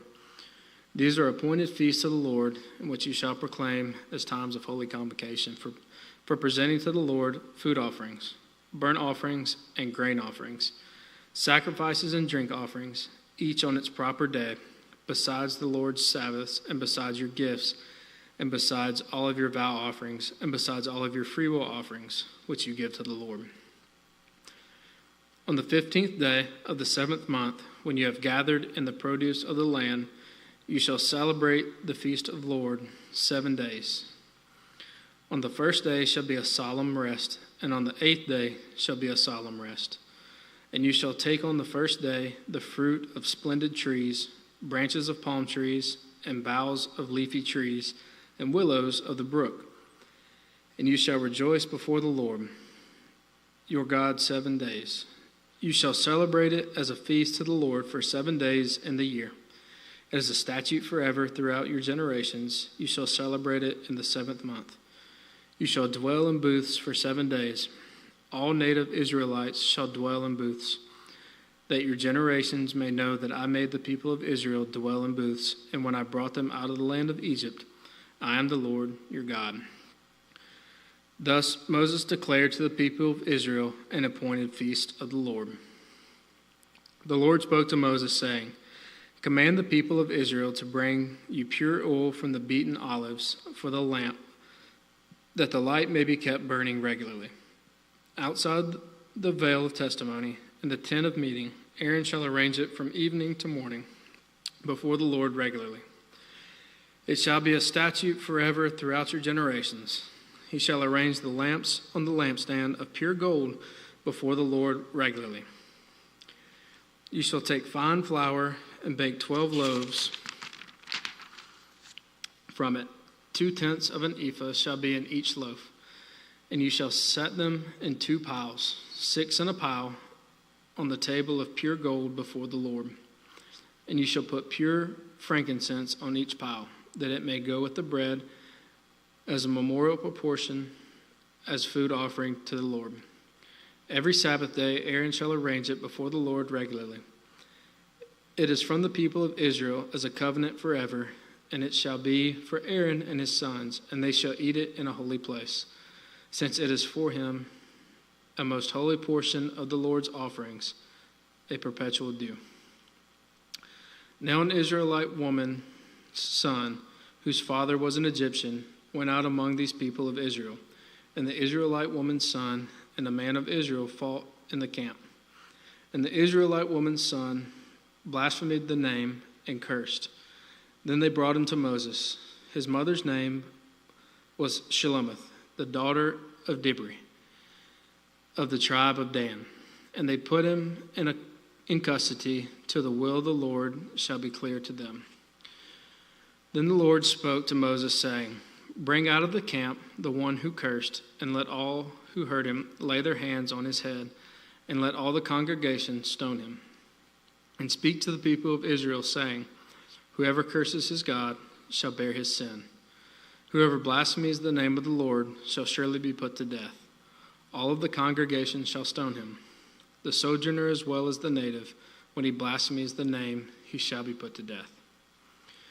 Whoever takes a life shall surely be put to death. Whoever takes an animal's life shall make it good, life for life. If anyone injures his neighbor, as he has done, it shall be done to him. Fracture for fracture, eye for eye, tooth for tooth. Whatever injury is given a person shall be given to him. Whoever kills an animal shall make it good, and whoever kills a person shall be put to death. You shall have the same rule for the sojourner and for the native, for I am the Lord your God. So Moses spoke to the people of Israel, and they brought out of the camp the one who had cursed and stoned him with stones. Thus the people of Israel did as the Lord commanded Moses. The Lord spoke to Moses on Mount Sinai, saying, Speak to the people of Israel and say to them, when you come to the land that I give you, the land shall keep a Sabbath to the Lord. For 6 years you shall sow your fields, and for 6 years you shall prune your vineyard and gather its fruits. But in the 7th year there shall be a Sabbath of solemn rest for the land, a Sabbath to the Lord. You shall not sow your field or prune your vineyard. You shall not reap what grows of itself in your harvest, or gather the grapes of your undressed vine. It shall be a year of solemn rest for the land. The Sabbath of the land shall provide food for you, for yourself, and for your male and female slaves, and for your hired worker and the sojourner who lives with you, and for your cattle, and for the wild animals that are in your land. All its yield shall be for food. You shall count 7 weeks of years, 7 times 7 years, so that the time of the 7 weeks of years shall give you 49 years. Then you shall sound the loud trumpet on the 10th day of the 7th month. On the day of atonement you shall sound the trumpet throughout all of your land, and you shall consecrate the 50th year, and proclaim liberty throughout the land to all its inhabitants. It shall be a jubilee for you, when each of you shall return to his property, and each of you shall return to his clan. That 50th year shall be a jubilee for you.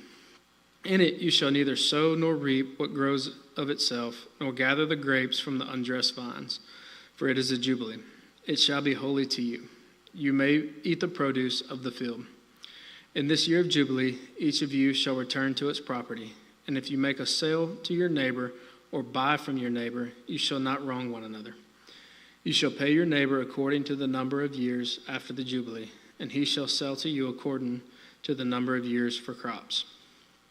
If the years are many, you shall increase the price, and if the years are few, you shall reduce the price, for it is the number of crops that he is selling to you. You shall not wrong one another, but you shall fear your God, for I am the Lord your God. Therefore, you shall do my statutes and keep my rules and perform them, and then you will dwell in the land securely. The land will yield its fruit, and you will eat your fill and dwell in it securely. And if you say, what shall we eat in the 7th year, if we may not sow or gather our crop? I will command my blessing on you in the 6th year, so it will produce a crop sufficient for 3 years. When you sow in the 8th year, you will be eating some of the old crop. You shall eat the old until the 9th year, when its crop arrives. The land shall not be sold in perpetuity, for the land is mine. For you are strangers and sojourners with me. And in all the country you possess, you shall allow a redemption of the land. If your brother becomes poor and sells part of his property, then his nearest redeemer shall come and redeem what his brother has sold. If a man has no one to redeem it, and then himself becomes prosperous and finds sufficient means to redeem it, let him calculate the years since he sold it and pay back the balance to the man whom he sold it, and then return to his property. But if he does not have sufficient means to recover it, then what he sold shall remain in the hand of the buyer until the year of Jubilee. In the Jubilee it shall be released, and he shall return to his property. If a man sells a dwelling house in a walled city, he may redeem it within a year of its sale. For a full year he shall have the right of redemption. If it is not redeemed within a full year, then the house and the walled city shall belong in perpetuity to the buyer throughout his generations. It shall not be released in the Jubilee. But the houses of the villages that have no wall around them shall be classified with the fields of the land. They may be redeemed, and they shall be released in the Jubilee. As for the cities of the Levites may redeem at any time, the Levites may redeem at any time the houses and the cities they possess. And if one of the Levites exercises his right of redemption, the house that was sold in the city they possess shall be released in the Jubilee. For the houses and the cities of the Levites are their possession among the people of Israel. But the fields of pasture land belonging to their cities may not be sold, for that is their possession forever.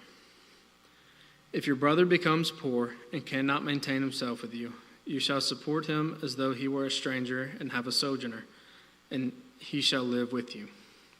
Take no interest from him or profit, but fear your God, that your brother may live beside you. You shall not lend him your money at interest, nor give him your food for profit. I am the Lord your God, who brought you out of the land of Egypt to give you to the land of Canaan and be your God. If your brother becomes poor, and sells himself to you, you shall not make him serve as a slave. He shall be with you as a hired worker and as a sojourner. He shall serve with you until the year of the Jubilee, and then he shall go out from you, he and his children with him, and go back to his own clan and return to the possession of his fathers. For they are my servants, whom I brought out of the land of Egypt. They shall not be sold as slaves. You shall not rule over him ruthlessly, but shall fear your God.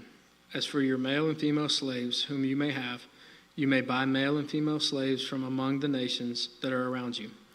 You may also buy from among the strangers who sojourn with you and their clans that are with you, who have been born in your land, and they may be your property. You may bequeath to them your sons after you inherit a possession forever. You make slaves of them, but over your brothers, the people of Israel, you shall not rule over one another ruthlessly.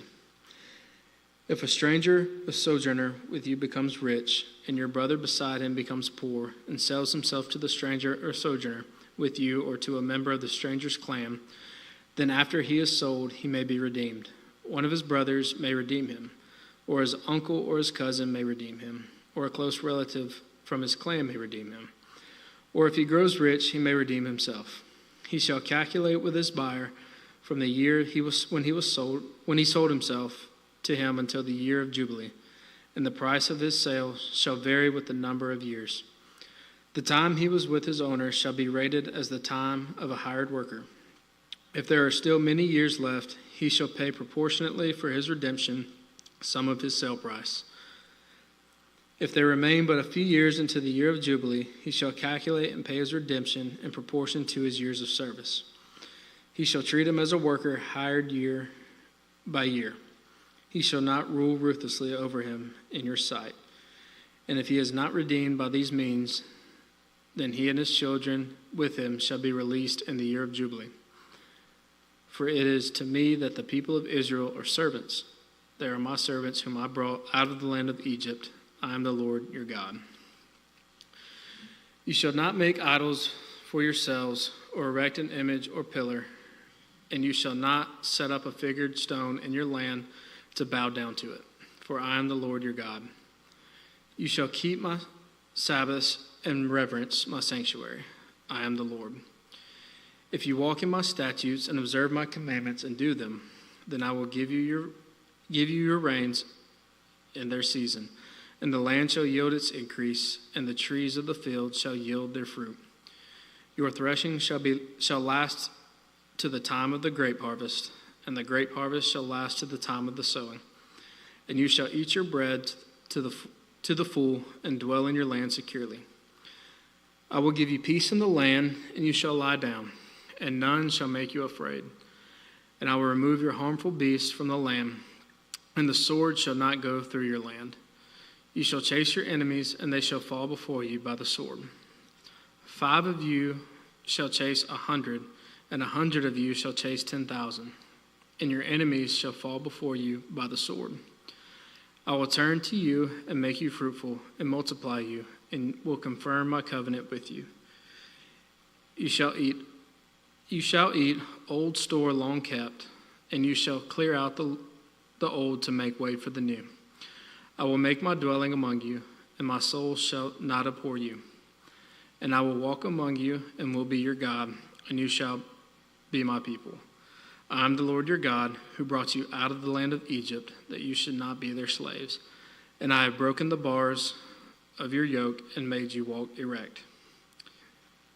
But if you will not listen to me, and will not do all of these commandments, if you spurn my statutes, and if your soul abhors my rules, so that you will not do my commandments, but break my covenant, then I will do this to you. I will visit you with panic, with wasting disease and fever that consume the eyes and make your heart ache. And you shall sow your seed in vain, for your enemies shall eat it. I will set my face against you, and you shall be struck down before your enemies. Those who hate you shall not rule over you, and you shall flee when none pursues you. And if in spite of this you will not listen to me, then I will discipline you again sevenfold for your sins. And I will break the pride of your power, and I will make your heavens like iron, and your earth like bronze. And your strength shall be spent in vain, for your land shall not yield its increase, and the trees of the land shall not yield their fruit. Then if you walk contrary to me, and will not listen to me, I will continue striking you sevenfold for your sins. And I will let loose the wild beasts against you, which shall bereave you of your children, and destroy your livestock, and make you few in number, so that your roads shall be deserted. And if by this discipline you are not turned to me, but walk contrary to me, then I will also walk contrary to you, and I myself will strike you sevenfold for your sins. And I will bring a sword upon you that shall execute vengeance for the covenant. And if you gather within your cities, I will send pestilence among you. You shall be delivered into the hand of the enemy. When I break your supply of bread, 10 women shall bake your bread in a single oven, and shall dole out your bread again by weight, and you shall eat and not be satisfied. But if in spite of this to you, you will not listen to me, but walk contrary to me, then I will walk contrary to you in fury, and I myself will discipline you sevenfold for your sins. You shall eat the flesh of your sons, and you shall eat the flesh of your daughters, and I will destroy your high places and cut down your incense altars, and cast your dead bodies upon the dead bodies of your idols, and my soul will abhor you. And I will lay your cities waste, and will make your sanctuaries desolate, and I will not smell your pleasing aromas.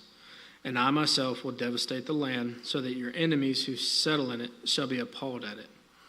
And I will scatter you among the nations, and I will unsheathe the sword after you, and your land shall be a desolation, and your cities shall be a waste. Then the land shall enjoy its Sabbaths as long as it lies desolate, while you are in your enemy's land. Then the land shall rest and enjoy its Sabbaths. As long as it lies desolate, it shall have rest, and the rest that it did not have on your Sabbaths when you were dwelling in it. And as for those of you who are left, I will send faintness into their hearts in the lands of their enemies. The sound of a driven leaf shall put them to flight, and they shall flee as one flees from the sword, and they shall fall when none pursues. They shall stumble over one another as if to escape a sword, though none pursues. And you shall have no power to stand before your enemies. And you shall perish among the nations, and the land of your enemies shall eat you up. And those of you who are left shall rot away in your enemies' lands because of their iniquity. And also because of the iniquities of their fathers, they shall rot away like them. But if they confess their iniquity, and the iniquity of their fathers, and their treachery that they committed against me, and also walking contrary to me, so that I walked contrary to them, and brought them into the land of their enemies, if then their uncircumcised heart is humbled, and they make amends for their iniquity, then I will remember my covenant with Jacob, and I will remember my covenant with Isaac, and my covenant with Abraham, and I will remember the land. But the land shall be abandoned by them, and enjoy its Sabbaths while it lies desolate without them. And they shall make amends for their iniquity, because they spurned my rules, and their soul abhorred my statutes. Yet for all that, when they are in the land of their enemies, I will not spurn them, neither will I abhor them, so as to destroy them utterly and break my covenant with them.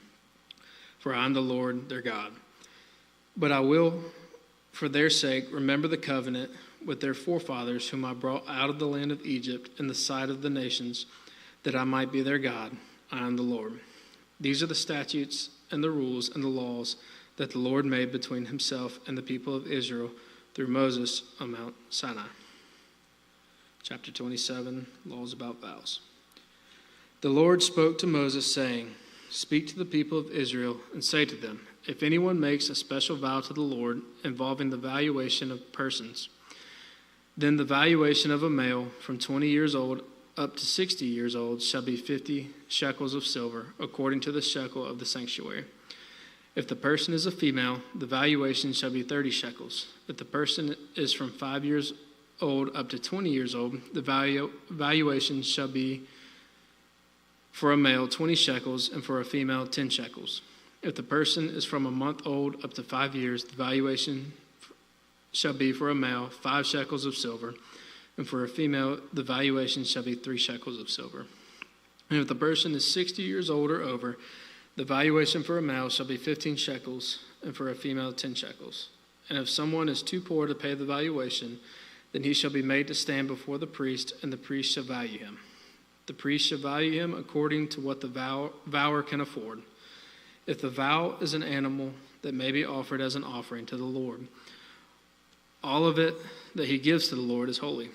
He shall not exchange it or make a substitute for it, good or bad, good for bad or bad for good. And if he does in fact substitute one animal for another, then both it and the substitute shall be holy. And if it is any unclean animal that may not be offered as an offering to the Lord, then he shall stand the animal before the priest, and the priest shall value it as either good or bad. As the priest values it, so it shall be. But if he wishes to redeem it, he shall add a fifth to the valuation. When a man dedicates his house as a holy gift to the Lord, the priest shall value it as either good or bad. As the priest values it, so it shall stand. And if the donor wishes to redeem his house, he shall add a fifth of the valuation price, and it shall be his. If a man dedicates to the Lord part of the land that is his possession, then the valuation shall be in proportion to its seed. A homer of barley seed shall be valued at 50 shekels of silver. If he dedicates his field from the year of Jubilee, the valuation shall stand. But if he dedicates his field after the Jubilee, then the priest shall calculate the price according to the years that remain until the year of Jubilee. And a deduction shall be made from the valuation. And if he who dedicates the field wishes to redeem it, then he shall add a fifth to its valuation price, and it shall remain his. But if he does not wish to redeem the field, or if he has sold the field to another man, it shall not be redeemed to anyone, redeemed anymore. But the field, when it is released to the Jubilee, shall be a holy gift to the Lord. Like a field that has been devoted, the priest shall be in possession of it. If he dedicates to the Lord a field that he has bought, which is not part of his possession, then the priest shall calculate the amount of valuation for it up to the year of Jubilee. And the man shall give the valuation on that day as a holy gift to the Lord. In the year of Jubilee, the field shall return from him from whom it was bought, to whom the land belongs as a possession. Every valuation shall be according to the shekel of sanctuary. 20 gerahs shall make a shekel. But a firstborn of animals, which as a firstborn belongs to the Lord, no man may dedicate, whether ox or sheep, it is the Lord's. And if it is an unclean animal, then he shall buy it back at the valuation and add a fifth to it. If it is not redeemed, it shall be sold at the valuation. But no devoted thing that a man devotes to the Lord of anything that he has, whether man or beast, or of his inherited field, shall be sold or redeemed. Every devoted thing is most holy to the Lord. No one devoted who is to be devoted for destruction from mankind shall be ransomed. He shall surely be put to death. Every tithe of the land, whether the seed of the land or the fruit of the holy trees, is the Lord's. It is holy to the Lord. If a man wishes to redeem some of its tithe, he shall add a fifth to it. And every tithe of herds and flocks, every tenth of animal that pass under the herdsman's staff, shall be holy to the Lord. One shall not differentiate between the good or bad, neither shall make a substitute for it. And if he does substitute for it, then both it and the substitute shall be holy. It shall be redeemed. These are the commandments that the Lord commanded Moses for the people of Israel on Mount Sinai.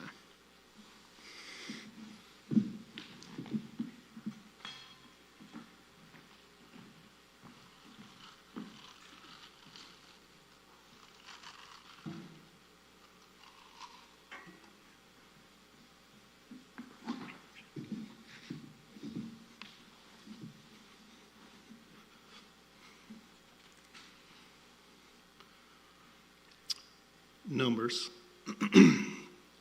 The Lord spoke to Moses in the wilderness of Sinai in the tent of meeting on the first day of the second month in the second year after they had come out of the land of Egypt, saying, take a census of all the congregation of the people of Israel by clans, by fathers' houses, according to the numbers of names, every male head by head, from 20 years old and upward, all in Israel who are able to go to war. You and Aaron shall list them, company by company, and there shall be with you a man from each tribe, each man being the head of the house of his fathers. And these are the names of the men who shall assist you. From Reuben, Elizur, the son of Shadir; from Simeon, Shelemiel, and son of Zerashida; from Judah, Nashon, the son of Amminadab; from Issachar, Nathanael, the son of Zuar; from Zebulun, Eliab, the son of Helon; from the sons of Joseph; from Ephraim, Elishama, the son of Ammihud; and Manasseh, Gamaliel, the son of Pedazar; from Benjamin, Abidan, the son of Gideoni; from Dan, Aizar, the son of Ammishaddai; from Asher, Pagiel, the son of Okran; from Gad, Eliasaph, the son of Deuel; from Naphtali, Ahira, the son of Enan. These were the ones chosen from the congregation, the chiefs of their ancestral tribes, the heads of the clans of Israel. Moses and Aaron took these men who had been named, and on the first day of the second month, they assembled the whole congregation together, who registered themselves by clans, by fathers' houses, according to the number of names, from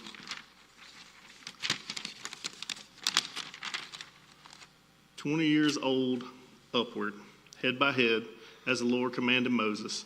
So he listed them in the wilderness of Sinai.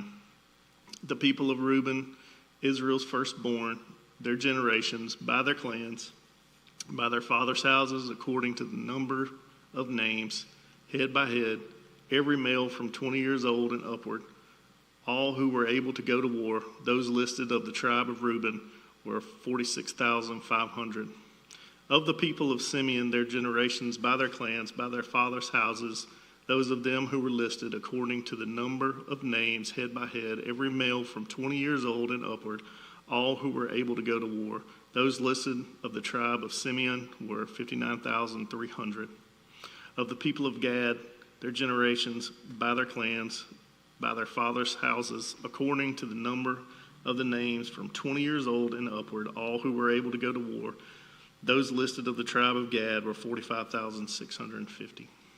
Of the people of Judah, their generations, by their clans, by their fathers' houses, according to the number of names from 20 years old and upward, every man able to go to war. Those listed from the tribe of Judah were 74,600.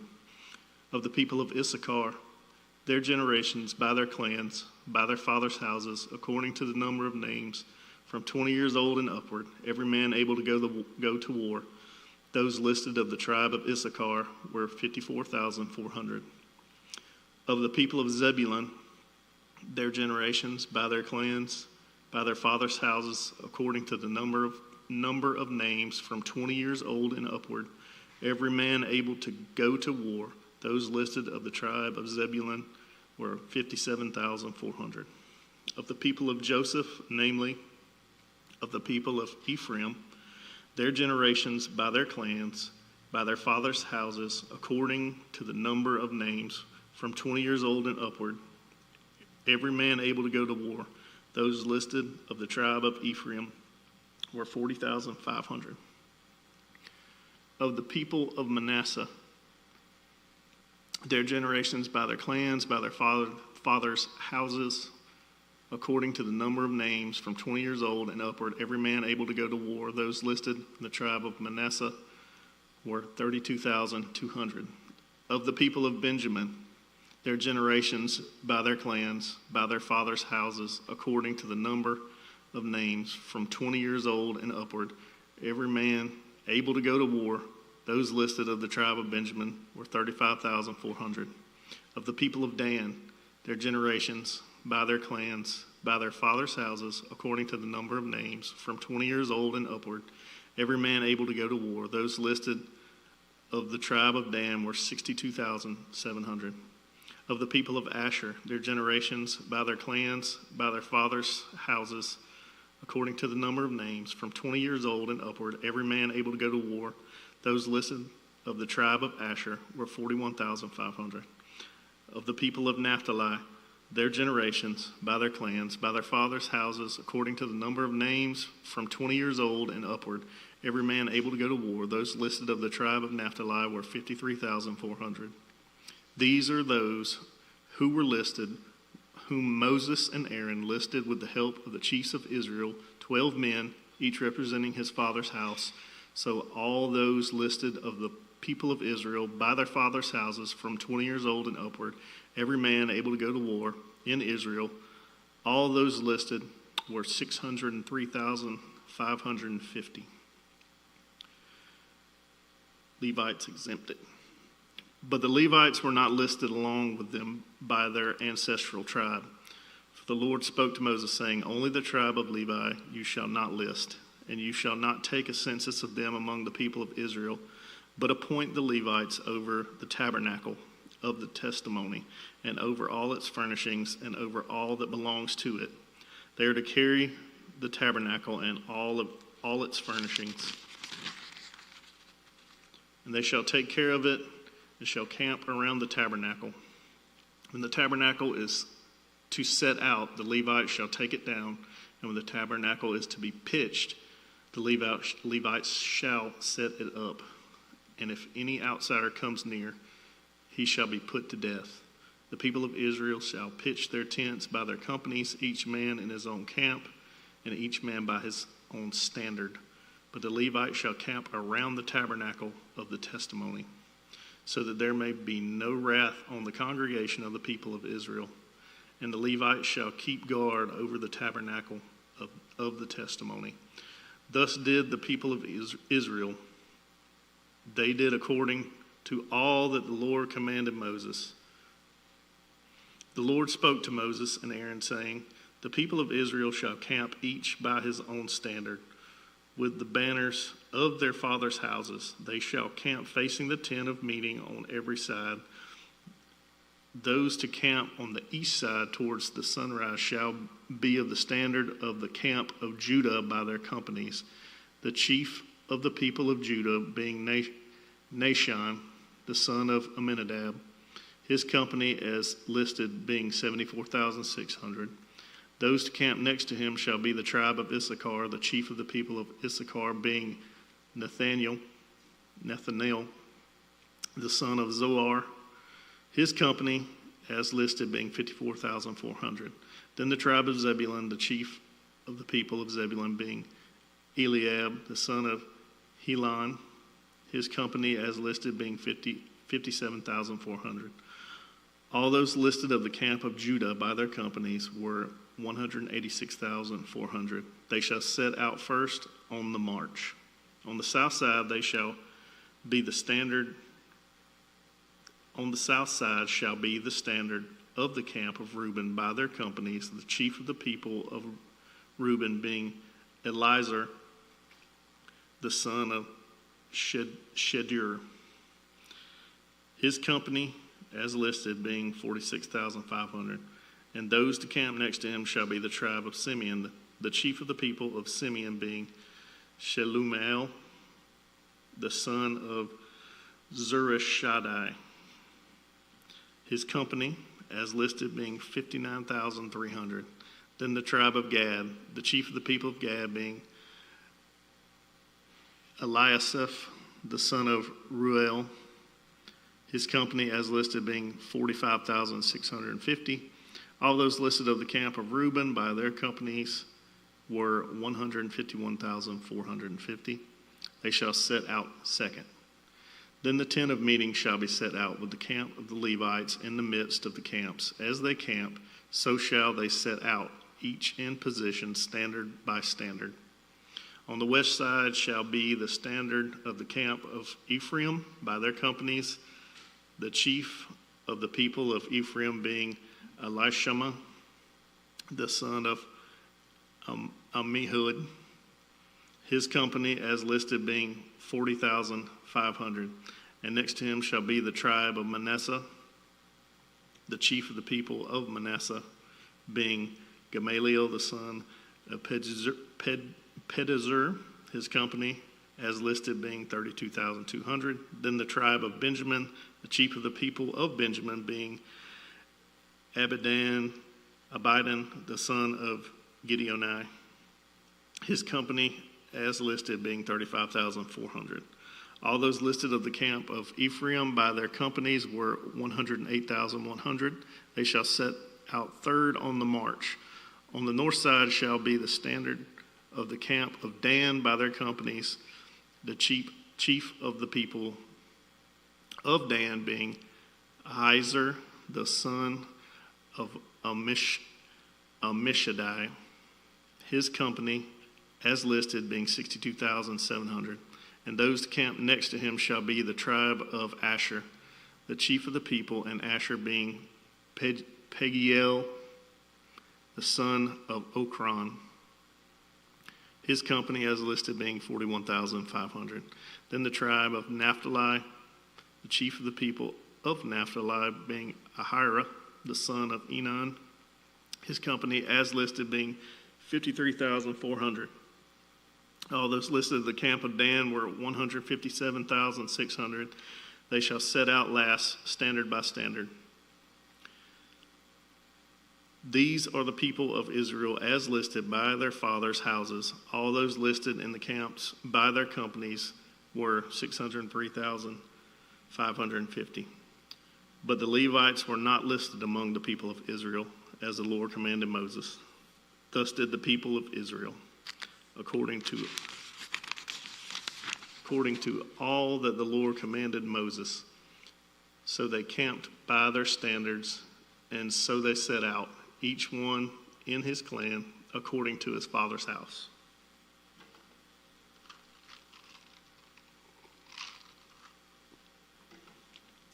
The sons of Aaron. These are the generations of Aaron and Moses at the time when the Lord spoke with Moses on Mount Sinai. These are the names of the sons of Aaron: Nadab, the firstborn, and Abihu, Eleazar, and Ithamar. These are the names of the sons of Aaron, the anointed priest, whom he ordained to serve as priest. But Nadab and Abihu died before the Lord when they were offered unauthorized fire before the Lord in the wilderness of Sinai, and they had no children. So Eleazar and Ithamar served as priests in the lifetime of Aaron their father. And the Lord spoke to Moses, saying, "Bring the tribe of Levi near, and set them before Aaron the priest, and they may minister to him. They shall keep guard over him and over the whole congregation before the tent of meeting, as they minister at the tabernacle. They shall guard all the furnishings of the tent of meeting, and keep guard over the people of Israel as they minister to at the tabernacle. And you shall give the Levites to Aaron and his sons. They are wholly given to him from among the people of Israel. And you shall appoint Aaron and his sons, and they shall guard their priesthood. But if any outsider comes near, he shall be put to death." And the Lord spoke to Moses, saying, "Behold, I have taken the Levites from among the people of Israel instead of every firstborn who opens the womb among the people of Israel. The Levites shall be mine, for all the firstborn are mine. On the day that I struck down all the firstborn of the land of Egypt, I consecrated for my own all the firstborn of Israel, both of man and of beast. They shall be mine. I am the Lord." And the Lord spoke to Moses in the wilderness of Sinai, saying, "List the sons of Levi by fathers' houses and by clans. Every male from a month old and upward you shall list." So Moses listed them according to the word of the Lord. And he was as he was commanded. And these were the sons of Levi by their names, Gershon and Kohath and Merari. And these are the names of the sons of Gershon by their clans, Libni and Shimei. And the sons of Kohath by their clans, Amram, Izhar, Hebron, and Uzziel.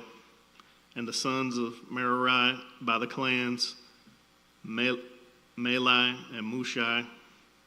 These are the clans of the Levites by their fathers' houses. To Gershon belonged the clan of the Libnites and the clan of the Shimeites. These were the clans of the Gershonites. Their listing according to the number of all the males from a month old and upward was 7,500. The clans of the Gershonites were to camp behind the tabernacle on the west, with Eliasaph, the son of Lael, as chief of the father's house of the Gershonites. And the guard duty of the sons of Gershon in the tent of meeting involved the tabernacle, the tent with its covering, the screen for the entrance of the tent of meeting, the hangings of the court, the screen for the door of the court that is around the tabernacle and the altar and its cords, all the service connected with these. To Kohath belonged the clan of the Amramites and the clan of the Izharites and the clan of the Hebronites and the clan of the Uzzielites.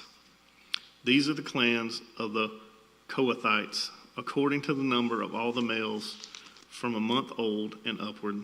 There were 8,600, keeping guard over the sanctuary. The clans of the sons of Kohath were to camp on the south side of the tabernacle, with Elizaphan, the son of Uzziel, as chief of the father's house of the clan of the Kohathites. And their guard duty involved the ark, the table, the lampstand, the altars, the vessels of the sanctuary with which the priest minister, and the screen, all the service connected with these.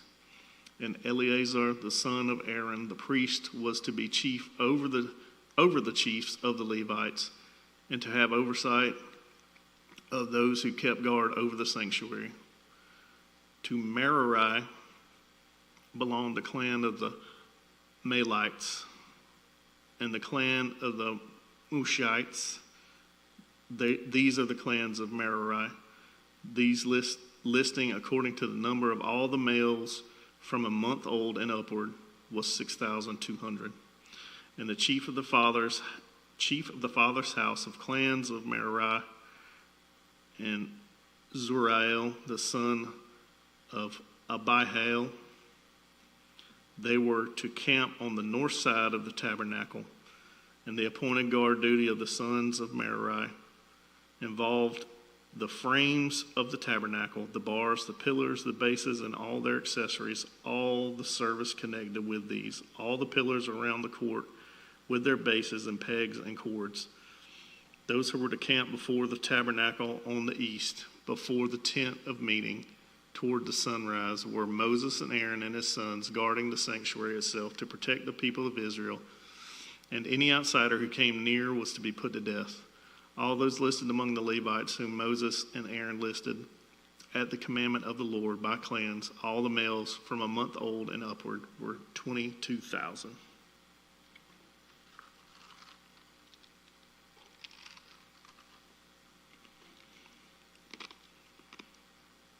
And the Lord said to Moses, list all the firstborn males of the people of Israel from a month old and upward, taking the number of their names, and you shall take the Levites for me.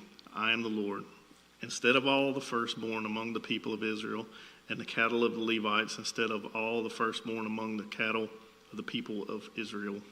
So Moses listed all the firstborn among the people of Israel, as the Lord commanded him, and all the firstborn males according to the number of names from a month old and upward, as listed, were 22,273. And the Lord spoke to Moses, saying, Take the Levites instead of all the firstborn among the people of Israel, and the cattle of the Levites instead of their cattle. The Levites shall be mine, I am the Lord.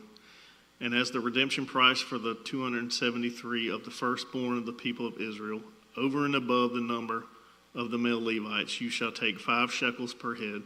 You shall take them according to the shekel of the sanctuary, the shekel of 20 gerahs, and give the money to Aaron and his sons as the redemption price for those who are over. So Moses took the redemption money from those who were over and above those redeemed by the Levites. From the firstborn of the people of Israel, he took the money, 1,365 shekels, by the shekel of the sanctuary. And Moses gave the redemption money to Aaron and his sons, according to the word of the Lord, as the Lord commanded Moses. The Lord spoke to Moses and Aaron, saying, Take a census of the sons of Kohath from among the sons of Levi, by their clans and their father's house, from 30 years old up to 50 years old, all who can come on duty to do the work in the tent of meeting. This is the service of the sons of Kohath in the tent of meeting, the most holy things. When the camp is to set out, Aaron and his sons shall go in and take down the veil of the screen and cover the ark of the testimony with it. Then they shall put on it a covering of goatskin and spread on top of that a cloth olive blue, and shall put in its poles. And over the table of the bread of the presence they shall spread a cloth of blue and put on the plates, the dishes for incense, the bowls and the flagons for the drink offering. The regular showbread also will be on it. Then they shall spread over them a cloth of scarlet and cover the same with a covering of goatskin, and shall put in its poles. And they shall take a cloth of blue and cover the lampstand for the light, with its lamps, its tongs, its trays, and all the vessels for oil with which it is supplied. And they shall put it with all its utensils in a covering of goatskin, and put it on a carrying frame. And over the golden altar they shall spread a cloth of blue and cover it with a covering of goatskin, and shall put in its poles. And they shall take all the vessels of the service that are used in the sanctuary and put them in a cloth of blue and cover with a covering of goatskin, and put them on a carrying frame.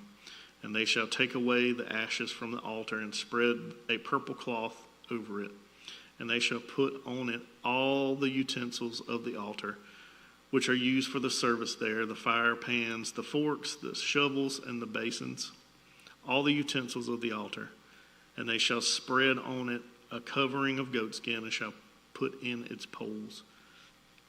And when Aaron and his sons have finished covering the sanctuary and all the furnishings of the sanctuary, as the camp sets out, after that the sons of Kohath shall come to carry these, but they must not touch the holy things, lest they die. These are the things of the tent of meeting that the sons of Kohath are to carry. And Eleazar, the son of Aaron, the priest, shall have charge of the oil for the light, the fragrant incense, the regular grain offering, and the anointing oil, with the oversight of the whole tabernacle and all that is in it, of the sanctuary and its vessels. The Lord spoke to Moses and Aaron, saying, Let not the tribe of the clans of the Kohathites be destroyed from among the Levites, but deal thus with them, that they may live and not die when they come near to the most holy things. Aaron and his sons shall go in and appoint them each to his task and to his burden, but they shall not go in to look on the holy things even for a moment, lest they die. The Lord spoke to Moses, saying, Take a census of the sons of Gershon also, by their father's house and by their clans.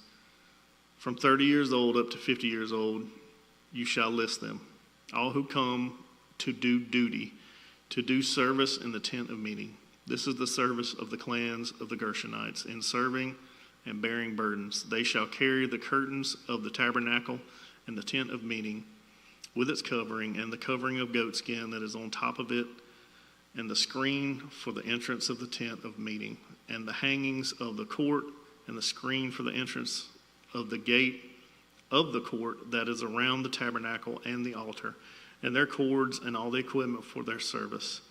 And they shall do all that needs to be done with regard to them. All the service of the sons of the Gershonites shall be at the command of Aaron and his sons, in all that they are to carry and in all that they have to do. And you shall assign to their charge all that they are to carry. This is the service of the clans of the sons of the Gershonites in the tent of meeting, and their guard duty is to be under the direction of Ithamar, the son of Aaron, the priest. As for the sons of Merari, you shall list them by their clans and their fathers' houses. From 30 years old up to 50 years old, you shall list them, everyone who can come on duty to do the service of the tent of meeting. And this is what they are charged to carry. As the whole of their service in the tent of meeting, the frames of the tabernacle with its bars, pillars, and bases, and the pillars around the court with their bases, pegs, and cords, with all their equipment and all their accessories. And you shall list by name the objects that they are required to carry. This is the service of the clans of the sons of Merari, the whole of their service in the tent of meeting under the direction of Ithamar, the son of Aaron, the priest. And Moses and Aaron and the chiefs of the congregation listed the sons of the Kohathites by their clans and their fathers' houses from 30 years old up to 50 years old, everyone who could come on duty for service in the tent of meeting. And those listed by clans were 2,750.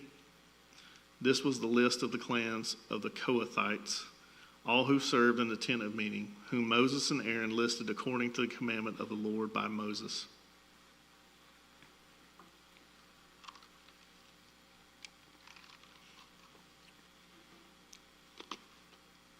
Those listed of the sons of Gershon by their clans and their fathers' houses from 30 years old up to 50 years old, everyone who could come on duty for service in the tent of meeting.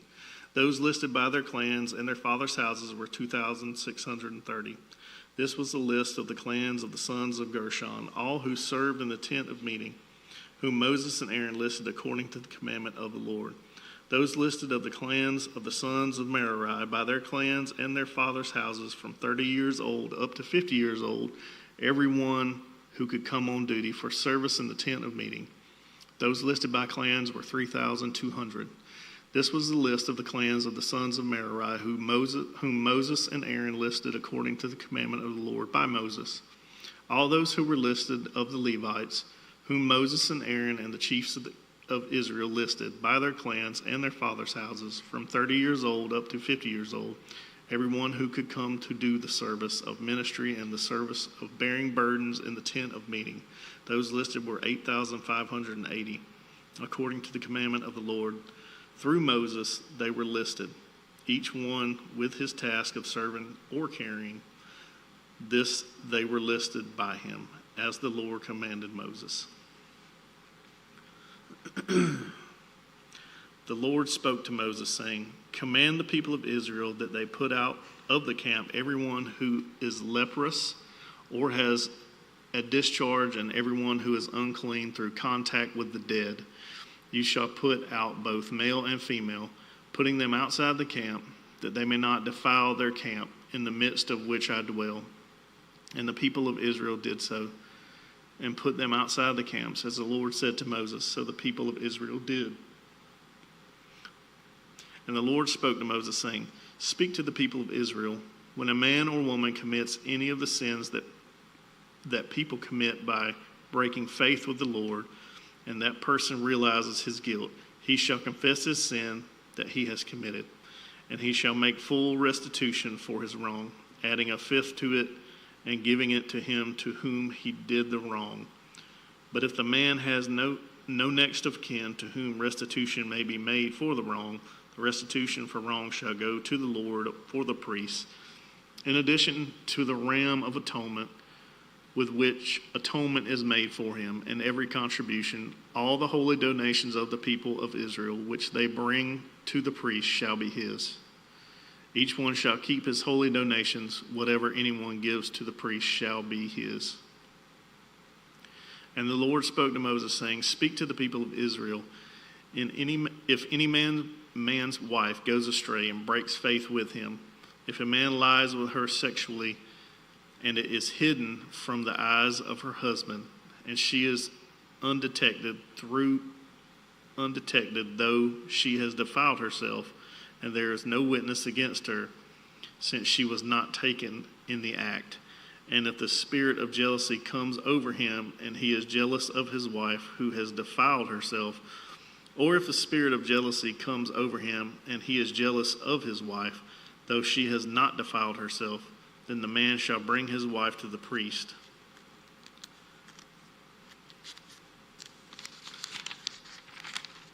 And bring the offering required of her, 1/10 of an ephah of barley flour. He shall pour no oil on it, and put no frankincense on it, for it is a grain offering of jealousy, a grain offering of remembrance, bringing iniquity to remembrance. Then the priest shall bring her near and set her before the Lord. And the priest shall take holy water in an earthenware vessel, and take some of the dust that is on the floor of the tabernacle, and put it into the water. And the priest shall set the woman before the Lord, and unbind the hair of the woman's head, and place in her hands the grain offering of remembrance, which is the grain offering of jealousy. And in his hand the priest shall have the water of bitterness that brings the curse. Then the priest shall make her take an oath, saying, If no man has lain with you, and if you have not turned aside to uncleanness while you were under your husband's authority, be free from this water of bitterness that brings the curse. But if you have gone astray, though you were under your husband's authority, and if you have defiled yourself, and some man other than your husband has lain with you, then let the priest make the woman take the oath of the curse, and say to the woman, The Lord make you a curse and an oath among your people. When the Lord makes your thigh fall away and your body swell, may this water that brings the curse pass into your bowels and make your womb swell and your thigh fall away. And the woman shall say, Amen, amen. The priest shall write these curses in a book, and wash them off into the water of bitterness. And he shall make the woman drink the water of bitterness that brings the curse. And the water that brings the curse shall enter into her, and cause bitter pain. And the priest shall take the grain offering of jealousy out of the woman's hand, and shall wave the grain offering before the Lord, and bring it to the altar. And the priest shall take a handful of grain offerings as its memorial portion, and burn it on the altar. And afterwards shall make the woman drink the water. And when he has made her drink the water, then, if she has defiled herself and has broken faith with her husband, the water that brings the curse shall enter into her and cause bitter pain, and her womb shall swell, and her thigh shall fall away, and the woman shall become a curse among her people. But if the woman has not defiled herself and is clean, then she shall be free and shall conceive children. This is the law in cases of jealousy, when a wife, though under her husband's authority, goes astray and defiles herself, or when the spirit of jealousy comes over a man and he is jealous of his wife. Then he shall set the woman before the Lord, and the priest shall carry out for her all this law. The man shall be free from iniquity, but the woman shall bear her iniquity.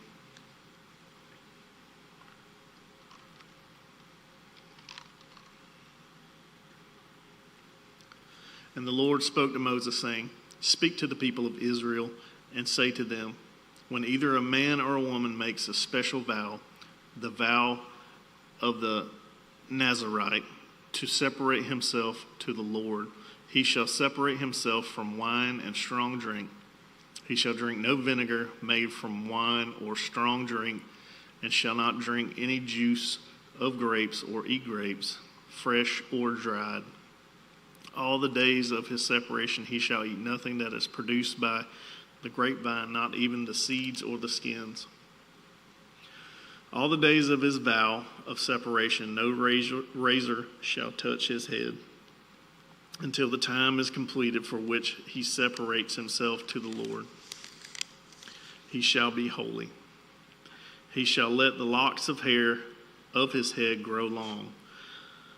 All the days that he separates himself to the Lord, he shall not go near a dead body, not even for his father or for his mother, for brother or sister. If they die, shall he make himself unclean, because his separation to God is on his head. All the days of his separation he is holy to the Lord. And if any man dies very suddenly beside him, and he defiles his consecrated head, then he shall shave his head on the day of his cleansing. On the 7th day he shall shave it. On the 8th day he shall bring 2 turtle doves or 2 pigeons to the priest to the entrance of the tent of meeting, and the priest shall offer one for a sin offering and the other for a burnt offering, and make atonement for him, because he sinned by reason of the dead body. And he shall consecrate his head that same day, and separate himself to the Lord for the days of his separation, and bring a male lamb a year old for a guilt offering. But the previous period shall be void, because the separation was defiled. And this is the law for the Nazarite. When the time of his separation has been completed, he shall be brought to the entrance of the tent of meeting, and he shall bring his gift to the Lord, 1 male lamb a year old without blemish for a burnt offering, and 1 ewe lamb a year old without blemish as a sin offering, and 1 ram without blemish as a peace offering, and a basket of unleavened bread, loaves of fine flour mixed with oil, and unleavened wafers smeared with oil, and their grain offerings and their drink offerings. And the priest shall bring them before the Lord, and offer his sin offerings and his burnt offerings. And he shall offer the ram as a sacrifice of peace offering to the Lord, with the basket of unleavened bread. The priest shall offer also its grain offering and its drink offering. And the Nazarite shall shave his consecrated head at the entrance of the tent of meeting, and shall take the hair from his consecrated head and put it on the fire that is under the sacrifice of the peace offering. And the priest shall take the shoulder of the ram when it is boiled, and 1 unleavened loaf out of the basket, and 1 unleavened wafer, and shall put them on the hands of the Nazarite, after he has shaved the hair of his consecration. And the priest shall wave them for a wave offering before the Lord. They are a holy portion for the priest, together with the breast that is waved and the thigh that is contributed. And after that, the Nazarite may drink wine. This is the law of the Nazarite. But if he vows an offering to the Lord above his Nazarite vow, as he can afford, in exact accordance with the vow that he takes, then he shall do an addition to the law of the Nazarite. The Lord spoke to Moses, saying, Speak to Aaron and his sons, saying, Thus you shall bless the people of Israel. You shall say to them, The Lord bless you and keep you. The Lord make his face to shine upon you and be gracious to you. The Lord lift up his countenance upon you and give you peace. So shall they put my name upon the people of Israel, and I will bless them. On the day when Moses had finished setting up the tabernacle and had anointed and consecrated it with all its furnishings, and anointed and consecrated the altar with all its utensils, the chiefs of Israel, heads of their fathers' houses, who were the chiefs of the tribes, who were over those who were listed, approached and brought their offerings before the Lord, 6 wagons and 12 oxen, a wagon for every 2 of the chiefs, and for each one an ox. They brought them before the tabernacle. Then the Lord said to Moses, accept these from them, that they may be used in the service of the tent of meeting, and give them to the Levites, to each man according to his service. So Moses took the wagons and the oxen and gave them to the Levites. 2 wagons and 4 oxen he gave to the sons of Gershon according to their service, and 4 wagons and 8 oxen he gave to the sons of Merari according to their service, under the direction of Ithamar the son of Aaron the priest. But to the sons of Kohath he gave none, because they were charged with the service of the holy things that had to be carried on the shoulder. And the chiefs offered offerings for the dedication of the altar on the day it was anointed. And the chiefs offered their offering before the altar. And the Lord said to Moses, they shall offer their offerings, 1 chief each day, for the dedication of the altar. He who offered his offering for the first day was Nahshon, the son of Amminadab, of the tribe of Judah. And his offering was 1 silver plate, whose weight was 130 shekels, 1 silver basin of 70 shekels, according to the shekel of the sanctuary, both of them full of fine flour mixed with oil for a grain offering, 1 golden dish of 10 shekels, full of incense, 1 bull from the herd, 1 ram, 1 male lamb, a year old, for a burnt offering, 1 male goat for a sin offering, and for the sacrifice of peace offerings, 2 oxen, 5 rams, 5 male goats, and 5 male lambs, a year old. This was the offering of Nahshon, the son of Amminadab. On the second day, Nathaniel, the son of Zuar, the chief of Issachar, made an offering. He offered for his offering 1 silver plate, whose weight was 130 shekels, 1 silver basin of 70 shekels, according to the shekel of the sanctuary, both of them full of fine flour mixed with oil for a grain offering, 1 golden dish of 10 shekels, full of incense, 1 bull from the herd, 1 ram, 1 male lamb a year old for a burnt offering, 1 male goat for a sin offering, and for the sacrifice of peace offerings, 2 oxen, 5 rams, 5 male goats, and 5 male lambs a year old. This was the offering of Nathaniel, the son of Zuar. On the third day, Eliab, the son of Helon, the chief of the people of Zebulun, his offering was 1 silver plate, whose weight was 130 shekels, 1 silver basin of 70 shekels, according to the shekel of the sanctuary, both of them full of fine flour mixed with oil for a grain offering, 1 golden dish of 10 shekels, full of incense, 1 bull from the herd, 1 ram, 1 male lamb a year old for a burnt offering, 1 male goat for a sin offering, and for the sacrifice of peace offerings, 2 oxen, 5 rams, 5 male goats, and 5 male lambs a year old. This was the offering of Eliab, the son of Helon. On the 4th day, Eliezer, the son of Shedeur, the chief of the people of Reuben, his offering was 1 silver plate, whose weight was 130 shekels, 1 silver basin of 70 shekels, according to the shekel of the sanctuary, both of them full of fine flour mixed with oil for a grain offering, 1 golden dish of 10 shekels, full of incense, 1 bull from the herd, 1 ram, 1 male lamb a year old for a burnt offering, 1 male goat for a sin offering, and for the sacrifice of peace offerings, 2 oxen, 5 rams, 5 male goats, and 5 male lambs a year old. This was the offering of Eliezer, the son of Shedeur. On the 5th day, Shelumiel, the son of Zerah-Shaddai, the son of the people of Simeon, his offering was 1 silver plate, whose weight was 130 shekels, 1 silver basin of 70 shekels, according to the shekel of the sanctuary, both of them full of fine flour mixed with oil for a grain offering, 1 golden dish of 10 shekels, full of incense, 1 bull from the herd, 1 ram, 1 male lamb a year old for a burnt offering, 1 male goat for a sin offering, and for the sacrifice of peace offerings, 2 oxen, 5 rams, 5 male goats, and 5 male lambs a year old.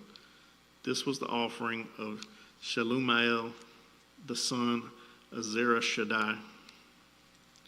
On the sixth day,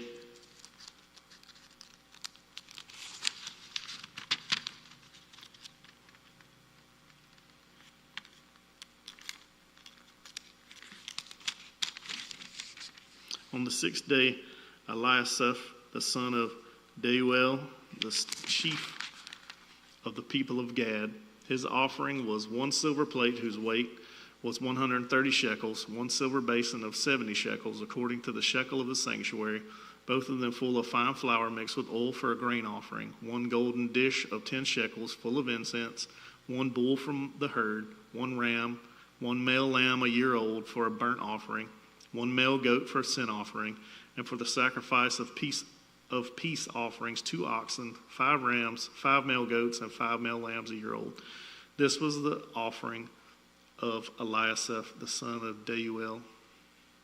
On the 7th day, Elishama, the son of Ammihud, the chief of the people of Ephraim, his offering was 1 silver plate whose weight was 130 shekels, 1 silver basin of 70 shekels, according to the shekel of the sanctuary, both of them full of fine flour mixed with oil for a grain offering, 1 golden dish of 10 shekels full of incense, 1 bull from the herd, 1 ram, 1 male lamb a year old for a burnt offering, 1 male goat for a sin offering, and for the sacrifice of peace offerings, 2 oxen, 5 rams, 5 male goats, and 5 male lambs a year old. This was the offering of Elishama, the son of Ammihud. On the 8th day, Gamaliel, the son of Pedahzur, the chief of the people of Manasseh, his offering was 1 silver plate whose weight was 130 shekels, 1 silver basin of 70 shekels, according to the shekel of the sanctuary, both of them full of fine flour mixed with oil for a grain offering, 1 golden dish of 10 shekels full of incense, 1 bull from the herd, 1 ram, 1 male lamb a year old for a burnt offering, 1 male goat for a sin offering, and for the sacrifice of peace offerings, 2 oxen, 5 rams, 5 male goats, and 5 male lambs a year old. This was the offering of Gamaliel, the son of Pedahzur. On the 9th day, Abidan, the son of Gideoni, the chief of the people of Benjamin, his offering was 1 silver plate whose weight was 130 shekels, 1 silver basin of 70 shekels, according to the shekel of the sanctuary, both of them full of fine flour mixed with oil for a grain offering, 1 golden dish of 10 shekels full of incense, 1 bull from the herd, 1 ram, 1 male lamb a year old for a burnt offering, 1 male goat for a sin offering, and for the sacrifice of peace offerings, 2 oxen, 5 rams, 5 male goats, and 5 male lambs a year old. This was the offering of Abidan, the son of Gideoni. On the 10th day, Ahiezer, the son of Ammishaddai, the chief of the people of Dan, his offering was 1 silver plate whose weight was 130 shekels, 1 silver basin of 70 shekels, according to the shekel of the sanctuary, both of them full of fine flour mixed with oil for a grain offering, 1 golden dish of 10 shekels full of incense, 1 bull from the herd, 1 ram, 1 male lamb a year old for a burnt offering, 1 male goat for a sin offering, and for the sacrifice of peace offerings, 2 oxen, 5 rams, 5 male goats, and 5 male lambs a year old. This was the offering of Ahiezer, the son of Ammishaddai. On the 7th day, Pagiel, the son of Okran, the chief of the people of Asher, his offering was 1 silver plate whose weight was 130 shekels, 1 silver basin of 70 shekels, according to the shekel of the sanctuary, both of them full of fine flour mixed with oil for a grain offering, 1 golden dish of 10 shekels full of incense, 1 bull from the herd, 1 ram, 1 male lamb a year old for a burnt offering, 1 male goat for a sin offering, and for the sacrifice of peace offerings, 2 oxen, 5 rams, 5 male goats, and 5 male lambs a year old. This was the offering of Pagiel, the son of Okran.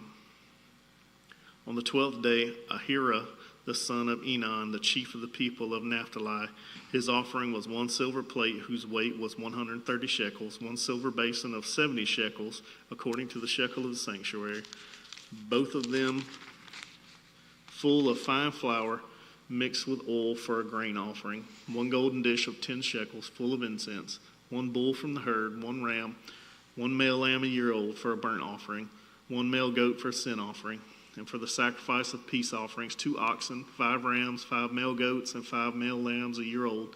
This was the offering of Ahira the son of Enan. This was the dedication offering for the altar on the day when it was anointed. From the chiefs of Israel, 12 silver plates, 12 silver basins, 12 golden dishes, each silver plate weighing 130 shekels, and each basin 70. All the silver of the vessels, 2,400 shekels, according to the shekel of the sanctuary. The 12 golden dishes full of incense, weighing 10 shekels apiece, according to the shekel of the sanctuary. All the gold of the dishes being 120 shekels. All the cattle for the burnt offering, 12 bulls, 12 rams, 12 male lambs a year old, with their grain offering, and 12 male goats for a sin offering, and all the cattle for the sacrifice of peace offerings, 24 bulls, the rams 60, the male goats 60, the male lambs a year old 60. This was the dedication offering for the altar after it was anointed. And when Moses went into the tent of meeting to speak with the Lord, he heard the voice speaking to him from above the mercy seat that was on the ark of the testimony, from between the 2 cherubim, and it spoke to him.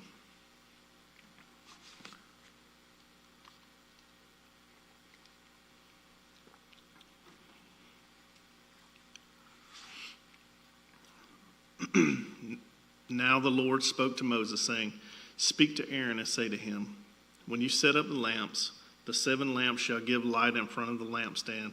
And Aaron did so. He set up its lamps in front of the lampstand, as the Lord commanded Moses. And this was the workmanship of the lampstand, hammered work of gold, from its base to its flowers. It has hammered work, according to the pattern that the Lord had shown Moses. So he made the lampstand. And the Lord spoke to Moses, saying, "Take the Levites from among the people of Israel and cleanse them. Thus you shall do to them to cleanse them. Sprinkle the water of purification upon them, and let them go with a razor over all their body, and wash their clothes and cleanse themselves. Then let them take a bull from the herd, and its grain offering of fine flour mixed with oil, and you shall take another bull from the herd for a sin offering. And you shall bring the Levites before the tent of meeting, and assemble the whole congregation of the people of Israel.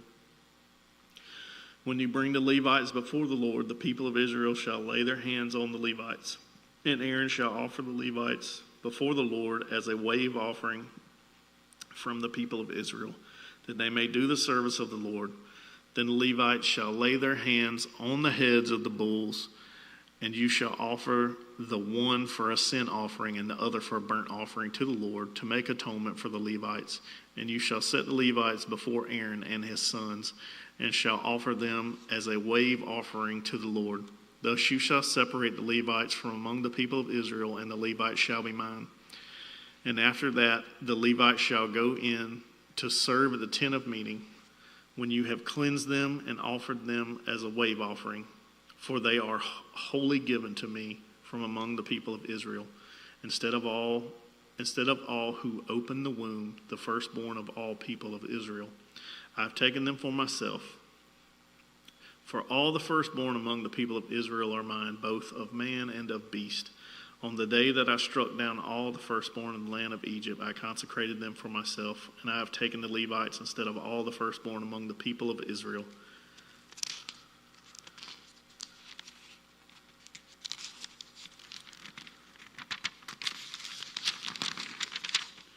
And I have given the Levites as a gift to Aaron and his sons from among the people of Israel, to do the service for the people of Israel at the tent of meeting, and to make atonement for the people of Israel, that there may be no plague among the people of Israel when the people of Israel come near the sanctuary. Thus did Moses and Aaron and all the congregation of the people of Israel to the Levites, according to all the Lord had commanded Moses concerning the Levites. The people of Israel did to them. And the Levites purified themselves from sin and washed their clothes, and Aaron offered them as a wave offering before the Lord. And Aaron made atonement for them to cleanse them. And after that, the Levites went in to do their service in the tent of meeting before Aaron and his sons, as the Lord had commanded Moses concerning the Levites. So they did to them. And the Lord spoke to Moses, saying, this applies to the Levites. From 25 years old and upward, they shall come to do duty in the service of the tent of meeting.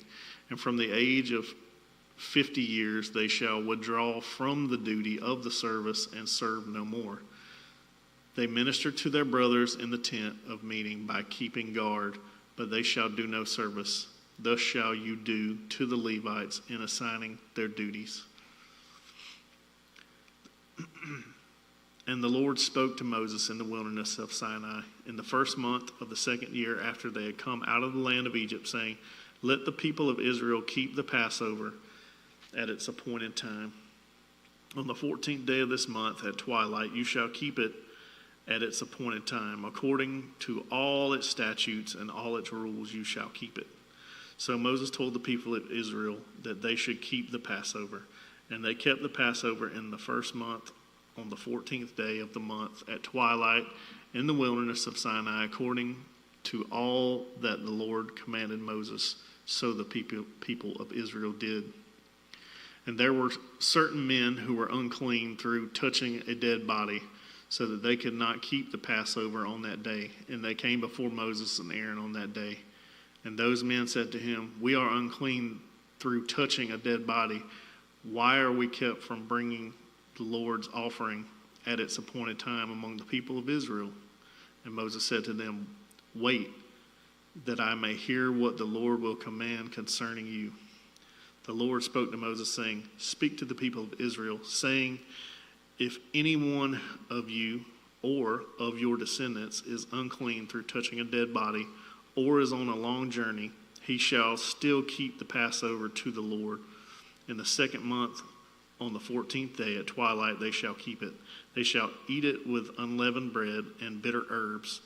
They shall leave none of it until the morning, nor break any of its bones. According to all the statute for the Passover, they shall keep it.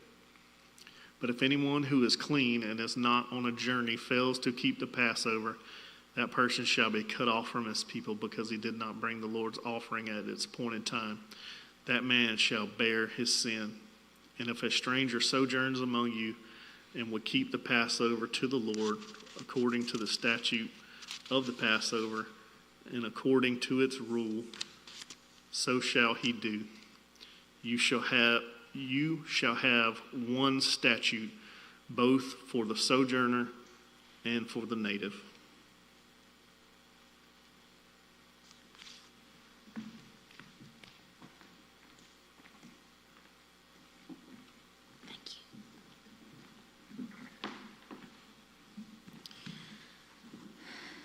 On the day that the tabernacle was set up, the cloud covered the tabernacle and the tent of the testimony, and at evening it was over the tabernacle like the appearance of fire until morning.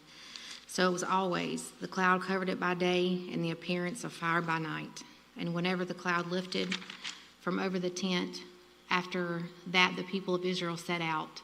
And in the place where the cloud settled down, there the people of Israel camped. At the command of the Lord, the people of Israel set out, and at the command of the Lord they camped. As long as the cloud rested over the tabernacle, they remained in the camp. Even when the cloud continued over the tabernacle many days, the people of Israel kept the charge of the Lord and did not set out. Sometimes the cloud was a few days over the tabernacle, and according to the command of the Lord, they remained in camp. Then according to the command of the Lord they set out, and sometimes the cloud remained from evening until morning. When the cloud lifted in the morning, they set out, or if it continued for a day and a night, when the cloud lifted, they set out. Whether it was 2 days or a month or a longer time that the cloud continued over the tabernacle, abiding there, the people of Israel remained in camp, and they did not set out, but when it lifted, they set out. At the command of the Lord they camped, and at the command of the Lord they set out. They kept the charge of the Lord at the command of the Lord by Moses. The Lord spoke to Moses, saying, make 2 silver trumpets. Of hammered work you shall make them, and you shall use them for summoning the congregation and for breaking camp. And when both are blown, all the congregation shall gather themselves to you at the entrance of the tent of meeting. But if they blow only once, then the chiefs, the heads of the tribes of Israel, shall gather themselves to you. When you blow an alarm, the camps that are on the east side shall set out. And when you blow an alarm the second time, the camps that are on the south side shall set out. An alarm is to be blown whenever they are set out. But when the assembly is to be gathered together, you shall blow a long blast, but you shall not sound an alarm. And the sons of Aaron, the priest, shall blow the trumpets. The trumpets shall be to you for a perpetual statute throughout your generations. And when you go to war in your land against the adversary who opposes you, then you shall sound an alarm with the trumpets, that you may be remembered before the Lord your God. And you shall be saved from your enemies. On the day of your gladness also, and at the appointed feast, and at the beginning of your months, you shall blow your trumpets over the burnt offerings and over the sacrifices of your peace offerings. They shall be a reminder of you before God. I am the Lord your God. In the second year, in the second month, on the 20th day of the month, the cloud lifted from over the tabernacle of the testimony, and the people of Israel set out by stages from the wilderness of Sinai. And the cloud settled down in the wilderness of Paran. They set out for the first time at the command of the Lord by Moses. The standard of the camp of the people of Judah set out first by their companies, and over their company was Nahshon, the son of Amminadab. And over the company of the tribe of the people of Issachar was Nethanel, the son of Zoar. And over the company of the tribe of the people of Zebulun was Eliab, the son of Helon. And when the tabernacle was taken down, the sons of Gershon and the sons of Merari who carried the tabernacle set out.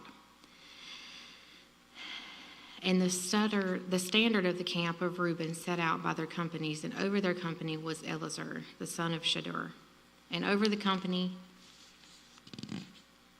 of the tribe of people of Simeon was Shelumiel, the son of Zereshaddai. And over the company of the tribe of the people of Gad was Eliasaph, the son of Duel. Then the Kohathites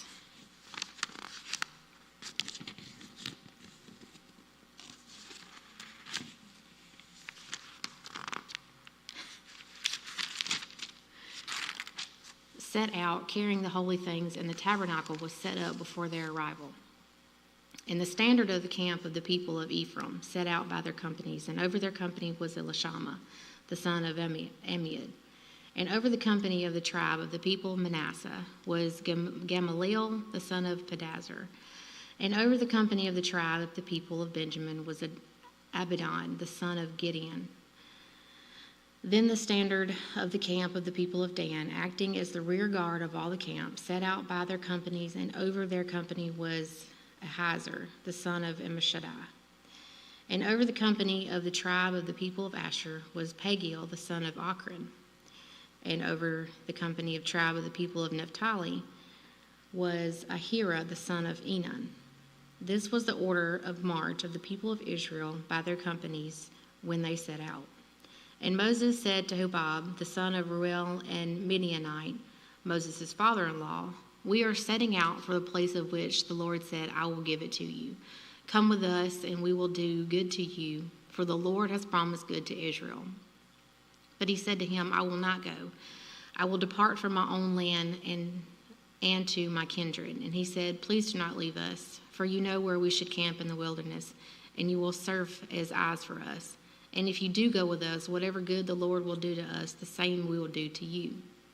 So they set out from the mount of the Lord of 3 days' journey, and the ark of the covenant of the Lord went before them 3 days' journey to seek out a resting place for them. And the cloud of the Lord was over them by day whenever they set out for camp. And whenever the ark set out, Moses said, arise, O Lord, and let your enemies be scattered, and let those who hate you flee before you. And when it rested, he said, return, O Lord, to the 10,000 thousands of Israel. And the people complained in the hearing of the Lord about their misfortunes. And when the Lord heard it, his anger was kindled. And the fire of the Lord burned among them and consumed some outlying parts of the camp. Then the people cried out to Moses, and Moses prayed to the Lord, and the fire died down.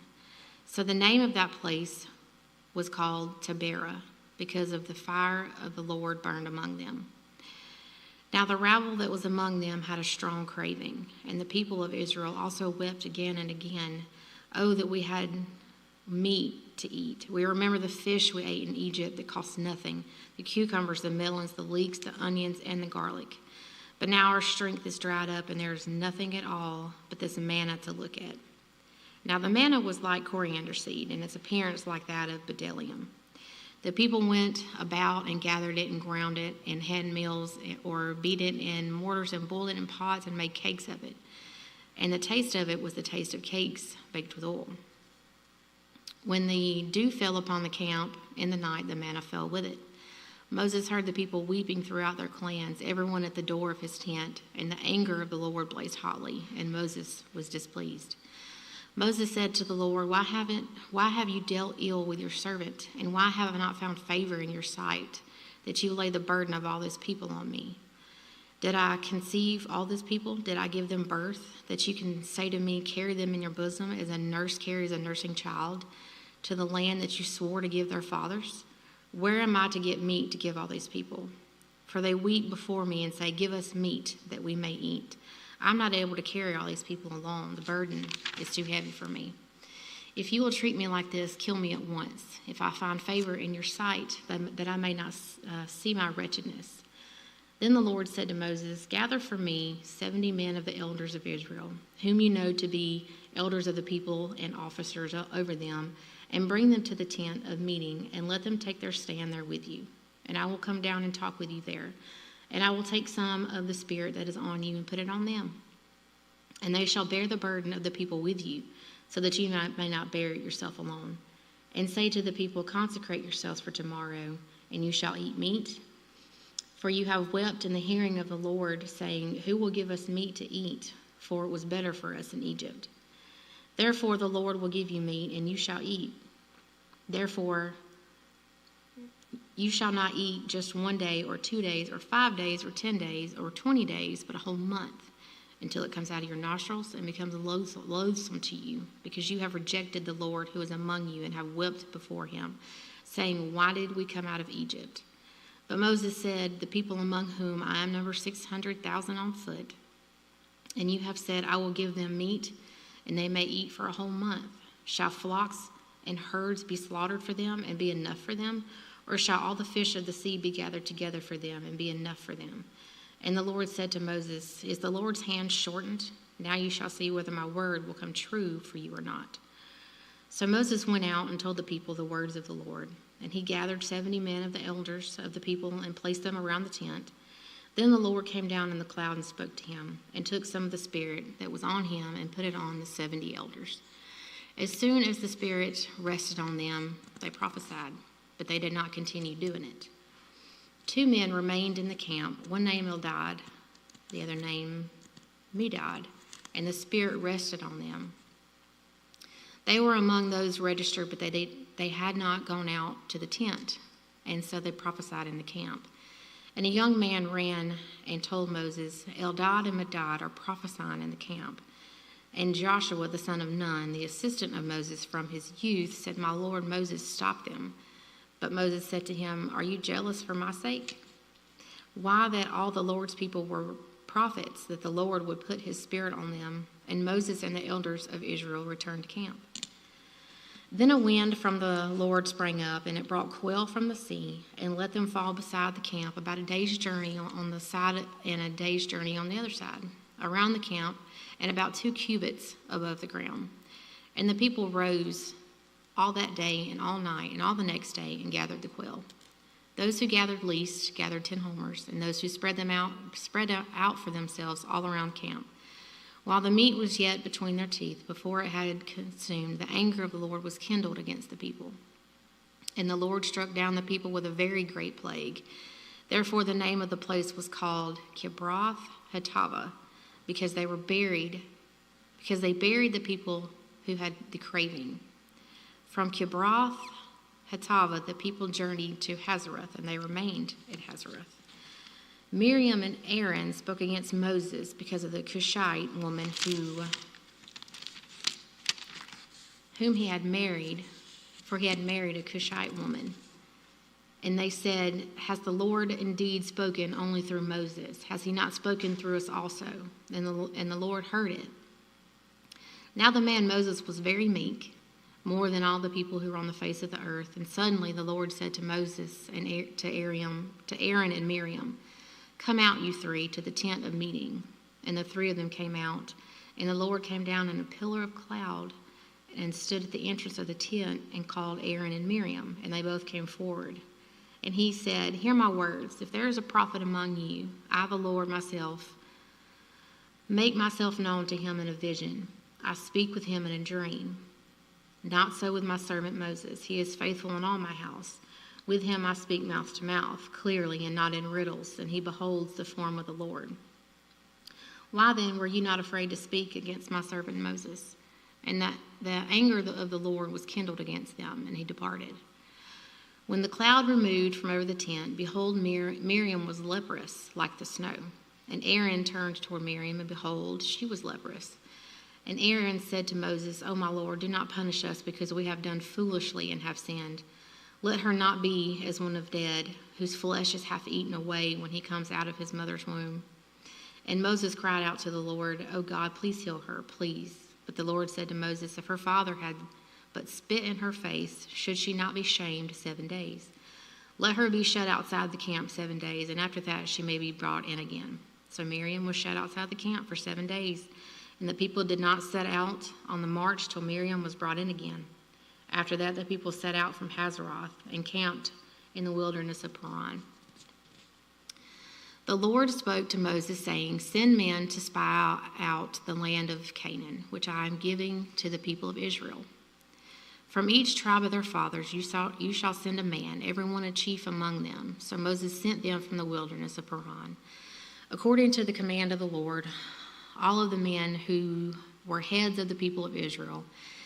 And these were the names. From the tribe of Reuben, Shemua, the son of Zechar. From the tribe of Simeon, Shaphat, the son of Hori. From the tribe of Judah, Caleb, the son of Jephunneh. From the tribe of Issachar, Igal, the son of Joseph. From the tribe of Ephraim, Hoshea, the son of Nun. From the tribe of Benjamin, Palti, the son of Rathu. From the tribe of Zebulun, Gediel, the son of Sadi. From the tribe of Joseph, that is the tribe of Manasseh, Gadi, the son of Susi. From the tribe of Dan, Amiel, the son of Gemali. From the tribe of Asher, Sethur, the son of Michael. From the tribe of Naphtali, Nabi, the son of Vosphi. From the tribe of Gad, Gul, the son of Micah. These are the names of the men whom Moses sent to spy out on the land. And Moses called Hoshea, the son of Nun, Joshua. Moses sent them out to spy on the land of Canaan and said to them, go up in the Negeb and go up into the hill country and see what the land is, and whether the people there dwell in it are strong or weak, whether they are few or many, and whether that land they dwell is good or bad, and whether the cities they dwell in are camps or strongholds, and whether the land is rich or poor, and whether there are trees in it or not. Be of good courage and bring some of the fruit of the land. Now the time was the season of the first ripe grapes, so they went up and spied out the land from the wilderness of Zin of Rehob, near Lebo Hamath. They went up into Negeb and came to Hebron. Ahiman, Sheshai, and Talmai were descendants of Anak, who were there. Hebron was built 7 years before Zoan in Egypt. And they came to the valley of Escol and cut down from there a branch with a single cluster of grapes, and they carried it on a pole between the two of them. They also brought some pomegranates and figs. That place was called the Valley of Escol, because of the cluster of the people of Israel cut down from there. At the end of 40 days, they returned from spying out the land, and they came to Moses and Aaron and to all the congregation of the people of Israel in the wilderness of Paran at Kadesh. They brought back word to them and all the congregation. and showed them the fruit of the land. And they told them, "We came to the land which you sent us. It flows with milk and honey, and this is its fruit. However, the people who dwell in the land are strong, and the cities are fortified and very large. And besides, we saw the descendants of Anak there. The Amalekites dwell in the land of Negeb. The Hittites, the Jebusites, and the Amorites dwell in the hill country. And the Canaanites dwell by the sea and along the Jordan." But Caleb quieted the people before Moses and said, "Let us go up once more and occupy it, for we are well able to overcome it." Then the men who had gone up with him said, "We are not able to go up against the people, for they are stronger than we are." So they brought to the people of Israel a bad report of the land that they had spied out, saying, "The land through which we have gone to spy is a land that devours its inhabitants, and all the people that we saw in it are of great height. And there we saw the Nephilim, the sons of Anak, who come from the Nephilim, and we seemed to ourselves like grasshoppers, and so we seemed to them." Then all the congregation raised a loud cry, and the people wept that night. And all the people of Israel grumbled against Moses and Aaron. The whole congregation said to them, Would that we had died in the land of Egypt, or would that we had died in the wilderness? Why is the Lord bringing us to this land to fall by the sword? Our wives and our little ones will become prey. Would it not be better for us to go back to Egypt?" And they said to one another, "Let us choose a leader and go back to Egypt." Then Moses and Aaron fell on their faces before all the assembly of the congregation of the people of Israel. And Joshua, the son of Nun, and Caleb, the son of Jephunneh, who were among those who had spied out the land, tore their clothes and said to all the congregation of the people of Israel, "The land which we passed through to spy it out is an exceedingly good land. If the Lord delights in us, he will bring us into this land and give it to us, a land that flows with milk and honey. Only do not rebel against the Lord, and do not fear the people of the land, for they are bread for us. Their protection is removed from them, and the Lord is with us. Do not fear them." Then all the congregation said to stone them with stones. But the glory of the Lord appeared at the tent meeting, and all the people of Israel. And the Lord said to Moses, "How long will this people despise me? And how long will they not believe in me in spite of all the signs that I have done among them? I will strike them with pestilence and disintegrate them, and I will make of you a great nation and mightier than they." But Moses said to the Lord, "Then the Egyptians will hear of it, for you brought up this people in your might from among them. And they will tell all the inhabitants of this land, they have heard that you, O Lord, are in the midst of this people. For you, O Lord, are seen face to face, and your cloud stands over them, and you go before them, and a pillar of cloud by day, and a pillar of fire by night.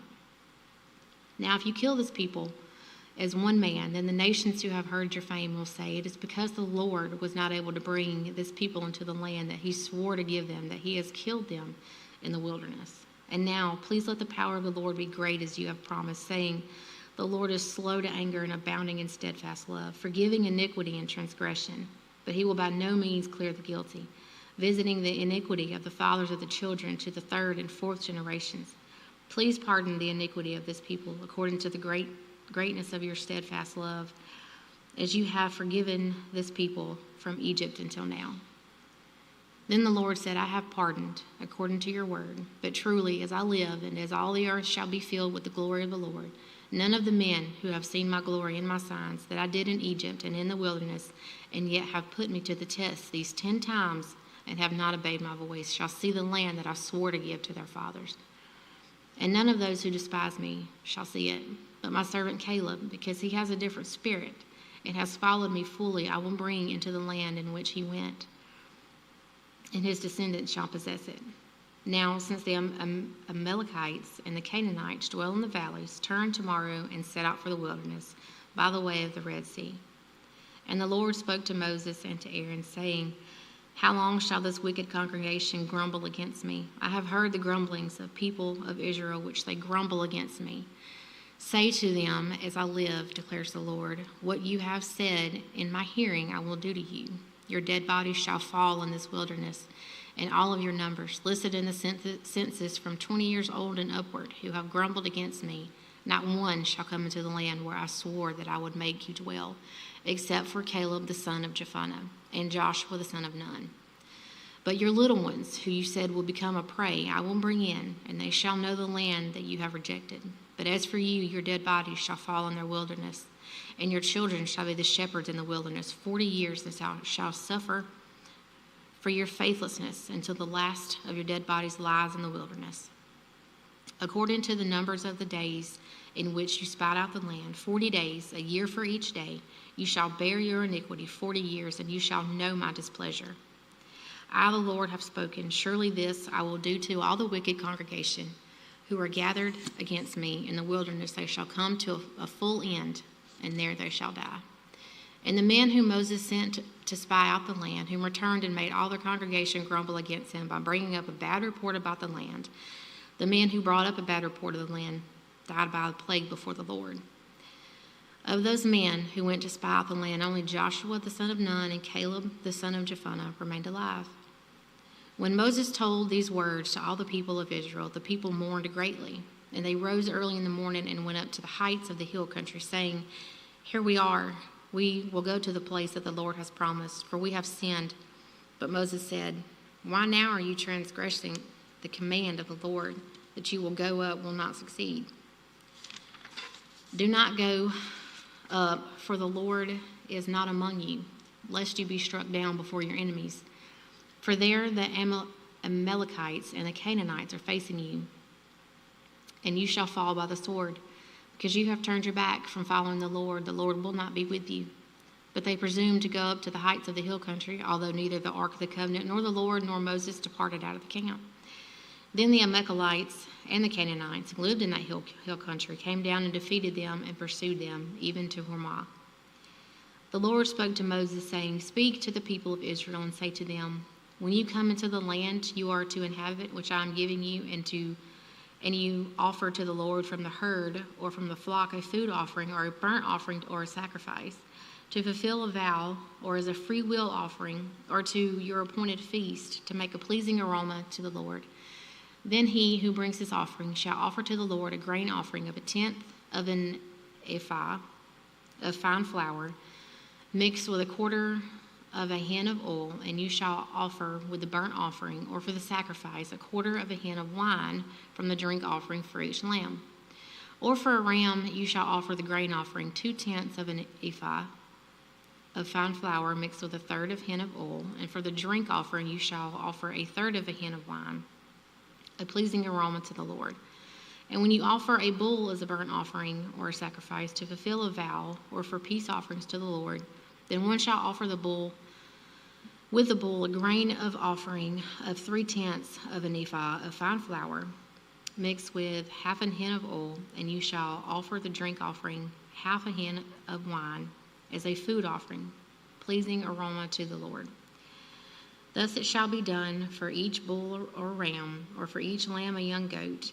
As many as you offer, so shall you do with each one. As many as there are, every native Israelite shall do these things in this way, in offering a food offering with a pleasing aroma to the Lord.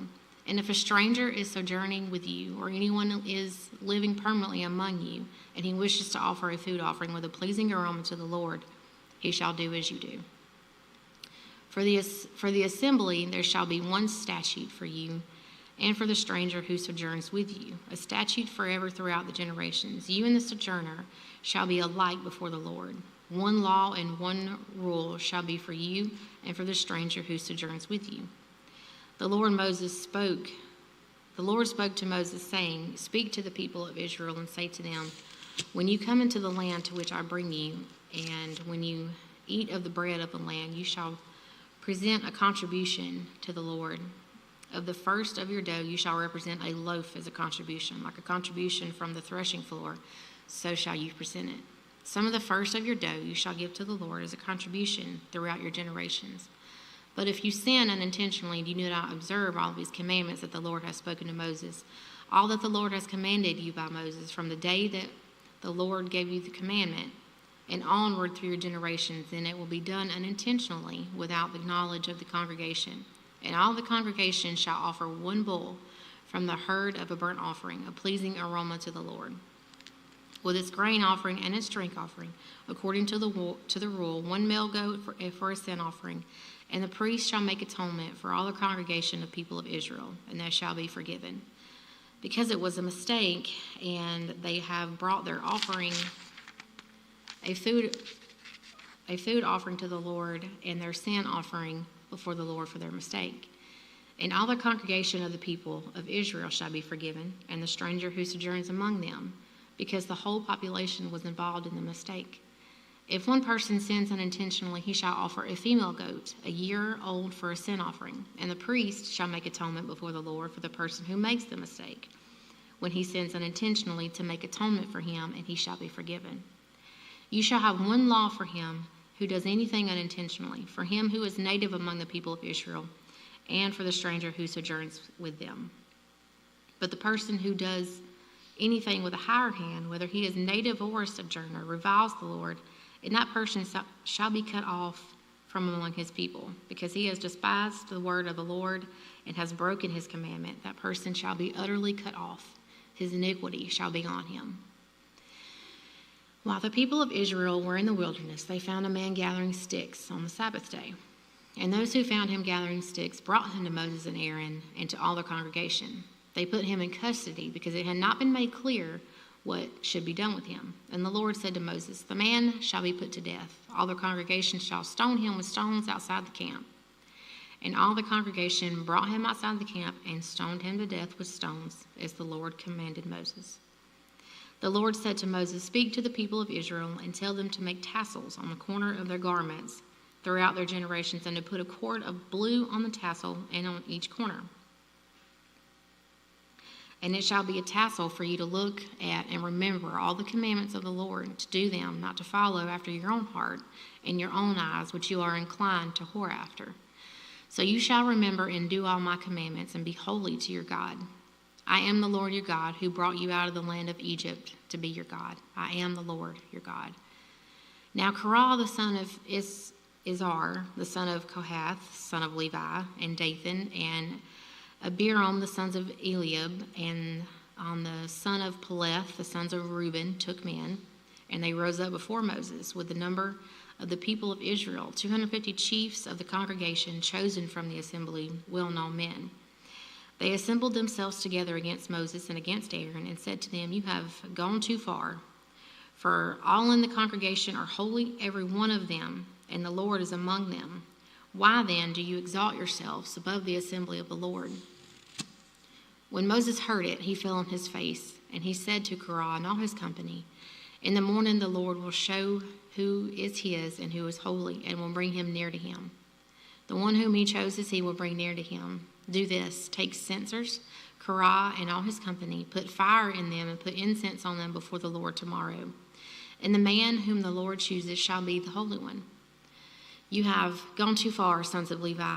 And Moses said to Korah, "Hear now, you sons of Levi, it is too small a thing for you that the God of Israel has separated you from the congregation of Israel, to bring you near to himself, to do service in the tabernacle of the Lord, and to stand before the congregation to minister to them, and that he has brought you near to him, and all your brothers, the sons of Levi, with you.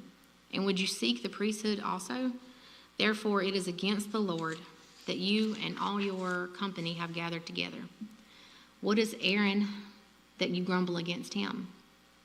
And Moses sent to call Dathan and Abiram, the sons of Eliab, and they said, "We will not come up. It is a small thing that you have brought us up out of a land of flowing milk and honey to kill us in the wilderness, that you must also make yourself a prince over us. Moreover, you have not brought us into a land flowing with milk and honey, nor given us inheritance of fields and vineyards. Will you put out the eyes of these men? Will you not come up?" And Moses was very angry and said to the Lord, "Do not respect their offering. I have not taken one donkey from them, and I have not harmed one of them." And Moses said to Korah, "Be present, you and all your company, before the Lord, you and they and Aaron tomorrow. And let every one of you take his censer and put incense on it, and every one of you bring before the Lord his censer, 250 censers, you also, and Aaron, each his censer." So every man took his censer and put fire in them and laid incense on them, and stood at the entrance of the tent of the meeting with Moses and Aaron. Then Korah assembled all the congregation against them at the entrance of the tent of meeting. And the glory of the Lord appeared to all the congregation. And the Lord spoke to Moses and Aaron, saying, Separate yourselves from among this congregation, that I may consume them in a moment. And they fell on their faces and said, O God, the God of the spirits of all flesh, shall one man sin, and will you be angry with all the congregation? And the Lord spoke to Moses, saying, Say to the congregation, Get away from the dwelling of Korah, Dathan, and Abiram. Then Moses rose and went to Dathan and Abiram, and the elders of Israel followed him. And he spoke to the congregation, saying, Depart, please, from the tents of these wicked men, and touch nothing of theirs, lest you be swept away with all their sins. So they got away from the dwelling of Korah, Dathan, and Abiram. And Dathan and Abiram came out and stood at the door of their tents, together with their wives, their sons, and their little ones. And Moses said, Hereby you shall know that the Lord has sent me to do all these works, and that it has not been on my own accord. If these men die, as all men die, or if they are visited by the fate of all mankind, then the Lord has not sent me. But if the Lord creates something new, and the ground opens its mouth and swallows them up, with all that belongs to them, and they go down alive into Sheol, then you shall know that these men have despised the Lord. And as soon as he had finished speaking all these words, the ground under them split apart, and the earth opened up its mouth and swallowed them, and with all their households and all the people who belonged to Korah and all their goods. So they and all that belonged to them went down alive into Sheol, and the earth closed over them, and they perished from the midst of the assembly. And all Israel who were around them fled at their cry, for they said, Lest the earth swallow us up. And the fire came out from the Lord and consumed the 250 men offering the incense. Then the Lord spoke to Moses, saying, Tell Eleazar the son of Aaron, the priest, take up the censers out of blaze. Then scatter the fire far and wide, for they have become holy. As for the censers of the men who have sinned at the cost of their lives, let them be made into hammered plates as a covering for the altar. For they offered them before the Lord, and they became holy. Thus,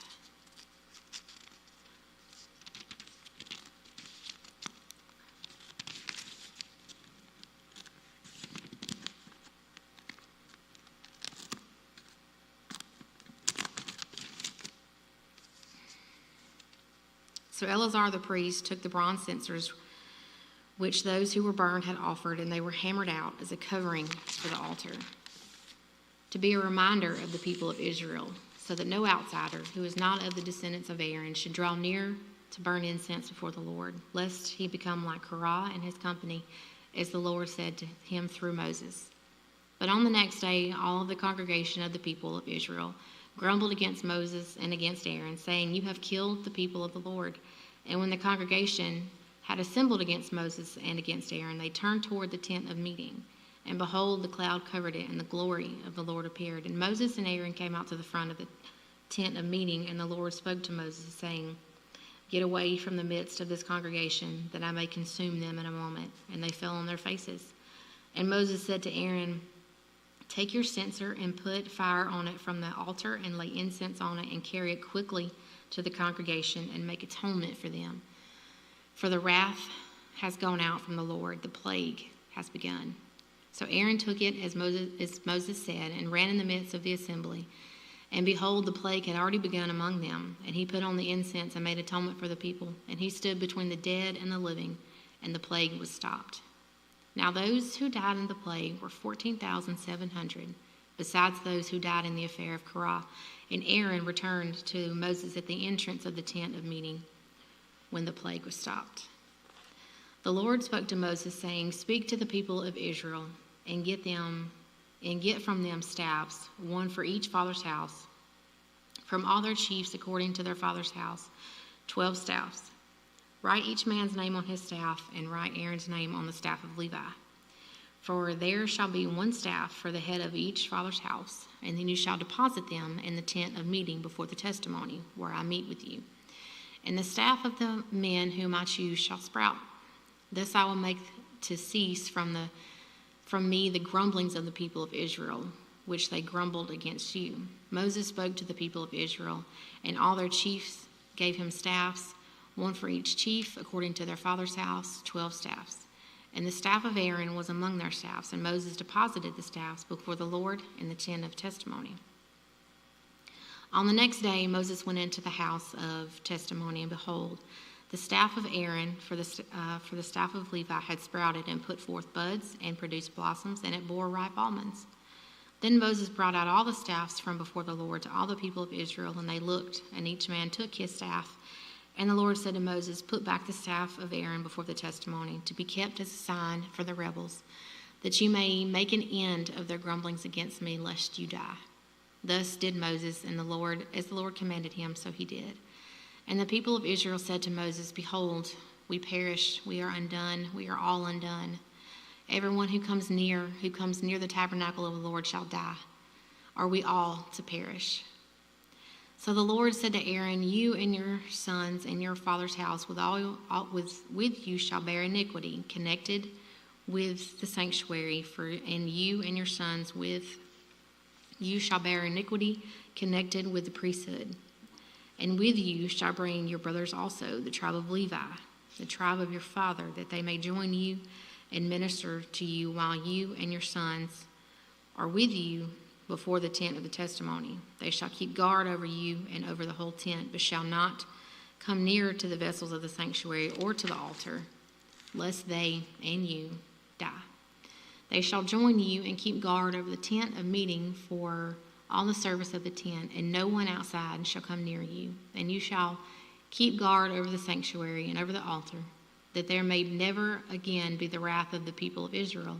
And behold, I have taken your brothers, the Levites, from among the people of Israel. They are a gift to you, given to the Lord, to do the service of the tent of meeting. And you and your sons with you shall guard your priesthood for all that concerns the altar and that is within the veil. And you shall serve. I give your priesthood as a gift, and an outsider who comes near shall be put to death. Then the Lord spoke to Aaron, behold, I have given you charge of the contributions made to me, all the consecrated things of the people of Israel. I have given them to you as a portion, and to your sons as a perpetual due. This shall be yours of the most holy things, reserved from the fire, every offering of theirs, every grain offering of theirs, and every sin offering of theirs, and every guilt offering of theirs, which they render to me, shall be most holy to you and to your sons. In a most holy place shall you eat it. Every male may eat it. It is holy to you. This also is yours, the contribution of their gift, all the wave offering of the people of Israel. I have given them to you and to your sons and daughters with you as a perpetual due. Everyone who is clean in your house may eat it, all the best of the oil and all the best of the wine and of the grain, the first fruits of what they give to the Lord, I give to you. The first ripe fruits of all that is in their land which they bring to the Lord shall be yours. Everyone who is clean in your house may eat it. Every devoted thing in Israel shall be yours. Everything that opens the womb of all flesh, whether man or beast, which they offer to the Lord, shall be yours. Nevertheless, the firstborn of man you shall redeem, and the firstborn of unclean animals you shall redeem. And their redemption price, at a month old, you shall redeem them. You shall fix at 5 shekels in silver, according to the shekel of the sanctuary, which is 20 gerahs.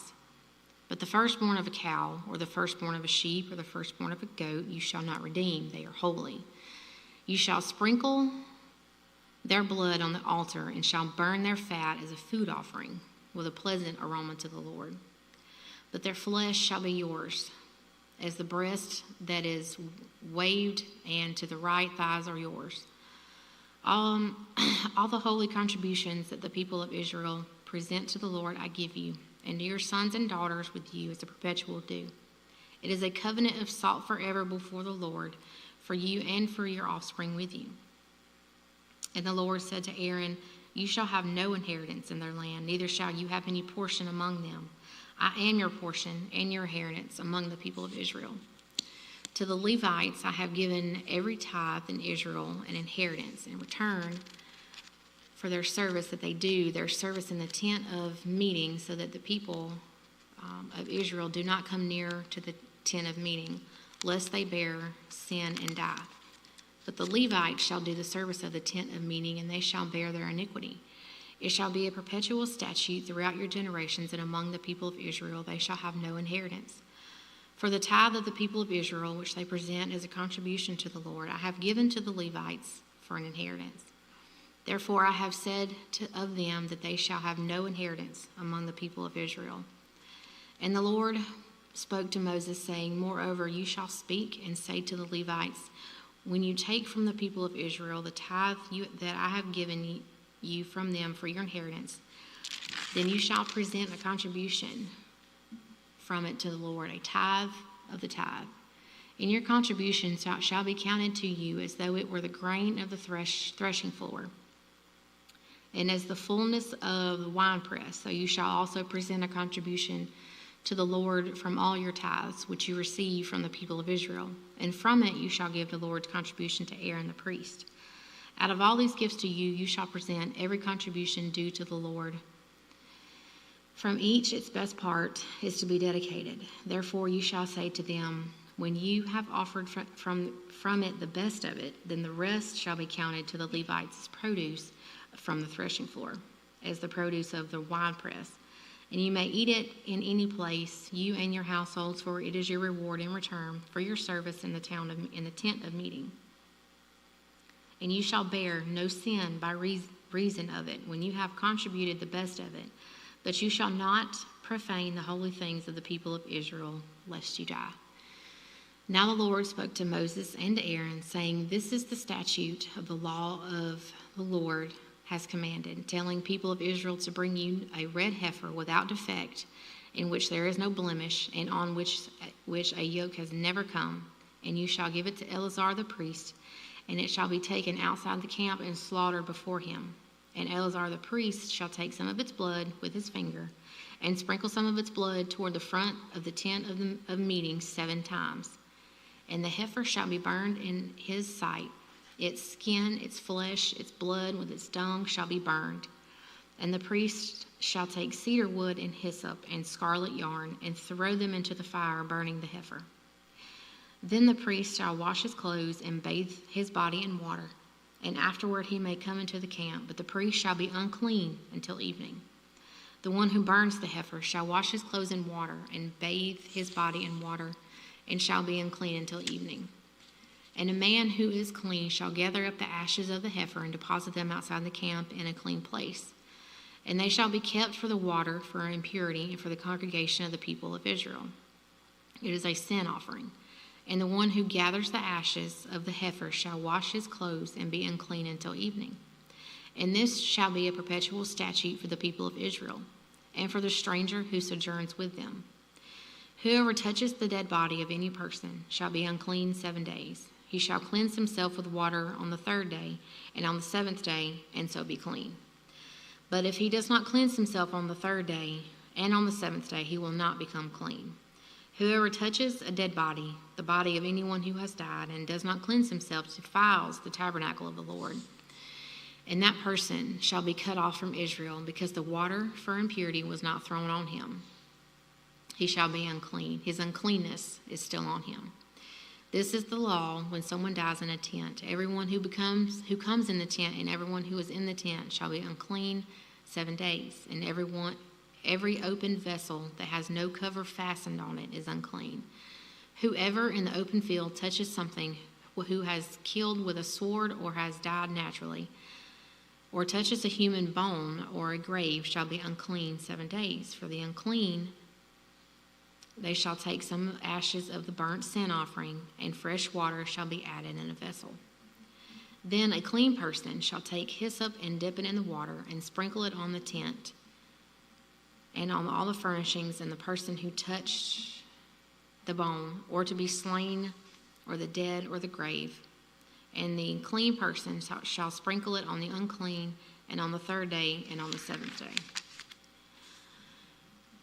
Thus on the 7th day he shall cleanse him, and he shall wash his clothes and bathe himself in water, and at evening he shall be clean.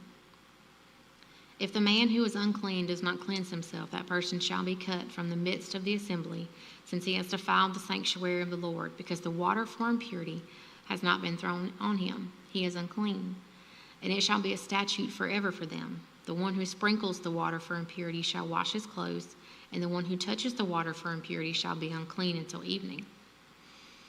And whatever the unclean person touches shall be unclean, and anyone who touches it shall be unclean until evening.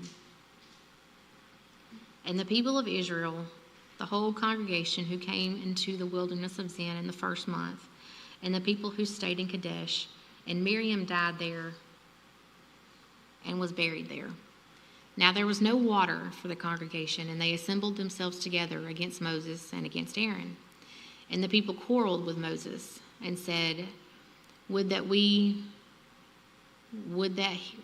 had perished when our brothers perished before the Lord. Why have you brought the assembly of the Lord into this wilderness that we should die here, both we and our cattle? And why have you made us come up out of Egypt to bring us to this evil place? It is no place for grain or figs or vines or pomegranates, and there is no water to drink. Then Moses and Aaron went from the presence of the assembly to the entrance of the tent of meeting and fell on their faces. And the glory of the Lord appeared to them. And the Lord spoke to Moses, saying, Take the staff and assemble the congregation, you and Aaron your brother, and tell the rock before their eyes to yield its water. So you shall bring water out of the rock for them, and give drink to the congregation and their cattle. And Moses took the staff from before the Lord as he commanded him. Then Moses and Aaron gathered the assembly before the rock, and he said to them, Hear now, you rebels. Shall we bring water for you out of this rock? And Moses lifted up his hand and struck the rock with his staff twice, and water came out abundantly, and the congregation drank, and their livestock. And the Lord said to Moses and Aaron, Because you did not believe me, to uphold me as holy in the eyes of the people of Israel, therefore you shall not bring this assembly into the land that I have given them. These are the waters of Meribah, where the people of Israel quarreled with the Lord, and through them he showed himself holy. Moses sent messengers from Kadesh to the king of Edom. Thus says your brother Israel, You know all the hardship that we have met, how our fathers went down to Egypt, and we lived in Egypt a long time, and the Egyptians dealt harshly with us and our fathers. And when we cried to the Lord, he heard our voice and sent an angel and brought us out of Egypt. And here we are in Kadesh, a city on the edge of your territory. Please let us pass through your land. We will not pass through field or vineyard and drink water from a well. We will go along the king's highway, and we will not turn aside to the right hand or turn to the left until we have passed through your territory.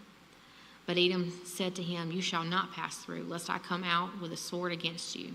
And the people of Israel said to him, We will go up by the highway, and if we drink your water, I and my livestock, then I will pass for it. Let me only pass through on foot, nothing more. But he said, You shall not pass through. And Edom came out against them.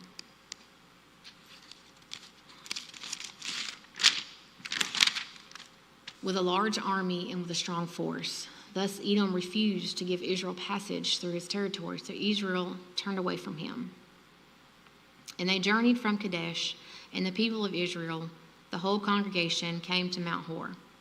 And the Lord said to Moses and Aaron at Mount Hor, on the border of the land of Edom, Let Aaron be gathered to his people, for he shall not enter the land that I have given to the people of Israel, because you rebelled against my command at the waters of Meribah. Take Aaron and Eleazar his son, and bring them up to Mount Hor. And strip Aaron of his garments, and put them on Eleazar his son. And Aaron shall be gathered to his people, and shall die there. Moses did as the Lord commanded, and they went up Mount Hor in the sight of all congregation. And Moses stripped Aaron of his garments, and put them on Eleazar his son. And Aaron died there on the top of the mountain. Then Moses and Eleazar came down from the mountain. And when all the congregation saw that Aaron had perished, all of the house of Israel wept for Aaron 30 days. When the Canaanite, the king of Arad, who lived in the Negeb, heard that Israel was coming by the way of Atharim, he fought against Israel and took some of them captive. And Israel vowed a vow to the Lord and said, If you will indeed give this people into my hand, then I will devote their cities to destruction. And the Lord heeded the voice of Israel and gave over the Canaanites, and they devoted them and their cities to destruction. So the name of the place was called Hormah. From Mount Hor they set out by the way of the Red Sea to go around the land of Edom, and the people became impatient on the way. And the people spoke against God and Moses. Why have you brought us up out of Egypt to die in the wilderness? For there is no food and no water, and we loathe this worthless food. Then the Lord sent fiery serpents among them, and they bit the people, so that many people of Israel died. And the people came to Moses and said, we have sinned, for we have spoken against you, the Lord, and against you. Pray to the Lord that he take away the serpents from us. So Moses prayed for the people. And the Lord said to Moses, make a fiery serpent and set it on the pole, and everyone who is bitten, when he sees it, shall live.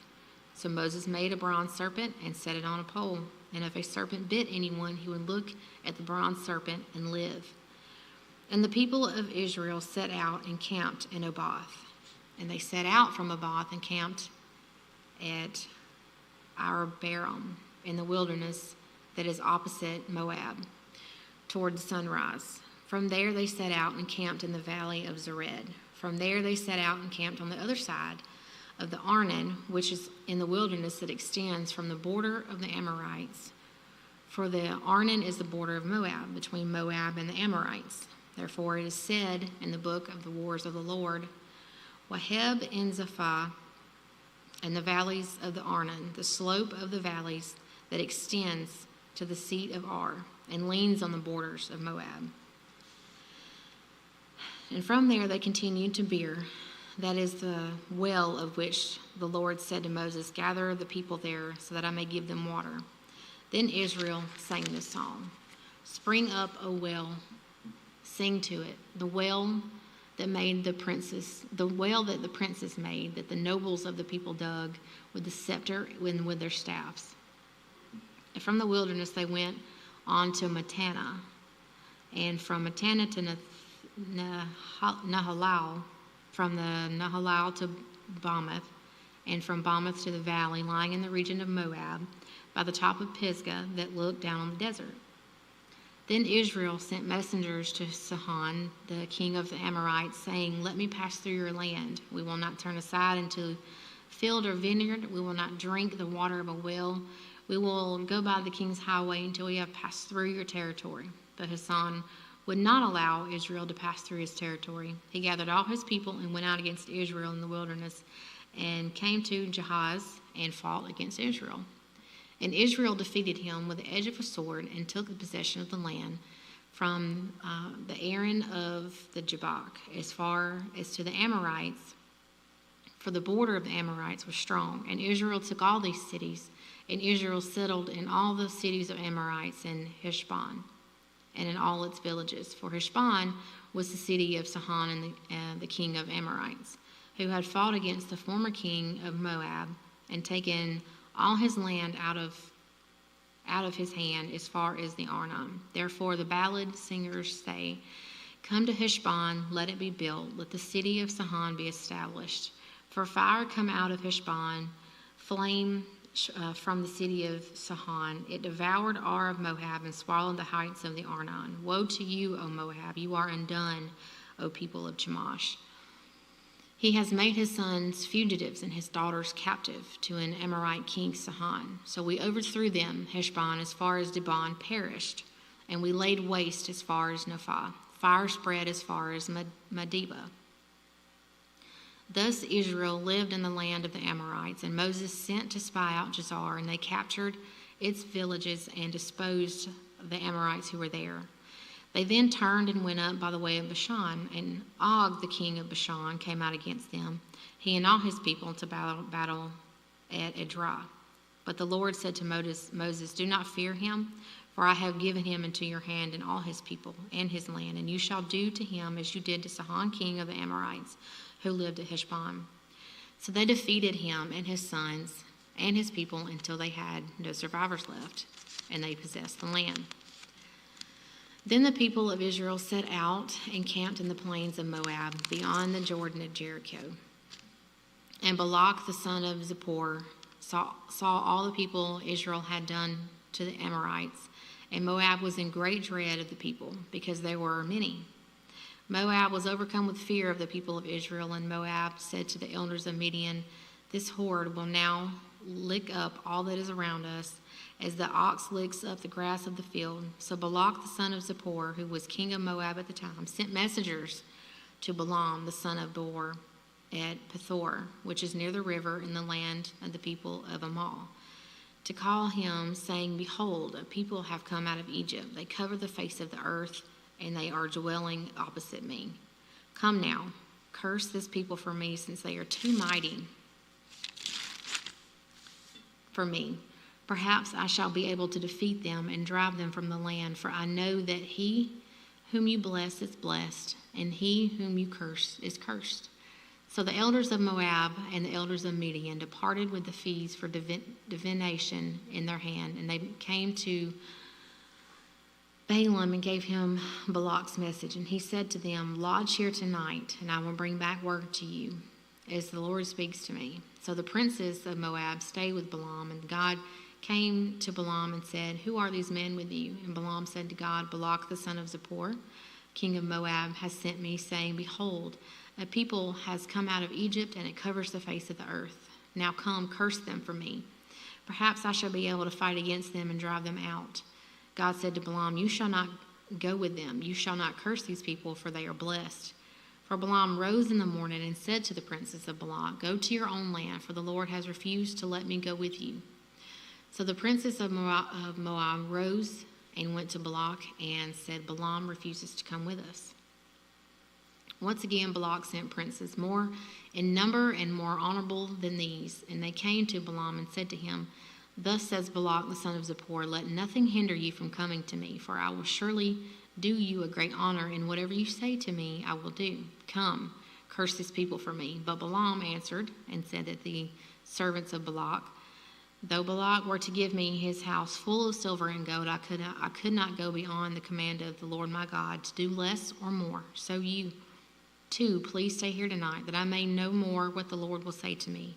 And God came to Balaam at night and said to him, "If these men have come to call you, rise, go with them, but only do what I tell you." So Balaam rose in the morning and saddled his donkey and went with the princes of Moab. But God's anger was kindled because he went, and the angel of the Lord took his stand in the way of his adversary. Now he was riding on the donkey, and his two servants with him. And the donkey saw the angel of the Lord standing in the road with a drawn sword in his hand. And the donkey turned aside of the road and went into the field. And Balaam struck the donkey to turn her back to the road. Then the angel of the Lord stood in the narrow path between the vineyards, with a wall on either side. And when the donkey saw the angel of the Lord, she pushed against the wall and pressed Balaam's foot against the wall. So he struck her again. Then the angel of the Lord went ahead and stood in a narrow place where there was no way to turn either to the right or to the left. When the donkey saw the angel of the Lord, she lay down under Balaam, and Balaam's anger was kindled, and he struck the donkey with his staff. Then the Lord opened the mouth of the donkey, and she said to Balaam, "What have I done to you, that you have struck me these 3 times?" And Balaam said to the donkey, "Because you have made a fool of me. I wish I had a sword in my hand, for then I would kill you." And the donkey said to Balaam, "Am I not your donkey on which you have ridden all your life to this day? It is in my habit to treat you this way." And he said, "No." Then the Lord opened the eyes of Balaam, and he saw the angel of the Lord standing in the way with his sword drawn in his hand. And he bowed and fell down on his face, and the angel of the Lord said to him, "Why have you struck your donkey these 3 times? Behold, I have come out to oppose you, because your way is perverse before me. The donkey saw me and turned aside before me these 3 times. If she had not turned aside from me, surely just now I would have killed you and let her live." Then Balaam said to the angel of the Lord, "I have sinned, for I did not know that you stood in the road against me. Now therefore, if it is evil in your sight, I will turn back." And the angel of the Lord said to Balaam, "Go with these men, but speak only the word that I tell you." So Balaam went on with the princes of Balak. When Balak heard that Balaam had come, he went out to meet him in the city of Moab, at the border formed by the Aran at the extremity of the border. And Balak said to Balaam, Did I not send to you to call you? And why did you not come to me? Am I not able to honor you? Balaam said to Balak, Behold, I have come to you. Have I now any power of my own to speak anything? The word that God puts in my mouth that I must speak. Then Balaam went with Balak, and they came to Kiriath Huzoth. And Balak sacrificed oxen and sheep and sent to Balaam for the princes who were with him. And in the morning Balak took Balaam and brought him up to Bemoth Baal, and from there he saw a fraction of the people. And Balaam said to Balak, Build for me here 7 altars, and prepare for me here 7 bulls and 7 rams. Balak did as Balaam had said, and Balak and Balaam offered on each an altar a bull and a ram. Then Balaam said to Balak, Stand beside your burnt offering, and I will go. Perhaps the Lord will come to meet me, and whatever he shows me, I will tell you. And he went to a bare height, and God met Balaam. And Balaam said to him, I have arranged the 7 altars, and I have offered on each altar a bull and a ram. And the Lord put a word in Balaam's mouth and said, Return to Balak, and thus you shall speak. And he returned to him, and behold, he and all the princes of Moab were standing beside his burnt offerings. And Balaam took up his discourse and said, From Aram Balak has brought me, the king of Moab, from the eastern mountains. Come, curse Jacob for me, and come, denounce Israel. How can I curse whom God has not cursed? How can I denounce whom the Lord has not denounced? For from the top of the crags I see him, from the hills I behold him, and behold the people dwelling alone, and not counting itself among the nations. Who can count the dust of Jacob, or the number of the 4th part of Israel? Let me die the death of the upright, and let my end be like his. And Balak said to Balaam, What have you done to me? I took you to curse my enemies, and behold, you have done nothing but bless them. And he answered and said, Must I not take care to speak what is in the Lord's mouth?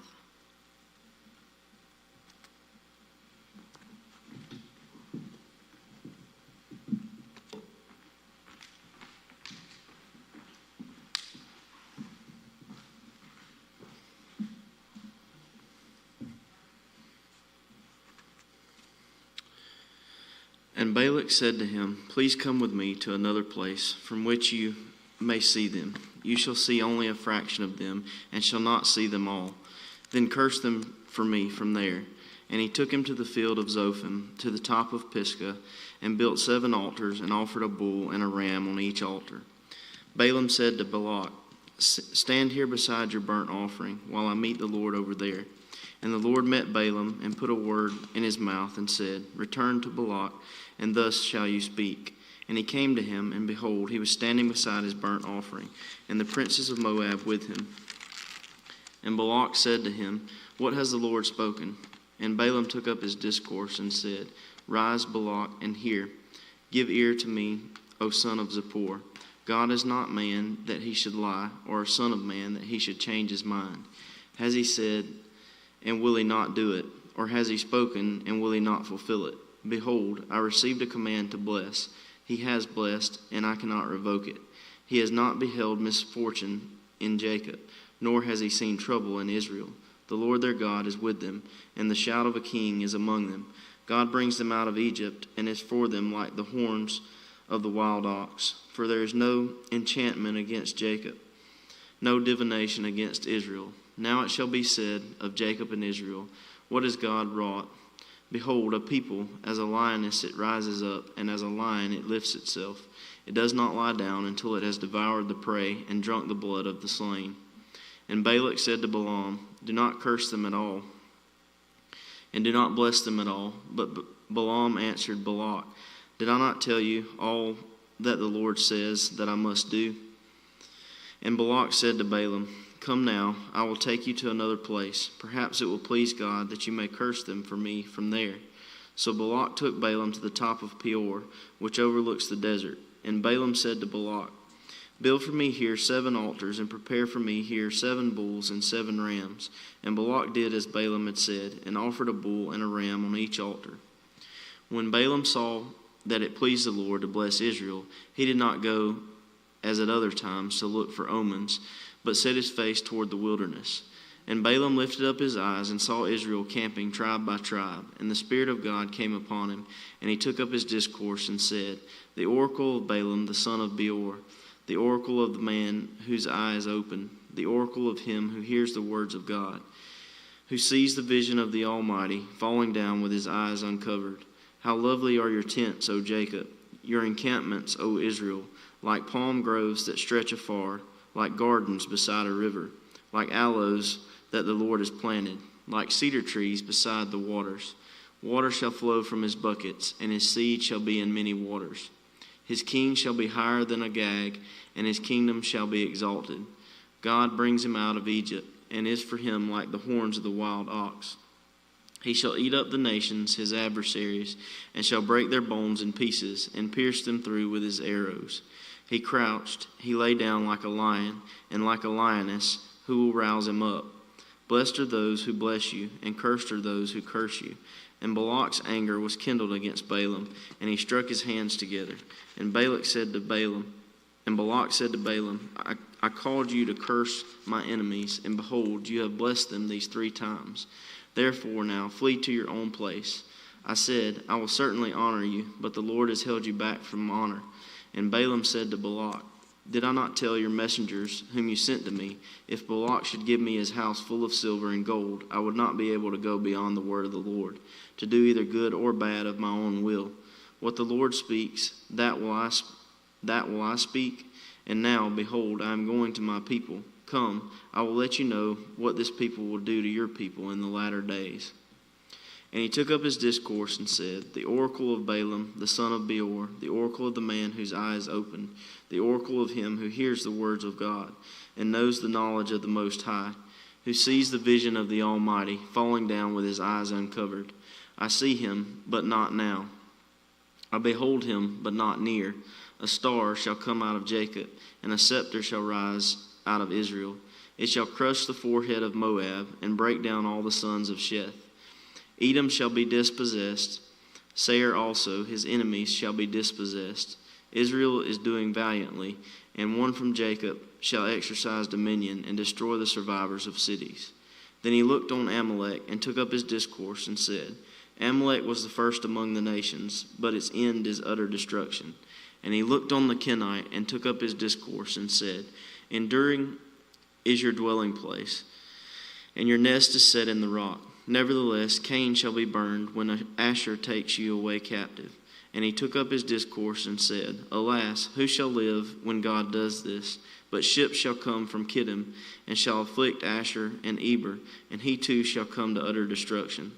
Then Balaam rose and went back to his place, and Balak also went his way. While Israel lived in Shittim, the people began to whore with the daughters of Moab.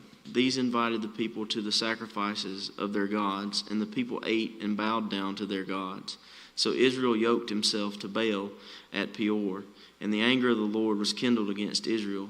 And the Lord said to Moses, Take all the chiefs of the people and hang them in the sun before the Lord, that the fierce anger of the Lord may turn away from Israel.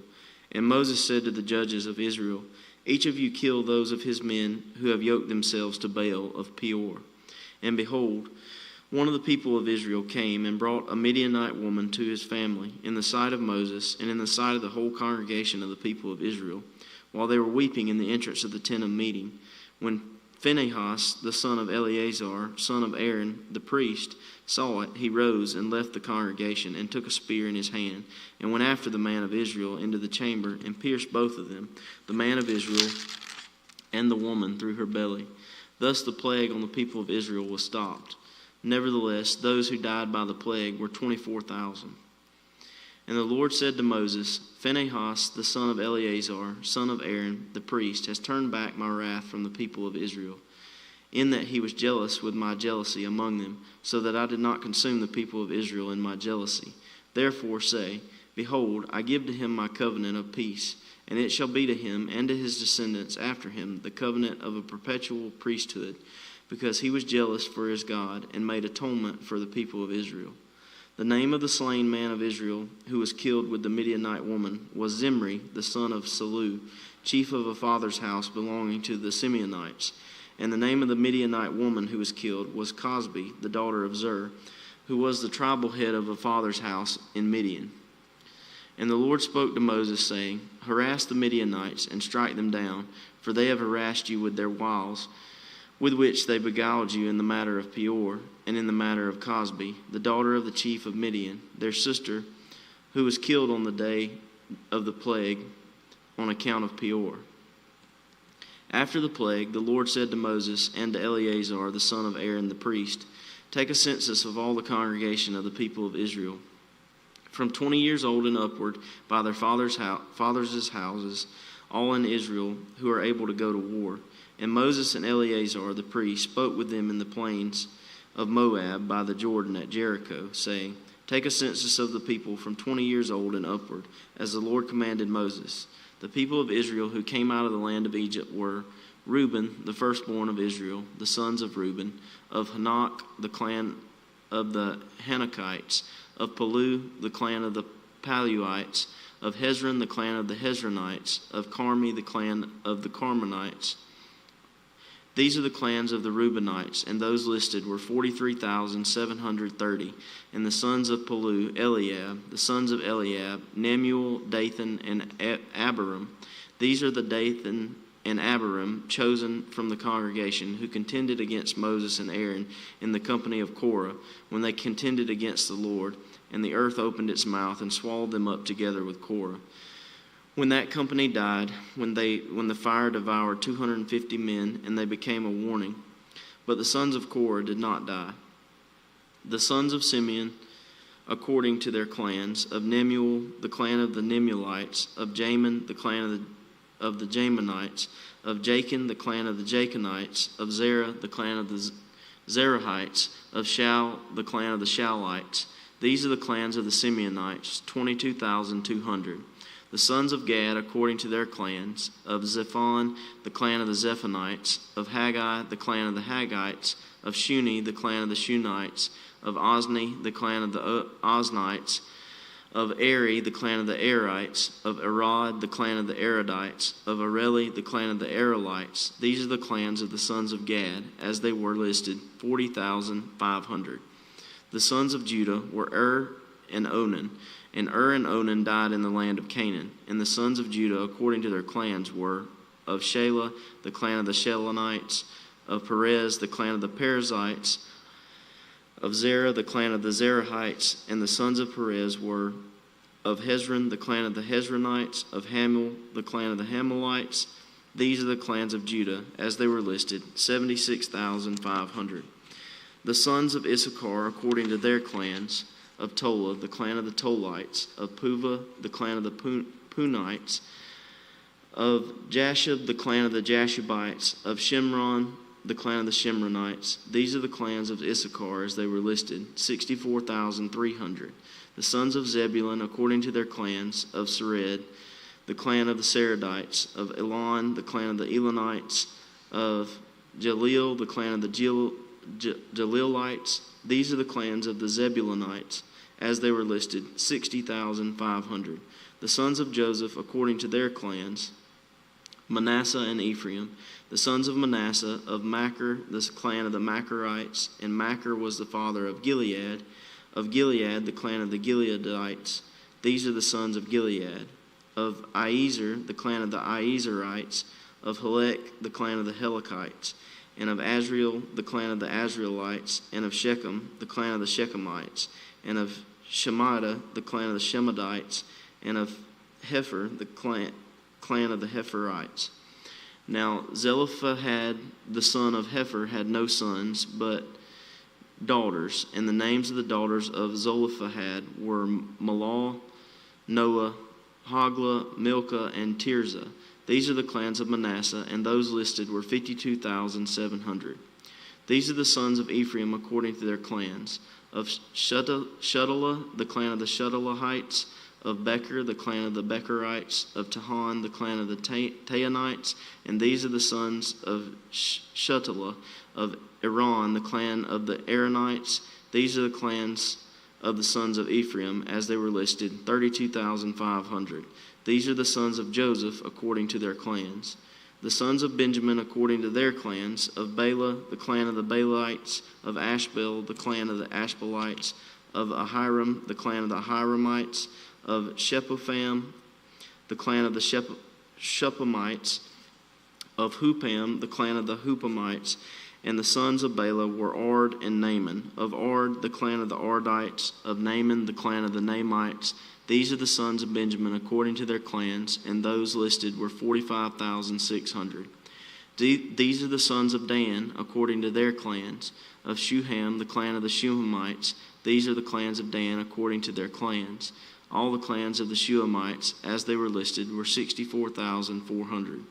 The sons of Asher according to their clans. Of Imnah, the clan of the Imnites. Of Ishvi, the clan of the Ishvites. Of Beriah, the clan of the Berites. Of the sons of Beriah, of Heber, the clan of the Heberites. Of Malchiel, the clan of the Malchielites.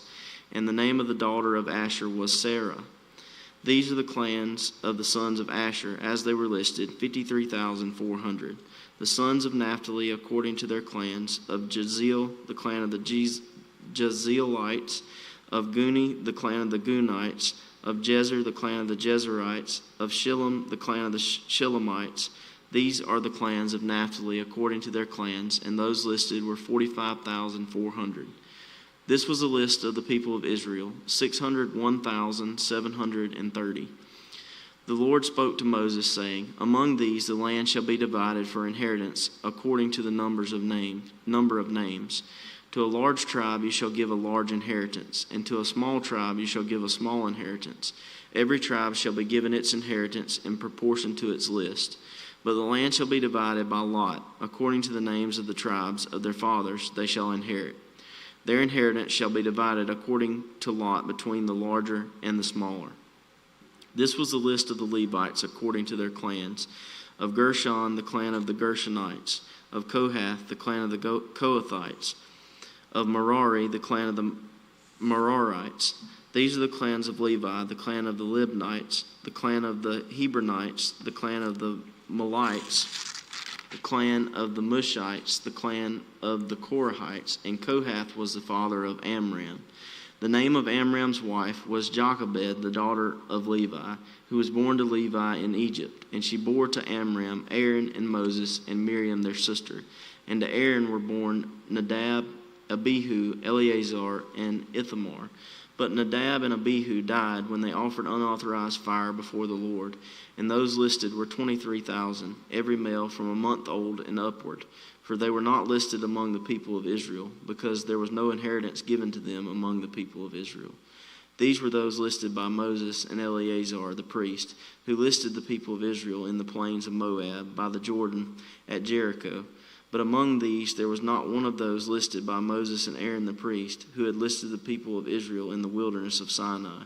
For the Lord had said of them, They shall die in the wilderness. Not one of them was left, except Caleb, the son of Jephunneh, and Joshua, the son of Nun. Then drew near the daughters of Zelophehad, the son of Hepher, the son of Gilead, son of Machir, son of Manasseh, from the clans of Manasseh, the son of Joseph. The names of his daughters were Malal, Noah, Hoglah, Milcah, and Tirzah. And they stood before Moses and before Eleazar the priest and before the chiefs and all the congregation at the entrance of the tent of meeting, saying, Our father died in the wilderness. He was not among the company of those who gathered themselves together against the Lord in the company of Korah, but died for his own sin. And he had no sons. Why should the name of our father be taken away from his clan because he had no son? Give to us a possession among our father's brothers. Moses brought their case before the Lord, and the Lord said to Moses, The daughters of Zelophehad are right. You shall give them possession of an inheritance among their father's brothers, and transfer the inheritance of their father to them. And you shall speak to the people of Israel, saying, If a man dies and has no son, then you shall transfer his inheritance to his daughter. And if he has no daughter, then you shall give his inheritance to his brothers. And if he has no brothers, then you shall give his inheritance to his father's brothers. And if his father has no brothers, then you shall give his inheritance to the nearest kinsman of his clan, and he shall possess it, and it shall be for the people of Israel a statute and a rule, as the Lord commanded Moses. The Lord said to Moses, Go up into this mountain of Abarim, and see the land that I have given to the people of Israel. When you have seen it, you also shall be gathered to your people, as your brother Aaron was, because you rebelled against my word in the wilderness of Zin, when the congregation quarreled, failing to uphold me as holy at the waters before their eyes. These are the waters of Meribah of Kadesh in the wilderness of Zin. Moses spoke to the Lord, saying, Let the Lord, the God of the spirits of all flesh, appoint a man over the congregation, who shall go out before them and come in before them, who shall lead them out and bring them in, that the congregation of the Lord may not be as sheep that have no shepherd. So the Lord said to Moses, Take Joshua the son of Nun, a man in whom is the Spirit, and lay your hand on him. Make him stand before Eleazar the priest and all the congregation, and you shall commission him in their sight. You shall invest him with some of your authority, that all the congregation of the people of Israel may obey. And he shall stand before Eleazar the priest, who shall inquire for him by the judgment of the Urim before the Lord. At his word they shall go out, and at his word they shall come in, both he and all the people of Israel with him, the whole congregation. And Moses did as the Lord commanded him. He took Joshua and made him stand before Eleazar the priest and the whole congregation. And he laid his hands on him and commissioned him as the Lord directed through Moses. The Lord spoke to Moses, saying, Command the people of Israel and say to them, My offering, my food, for my food offerings, my pleasing aroma you shall be careful to offer to me at its appointed time. And you shall say to them, This is the food offering that you shall offer to the Lord. 2 male lambs, a year old, without blemish, day by day, as a regular offering. The one lamb you shall offer in the morning, and the other lamb you shall offer at twilight. Also 1/10 of an ephah of fine flour for a grain offering, mixed with 1/4 of a hin of beaten oil. It is a regular burnt offering, which was ordained at Mount Sinai for a pleasing aroma, a food offering to the Lord. Its drink offering shall be 1/4 of a hin for each lamb. In the holy place you shall pour out a drink offering of strong drink to the Lord. The other lamb you shall offer at twilight, like the grain offering of the morning, and like its drink offering you shall offer it as a food offering, with a pleasing aroma to the Lord. On the Sabbath day, 2 male lambs a year old without blemish, and 2/10 of an ephah of fine flour for a grain offering, mixed with oil, and its drink offering. This is the burnt offering of every Sabbath, besides the regular burnt offering and its drink offering. At the beginnings of your months you shall offer a burnt offering to the Lord. 2 bulls from the herd, 1 ram, 7 male lambs a year old without blemish, also 3/10 of an ephah of fine flour for a grain offering, mixed with oil, for each bull, and 2/10 of fine flour for a grain offering, mixed with oil, for the 1 ram, and 1/10 of fine flour mixed with oil as a grain offering for every lamb, for a burnt offering with a pleasing aroma, a food offering to the Lord. Their drink offering shall be 1/2 a hin of wine for a bull, a third of a hin for a ram, and 1/4 of a hin for a lamb. This is the burnt offering of each month throughout the months of the year. Also 1 male goat for a sin offering to the Lord. It shall be offered besides the regular burnt offering and its drink offering. On the 14th day of the first month is the Lord's Passover, and on the 15th day of this month is a feast. 7 days shall unleavened bread be eaten. On the first day there shall be a holy convocation. You shall not do any ordinary work, but offer a food offering, a burnt offering to the Lord, 2 bulls from the herd, 1 ram, and 7 male lambs a year old. See that they are without blemish. Also their grain offering of fine flour mixed with oil. 3/10 of an ephah shall you offer for a bull, and 2/10 for a ram. 1/10 shall you offer for each of the 7 lambs. Also 1 male goat for a sin offering, to make atonement for you. You shall offer these besides the burnt offering of the morning, which is for a regular burnt offering. In the same way you shall offer daily for 7 days the food of a food offering, with a pleasing aroma to the Lord. It shall be offered besides the regular burnt offering and its drink offering. And on the 7th day you shall have a holy convocation. You shall not do any ordinary work. On the day of the first fruits, when you offer a grain offering of new grain to the Lord at your Feast of Weeks, you shall have a holy convocation. You shall not do any ordinary work, but offer a burnt offering with a pleasing aroma to the Lord, 2 bulls from the herd, 1 ram, 7 male lambs a year old. Also their grain offering of fine flour mixed with oil, 3/10 of an ephah for each bull, 2/10 for 1 ram, 1/10 for each of the 7 lambs, with 1 male goat to make atonement for you. Besides the regular burnt offering and its grain offering, you shall offer them and their drink offering. See that they are without blemish. On the first day of the 7th month, you shall have a holy convocation. You shall not do any ordinary work. It is a day for you to blow the trumpets. And you shall offer a burnt offering for a pleasing aroma to the Lord. 1 bull from the herd, 1 ram, 7 male lambs a year old without blemish. Also their grain offering of fine flour mixed with oil.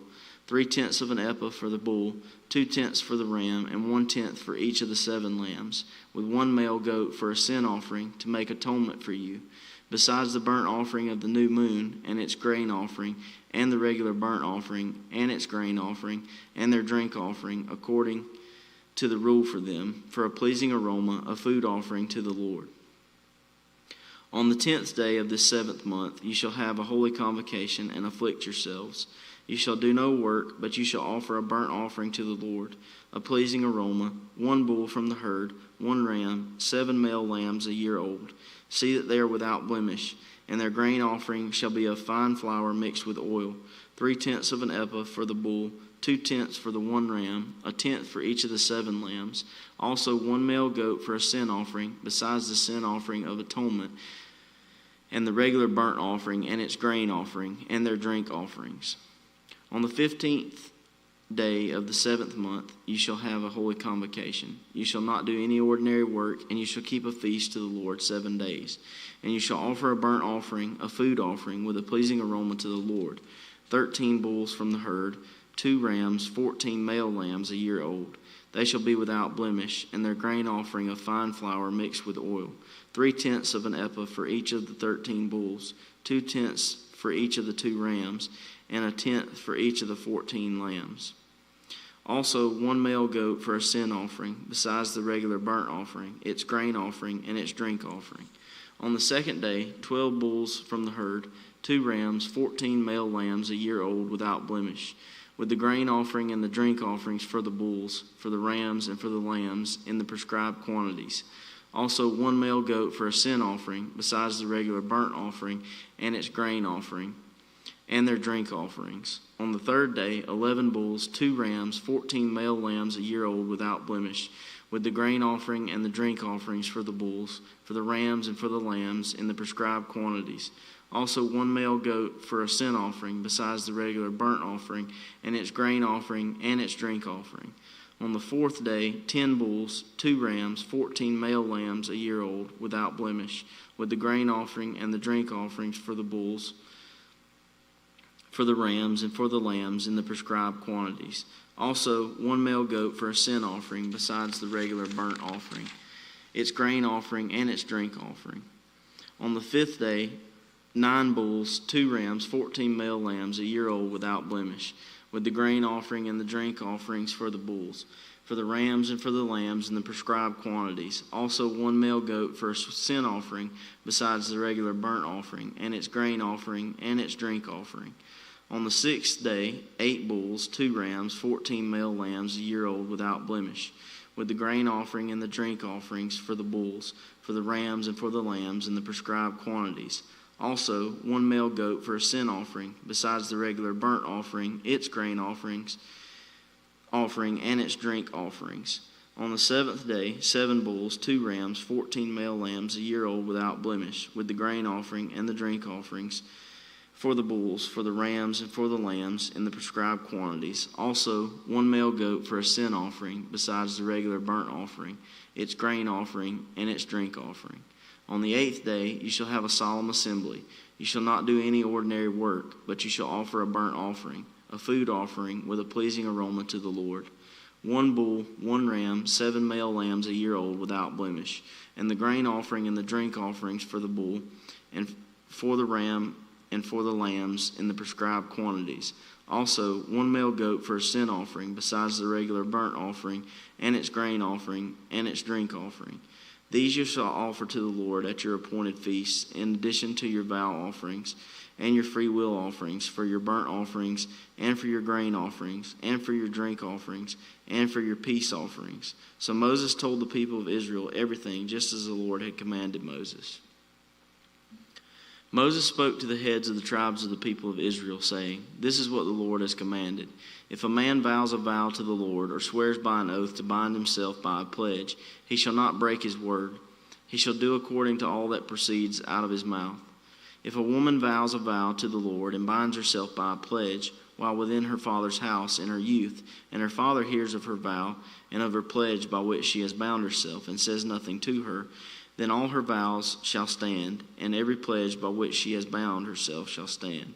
But if her father opposes her on the day that he hears of it, no vow of hers, no pledge by which she has bound herself shall stand, and the Lord will forgive her, because her father opposed her.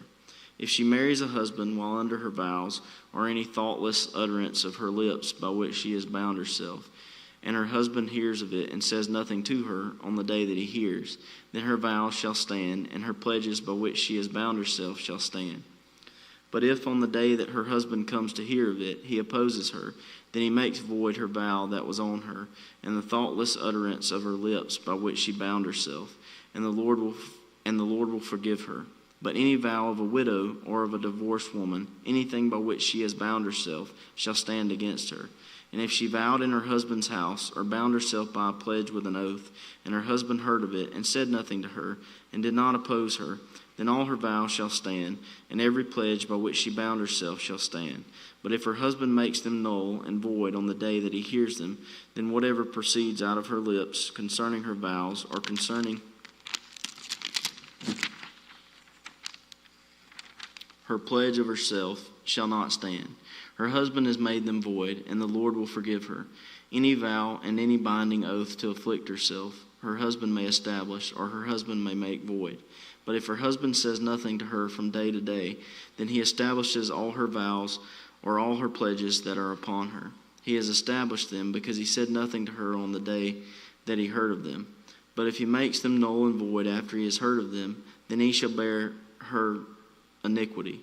These are the statutes that the Lord commanded Moses about a man and his wife, and about a father and his daughter, while she is in her youth within her father's house. The Lord spoke to Moses, saying, Avenge the people of Israel on the Midianites. Afterward you shall be gathered to your people. So Moses spoke to the people, saying, Arm men from among you for the war, that they may go against Midian to execute the Lord's vengeance on Midian. You shall send 1,000 from each of the tribes of Israel to the war. So there were provided out of the thousands of Israel 1,000 from each tribe, 12,000 armed for war, and Moses sent them to the war, 1,000 from each tribe, together with Phinehas, the son of Eleazar the priest, with the vessels of the sanctuary and the trumpets for the alarm in his hand. They warred against Midian as the Lord commanded Moses, and killed every male. They killed the kings of Midian with the rest of their slain, Evi, Rechem, Zur, Hur, and Reba, the 5 kings of Midian. And they also killed Balaam, the son of Beor, with the sword. And the people of Israel took captive the women of Midian and their little ones, and they took as plunder all their cattle, their flocks, and all their goods, all their cities and the places where they lived, and all their encampments they burned with fire, and took all the spoil and all the plunder, both of man and of beast. Then they brought the captives and the plunder and the spoil to Moses and to Eleazar the priest, and to the congregation of the people of Israel at the camp on the plains of Moab by the Jordan at Jericho. Moses and Eleazar the priest and all the chiefs of the congregation went to meet them outside the camp. And Moses was angry with the officers of the army, the commanders of thousands and the commanders of hundreds, who had come from service in the war. Moses said to them, Have you let all the women live? Behold, these on Balaam's advice caused the people of Israel to act treacherously against the Lord in the incident of Peor. And so the plague came among the congregation of the Lord. Now therefore, kill every male among the little ones, and kill every woman who has known man by lying with him. But all the young girls who have not known man by lying with him, keep alive for yourselves. Encamp outside the camp 7 days. Whoever of you has killed any person, and whoever has touched any slain, purify yourselves and your captives on the 3rd day, and on the 7th day. You shall purify every garment, every article of skin, all work of goat's hair, and every article of wood. Then Eleazar the priest said to the men in the army who had gone to battle, This is the statute of the law that the Lord has commanded Moses. Only the gold, the silver, the bronze, the iron, the tin, and the lead, everything that can stand the fire, you shall pass through the fire, and it shall be clean. Nevertheless, it shall also be purified with the water for impurity. And whatever cannot stand the fire, you shall pass through the water. You must wash your clothes on the 7th day, and you shall be clean, and afterward you may come into the camp. The Lord said to Moses, Take the count of the plunder that was taken, both of man and of beast, you and Eleazar the priest, and the heads of the fathers' houses of the congregation, and divide the plunder into 2 parts between the warriors who went out to battle and all the congregation, and levy for the Lord a tribute from the men of war who went out to battle, 1 out of 500 of the people, and of the oxen, and of the donkeys, and of the flocks. Take it from their half, and give it to Eleazar the priest as a contribution to the Lord. And from the people of Israel's half you shall take 1 drawn out of every 50 of the people, of the oxen, of the donkeys, and of the flocks, of all the cattle, and give them to the Levites who keep guard over the tabernacle of the Lord. And Moses and Eleazar the priest did as the Lord commanded Moses. Now the plunder remaining of the spoil that the army took was 675,000 sheep, 72,000 cattle, 61,000 donkeys, and 32,000 persons in all, women who had not known man by lying with him, and the half, the portion of those who had gone out in the army, numbered 337,500 sheep, and the Lord's tribute of sheep was 675. The cattle were 36,000, of which the Lord's tribute was 72. The donkeys were 30,500, of which the Lord's tribute was 61. The persons were 16,000, of which the Lord's tribute was 32 persons. And Moses gave the tribute, which was the contribution for the Lord, to Eleazar the priest, as the Lord commanded Moses. From the people of Israel's half, which Moses separated from that of the men who had served in the army, now the congregation's half was 337,500 sheep, 36,000 cattle, and 30,500 donkeys, and 16,000 persons. From the people of Israel's half, Moses took 1 of every 50, both of persons and of beasts, and gave them to the Levites, who kept guard over the tabernacle of the Lord, as the Lord commanded Moses. Then the officers who were over the thousands of the army, the commanders of thousands and the commanders of hundreds, came near to Moses and said to Moses, Your servants have counted the men of war who are under our command, and there is not a man missing from us. And we have brought the Lord's offering, what each man found, articles of gold, armlets and bracelets, signet rings, earrings, and beads, to make atonement for ourselves before the Lord. And Moses and Eleazar the priest received from them the gold, all crafted articles, and all the gold of the contribution that they presented to the Lord. From the commanders of thousands and the commanders of hundreds was 16,750 shekels. The men in the army had each taken plunder for himself. And Moses and Eleazar the priest received the gold from the commanders of thousands and of hundreds, and brought it into the tent of meeting as a memorial for the people of Israel before the Lord.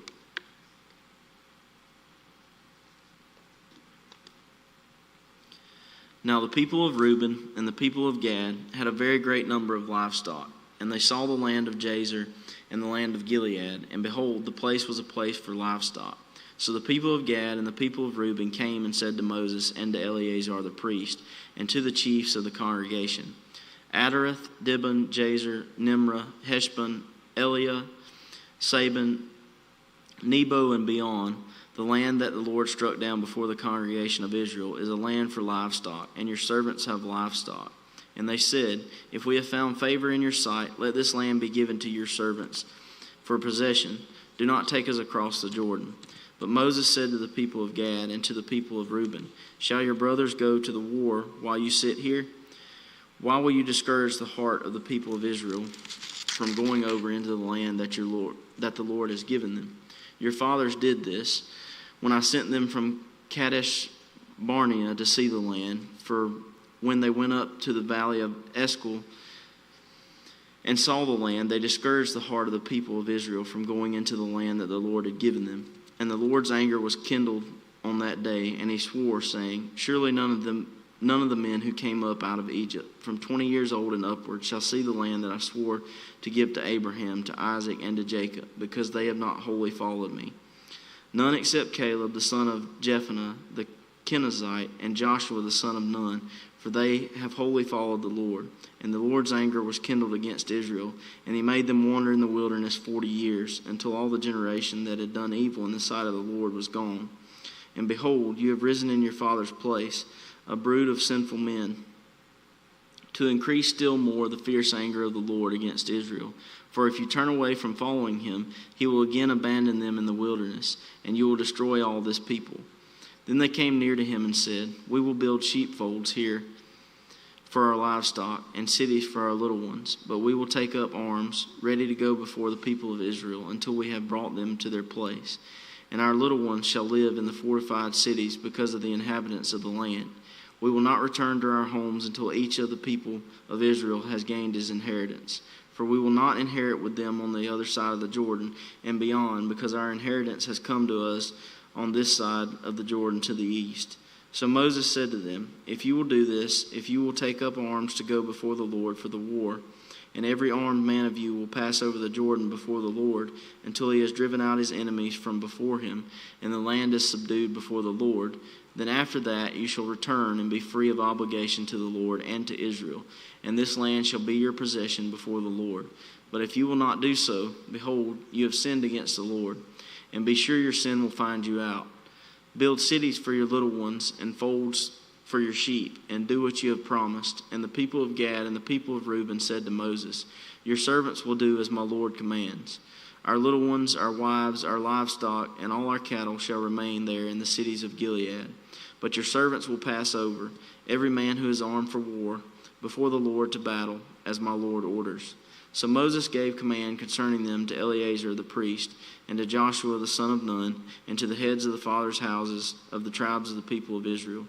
And Moses said to them, If the people of Gad and the people of Reuben, every man who is armed to battle before the Lord, will pass with you over the Jordan, and the land shall be subdued before you, then you shall give them the land of Gilead for a possession. However, if they will not pass over with you armed, they shall have possessions among you in the land of Canaan. And the people of Gad and the people of Reuben answered, What the Lord has said to your servants we will do. We will pass over armed before the Lord into the land of Canaan, and the possession of our inheritance shall remain with us beyond the Jordan. And Moses gave to them, to the people of Gad and to the people of Reuben, and to the half-tribe of Manasseh, the son of Joseph, the kingdom of Sihon, king of the Amorites, and the kingdom of Og, king of Bashan, the land and its cities with their territories, the cities of the land throughout the country. And the people of Gad built Dibon, Adaroth, Aror, Atroth-Shophan, Jazer, Jogbehah, Beth-Nimrah, and Beth-Haran, fortified cities and folds for sheep. And the people of Reuben built Heshbon, Eliah, Kiriathaim, Nebo, and Baal-Meon. Their names were changed, and Sibmah, and they gave other names to the cities that they built. And the sons of Machir, the sons of Manasseh, went to Gilead and captured it, and dispossessed the Amorites who were in it. And Moses gave Gilead to Machir, the son of Manasseh, and he settled in it. And Jair, the son of Manasseh, went and captured their villages, and called them Havoth-Jair. And Nobah went and captured Kenneth and its villages, and called it Nobah after his own name. These are the stages of the people of Israel when they went out of the land of Egypt by their companies under the leadership of Moses and Aaron. Moses wrote down their starting places, stage by stage, by command of the Lord, and these are their stages according to their starting places. They set out from Ramesses in the first month, on the 15th day of the first month. On the day after the Passover, the people of Israel went out triumphantly in the sight of all the Egyptians, while the Egyptians were burying all their firstborn, whom the Lord had struck down among them. On their gods also the Lord executed judgments. So the people of Israel set out from Ramesses and camped at Succoth. And they set out from Succoth and camped at Etham, which is on the edge of the wilderness. And they set out from Etham and turned back to Pihahiroth, which is east of Baal-zephon. And they camped before Migdol. And they set out from before Herath and passed through the midst of the sea into the wilderness. And they went a 3 days' journey in the wilderness of Etham and camped at Marah. And they set out from Marah and came to Elam. At Elam there were 12 springs of water and 70 palm trees. And they camped there. And they set out from Elam and camped by the Red Sea. And they set out from the Red Sea and camped in the wilderness of Sin. And they set out from the wilderness of Sin and camped at Dopka. And they set out from Dopka and camped at Alush. And they set out from Alush and camped at Rephidim, where there was no water for the people to drink. And they set out from Rephidim and camped in the wilderness of Sinai.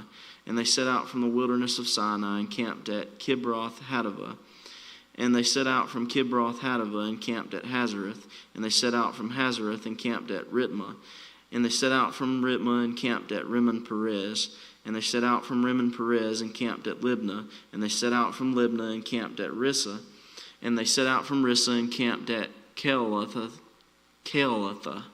And they set out from Keelatha and camped at Mount Shepher.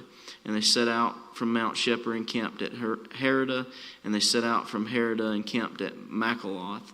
And they set out from Makaloth and camped at Tahath. And they set out from Tahath and camped at Terah. And they set out from Terah and camped at Mithka. And they set out from Mithka and camped at Hashmanah. And they set out from Hashmanah and camped at Mazareth. And they set out from Mazareth and camped at Benajakin. And they set out from Benajakin and camped at Horgadgid. And they set out from Horgadgid and camped at Jotbatha. And they set out from Jotbatha and camped at Abernah. And they set out from Abernah and camped at Ezion-Geber.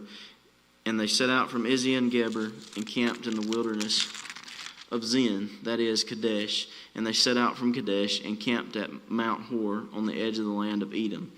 And Aaron the priest went up Mount Hor at the command of the Lord and died there in the 40th year after the people of Israel had come out of the land of Egypt, on the first day of the 5th month. And Aaron was 123 years old when he died on Mount Hor. And the Canaanite, the king of Arad, who lived in the Negeb in the land of Canaan, heard of the coming of the people of Israel. And they set out from Mount Hor and camped at Zalmunna. And they set out from Zalmunna and camped at Punon. And they set out from Punon and camped at Abath. And they set out from Abath and camped at Iabiram in the territory of Moab. And they set out from Iam and camped at Dibengad. And they set out from Dibengad and camped at Almon-Diblathim. And they set out from Almon-Diblathim and camped in the mountains of Abiram before Nebo. And they set out from the mountains of Abiram and camped in the plains of Moab by the Jordan at Jericho. They camped by the Jordan from Beth Jeshimoth as far as Abel-Shittim in the plains of Moab. And the Lord spoke to Moses in the plains of Moab by the Jordan at Jericho, saying, Speak to the people of Israel and say to them, When you pass over the Jordan into the land of Canaan, then you shall drive out all the inhabitants of the land from before you, and destroy all their figured stones, and destroy all their metal images, and demolish all their high places. And you shall take possession of the land and settle in it, for I have given the land to you to possess it. You shall inherit the land by lot according to your clans. To a large tribe you shall give a large inheritance, and to a small tribe you shall give a small inheritance. Wherever the lot falls for anyone, that shall be his. According to the tribes of your fathers you shall inherit. But if you do not drive out the inhabitants of the land from before you, then those of them whom you let remain shall be as barbs in your eyes and thorns in your sides, and they shall trouble you in the land where you dwell. And I will do to you as I thought to do to them. The Lord spoke to Moses, saying, Command the people of Israel and say to them, When you enter the land of Canaan, this is the land that shall fall to you for an inheritance, the land of Canaan as defined by its borders. Your south side shall be from the wilderness of Zin alongside Edom, and your southern border shall run from the end of the Salt Sea on the east, and your border shall turn south of the ascent of Akrabim and cross to Zin, and its limit shall be south of Kadesh Barnea. Then it shall go on to Hazar Adar and pass along to Asmon. And the border shall turn from Asmon to the brook of Egypt, and its limit shall be at the sea. For the western border you shall have the great sea and its coast. This shall be your western border. This shall be your northern border. From the great sea you shall draw a line to Mount Hor. From Mount Hor you shall draw a line to Lebo-Hamath, and the limit of the border shall be at Zedad. Then the border shall extend to Ziphren, and its limit shall be at Hazer-Enon. This shall be your northern border. You shall draw a line for your eastern border from Hazer-Enon to Shechem, and the border shall go down from Shechem to Riblah on the east side of Ain. And the border shall go down and reach to the shoulder of the sea of Chinnereth on the east, and the border shall go down to the Jordan, and its limit shall be at the Salt Sea. This shall be your land as defined by its borders all around. Moses commanded the people of Israel, saying, This is the land that you shall inherit by lot, which the Lord has commanded to give to the 9 tribes and to the half-tribe.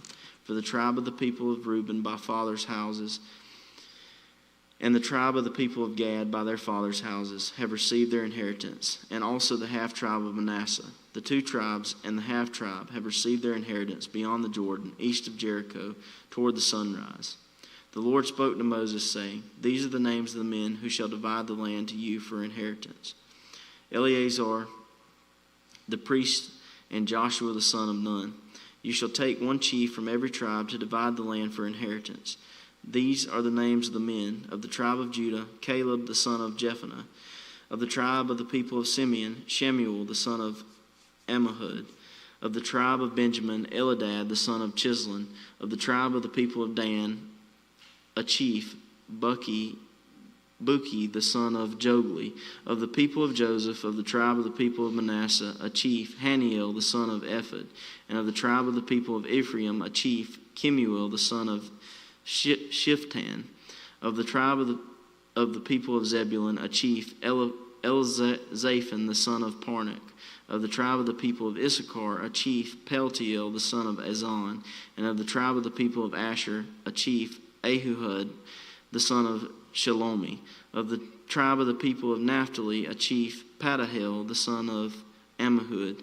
These are the men whom the Lord commanded to divide the inheritance for the people of Israel in the land of Canaan.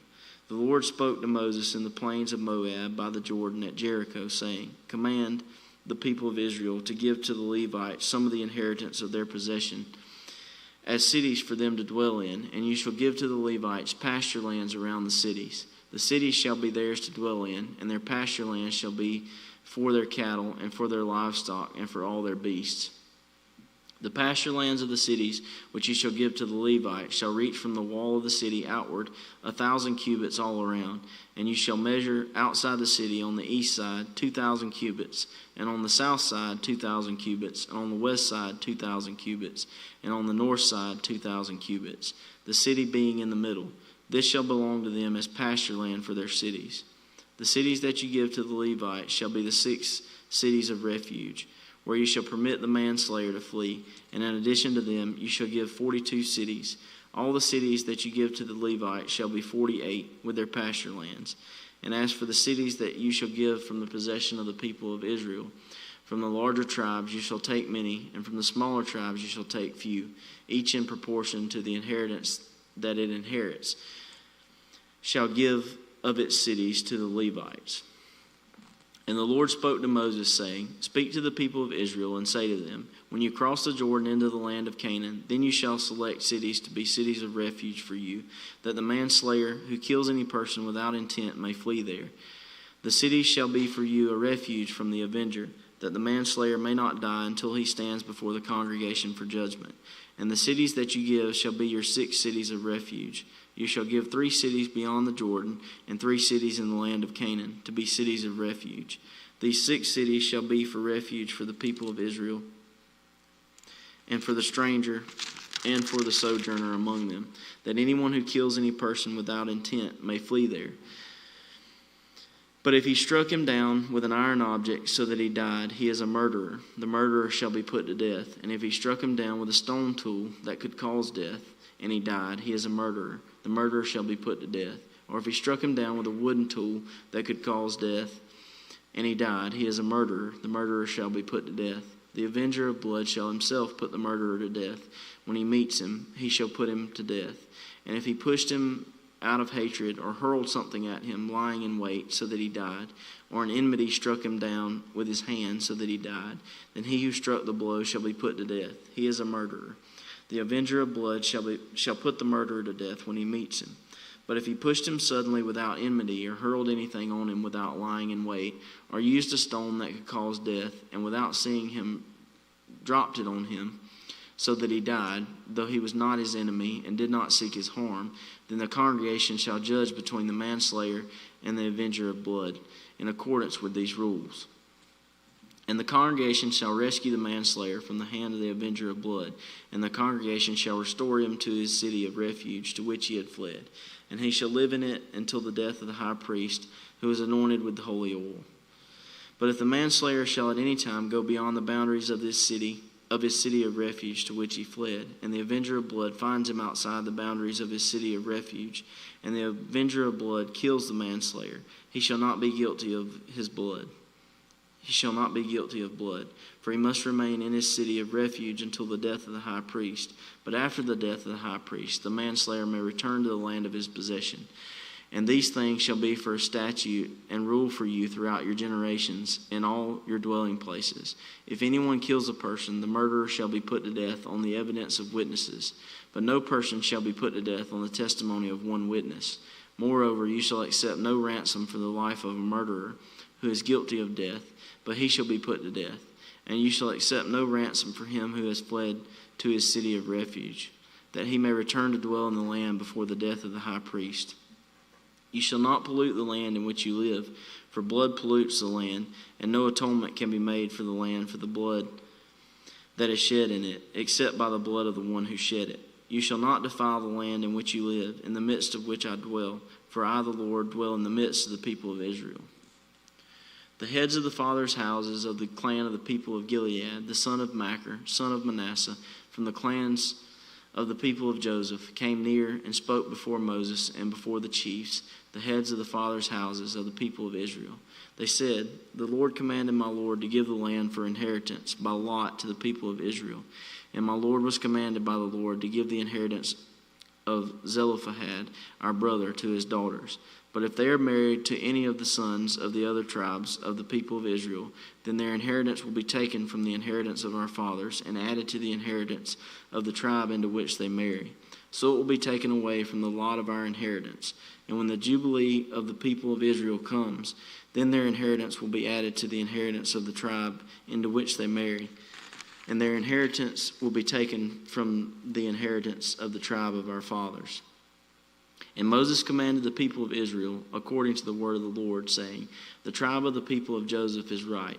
This is what the Lord commands concerning the daughters of Zelophehad.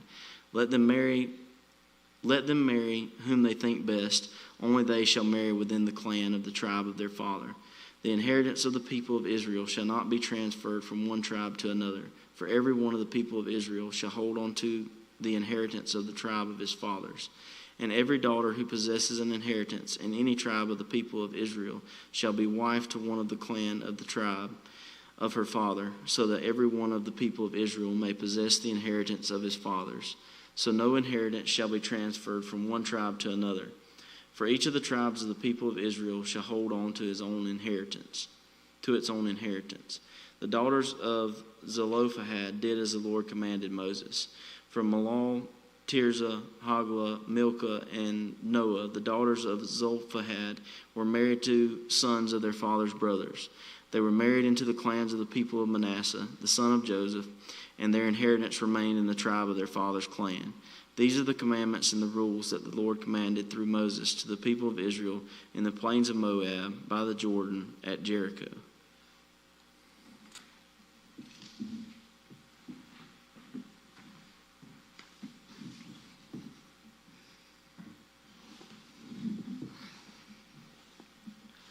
These are the words that Moses spoke to all of Israel beyond the Jordan in the wilderness in Arabah, opposite Suf, between Paran and Tophel, Laban, Hazeroth, and Dizahab. It is 11 days' journey from Horeb by the way of Mount Sarah to Kadesh Barnea in the 14th year, on the first day of the 11th month, Moses spoke to the people of Israel according to all that the Lord had given to him in commandment to them. After he had defeated Sihon, the king of Amorites, who lived in Heshbon, and Og, the king of Bashan, who lived in Ashtoreth, and in Adria, beyond the Jordan, in the land of Moab, Moses undertook to explain this law, saying, "The Lord our God said to us in Horeb, you have stayed long enough at this mountain. Turn and take your journey and go to the hill country of the Amorites and to all their neighbors in the Arabah, in the hill country and in the lowland and in the Negev and by the seacoast, the land of the Canaanites and Lebanon, as far as the great river, the river of Euphrates. See, I have set the land before you. Go in and take possession of the land that the Lord swore to your fathers, to Abraham, to Isaac, to Jacob, to give to them and to their offspring after them. At that time I said to you, I am not able to bear you by myself. The Lord your God has multiplied you, and behold, you are today as numerous as the stars of heaven. May the Lord, the God of your fathers, make you 1,000 times as many as you are, and bless you as has promised you. How can I bear by myself the weight and burden of you and your strife? Choose for your tribe wise, understanding, and experienced men, and I will appoint them as your heads. And you answered me, the thing that you have spoken is good for us to do. So I took the heads of your tribes, wise and experienced men, and set them as heads over you, commanders of thousands, commanders of hundreds, commanders of 50s, commanders of 10s, and officers throughout your tribes. And I charged your judges at the time, hear the cases between your brothers and judge righteously between the man and his brother or the alien who is with him. You shall not be partial in judgment. You shall hear the small and the great alike. You shall not be intimidated by anyone, for the judgment is God's, and the case that is too hard for you, you shall bring to me, and I will hear it. And I commanded you at the time all the things that you should do. Then we set out from Horeb and went through all that great and terrifying wilderness that you saw, and the way to the hill country were the Amorites, as the Lord our God commanded us.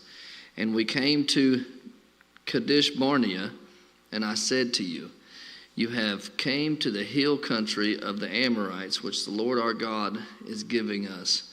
See, the Lord your God has set the land before you. Go up, take possession of the Lord. The God of your fathers has told you, do not fear or be dismayed. Then all of you came near me and said, let us send men before us, and they may explore the land of us and bring us word again of the way by which we must go, up in the cities into which we shall come. The thing seemed good to me, and I took 12 men from you, 1 man from each tribe. And they turned and went up into the hill country, and came to the valley of Eshcol, and spied it out. And they took in their hands some of the fruit of the land, and brought it down to us, and brought us word again, and said, it is a good land that the Lord our God has given us. Yet you would not give up, but rebelled against the command of the Lord your God. And you murmured in your tents and said, because the Lord hated us, he has brought us out of the land of Egypt, to give us into the hand of the Amorites, to destroy us. Where are we going up? Our brothers have made our hearts melt, saying, the people are greater and taller than we. The cities are great and fortified up to the heaven, and besides, we have seen the sons of Anakim there. Then I said to you, do not be in dread or afraid of them. The Lord your God, who goes before you, will himself fight for you, just as he did for you in Egypt before your eyes. And in the wilderness, where you have seen how the Lord your God carried you, as a man carries his son, all the way that you went until you came to this place. Yet in spite of this word, you did not believe the Lord your God, who went before you in the way to speak you out, place to pitch your tents in fire by night and in clouds by day, to show you by what way you should go. And the Lord heard your words and was angered. And he swore, not one of these men of the evil generations shall see the good land, and I swore to give to your fathers, except Caleb, the son of Jephunneh, he shall see it. And to him and to his children I will give the land on which he has trodden, because he saw wholly followed the Lord. Even with me the Lord has angry on your account, and said, you also shall not go in there. Joshua the son of Nun, who stands before you, he shall enter. Encourage him, for he shall cause Israel to inherit it. And as for your little ones, who you said would become a prey, and your children who today have no knowledge of the good and evil, they shall go in there, and to them I will give it, and they shall possess it. But as for you, turn and journey into the wilderness in the direction of the Red Sea. Then you answered me, we have sinned against the Lord. We ourselves shall go up and fight, just as the Lord our God commanded us. And every one of you fastened on his weapons of war and thought it was easy to go up into the hill country. And the Lord said to me, say to them, do not go up for fight, for I am not in your midst, lest you be defeated before your enemies. So I spoke to you, and you would not listen, but you rebelled against the command of the Lord, and presumptuously went up into the hill country. Then the Amorites who lived in the hill country came out against you and chased you as bees do, to beat you down in Saras far as Hormah. And you returned and wept before the Lord, but the Lord did not listen to your voice or give ear to you. So you remained at Kadesh many days, and days that you remained there. Then we turned and we journeyed into the wilderness in the direction of the Red Sea, as the Lord told me. And for many days we traveled around the mount. Then the Lord said to me, you have been traveling around this mountain country long enough. Turn northward and command the people. You are about to pass through the territory of your brothers, the people of Esau, who lived in Seir, and they would be afraid of you. So be very careful. Do not contend with them, for I will not give you any of their land. No, not as much as for the sole of their foot to tread on, because I have given Mount Seir to Esau as a possession. You shall purchase food from them with money, and you may eat. And you shall also buy water from them with money, that you may drink. For the Lord your God has blessed you in all the work of your hands. He knows you're going through this great wilderness. These 40 years of the Lord your God has been with you. You have lacked nothing. So we went on away from our brothers the people of Esau, who lived in Seir, away from Arabah, road of Eloth and Ezongaber, and turned and went in the direction of the wilderness of Moab. And the Lord said to me, do not harass Moab or contend with them in battle, for I will not give you any of their land for the possession, because I have given Ar to the people of Lot for a possession. The Emim formerly lived there, a people great and many, and tall as the Anakim. Like the Anakim, they are also contained as Rephaim. But the Moabites call them Emim. The Horatites also lived in Seir formerly, but the people of Esau despised them and destroyed them from before them and settled in their land, place as Israel did to the land of their possession, which the Lord gave to them. Now rise up and go over to brook Zered. So we went over to the brook Zered, and the time from leaving Kadesh Barnea until we crossed the brook Zered was 38 years, until the entire generation, that is, the men of war, had perished from the camp, as the Lord had sworn to them. For indeed, the hand of the Lord was against them, to destroy them from the camp until they had perished. So as soon as all the men of war had perished and were dead from among the people, the Lord said to me, today you are to cross the border of Moab at Ar.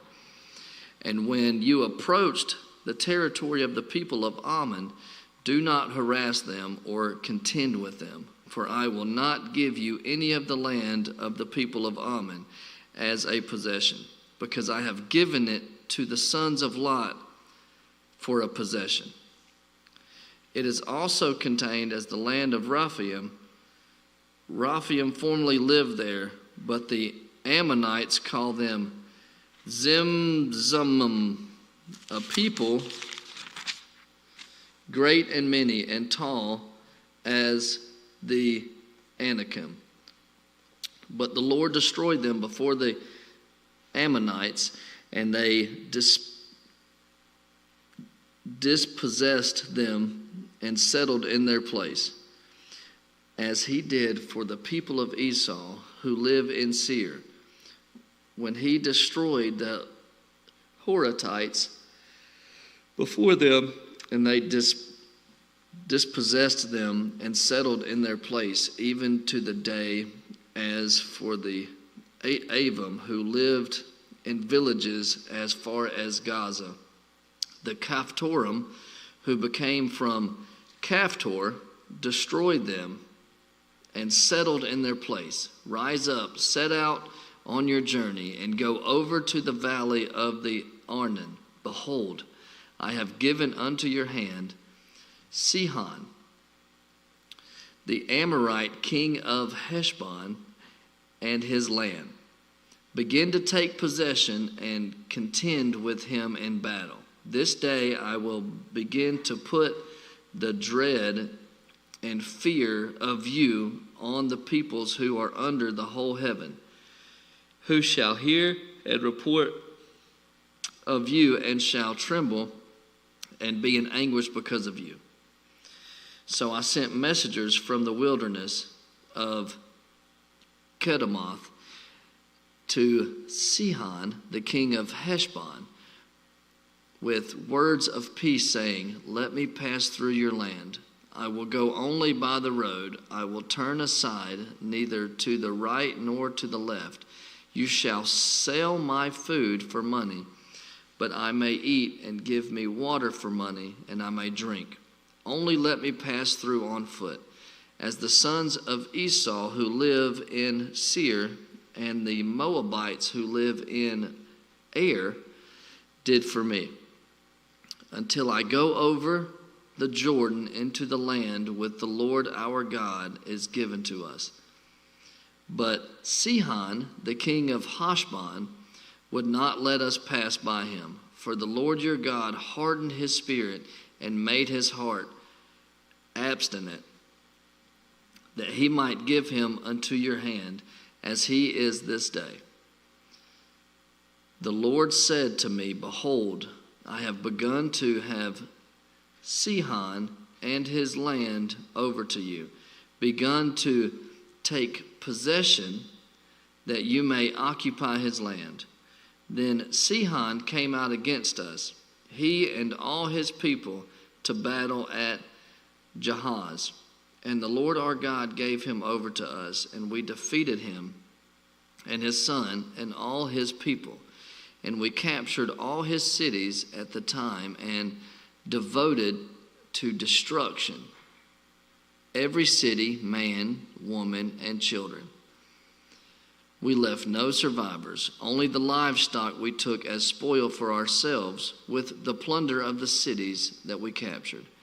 From Aurora, which is on the edge of the valley of Arnon, and from the city that is in the valley as far as Gilead, there is not a city too high for us. The Lord our God gave all into our hands. Only to the land of the sons of Ammon you did not draw near, that is, to all the banks of the river of Jabbok and the cities of the hill of the country, whatever the Lord our God had forbidden us. Then we turned and went up the way of Bashan, and Og, the king of Bashan, came out against us, he and all his people, to battle at Edrei. But the Lord said to me, do not fear him, for I have given him and all his people and his land into your hand, and you shall do to him as you did to Sihon, the king of the Amorites, who lived at Heshbon.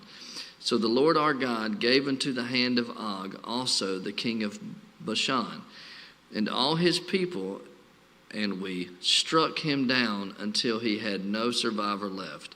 And we took all his cities at the time. There was not a city that we did not take from them. 60 cities, the whole region of Argob, the kingdom of Og in Bashan. All these were cities fortified with high walls, gates, and bars, beside very many unwalled villages.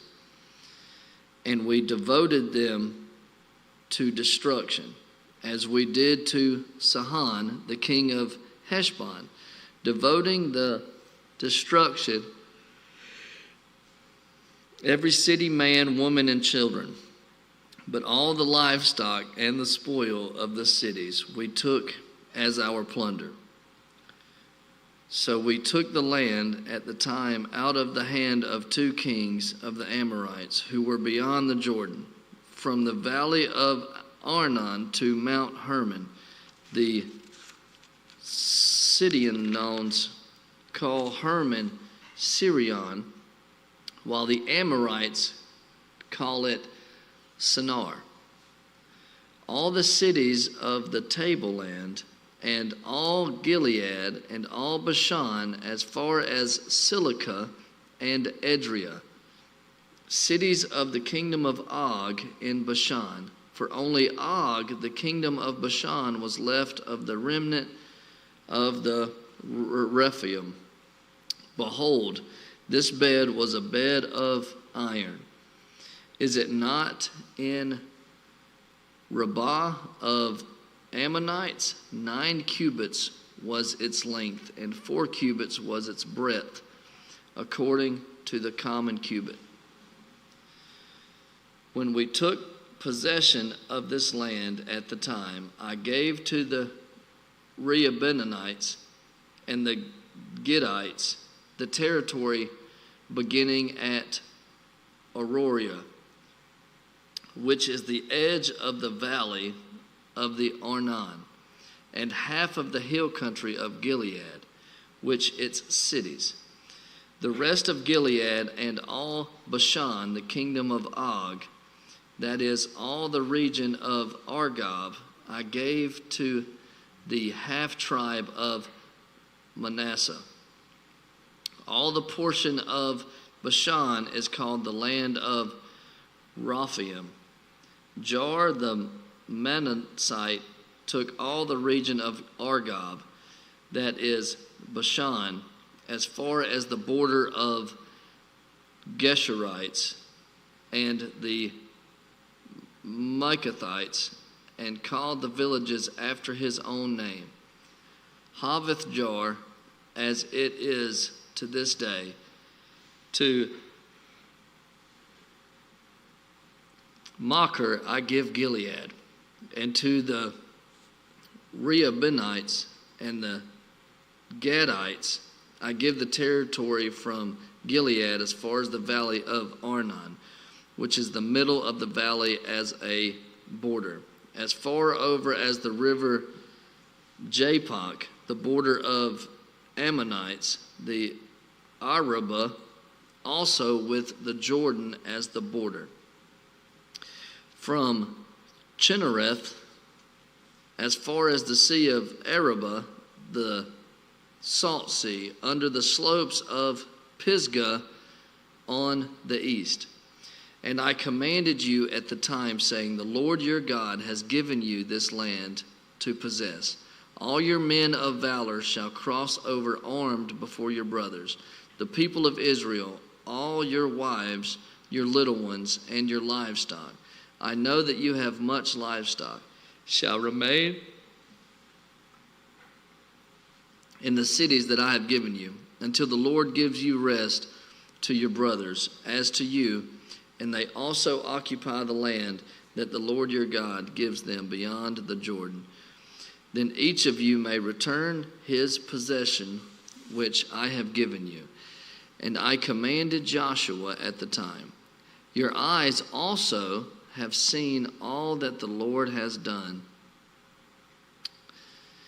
to those two kings, so will the Lord do to all the kingdoms into which you are crossing. You shall not fear them, for it is the Lord your God who fights for you. And I pleaded with the Lord at the time, saying, O Lord God, you have only begun to show your servant your greatness and your mighty hand. For what God is there in heaven on our earth who can do such works and mighty acts as yours? Please let me go over the sea, go over and see the good land beyond the Jordan, that good hill country and Lebanon. But the Lord was angry with me because of you and would not listen to me. And the Lord said to me, enough from you. Do not speak to me of this matter again. Go up to the top of Pisgah and lift up your eyes westward and northward, the southward and eastward, and take at it with your eyes, for you shall not go over this Jordan.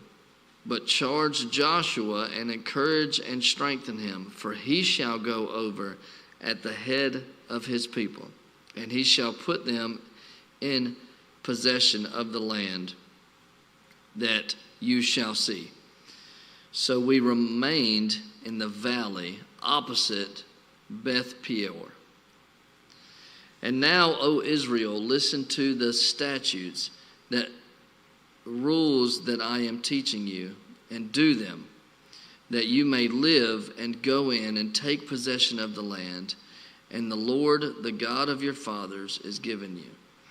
You shall not add to the word that I command you, nor take from it, that you may keep the commandments of the Lord your God that I command you. Your eyes have seen what the Lord did at Baal Peor, for the Lord your God destroyed from among you all the men who followed the Baal of Peor. But you who held fast to the Lord your God are all alive today. See, I have taught you statutes and rules. The Lord my God commanded me that you should do them in the land that you are entering to take possession of it.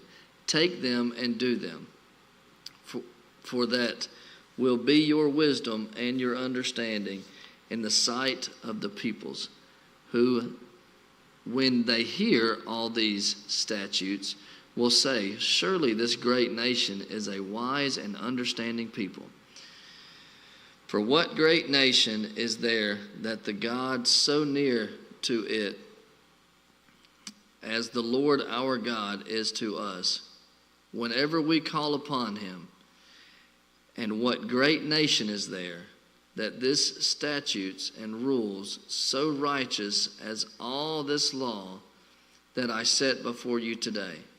Only take care and keep your soul diligently, lest you forget the things that your eyes have seen, and lest they depart from your heart all the days of your life. Make them known to your children and your children's children, how on the day that you stood before the Lord your God at Horeb, the Lord said to me, gather the people to me, that I might say, let them hear my words, so that they may learn to fear me all the days that they live on the earth, and that they may teach their children so. And you came near and stood at the front of the mountain, while the mountain burned with the fire to the heart of heaven, wrapped it in darkness, cloud, and gloom. Then the Lord spoke to you out of the midst of the fire. You heard the sound of the words, but saw no form. There was only a voice, and he declared to you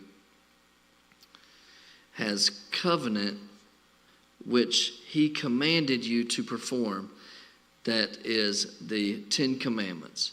And he wrote them on 2 tablets of stone. And the Lord commended me at that time to teach you statutes and rules, that you might do them in the land that you are going over to possess.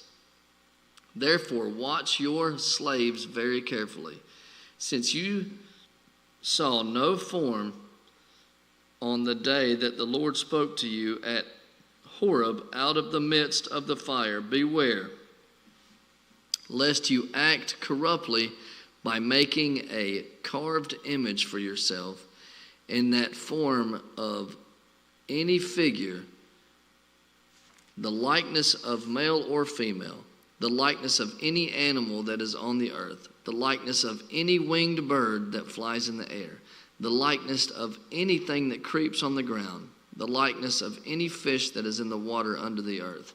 And beware, lest you raise your eyes to heaven, and when you see the sun and the moon and the stars, all the host of heaven, you be drawn away and bow down to them and serve them. Things that the Lord your God has allotted to all the peoples under the whole heaven. But the Lord has taken you and brought you out of the iron furnace, out of Egypt, to be a people of his own inheritance, as you are this day. Furthermore, the Lord was angry with me because of you, and he swore that I should not cross the Jordan, and that I should not enter the good land that the Lord your God is giving you as an inheritance. For I must die in this land. I must not go over the Jordan, but you shall go over and take possession of that good land. Take care lest you forget the covenant of the Lord your God, which he made with you, and make a carved image, the form of anything that the Lord your God has forbidden you. For the Lord your God is a consuming fire, a jealous God. When you father children and children's children, and they have grown old in the land, if you act corruptly by making a carved image in the form of anything, and by doing what is evil in the sight of the Lord your God, so as to provoke him to anger, I call heaven and earth to witness against you today, that you will soon utterly perish from the land that you are going over the Jordan to possess. You will not live long in it, but will be utterly destroyed. And the Lord will scatter you among the peoples, and you will be left few in numbers among the nations where the Lord will drive you. And there you will serve gods of wood, stone, the work of human hands, that neither see, nor hear, nor eat, nor smell. But from there you will seek the Lord your God, and you will find him if you search after him with all your heart and with all your soul. Then you are in tribulation, and all these things come upon you in the later days. You will return to the Lord your God and obey his voice, for the Lord your God is merciful God. He will not leave you nor destroy you or forget the covenant with your fathers that he swore to them. For ask how of these days that are past, which were before you, since the day that God created man on the earth, and asked from one end of heaven to the other, whether such a great thing as this has ever happened, or was ever heard of. Did any people ever hear the voice of God speaking out of the midst of the fire, as you have heard, and still live? Or has any God ever attempted to go and take a nation for himself from the midst of another nation, by trials, by signs, by wonders, and by war, by a mighty hand and an outstretched arm, and by great deeds of terror, all of which the Lord your God did for you in Egypt before your eyes? To you it was shown that you might know that the Lord is God. There is no other besides him. Out of heaven he let you hear his voice, that he might discipline you. And on earth he let you see his great fire, and you heard his words out of the midst of the fire. And because he loved your fathers and chose their offspring over them, and brought you out of Egypt with his own presence and by his great power, driving out before you nations greater and mightier than you, to bring you in to give you their land for an inheritance, as it is this day. Know therefore today, and lay it to your heart, and the Lord is God in heaven above and on the earth beneath. There is no other, therefore shall keep his statutes and his commandments, which I command you today, that it may go well with you and with your children after you, and that you may prolong your days in the land that the Lord your God is giving you for all time. Then Moses set apart 3 cities in the east beyond the Jordan, that the manslayer might flee there. Anyone who kills his neighbor unintentionally without being an enmity with him in times past, he may flee to one of these cities and save his life. Bazar in the wilderness on the tableland of Rehoboamites, Ramoth in Gilead for the Gadites, and Golan in Bashan for the Manassites. This is the law of Moses set before the people of Israel.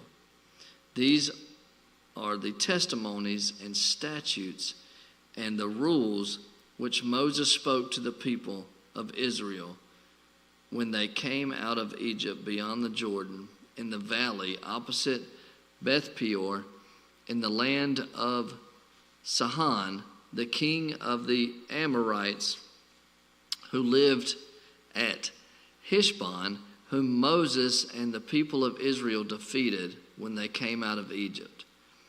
And they took possession of this land and the land of Og, the king of Bashan,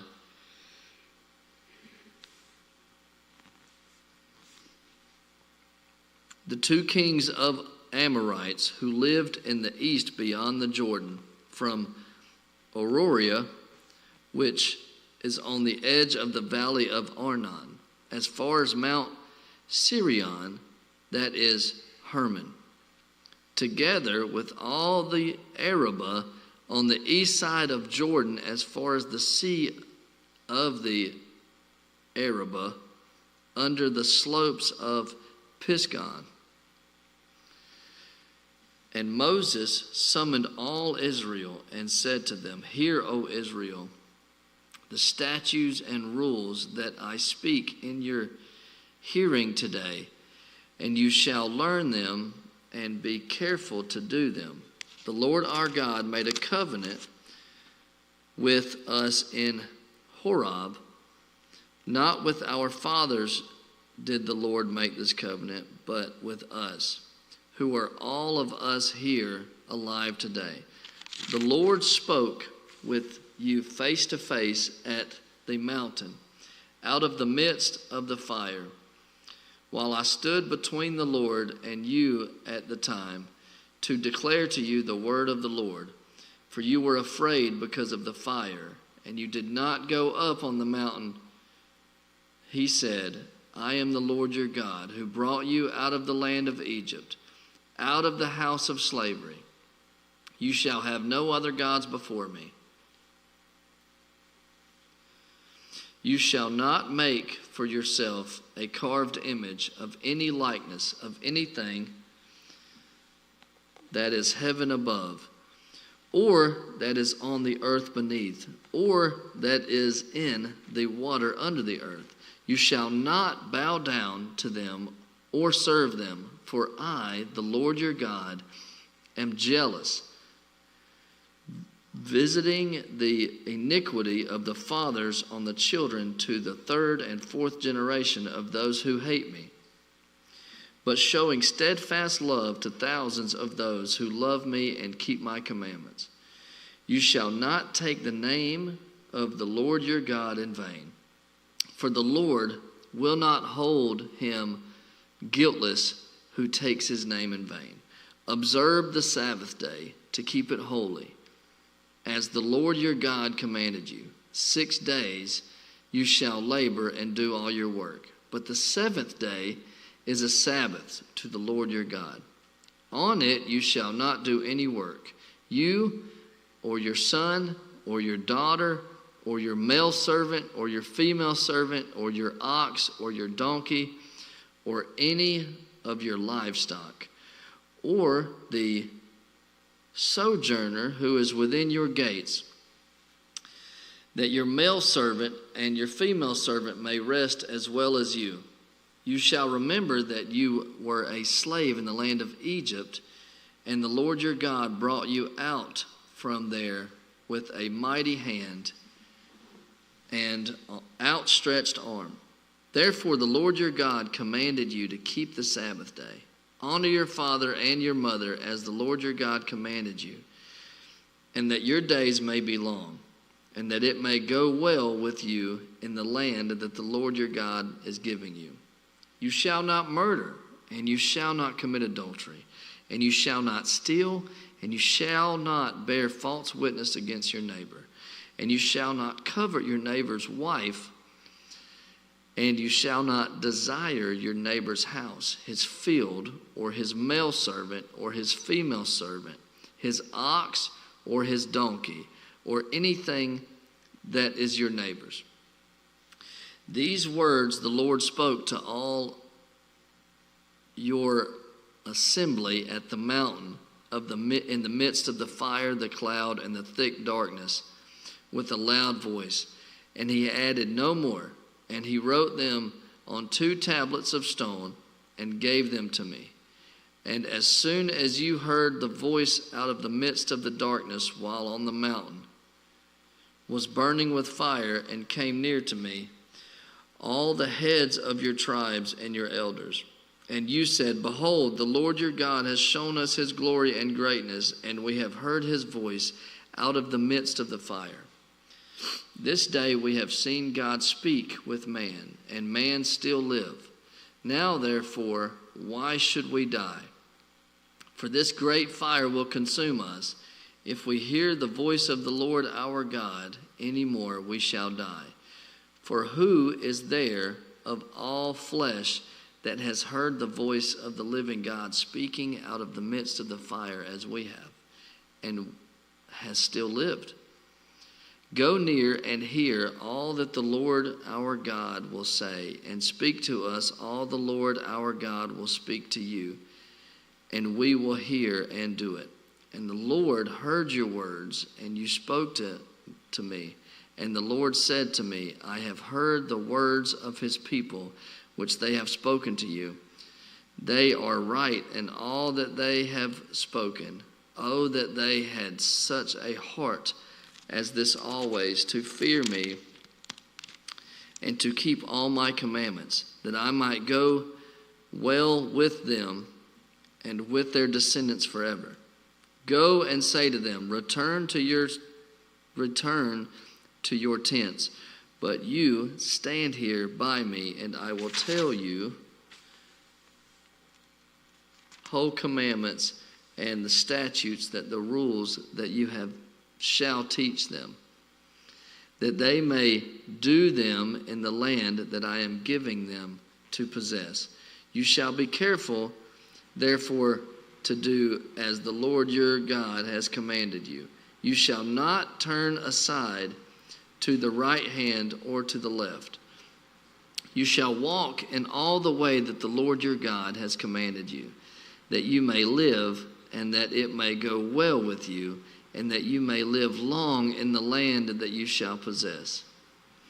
Now, this is the commandment, the statutes and the rules that the Lord your God commanded me to teach you, that you may do them in the land to which you are going over to possess it, that you may fear the Lord your God, you and your son and your son's sons, by keeping all his statutes and his commandments, which I have commanded you, all the days of your life, and that your days may be long. Hear, therefore, O Israel, be careful to do them, that it might go well with you, and that you may multiply greatly, as the Lord, the God of your fathers, has promised you, in the land flowing with milk and honey. Hear, O Israel, the Lord your God, the Lord is one. You shall love the Lord your God with all your heart and with all your soul and with all your might. And these words that I command you today shall be on your heart. You shall teach them diligently to your children, and shall talk of them when you sit at your house, and when you walk by the way, and when you lie down, and when you rise. You shall bind them as a sign on your hand, and they shall be as fruitlets between your eyes. You shall write them on the doorpost of your house and on your gates. And when the Lord your God brings you into the land that he swore to your fathers, to Abraham and to Isaac and to Jacob, to give you, with great and good cities that you did not build, and houses full of all good things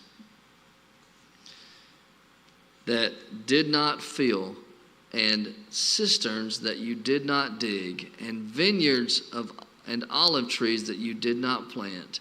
And when you eat and are full, then you take care lest you forget that the Lord who brought you out of the land of Egypt, out of the house of slavery, it is the Lord your God you shall fear.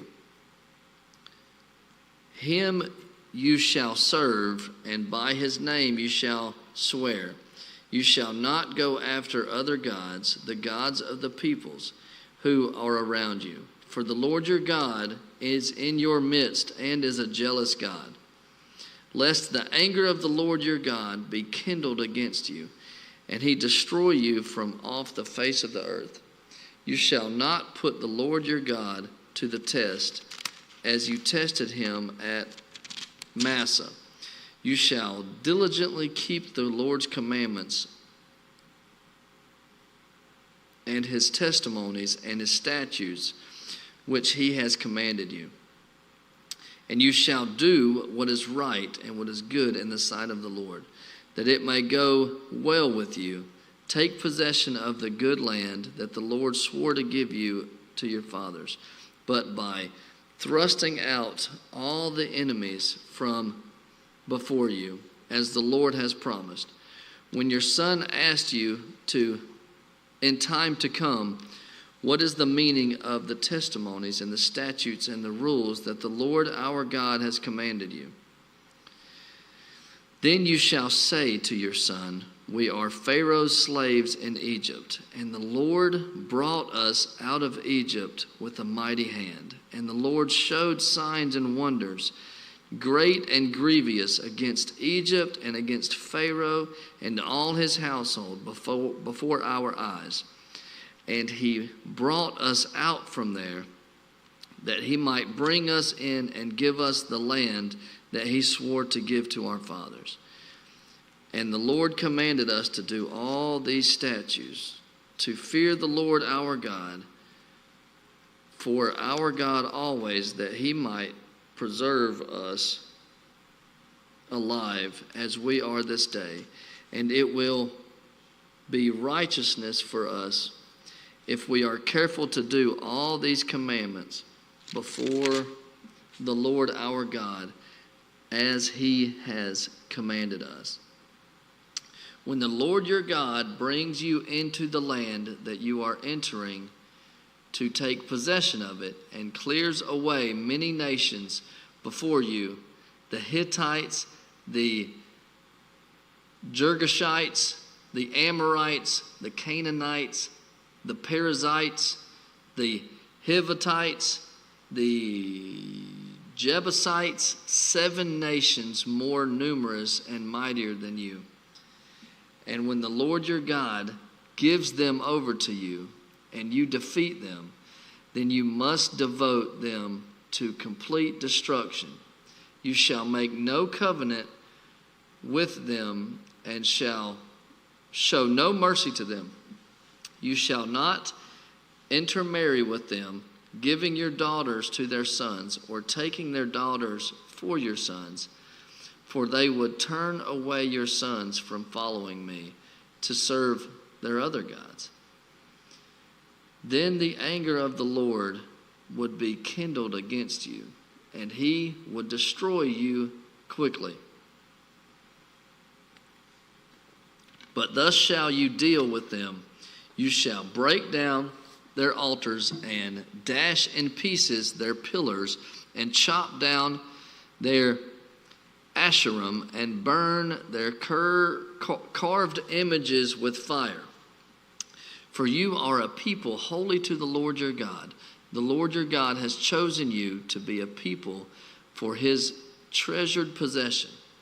Out of all the people who are on the face of the earth, it was not because you were more in number than any of the other people that the Lord set his love on you and chose you.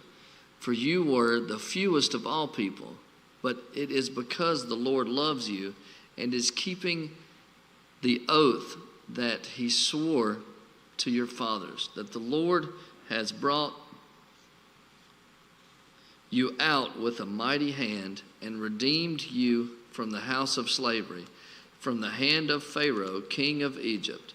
Now therefore that the Lord your God is God, the faithful God, who keeps covenant and steadfast love with those who love him and keep his commandments to all 1,000 generations, and repays to their face those who hate him by destroying them. He will not be slack with one who hates him. He will repay him to his face. You shall therefore be careful to do the commandments and the statutes and the rules that I command you today. And because you listen to those rules and keep and do them, the Lord your God will keep with you the covenant and the steadfast love that he swore to your fathers. He will love you, bless you, and multiply you. He will also bless the fruit of your womb and the fruit of your ground, your grain and your wine and your oil, the increase of your herds and the young of your flock, in the land that you swore to your fathers to give you. You shall be blessed above all peoples. There shall not be male or female barren among you or among your livestock. And the Lord will take away from you all sickness, and none of the evil diseases of Egypt which you knew will inflict on you. But he will lay them on all who hate you, and you shall consume all the people that the Lord your God will give over to you. Your eyes shall not pity them, neither shall you serve their gods, for that would be a snare to you. If you say in your heart, these nations are greater than I, how can I dispose of them?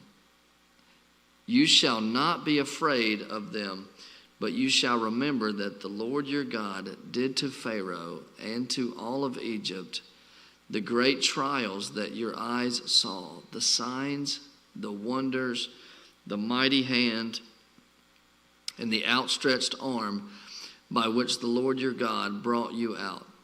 So will the Lord your God do to all the peoples of whom you are afraid.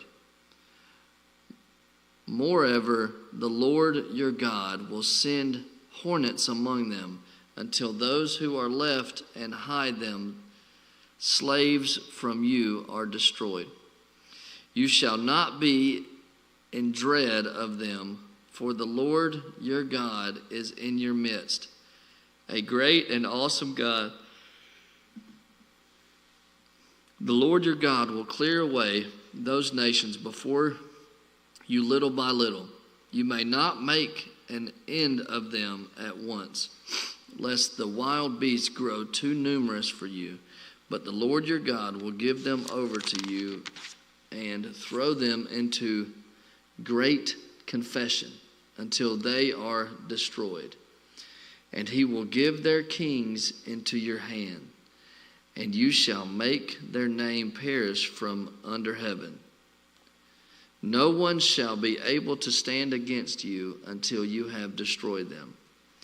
The carved images of their gods you shall burn with fire. You shall not covet the silver or the gold that is on them, nor take it for yourselves, lest you be ensnared by it. For it is an abomination to the Lord your God. And you shall not bring an abomination, an abominable thing, into your house and become devoted to destruction like it. You shall utterly detest and abhor it, for it is devoted to destruction. The whole commandment that I command you today, you shall be careful to do, that you may live and multiply and go in and possess the land that the Lord swore to give you to your fathers. And you shall remember the whole way that the Lord your God has led you these 40 years into the wilderness, that he might humble you, testing you to know what was in your heart, whether you would keep his commandments or not. And be humbled you, and let you hunger, and fed you with manna, which you did not know, nor did your fathers know, that he might make you know that man does not live by bread alone, but man lives by every word that comes from the mouth of the Lord.